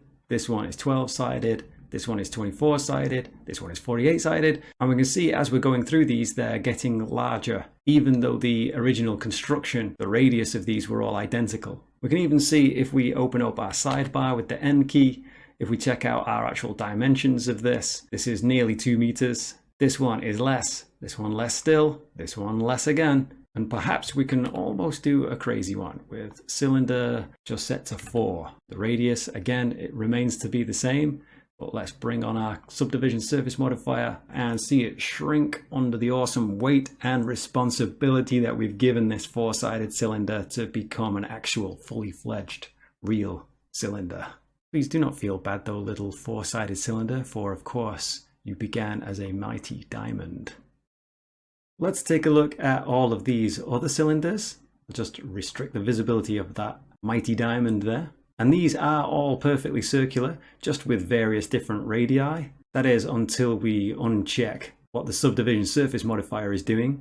And then they all jump back to what they were before at 2 meters diameter. I'm going to alt click that again to set them all back though. And here we have another one, this cylinder chimera, this DNA spliced monstrosity that sits between 2 worlds, or at least varying orbits. So if I tap into the edit mode, we can see the lower resolution going around at the top half and some extra edges down at the bottom there, which of course, as we know now, will draw it further to the outside to its true radius. So where do we stand with those 2 cylinders we were looking at earlier? This one that we've adjusted and this other one that we've got with the 32 sides, which is perfectly circular. We corrected the flattening out of the curvature, but instead we dropped to another circle of hell, so to speak. There is salvation here, but as usual, we're going to need help from some outside force, some other object. And so to help this chimera, this mutant spliced version of low geometry and higher resolution down at this area, we're going to have this 32-sided one carry the weight. Let's name that accordingly, actually. Instead of 002, this one's got 32 sides. Now let's return back to our troubled cylinder. And what we'll do to save ourselves here is we'll give this a shrink wrap modifier. And from our target, we'll just find the one with 32 sides. And we can use the defaults here. Let's take a look in solid shading and turn off the visibility of the 32-sided one. Let's take another look from the top back into wireframe. And that's looking good. In fact, if we toggle the visibility of that 32-sided one, we can see it's matching it really nicely. Let's turn that off again though and take another look in solid shading, because we might be able to see that it's not quite right. There's a little bit of waviness in the normals that we can see here. I'm hoping the recording can correctly pick that up. So the main thing to bear in mind here is that what we're doing, the shrink wrapping, it's going to work fine, but we need to be shrink wrapping to something more detailed. Otherwise, we're going to kind of end up flattening up some of our surface all over again. So while this cylinder has this extra subdivisions on, this cylinder 32 doesn't. So let's go and add a subdivision surface to that one. Crank it up to 2, and then I'm going to turn that one off. And now let's revisit our shading on our mutant cylinder here. And everything is looking fine.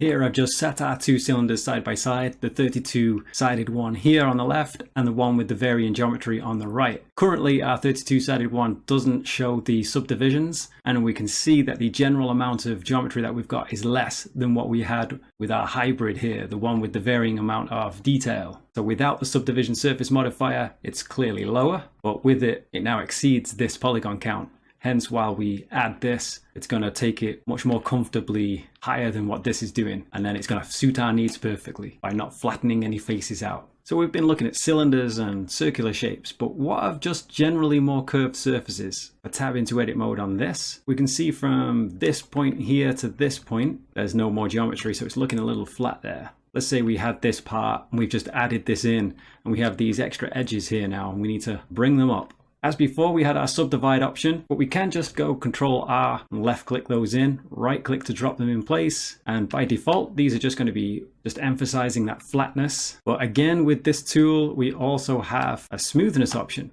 So we can just crank that up to 1 and check out the curvature it's given us. Or maybe I'll reduce that slightly, play with the fall off by holding Control and middle mouse wheeling through them. I think the linear one is what I like the most. As for these, I'm just going to hook these up by selecting them and pressing J.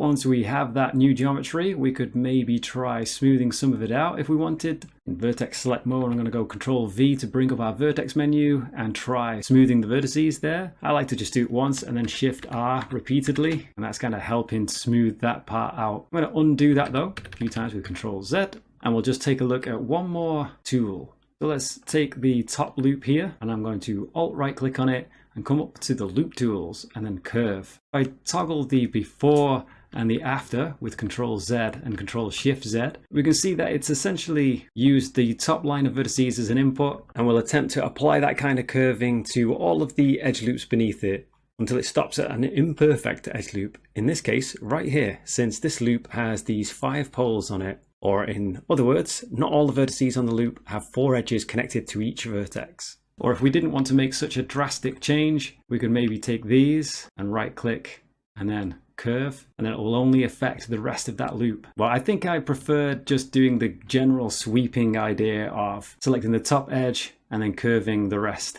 One simple move and not a flat surface in sight. What if we just want to add detail to a small part of the mesh, but when adding extra loops, we end up with heavy geometry all over the place? Let's take this not very happy chappy here, which should be just a simple divided plane. Let's say that's our starting geometry, and we'd like to add some extra detail in the middle. A common thing to do is just add those extra edge loops cutting right across, so that we have enough detail to do whatever shape or design we have in mind, like this sort of protruding kind of buckle shape. Well, we'd better buckle up because we're in for a bumpy ride with that sort of approach. Here we have loads of extra geometry in places we don't actually need it. What we want to do is turn back time to the good old days when it was just a simple subdivided plane and see if we can isolate the extra detail just into the center. Actually, it's pretty easy. We can control the flow of topology and where the detail is using poles. That is to say, a vertex that doesn't have just 4 edges coming from it. So this has got 4 edges, so this isn't a pole. In fact, all of these aren't poles. So to show how the direction can change, let's just quickly make one. So I'm just going to select this face, right click and subdivide. And then I'm going to slide these 2 vertices into the same corner there. So thanks to our auto merge setting up at the top right there, I can just do that and it'll auto merge for me. And now we've created our pole. In fact, we've created 2. This is a 3 pole, this is a 5 pole. And just to make this nice and clear, I'm going to complete the new edge loops that we've created with the knife tool. K to select that vertex, hold Control just to get it nice and neat, and so that all the new points will be in the center. And again, K, left click, hold Control, left click again, and then enter to exit the tool. And if I select 3 to switch to face select, and alt left click this edge here to get the face loop, you can see we've created this kind of elbow and 90-degree turn in our geometry. And those are pretty easy to make with a 5 pole on the outside and a 3 pole on the inside of our corner. So I can select this face over here and just simply press I to inset. And right there, we've just created these 5 poles and these 3 poles on the inside.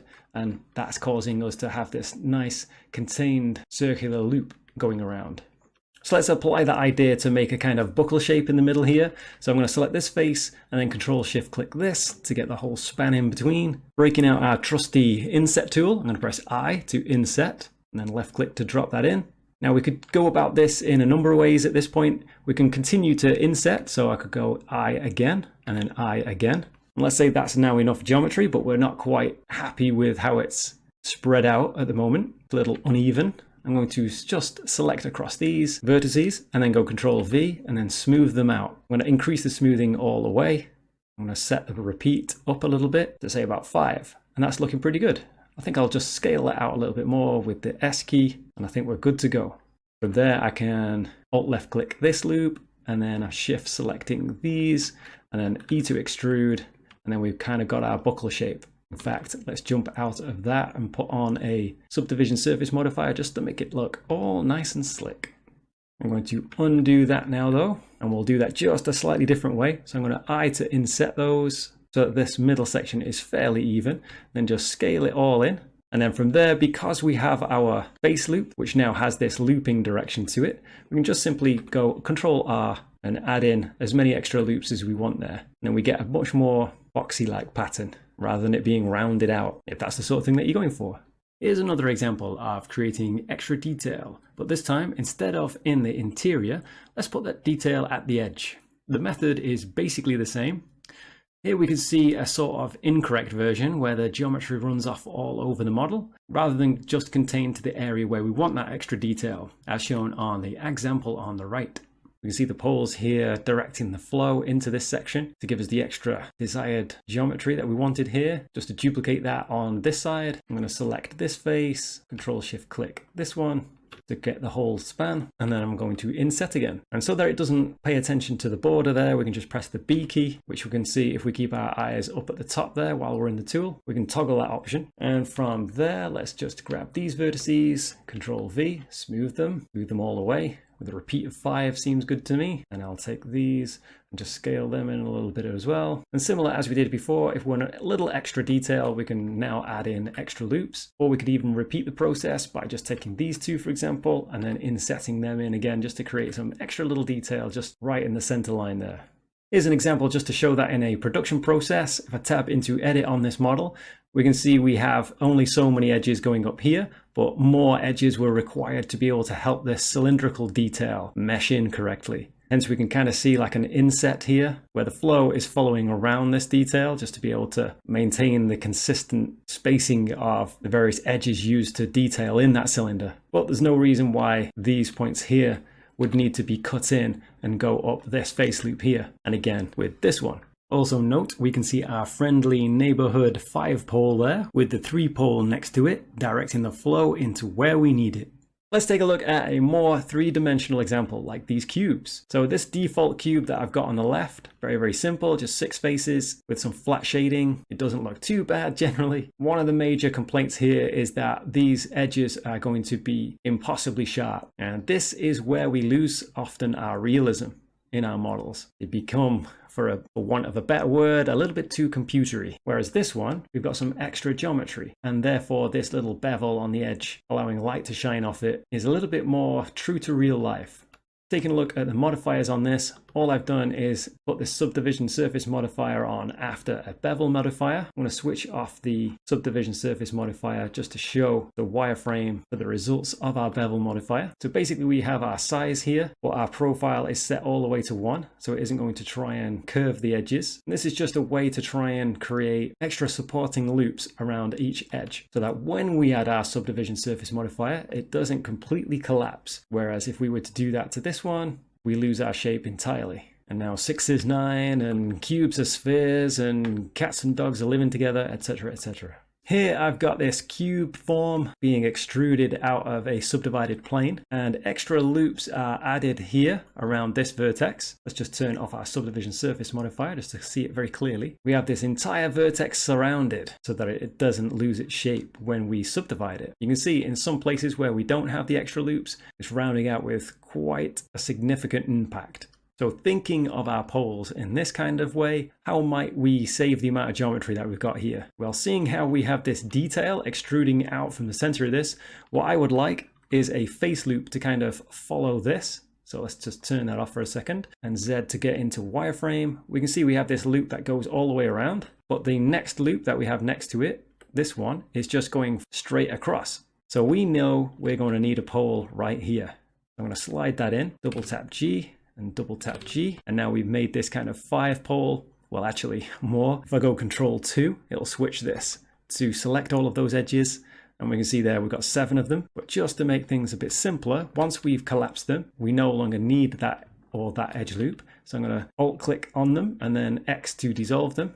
And now we can see that we have an edge loop going around quite nicely. It runs off over here, but just for simplicity, I'm just going to demo everything on this one corner, as it would be the same process on the others. Now we still have extra detail coming off here, which is not ideal, but again, this is where poles are going to help us. So just to get rid of this stuff, I'm going to take this edge, I'm going to double tap G, I'm going to slide that in, and I'm going to take these 2 edges, double tap G, and slide that in. So now we have this 5-pole. That means though, because of this 5-pole, we have a much larger amount of this ground plane following the loop around our extruded geometry now. That's not necessarily good or bad, it just depends on your goals. Just to finish it off, let's take a look at it subdivided again. Tab into object mode just to take another look, and we can see that it isn't having any problems there. It's flowing quite nicely. And I think what I like about this kind of process is that if we wanted to now, we could take that edge loop and begin to slide it further away to alter the kind of join that we might want for our geometry here. Same with the edge loop above it.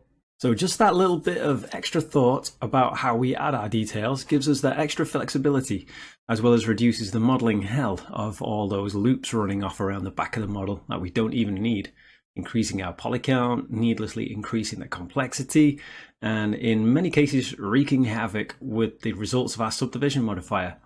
As the saying goes, the devil makes use of idle hands, or in this case, unnecessary idle geometry. Welcome to Modeling Issues from Hell. Let's talk about invisible polygons and weird shading. How many times you noticed something like that? It's pretty hard to spot, but the shading is a little bit off, and once you add the bevel modifier or do some other mesh operations, you notice that something is definitely off, not only with the shading, but with the topology. Usually it's a double-sided thing, so we can go over to the Viewport Shading tab, enable backface culling, and notice that now some polygons have gone missing. So what's even going on here? Well, once you see the invisible polygons, make sure to check the face orientation, because chances are that some polygons were flipped.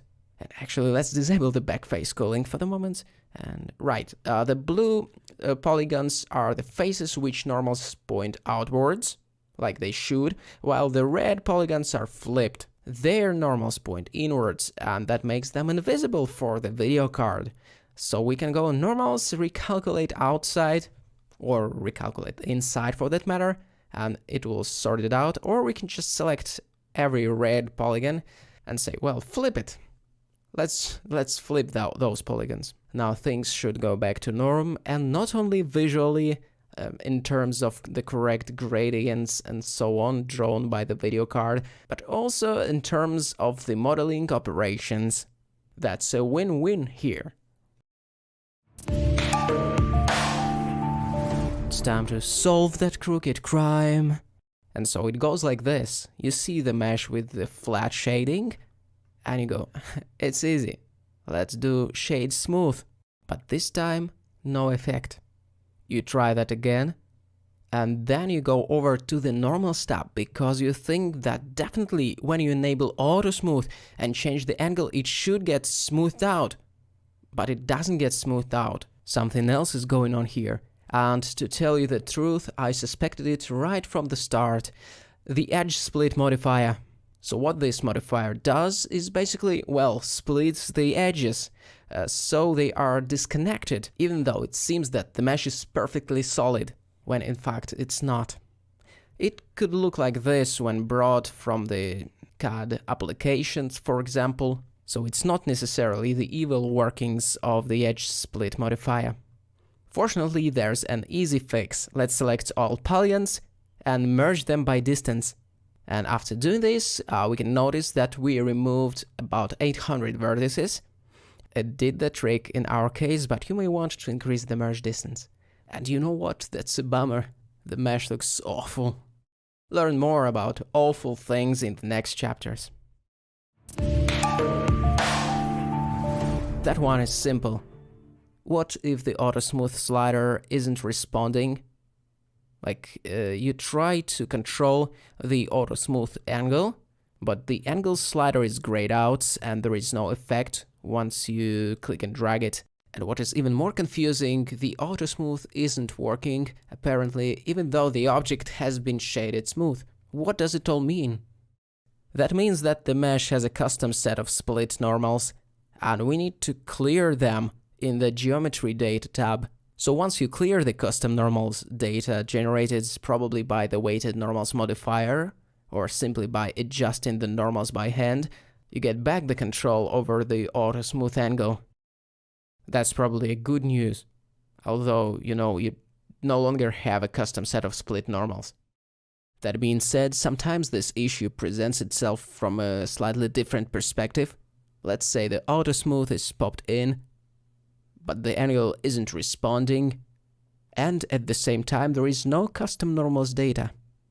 What does it mean? Chances are we forgot to simply enable Shade Smooth in the right mouse button menu. That happens to me all the time.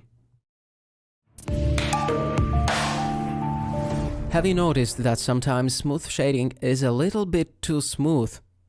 That may sound strange, but right out of the box, the default smooth shading algorithm in Blender just makes everything look like jelly. Well, to some extent it can be fixed by decreasing or increasing the auto smooth threshold in the normals tab, and that will tell Blender to not smooth out the edges with the sharpness over 30 degrees or whatever you set in the angle. But of course there is other ways you can do this, and I'm gonna show you some of them in a really quick fashion. First of all, if you have used the bevel modifier, there is the harden normals checkbox in there, so you can just click on it and be happy. It will fortify the bevels and stop excessive smoothness from creeping in. The other way of avoiding the jelly cube smoothness would be to use the weighted normal modifier and set the weight to around 50 or even higher. In brief, even though the default smooth shading or Gouraud shading algorithm of Blender tends to average everything based on the corner angle, the face-weighted alternative almost always looks way better, or at least it looks more faithful to the actual geometry of the mesh. The flat faces remain flat, and the larger is the face, the more weight it gets in the process of calculating normals and their relative weights. So once again, here's what the default smooth shading algorithm does. So to demonstrate it, let's enable this funky looking matcap, but it allows us to debug the weird curvature issue that we see when we use the default smooth shading. Oh gosh, the lines are warped, and it speaks of something. Let's enable the custom split normals display and try to average the normals based on their face area rather than corner angle. Hopefully that will flatten or straighten out the normals, at least for the flat faces, and let the blending happen not across the entire model, but across the smallest faces, in this case the beveled faces. The slightly disturbed bevel normals is the price that we pay for the overall correct normals for the larger faces. It's a good compromise.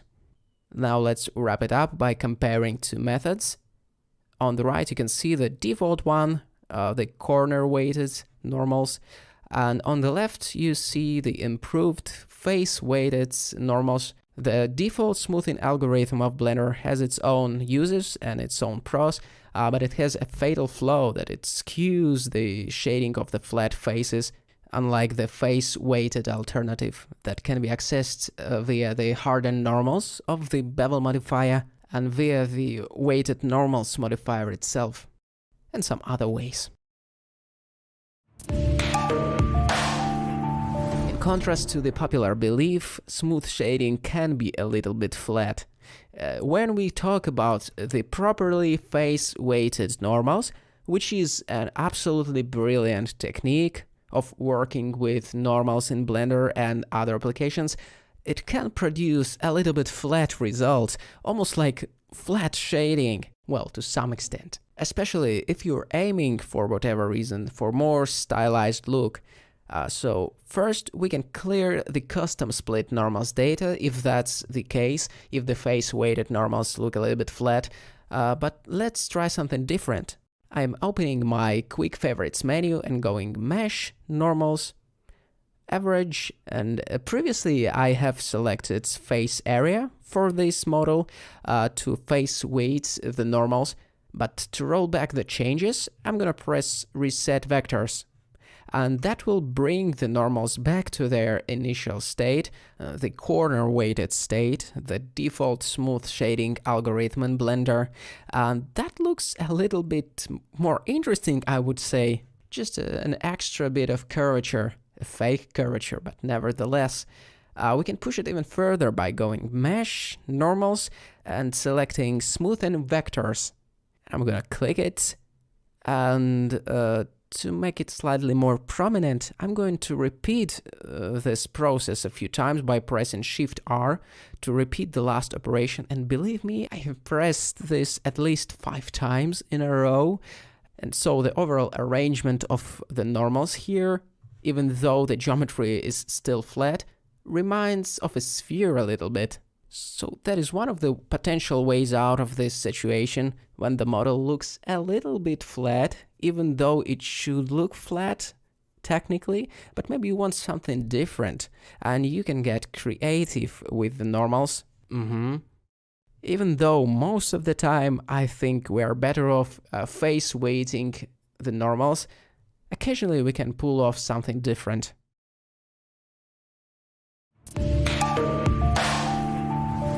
How to change the bevel profile without editing polys and without adding any extra modifiers. That's tricky.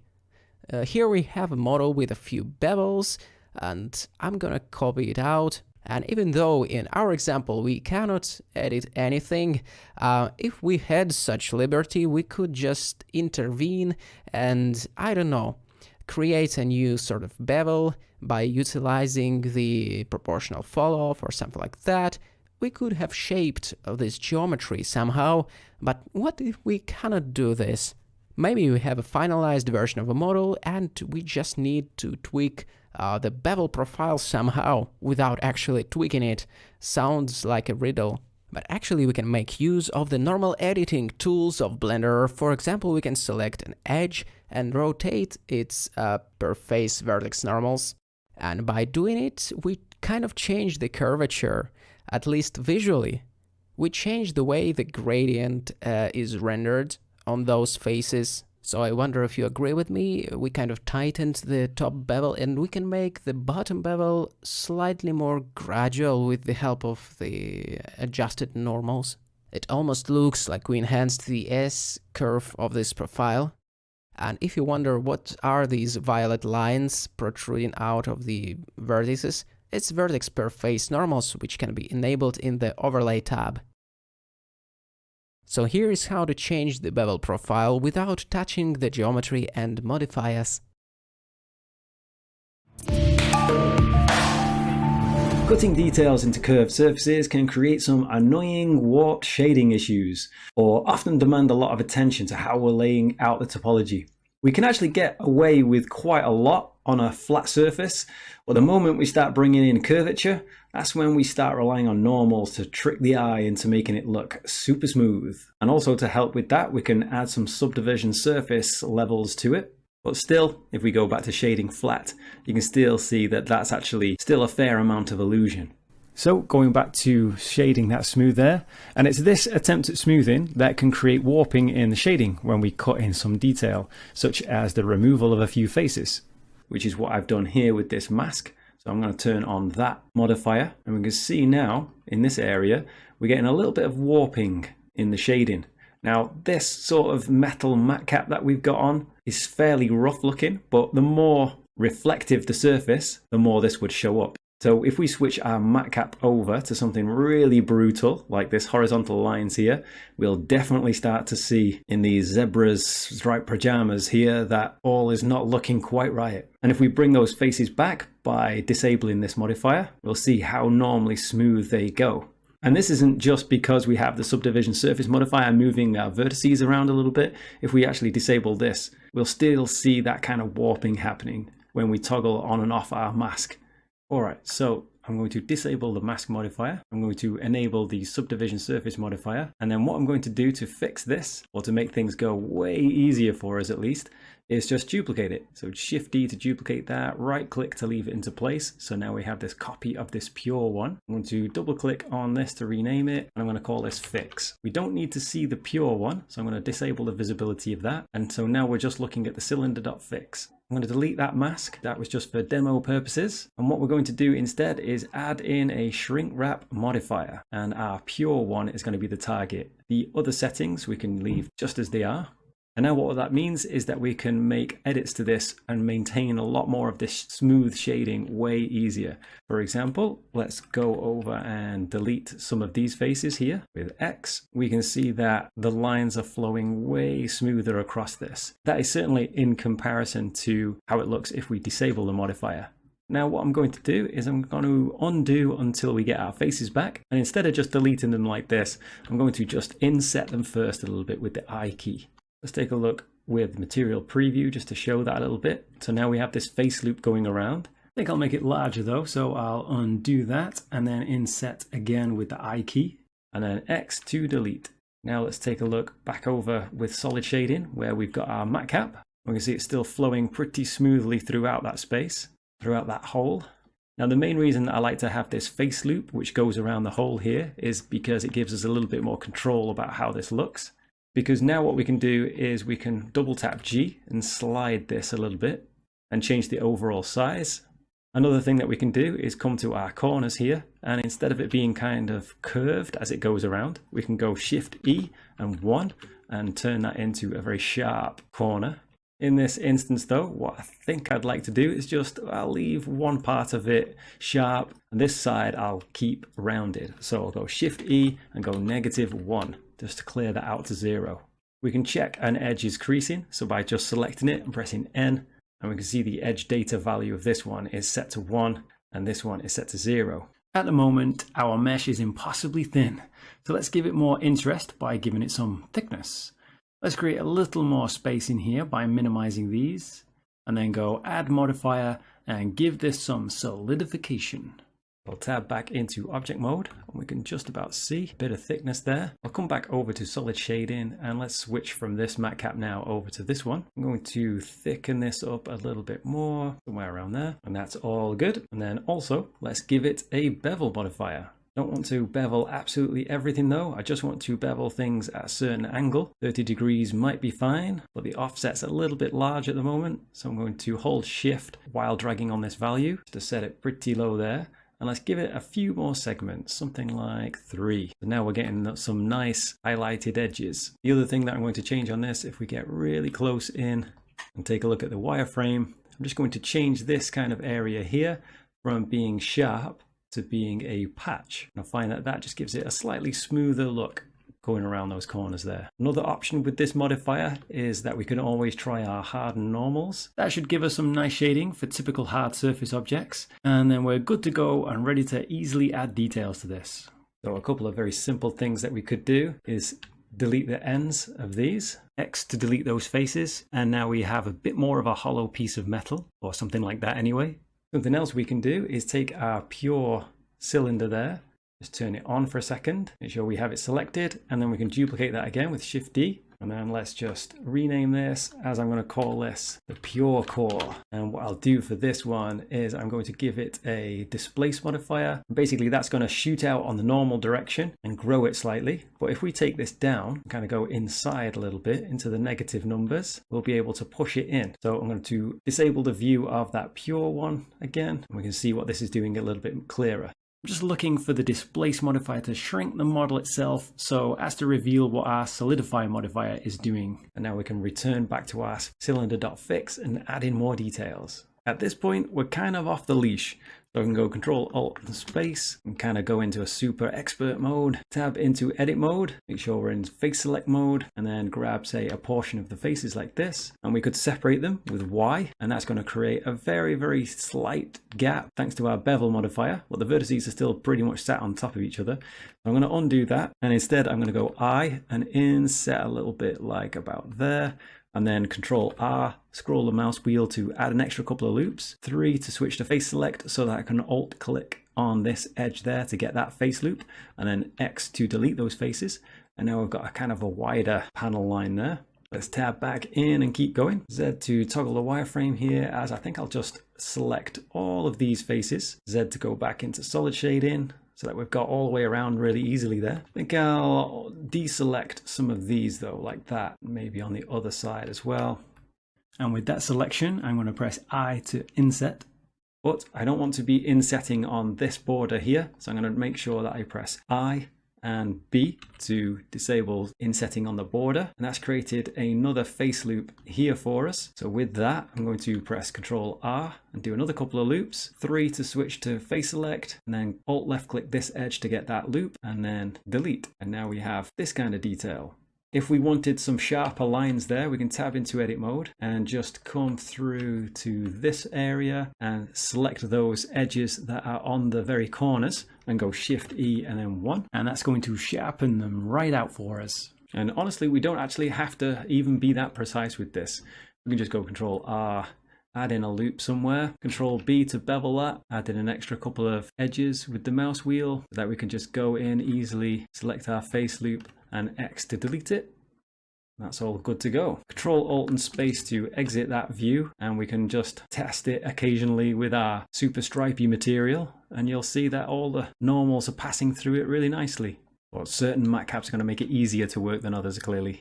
Here I have another example, which is basically the very same setup as before. If we take a look at the topology in edit mode, we'll see how loose some of the modeling actually is, while the shading is still looking really nice. For example, check out these N-gons here, but they're shading perfectly nice. In fact, let's get our screaming judgmental zebra on there. Actually, also check out this hole that we have. I'm going to select the edge loop there for that, and we can see the lines are passing through completely fine there, despite making it clearer with this matcap that there isn't actually any face loop that kind of borders the hole. That kind of brings me to another point, because if I take this vertex and I want to control how this edge is looking, I could use creasing on one of these edges, or I could use Control Shift and B to bevel a vertex rather than an edge. However, I'm going to right click that because the way I prefer to go about this is to bevel an edge instead. So I'll show you what I mean. I'm going to Alt left click this loop here, press E to extrude an extra loop, right click to leave it in place, and I'm going to scale that one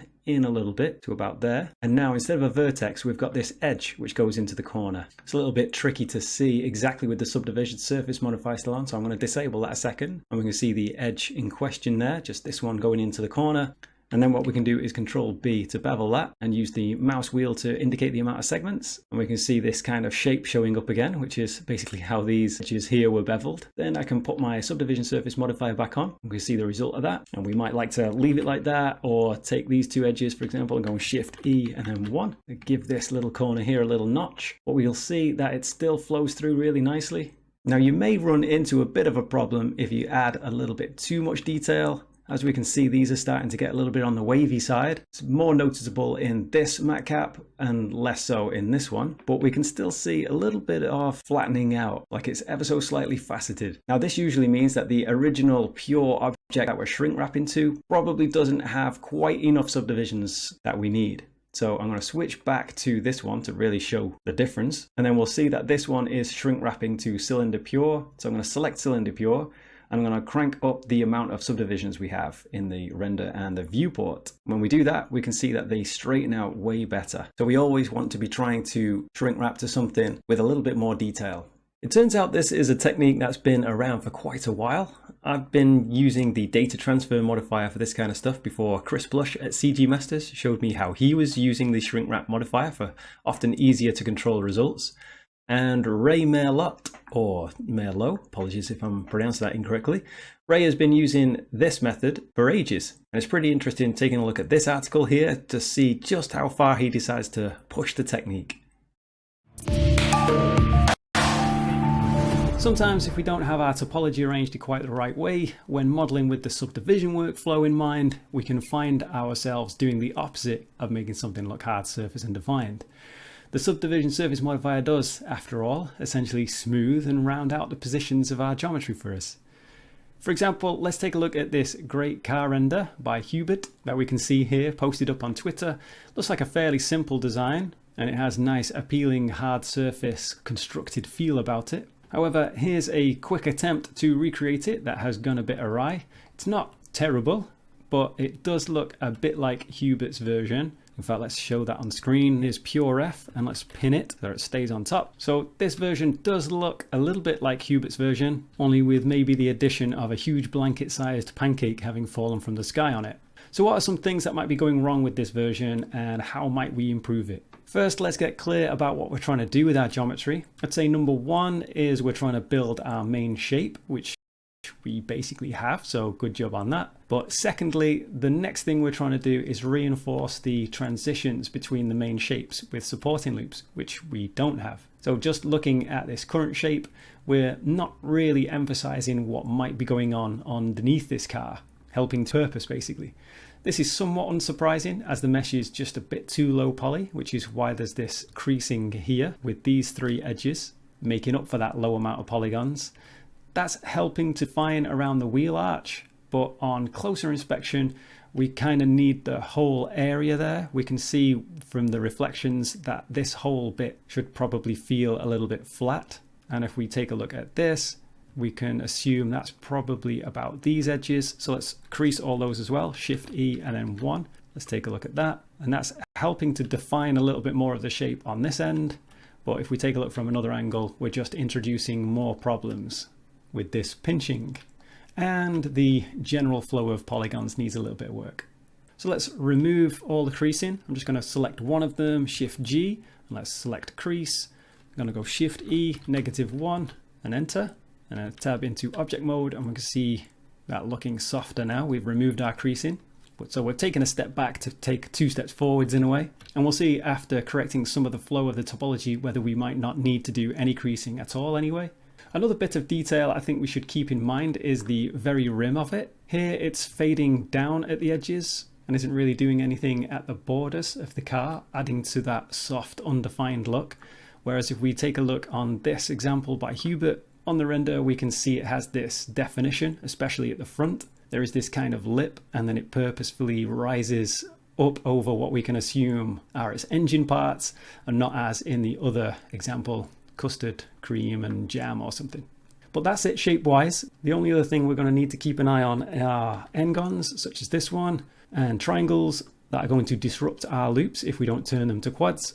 So let's start there at this lip. Let's define a flatter edge that runs all the way around the model. So just to make these edges stand out a little bit more, I'm going to switch to edge select mode and go Control R to add in an edge loop here. It's mirrored at this point, so we don't really need to worry about the model on that side. And let's see what we've got. So we've got a nice bit of geometry coming around there, and we're getting stopped right here. So let's undo that with Control Z. And what we need to do is fix this. These two triangles don't need to exist like that, so I'm going to dissolve this edge. And really, I think we can slide this over here in vertex select mode and cut from here to the center line with the K tool, our knife. And we have to think about what this edge loop is doing.